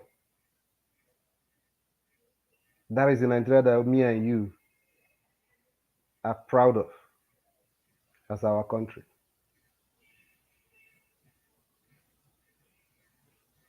The only question that I really understand I speak the truth narratives, but the only question I wanted to ask him is if those people that he's talking about, are they really like fluid? You know, they have the capacity to exist as either Nigerian when they want to, exist as Nigerians when they want to. No, At the same time, I'll answer when you're done. at the same time, also exist as Mauritians if they want to, because since they've been moving around the axis, so they are so fluid they can decide to answer whatever citizenship they want to answer. And all the countries that live in that Sahara are their own heritage. Just like one former head of state said that those people are free from wherever they are in Africa to come into Nigeria at will, because that is exactly what your position now is. Have coincided coincided with it a way. But I think that if you've listened for so long in this conversation, I think it was Kenneth that made that point clear that there are Fulanis that have been in Nigeria for a long time. And the issue of farmers and herders don't have, that there was no really big issue then. Occasionally cows can stray. You understand? And the farmers or the natives don't really pick offense because they know that those cows stray. And those herders always make effort to chase out those cows from those farms or whatever, where they're destroying crops. And if the owners too are also helping to chase them away, they don't feel offended. Those was in the 70s, 80s, and maybe early 90s. The question is, if you trace when this hostility started, it coincides with what Kenneth said some hours ago. There become an influx of other headers from outside of the country because, our brothers live in this country. Like you said, I speak the truth. Because our brothers live here, we also part of this country. You understand? And because the border is so porous, so they carry their own head and come in. You understand? In numbers. So it becomes now difficult for that ancient tradition of that relationship between the host communities and the headers to continue. Do you understand? So that's when that hostility started. And maybe probably that's when those armed things started, because they passed through so many countries. It's possible that they should have reasons to arm themselves. Now, the government that allowed those things to happen when the complaint started, because not today that those complaints started. Little by little, the complaint was growing. So where we hold some people responsible is there are people who knows that these people are coming in and giving us bad name. What do? They also look the other way. That is so bad. And the only thing we can think of a solution is to ask for government, state governments, to start confiscating the lands of locals as appeasement to buy us freedom. That's not fair. I don't know the part of village that you associate with in Nigeria, but I know that even in your own village, nobody gives you land for free. If you need land today to build a house, you pay for it. And in my part of the country, you pay almost 8 million, 10 million to buy land in the village. And when government will come and deceive the locals that want to bring development to you, and they give them hectares of land, community land, and then through the back door, want to use it to negotiate for good relationship with other people from other part of the country, so that when they finish whatever government work they're doing in the state, they can be seen as good people, the other side, that that are balancing things out, that are also moderates, so that they will not be seen as hostile elites. That is the cause of the problem. People not calling a spade a spade. I think that the solution right now is that culture evolves. I believe that there may be a time in America where herders also move on the road and in farms, in bushes. But culture emerged, evolved, and they started ranching. So whoever brings those arguments that this is their way of life, that's their nomadic life, so nothing should be done about it, nobody should let them continue doing it. The person is not helping anybody, it's not helping to solve the problem. Those people should be sensitized that things are changing. It's even in their own best interest to change with changing times. That is what I'm thinking. That's it for now. Okay, thank you. I think AY. I know it's my turn now. I yielded to. Okay. Go ahead, Lumide. You haven't said much. Yeah. I want to start by saying that I speak the truth. I think it's the same person as Boom Boom Bust.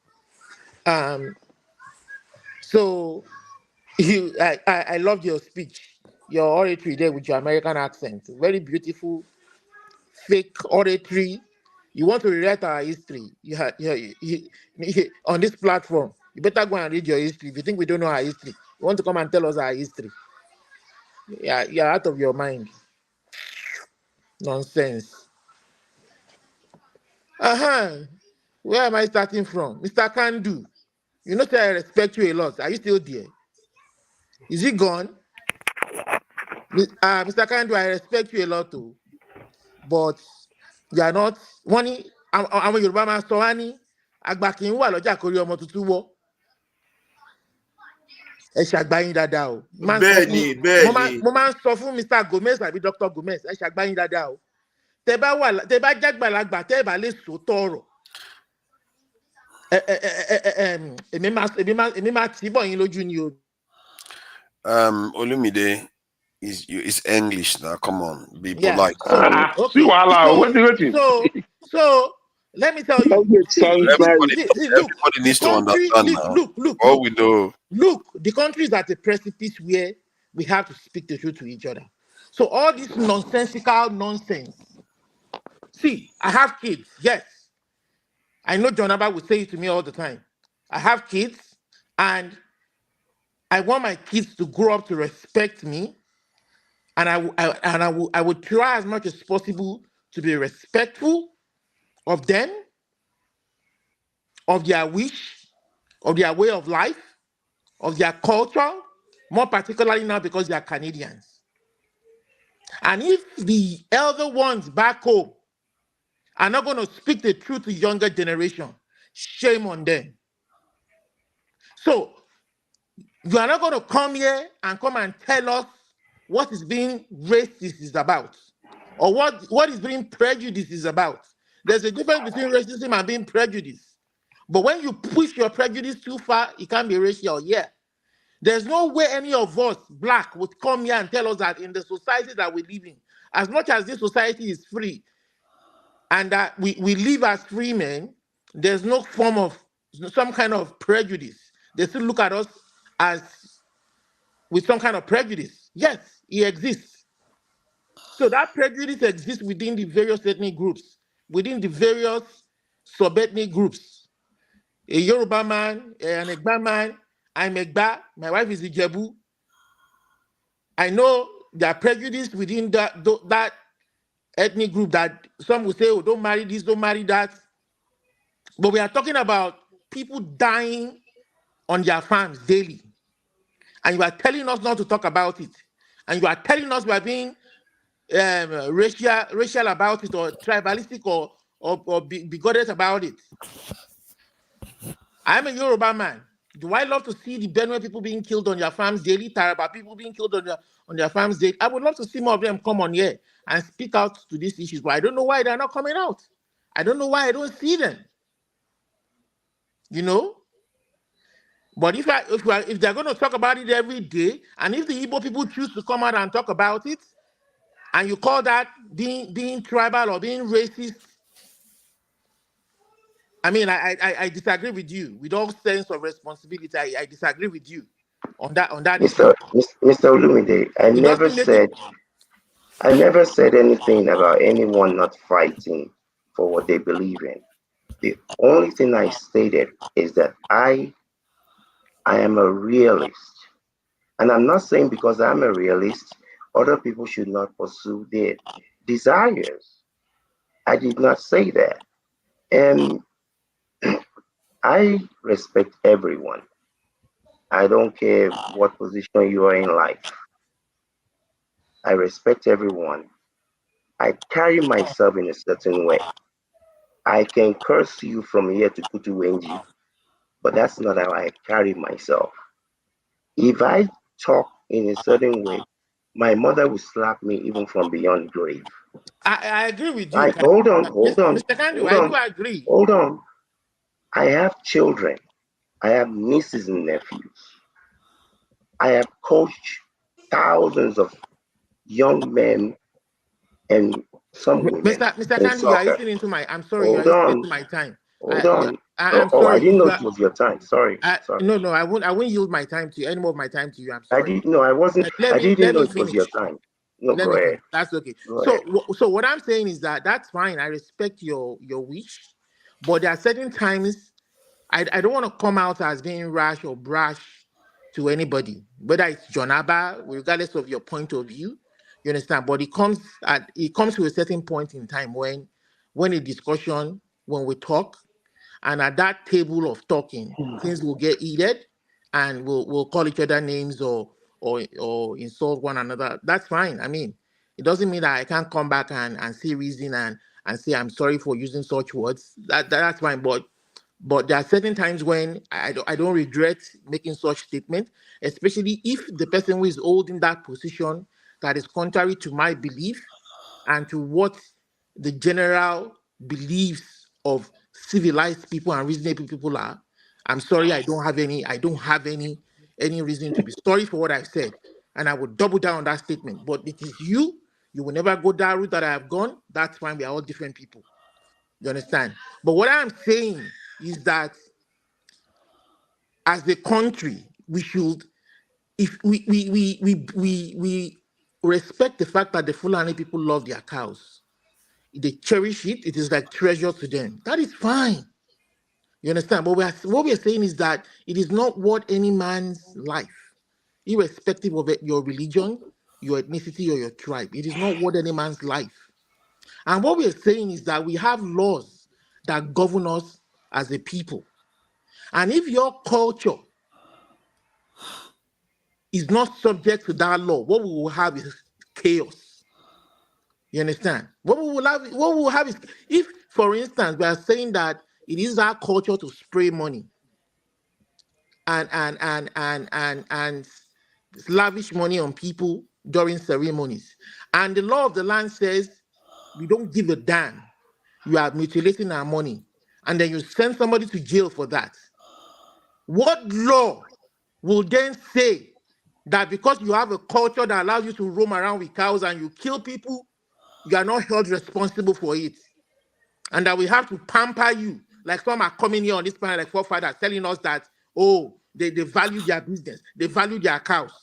Who is saying don't value your cows? We are saying we have laws in the land that has to be respected and obeyed. that laws that were even forced down our throats, that we didn't sit down together to write, that they wrote themselves and forced it down our throats, and they can't even obey those laws. And you are killing people on your farms daily, and you're telling me not to be emotional about it. You are telling me not to be tribal about it. Please, I don't want to listen to any elder, any agbalagba, but it's so thorough. Who don't speak the truth when you should speak the truth, forget it. Mr. Olumide, How old was we're Gowon when he actually came on with the the same country? side on that How one. old We're was actually on the Awolowo same side. when he became the leader of the Yoruba people? How old was Olumide, the Agbas are on the same side with you. Let me address the issue of I need my turn. Ferrari, hold on. It's not your turn. Mr. Ferrari, Ferrari, it's not your Godfather, turn.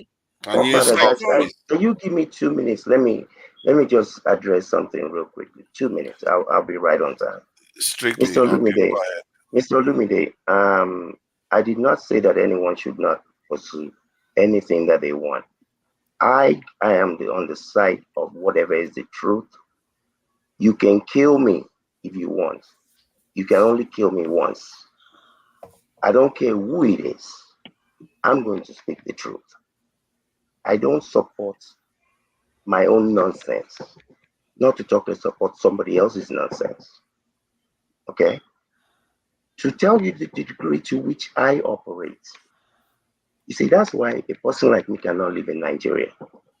If I see people trying to burn a so-called pickpocket person alive, if I have a machine gun that has enough bullets, I will kill everybody trying to kill that one person. Because I don't believe in jungle justice. So I don't support foolishness. Regardless of who is coming from, I support you based on who you are, based on what you do. So I'm not one of those people. I've never supported this government. I was on here telling people I have seen this movie with these people in Lagos. All they're going to come and do is tax and spend. I know them. So I just wanted to, I don't know where I might have been misunderstood or that I came across in a way that was saying something else. I don't support foolishness, regardless of who or where it comes from. Thank you. It's my turn. The Agbas have agreed on the Can point. you stop that? This thing. The adults have agreed. Don't worry, you didn't come across wrong. They always choose to go after a straw man. This is the style that they use. I'm beginning to figure that one out now. AY, go ahead. Yeah, you're happy that I figure you out. No. It's Ferrari turn now before AY. They keep track. AY hasn't spoken. Have you heard? Are you the moderator? What can do? But I keep track now because I know. No, you don't keep track. I know who's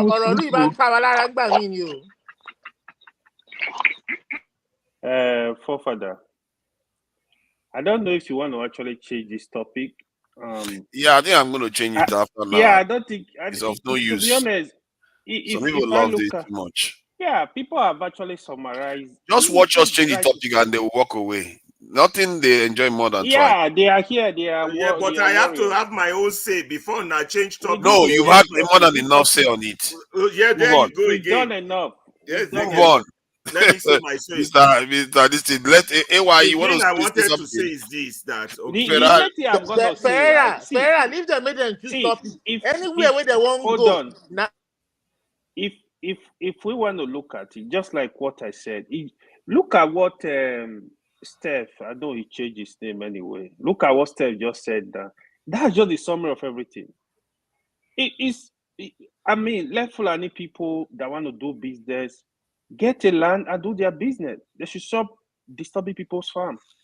This thing is just simple. It's when you now reduce it to tribal, like it's Fulani against some certain people. That's where I have problem with. This thing is so simple. Just do the right thing. They should leave people land. Go to any state you want to live.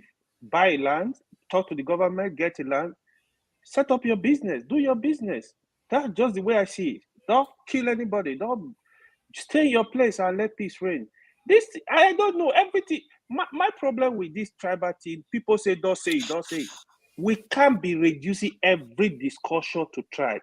We can't be reducing it. It's too poor of us. We are all educated here. We are exposed. If we are doing this, people back home, they also watch it. What do you want them to do? AY, I hear your plea, but I want to beg you until But the right thing, hold on, Lumide, hold on. The right thing is the right thing.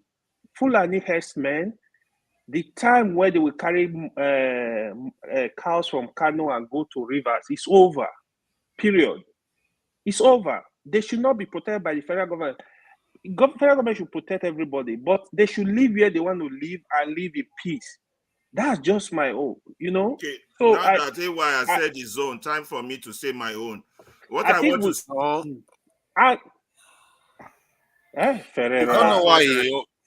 I don't know why. If you keep behaving like this, you are not going to be on here. You need to stop it. It's like he wants to cause chaos on the panel.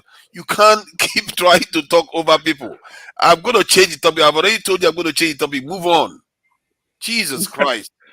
What is wrong with you? Let me change the topic, please. What is wrong with you, now, you want to go backstage. If you don't want me to talk, then I need to change the topic. Move on. It doesn't get us anywhere. It just leads to more division. Change topic. Now then, let me say what I have to say now. And then go drag Give him a minute. Allow me to talk. Because there's a lot of other things to respond to. We are talking about Tinubu spending, going for a loan of 6.6 trillion. And we are here talking about this is where we are getting rubbed dry. This is my point. We leave the leaders to get away with all this stuff. We are busy hating on each other. And which one is El Rufai? Also, that one is in 423 billion naira mess that they accuse him of stealing money. And no, we have not looking into that. So this loan that we are going for, did they say where we are going to get this loan? Is it IMF? Is it Saudi Prince? Who is giving all this money? Okay, does let me anyone know about it? On the loan and on some other topic. You're not going to talk about it. You're not going to bring us back to tribal talk. I'm not bringing you back to tribal. I just want to hit my brother Ken. When somebody vomits such big garbage, Ken went inside garbage and started picking vomit. That one paid me so much. I don't understand that. I made a mistake. Dele Ogun wrote a book. All you have to do is give them the book Dele Ogun wrote. Fatherless people, since they cannot read or can speak American accent, want to rewrite African history. You give them book to go read. That's the problem with black people. They don't read. I've told them to read. Go and read it. You give them the book. You buy the book for them for free. That's all you have to do instead of going inside garbage, picking vomit. Somebody vomit what kind of garbage out of this world and you responded. What kind of nonsense is that? Forgive me, big boss. I made a mistake. The issue of him blocking me. You see, I just ignore him. No, but the issue of money. On the issue of El Rufai, they're mad with him for now. As usual, nothing good is going to come out of it. They will say the big boys always get away. He will go and reconcile and start singing their praises. That's how that one is going to end. Tinubu will continue to bury. All of you still expecting anything from these people. I don't want to say go check yourself, but you can't give nothing where there's nothing. You know, they don't have nothing. They're here to hit the country dry, share every loot they can share. So it's not an headline to keep you guys talking. You know? That's just it. Let me not waste too much time on that. But if anybody need book, let them consult me. Oh, I have plenty book. Welcome to Nigerians. When they steal our money, we are used to it. But tribe, no, we are not. Even if we've been here for thousands of years, it's all good. Typical Nigerians. Who is next? Amadio. Hold on. Amadio, sorry, 1 second. Just 1 second. Sorry, 1 second. Just to be fair, you know. No, just 1 second. I understand, but this freaking punk ass motherfucker. You just called me fatherless. Oh my God! God! Call me fatherless. Are you serious? I thought we changed to another topic. It's a book. Go and read it by Dele Ogun. It's a title, book title. Hi. It's the title of the book. Nigga, I ain't ask you. You're the same thing. Nigga, go read your book. Stop calling people nigga. You're a teacher. You're a teacher. You're a teacher. A professional one. Can we stop? Can we I'm actually a teacher. I'm going to take all the people that are doing this. You need to act. Not my because of mine decided to freeze at this stage. If not, I would have put You're calling the chief a nigga. No, my this thing is allowed. Okay, I speak the truth. You two have to wait backstage in the meantime. And Ferrari, these people are very disruptive, delinquent behavior at this stage. Amadio, I thought you were supposed to talk about this money business. Nigeria is going to be borrowing 6.6 trillion naira. And the El Rufai seems to be stealing a lot of money. I don't know where he had the time to steal all that money, but what do you think?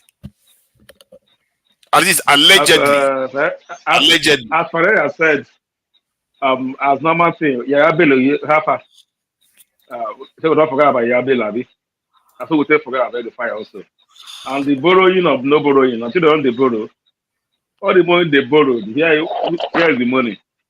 It's borrow and share. So that's the condition we find ourselves in Nigeria. So the other we can say about it, that when they borrow, they share it among themselves. And second, who is paying the borrow, all the money they borrow, who is paying it? We forget the main thing. Actually, sometimes I will say the truth. The truth is that if all this money on money, no borrow, when Buhari entered new, our case was that time that the snake was swallowed, the monkey they steal, that was our case then. But this time around, it's not the snake has stolen the whole money. Nothing has this anything to do with the money. Is that when you borrow, you become more poor and poor every day. There's nothing to I can tell you that okay, the money they are borrowing, the borrowing, what they're doing is order to slash out slash down the how they spend money running the government. They keep on borrowing. They don't increase the salary of a CGM to 300%. What's all about? I mean 200%. Yeah, everything they are doing are just Nigerians are fools and I can do said. He said, "Buhari government, you just start people spend the money. After spending the money, I thank God say my children are American citizens. They won't come and pay.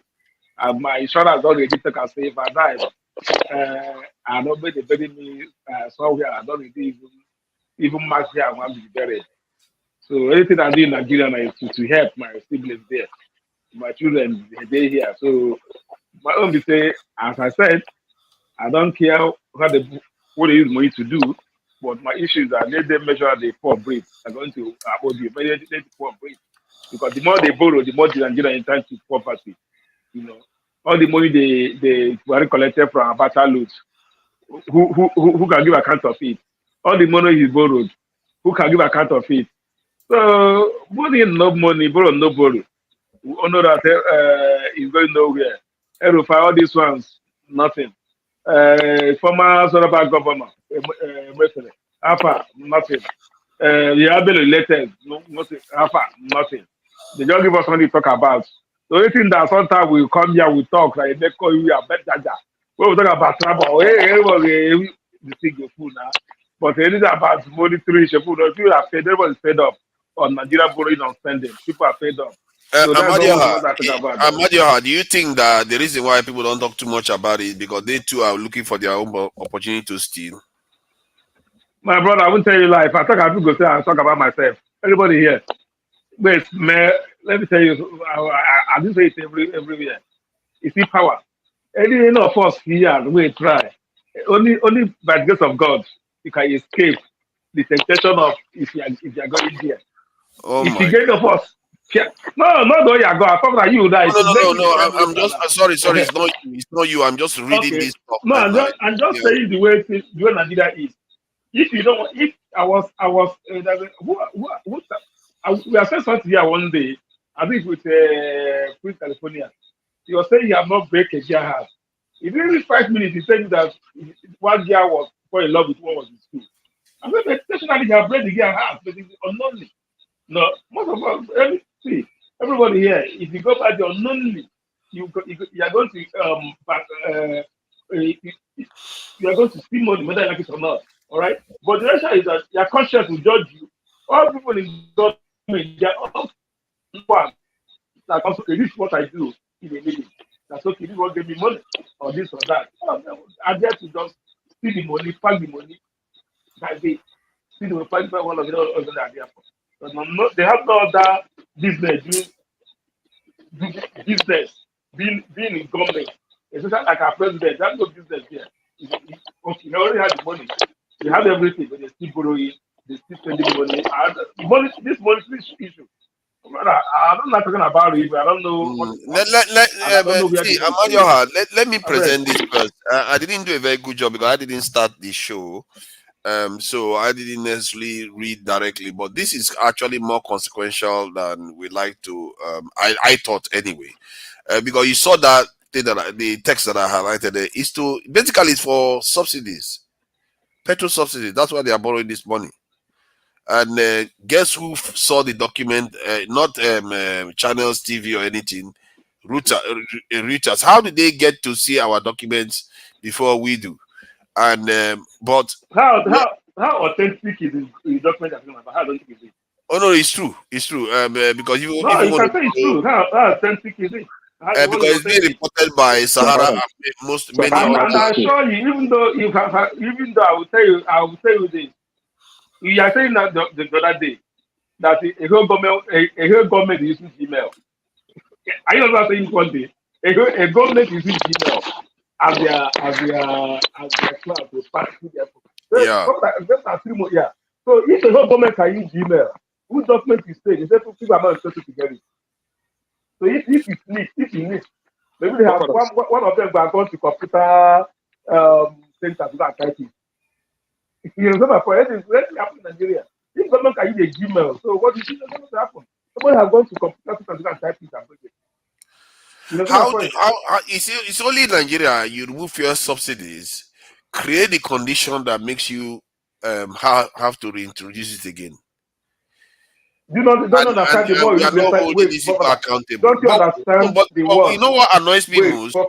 We don't hold them accountable for what they are doing. What don't you understand? The more you look, lesser you see. Something is gone. If some of us we are happy. If that is only what people have done, I'm a bit tired because our people have more time about tribal stuff. This is kind of stuff we should be holding them accountable. Are you not tired trying to talk about how much this government borrowed? They even borrowed 14 billion naira, borrowed they will pay with interest to complete the useless house for Fatima. Right? 14 billion naira to build house. They will borrow money to buy cars.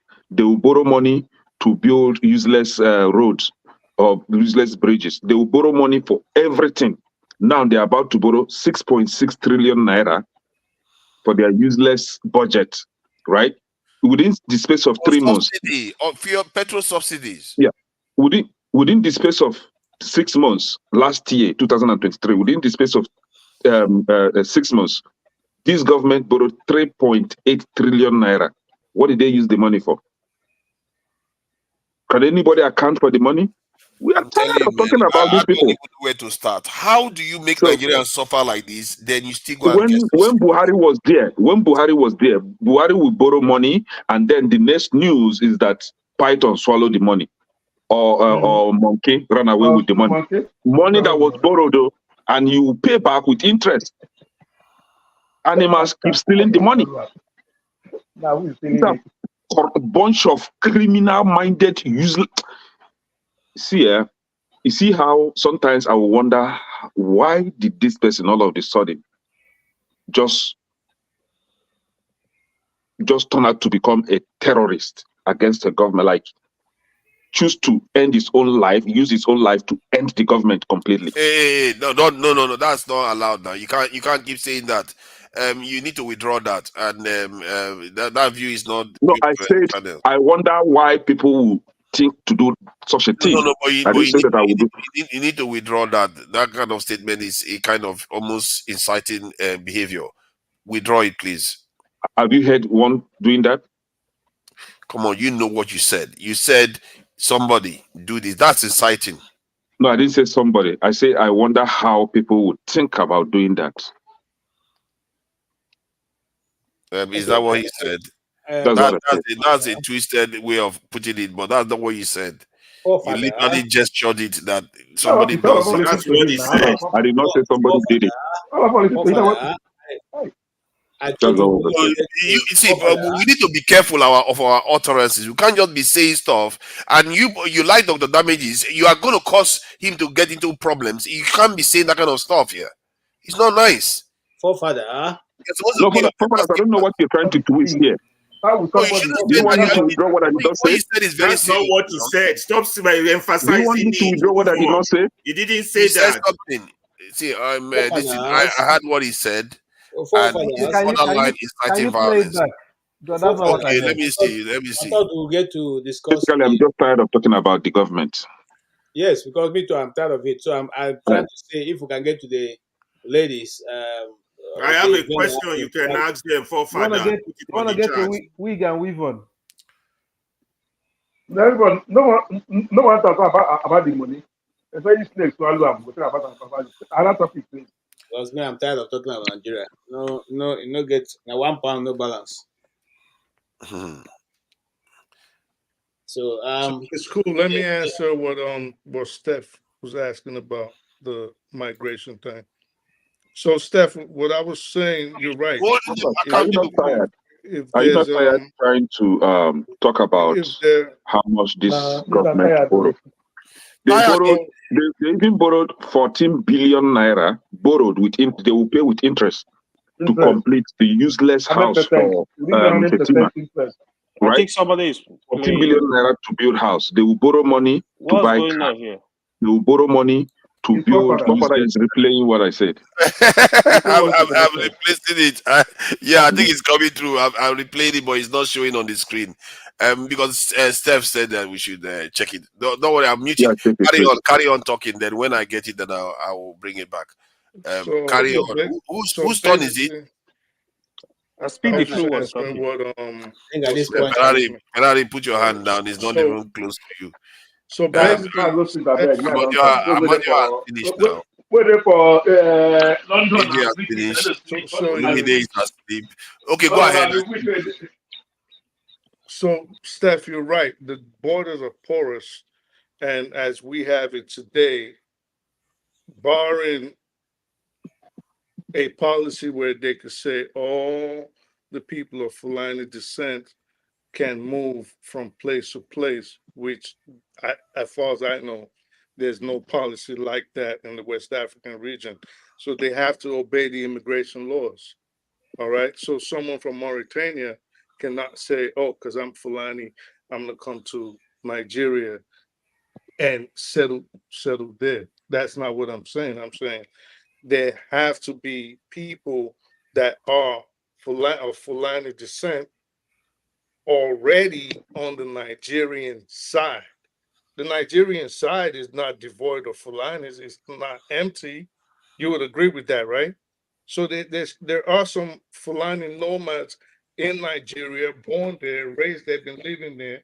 But I'm not saying someone from the Gambia or Mauritania or Chad can just come in and roam freely. That's not what I'm saying. I'm saying if you lived already in Nigeria, you was born there, you raised there, you by the laws of Nigeria are a citizen of Nigeria, and of course you have the right to move all over the country.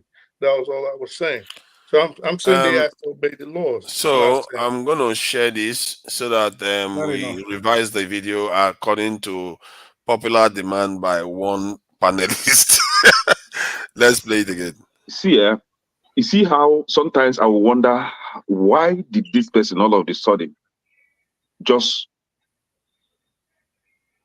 turn out to become a terrorist against the government, like choose to end his own life, use his own life to end the government completely. Hey, no. Wow. So Can is really showing his an IPOB member. Wow. So what did you hear? He said he wished that No, he didn't say he wished. No, I say I wonder. Yeah, God. Okay, I wonder. Okay. I wonder. He say he Hold on. wish, so he Yeah. didn't say he wish. Can you people excuse me? Hold on. Let me let me. Okay, yes. If you say I wondered, but what he said was saying that somebody should No, he didn't take say out the. should. No. Okay, let me explain I to you wonder how let me explain to you somebody what he said, would. forefathers. Let me tell what he said. He knew that somebody like you is going to pick offense or whatever he has in mind to say. So he said it in a different way, as if it's something that have already happened. So he's wondering, why did this thing happen? You see? Are we good now? No. Hold on. Yeah, it's true that he didn't say wish, but it doesn't mean that the meaning of what he's saying is not the same. No, Don't he said ascribe he's talking meaning He about to a wants to it. story coin that That's never another what meaning. he happened. said. That's what he said. No. Ah, Hold this on. is The doing meaning. too much. Can we Can move you on? see Ferrari? Don't do this. You need to allow me talk. The point I'm making is that even if you say I wonder if somebody does No, not he turn didn't say themselves if. into. He's still Mm-mm. getting it wrong. Put it the way he put it. He said, Then let's hear it. I wonder why somebody should turn out a terrorist I and Mm-hmm. not wonder tell the why somebody government. should turn out to become a terrorist. Mm-hmm. And is that what he said? Yes. Whether somebody Yes, should turn out to yes, terrorists and take over. He said Let he's me check wondering it why again. Let me check somebody it again. No, he said he's seriously, I'm going wondering to why check it again. somebody should do it. I'm going to check it again. Go ahead. Okay, check it Um, again. let me check it again. I don't know what I heard because maybe I've heard it is.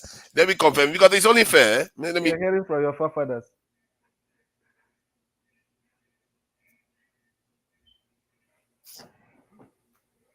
This guy is just. Can we move on? Carry on with the discussion. Don't wait for me. I'm not playing it. Okay. I was asking a question about.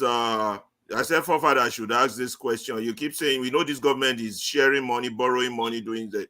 So what should we do about this government? Should we call for their resignation? Should we, go out on mass protest? Should we use? These are the type of question you should ask. Should we start mobilizing for their next? Don't just talk about this one still billion, and tomorrow the headline of the money they borrow will be bigger than the one they borrowed today. Who wants to be talking and regurgitating problem? You want to talk and say, okay, are we reacting enough? What should we be doing? What should we be reacting? These are what I feel are valid questions. Should we be having hashtag condo Candy B resign or some? I just think you keep talking about holding them accountable. Do you have any suggestion for father on how we can hold them accountable? We have 1,000 ways I can tell you that. Okay, But tell me one. I'm still going back to this point. Waste of time. I'm still going back to that point. I don't let points go like that. That Because is why Okija beat you in moderating. Let him beat me. You see, I'm used to losing and bouncing back. It's all good. See, You my can't really point. compare two moderators. Everybody gets Exactly. We're all different people. Okija is gifted in his own way. I'm not sure that I'm not gifted. So let's forget about it. Point is that he said, I wonder why this person doesn't turn into a terrorist and take out this. why somebody should. No, I don't think he should. No. Okay, now that's a key term you use there.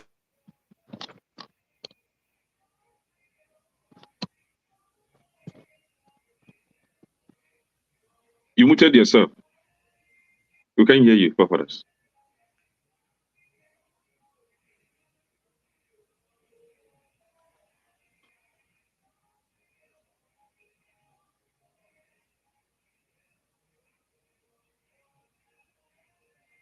What's really Hello? wrong with forefathers? What's going on? Your forefathers are disturbing Why you. no, sorry. I think I don't know why people stop when I'm not doing anything. You can carry on discussing. But the point he was making, he didn't use should. I must say, he didn't use should. And he also went on to say, the way I understood it. Can you play it again? Forget about how you understood it. Did you remember to eat dinner? Maybe I did it. I did it. I don't even know. I like to get this right because it could affect my judgment. Too. Yeah. Hold on. Let's get it again. Bunch of criminal-minded, useless. See, you see how sometimes I will wonder, why did this person all of a sudden just turn out to become a terrorist against the government? Like, choose to end his own life, use his own life to end the government completely. Hey, no. So what do you make of that? I should be asking you, what do you make of Yeah. it? No, I'm asking you now because what I heard him say was, I wonder why this person. Why did someone? I didn't say this person. You didn't say someone. You said this person. Okay. Whatever this person. This person turn into a terrorist and take out this government or something like that. That is the way it was put, and that is the way it came across. And is there any other interpretation of it? If you have it, you can explain. I just answered it my own way. No, what what's do you your think? interpretation? My interpretation is that what you heard. No, my interpretation is that why I wonder why this person all of a sudden. Yeah, did I say all of a sudden? No, that's what he said. Okay. Yeah, I wonder why this person turns into a terrorist and take out these people. Take down the government. Yeah, this government. No, not this government. Or to choose to end their own life. He even went in more visa. Choose to end their own life and take out these people or this government or whatever you want to call it. But the point is that aspect, I found it a little bit alarming because from the point of view of this channel, what you heard, is it like something that is going to happen or something that have already happened already? It's not happened, that's for sure. It's not happened. And the way it was put was more of it's in between because it's not very clear. That is more of so you picked it up because of your mindset. No. Because it comes from his mindset because he was angry. No, your mindset concerning him. No, not at all. So why are you still emphasizing on this thing since that time? Because I like to get this right. How many are we in this forum? We heard it, and I heard it. I interpreted it differently, but you heard not to it.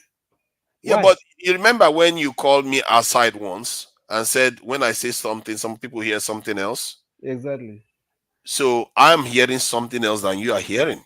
No, but that thing you heard. Tell you I'm hearing something else. And if the DSS hears something else, Dr. Damage, you are the one giving it fire now. It wasn't explicitly stated the way you're saying it. I have actually admonished one other panelist for saying something similar, alarming before. I don't want to be here when somebody says something, then Dr. Damage is contacted. I don't want to be here when that happens. That's my concern because that's a very, very serious statement. Say somebody should end their life. Maybe that's the part of it that started alarming me and then take out the government. Come on, you have to. That's a serious statement to make. It doesn't matter. Somebody can. There is nothing serious with my statement. You maybe you should find time to listen to it again. And I don't know why you are trying to make out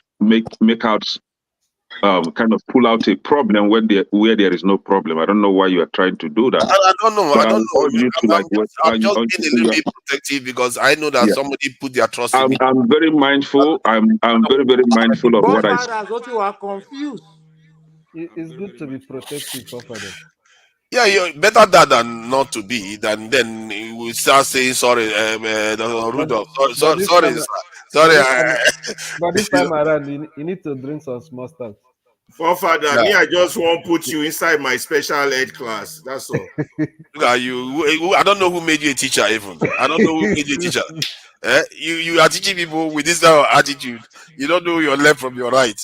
And stop wearing my clothes, Ferrari. Stop wearing my clothes. Get your own. Have you ever worked in the Nigerian police force? You don't know what do you mean I work in the Nigerian police force? Because you are talking like he's a secret agent. Me, secret agent. Maybe I could be one actually. That's how they rope people. be a secret agent. So, but this money matter, man, I feel bad for Nigeria. I feel bad for Nigeria on that one. You guys don't know who Tinubu is. Tinubu is more interested in the next election that he is in changing Nigeria for good. He's busy buying people. Do you heard Bode George interview? Was he 2 days ago? No. Oh yeah, I heard about the one where he was saying we should when I give him listened to that interview, one I said this Jagaban is too much. He's too much. You don't have the willpower. Eh? Can you imagine Bode George of all person that have said initially that's going to run away from the country? We all know what has been going on between him and Tinubu, even before Tinubu dreamt of contesting for election. Bode George is the one advocating that people should give Tinubu another 1 year. And nobody should judge him with his first year. Nothing the political class does should surprise you guys. They are all on the same side, and it's just a question of, so nothing should surprise you. The last 2 weeks has been very similar for me, actually, from what I've observed, from the national anthem to some of the things I've heard. I'm now beginning to think, plague on all their houses right now. They are all men. Our elite class is so compromised. There's another person that made another statement that I was like, is it this person talking like this? The first person that flipped was Boala, right? Boala, Ogugwe flipped, then Bode George suddenly saying what he said. You guys don't understand how it works in Nigeria. They might have something on them, and once they have something on you, you have no choice but to flip. That's why it's the ruling happening party. to El Rufai now. I think that's the same thing they're doing with El Rufai very soon. Yeah, there was a time El Rufai was they will strike a deal with trying him to form another political party or part of another political coalition or whatever. There's something. Was it last 2 months or so? Or last 3 months? If not now, what's going on? If not now, can I ask this question? If not now, because I'm really struggling here. Why do some people openly come out and, in a way, I look into their eyes or just hear the way they speak? It's like they are telling the truth. Why do they feel so strongly that Tinubu is actually on the right path? Because I don't see it. You don't need to see it. They're just defending their pocket and you don't their need food. To see it. They're just defending what they have to defend. Okay, look at somebody like Boala before. Everything I've said about Tinubu since Tinubu won the election. Immediately after that Aso Rock visit, where he was settled, he always looks for a way to defend anything that comes from this government. I don't understand it. That Boala, now I know him. Yeah, he's on all the news channel. Always, it's like the spokesman now. That's what they have to do to survive. You have to understand that Nigerian problem. It's like an hijacker situation in a plane. It's sad. It's really sad to watch. Nigerians don't have leadership. The issue should not be maybe next election, but how to bring that system down. Even P2B, I may be disappointed too. No, I wouldn't be surprised if P2B comes tomorrow and said, let's give Tinubu 2 more years. I wouldn't be surprised. It will surprise all of you, but it won't surprise a lot of people will just faint and like enough is enough. Enough is enough. Because that's the way Nigeria is designed from 1999. The national anthem was being changed and Showore, P2B, all of them silent. Completely. I just looked at like, okay, we are done I hope we'll have one day to discuss that. What's the time now? 10:30. I'm not sure. Sorry. Well, Father, thank you for taking me out. You gave me some time to take care of a few things. But you need to have more of a tough skin. It's not easy. You can't just because people are serious people here. You can't just do such things. I'm just saying. Well, anyway, is it not only Ferrari I did something to today, and I think it's well deserved actually. That guy in Ferrari, he's been calling me all kinds of things for months. I know, but look, you're the moderator, so if you look for you to be in this role, and you've been in this role for a very long time. Okija Let did him have his this role revenge today. when I become moderator. You know, Let him have yeah, I hope you yeah. become one. You Look, see, I'll be on the panel. Then I'm free to blast you as much as I want. Please, Odi, go ahead. yeah. So I'll tell you something. You're very good for this forum and this channel, because at least most people don't have your stamina, right? I think you just like the argument. You kind of live off it, which is good. Like, it's your personality. Because I've seen some days when other people have been given the mantle, they gas out very quickly. Even you continue on a monologue when nobody is here till people join in. It's good for business, but at the same time, look, you can be better. Like, you're asking our leaders to be better, asking more from each other. Look, I think you need to ask more from yourself also. Do some introspection. Look, you can be much, like, you can do a lot better.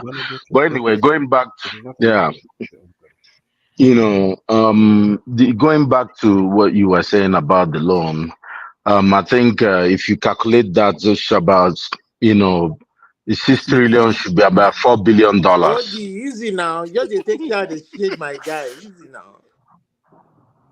No, yeah, no. So the 6 trillion should be about $4 billion. That's a lot of money. If you look at the Nigerian, the budget for 2024 was $34 billion. So you're looking about 1/6. They're trying to take 1/6. That's this is it's more serious than I think people make out of it. And they're not going to use it for anything. Someone said it's for subsidy. Are we really very serious about this? You're going to be taking, extra after the budget, extra 1/6 of the budget, just to subsidize something that is supposed to have been gone. I know that, look, the system will fight back at some point. All these Okupe, all these guys are Rufai. Yeah, you guys are right. These guys are just trying to find their daily bread. You could see, what's his name, Donye Okupe. That one, you can look at him. You can see that ground no level for him again. Yeah, things are very hard for the bad. Look, he's talking about losing weight and money no day again. The highest position the man ever had was to be a special assistant. He was never a minister. He was never anything. So the money is finished. So they are trying to look for ways to, ingratiate themselves and get something out of the government. People like Reno Mokri, probably, I don't know, maybe he's a CNA in the United States, which is a good job. But, being whatever special assistant to president, he's trying to find a way to come back and steal money and do some contract. So everybody is trying to get into the groove. I think somebody said it correctly here. But we just have to continue calling them out and not calling each other out. Let's stop fighting amongst ourselves. There's nothing. Look, most of us agree on the same thing, except a few people, who may just say that Tinubu is Jesus Christ and he's the best thing that ever happened since sliced bread. But I'll leave it at that and let other people have their turn. Man, I'm in a desperate state. The last week, given everything I've seen in Nigeria, what these people are doing to the country is just unimaginable. The only bright thing I see on the horizon is student loan. The refinery that they said was going to start working in December is not working till June. We're going to be going to July, still not working. And you don't see anybody holding them accountable. This is what I keep saying. Why are they not going to do this nonsense when nobody is really holding their feet to the fire? It's going to get worse and worse. I can't believe some of the things. Dr. Barrister Kenneth Okonkwo came on this TV, support the new, the back to the old national anthem. San Ozakome. It's like, what is wrong with our leadership? Should we even call them that anymore? At least if you have the kind of mindset that some of us do, that the country should be sovereign and doing its own thing. These people don't see in Nigeria like that. I don't know where to start from. It's like Tinubu came into office. He saw a hole that is covered. He dug a hole, and then he covered the hole again. Then he dug it again. Like you came in, you remove subsidies, and you went and cause problem that makes you need subsidy again. And then what is all the suffering for then? What was the point of all the suffering then? And he's still working, and the government is still going about, and some people are saying they are very popular. I don't know, man. Nigerians, I don't know. We really need I like to hear I speak the truth, opinion on this. Sincerely, he likes Tinubu. I like to hear his opinion about these decisions he's taking. Yeah, you can ask him. I speak the truth. Exactly. What's the question? I think he wants your opinion on the subsidy. I ain't got no opinion. None of y'all said anything really. Everybody just complaining. You don't even know what the money's for. You don't know why. I know what the money is for. I know what the money is for. I just told you. It's for subsidies. It's for subsidies. It's for subsidies. Yeah. All right. I ain't got no opinion on it. Nothing. So, how about the fact that he took subsidies off, destabilized the economy, and now requires subsidies? You don't have any opinion on that? None, sir. Nothing. That's very interesting. I'm just listening to you. Yeah. The pointer. One big Properties. pointer. How do you define cluelessness? Somebody that is clueless, he doesn't know what he's doing. He just came on board, withdrew subsidy. Now he's borrowing money to subsidize the same thing that he withdrew. See, it's not about I want to grab power. I want to grab power. What are you able to do with the power? You are not prepared. You don't even know what you want to do. He just wants to be a president. And he has forced himself to become the president. Now he's confused.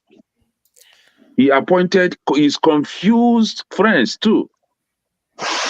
Have you forgotten that he resurrected the 1999 set of criminals? These are a bunch of confused people. They don't know what they're doing. Last time, his vice stated that they actually implemented what P2B and Atiku recommended, and it didn't work. That is plagiarism, right? You plagiarize. You don't even know what you are plagiarizing. So it means that you don't even have your own work. You didn't do your homework before you become the president. You are now relying on somebody else's what they call it, effort or plan. You don't even know how that person intends to implement those plans. You see? So you don't expect, I've said it even the first week that this guy has in office, I said, watch out and see. It will end up in total failure. Doesn't know what he's doing. See, can I on this one? And this is what you're seeing today. Can I, on this one, me and you sound somewhat alike, and I'm beginning to lose faith in most of the people, at least in this space anyway. I'm beginning to worry that a lot of our people are just, they have all kinds of baggages all over the place. And I can't understand for the life of me why we remain stagnant. But I will see what this platform will evolve into, because some of the things I've seen in recently amongst our people is just, I fear for our. If I was a Igbo man, I would be laughing the living daylight out of my backside, hearing some of the way we sound. But maybe the elites are better, because what I see here, I'm beginning to ask myself, which one is worse? I don't see much of a difference from my own compromised view too. I'm also compromised. I make no mistake. The last show, yeah. It's not subsidy. Pardon? It's not subsidy. It's not subsidy. What is it? The way they would like to tell the narrative, and the way I see the narrative is a little bit different. You see, a lot of people will tell you that, oh, give him one more year, or this is the new government. I don't see it as that, because what's his name? Tinubu was the chairman of APC. He had the ears of Buhari. If he and his You mean he Lagos was boys, leader, not chairman? You know, people will yeah, start leader sleeping on that. influence. He had influence on the party, and how all these World Bank geniuses didn't see this coming is amazing. You know, I have said this here before. Anybody can go on YouTube, type in subsidy, Lamido Sanusi. He told these fools back in 2014, he said he's not against subsidy removal, but he's against rent seeking. These people have stolen, I think it's 32 trillion naira from the Nigerian people with all this subsidy since then. Trillion. These people should be, anyway, today is Sunday. So we don't have a government, we have people in power, even Tinubu and all these World Bank people coming in and say, oh, did you know this was bad? Where were you that you didn't Sorry, see this? can do. I'd like you to take this in this stride also. You know, since you're talking about World Bank, how is it that when World Bank and all the calculations coming from international financial bodies analyzing Nigerian economy as calculating that Nigeria, giving Tinubu praise that he has removed subsidy, that's all their calculation. Can someone explain, that for me, if it's not colonialism and trying to make us feel stupid? Even the international bodies, you just put something. Reuters found about this loan. How is it that Reuters and all the people, IMF, they don't know that like subsidy is back, and they are pretending, and they're trying to make us feel stupid?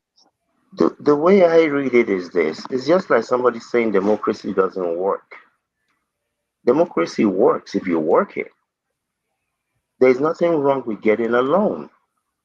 If you go and get a loan and you want to use it to start a business that you've looked into, you've done all of the homework, it will work for you. If you go and get a loan to go and bury your mother, God help you. So personally, I don't believe in conspiracy theories. I don't really care what the white man did. I don't care what the white man is doing. Nobody can force me to do what I don't want to do. So if they're being compromised, whether they have something on them or whatever the case may be, I really don't care. If they have a picture of Tinubu having sex with a guy, okay, so what? So because of that, you're gonna run the entire country down because somebody has something on you. So you see, this I think I said it earlier. We're not going anywhere because the people on the ground are the ones that are going to have to fight. And a lot of them cannot fight because of their situation, hunger, deprivation, lack of hope. You know, we're not going to have a bunch of people coming from the Americans or from Europe go and gather guns and go to Nigeria and go and fight. It's not going to happen. So the people on the ground, fortunately or unfortunately, are the ones that are going to have to take up the baton and fight. If they're not, look, my conclusion is this: most of us in the abroad, we're the last Nigerians. Our children are not going back. Our children, I know untold number of Nigerians. I cannot see how those children will go back to Nigeria. I just can't see it. So it's not a doom and boom and Nigeria is going to be done forever. Nigeria is going to be a great country because of its people. It's just not going to be in this generation. The average Nigerian worships money. or worship somebody that has money. And like I told some people a few months ago when I was in Nigeria, Dangote is worth about 15.6 billion. Wonderful. The richest guy in the world is worth 220 something billion. So what is the noise about your 15.6 billion? And at the end of the day, whether you're Dangote, whether you're the richest guy in the world, you're going to die. You're not going to take one penny with you. And if these fools can understand that, if they can understand that, I was telling somebody, I said, even let's remove me. Let's say I won a contest, and they said, Mr. Here's your $120,000 car. Me, I will sell that car for 100,000 or whatever I can get close to it. I will find 300 people in Nigeria that I can put 500,000 naira into. You go to sell Gary. You go to sell beans. You go to sell rice. You go to sell water. And we're going to be having maybe a bi-monthly account of what have you sold? What are you doing? That is more important to me than that car. Helping 300 people. And it's not just them. They might have a husband or a wife and 2 kids. It's not about being Mr. Do-Good. It's just about your priority.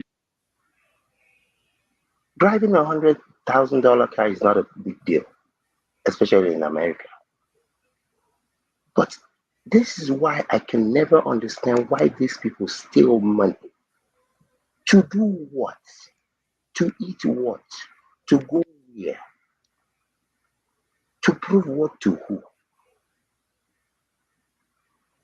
So, and I'm not saying that it's just the leaders. The average Nigerian loves oppressing. I don't even know.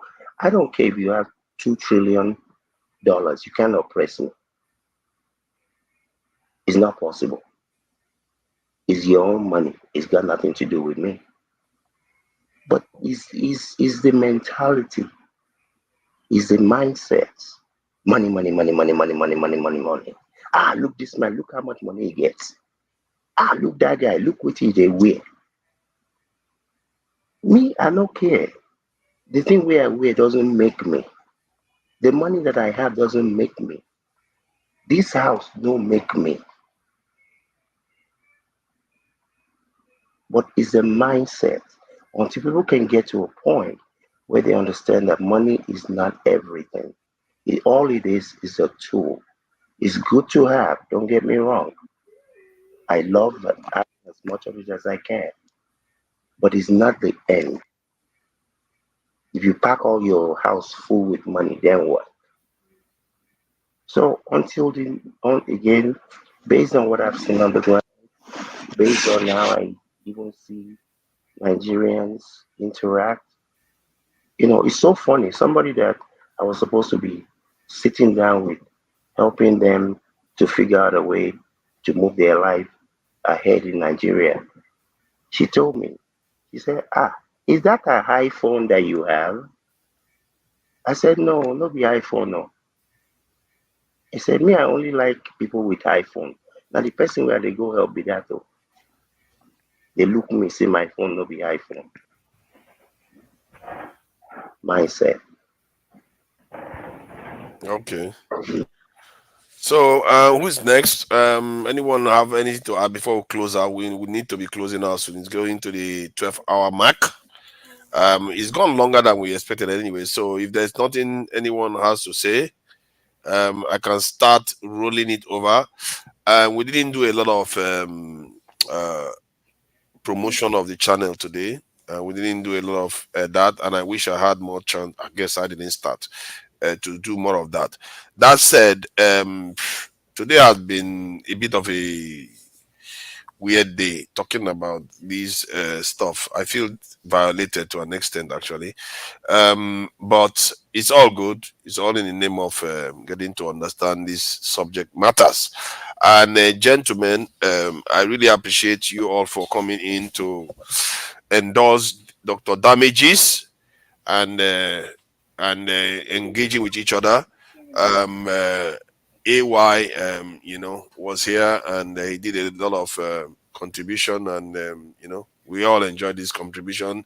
Kando, I appreciate you for coming in and contributing to this discussion, and Olumide, I appreciate you for also coming in to contribute, and Steph, aka If Not Now, thank you for coming in to contribute to this discussion.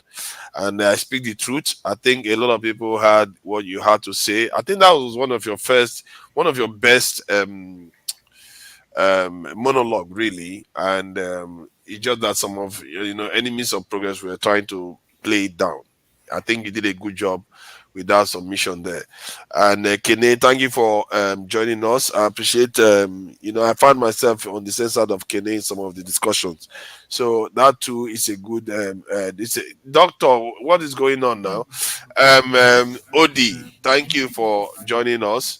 And you see, okay, you guys are going to talk backstage. You're going There to you talk go. backstage at this rate. Always bring it. I'll be stepping on the neck. That's why they mad. Yeah, they are going to be talking backstage. They heard I was going and they want to come in. Mr. Forefathers, let me just say this real quickly. I'll be very brief.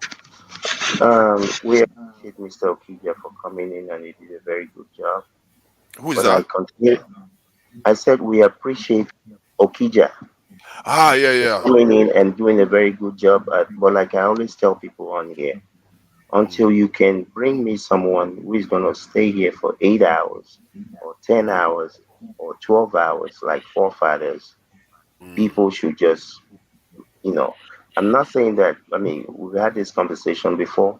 You can be better in your own way, but as far as I'm concerned, you're the man. So we appreciate you, at least I do.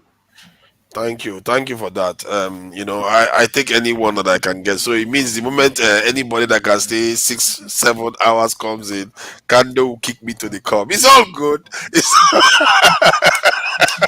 No, Forefathers. That's all it takes. You are the real deal. That's all it takes to keep me to the curb, man. Get somebody else. Then we can talk. No, man. You know why he said it? Yeah. When you want to mark an exam script, you put so many things into consideration. Thank you. Yeah. Your staying power is unparalleled. Something I don't know how I do it, and I don't know why. Sometimes even I need to get I need to do some reflection. Actually, I need to do some reflection. You gotta say no. Did he have I speak the truth. I speak the truth. Who is this one? After all that stuff, you're going to go back and start another fight. Dr. Emezi, I appreciate you for coming in. Odi, I appreciate you for coming in. Mazi, please, you heard I was about to leave. I decided to jump in. All this kind of attitude, what are you will show here? You're going to go backstage and have your discussion. Can you give them like 2 minutes? Why should they get 2 minutes? They were there hoping that I stay for 13 hours before they come in. They hear I want to go, then they jump in. That kind of attitude is not nice now. Okay, I'll give you guys 2 minutes. Give your submission so that I can close out with the people on the comments. Welcome, Doctor. Yeah, good morning from my side. I don't know what the time is over there. Good morning. The time here is morning too, actually. It's morning too. You see, concerns is backstage. Doctor, where are you in the world today? Yeah, I'm calling from the Republic of Maldives.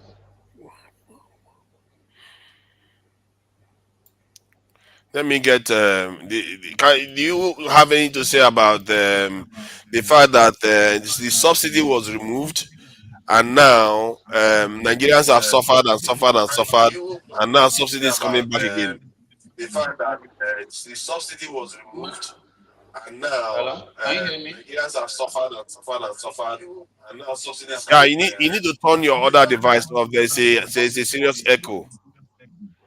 Yeah, I'm coming. Just hold on. Yeah, you need to turn your other device off. There's a serious echo.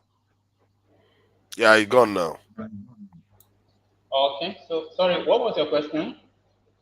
It's regarding the subsidy, the loan the Nigerian government is going to get 6.6 trillion naira, and we gather that is for subsidies. And you know, The line is can you hear me? breaking. I'm sorry, the line is breaking up. Okay, what we are going to do is let's leave that one for now. We can go backstage and clear the Not line. really, the line is breaking, so I can't hear. Yeah, I think is it on my end or is on his end? I think it's on his end. Mazi Prince, you know, subsidy is removed. Now subsidy is back again. They are borrowing money to go and pay subsidies. So what is the point of all the suffering Nigerians have suffered all these years, all these 1 year so far? Well, I've been trying to avoid talk about the what do you call it, the subsidy of a thing. They've never removed it. It's always been there. So, like I say, it's criminal, and they will keep exposing themselves. That's that's what I know, and that's what it is. They'll keep you know exposing themselves, all the lies and all that stuff. They never think good of that country. Well, that's where I can say. That's what I can say right now. That's why I kind of stayed away. I don't want to talk much. Yeah, there's a particular reason why I came in, and that's where I am. Mhm. Okay, I get it. Thank you for joining us, even if it's late in the day. All right, all right. I appreciate all of you for coming in today, and I appreciate all the kind words that were said to me because today I'm a bit raw from all these discussion. All this discussion is really raw. Okay, people in the chat, Chope O, I really appreciate the money you have donated. It's a shame we didn't do a lot more. Tomorrow we are going to talk more about how we can contribute because Dr. Damage is doing a lot of work and he's paying a lot of money out there. So it will be good to be getting some people to contribute. We all go to churches and we know how generous that we Nigerians are when we get to the church. So it's only fair to give Dr. Damage some assistance because he's offering the community a chance to come together. We have people from America, the UK, some of them, managed to come out from Australia, Canada, different countries, India, name it. It's a valuable service that is rendering, and it's also enriching our lives. It's the least we can do to support the channel, and I know a lot of people do it, and I know a lot of people would like to do more of it, but they just need to be reminded. So, and the last time I did it, the payment, the donations came through. It's just like that, and that's how it should be. Because the more you do, and the reason why I'm saying this is not because he put me up to it. Even the last time he didn't put me up to it. I'm saying it because I've seen the way he walks. He's almost in the style of the show and all the way he walks is, to help, whatever way he can. That he didn't. I don't need. I think I went to an interview to start this thing moderating here. And if you want to contribute, you are free to come in, and then you see how straightforward it is. So, and I think it's worth supporting. And people should, there are a lot of pastors out there deceiving people, and people are donating their properties to them. All we are asking is a little bit of support here and there so that Dr. Damage can do a lot of good and the viewers can mold what he goes on to do. He listens to their opinions. So it's not only about making money and building the channel up. If that was the case, you'll be getting a lot more of that. He's not that. He doesn't even promote the channel. He doesn't even do that. That should tell you something about his approach. And I think that is what putting the funds into. And viewers should be, dip your hand in your pocket and support the channel, because there's a lot of good that is going to come from it. All right, so that's that. Chai, I see you there, Chai. Thank you for coming in, Chai. I see you, Mr. Triumph. Are you a pastor? I'm not a pastor. I'm just saying this as I see it. I like to call this as I see it. You know, I make a lot of effort to try to keep my facts straight. That's why I kept going back to that video over and over again. That what Kenny said, because I have to be sure. Anthony Eze, thank you for joining us. You know, that picture is very vivid. I don't think I've seen that before. Anthony Eze, thank you. Lighthouse, I see you there as always. Thank you for joining us. Damian A, thank you for joining us, Damian A. That's an interesting face. I don't know whether that's your real face. Mazi Prince, thank you for joining us on the panel and on the chat. A Black Beauty, I see you there, always supporting the channel and commenting. Thank you for joining us today. Damian A, okay, I've said Damian A already. Doll Video Gaming, thank you for joining us. Doll Video Gaming, I don't know, Ancient Father Link, I don't know what that means. McEnelly, this one. McEnelly doesn't have any positive to say about me throughout the whole show until it's about to close. Thank you for joining us, McEnelly. Kando is here. Thank you for joining us, Kando. Thank you, and you're also on the panel, Kando. I appreciate you.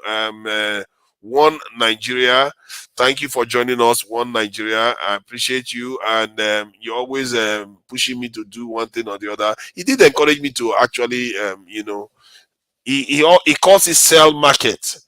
He encourages me to, you know, promote, like and share, subscribe, stuff. So that is good.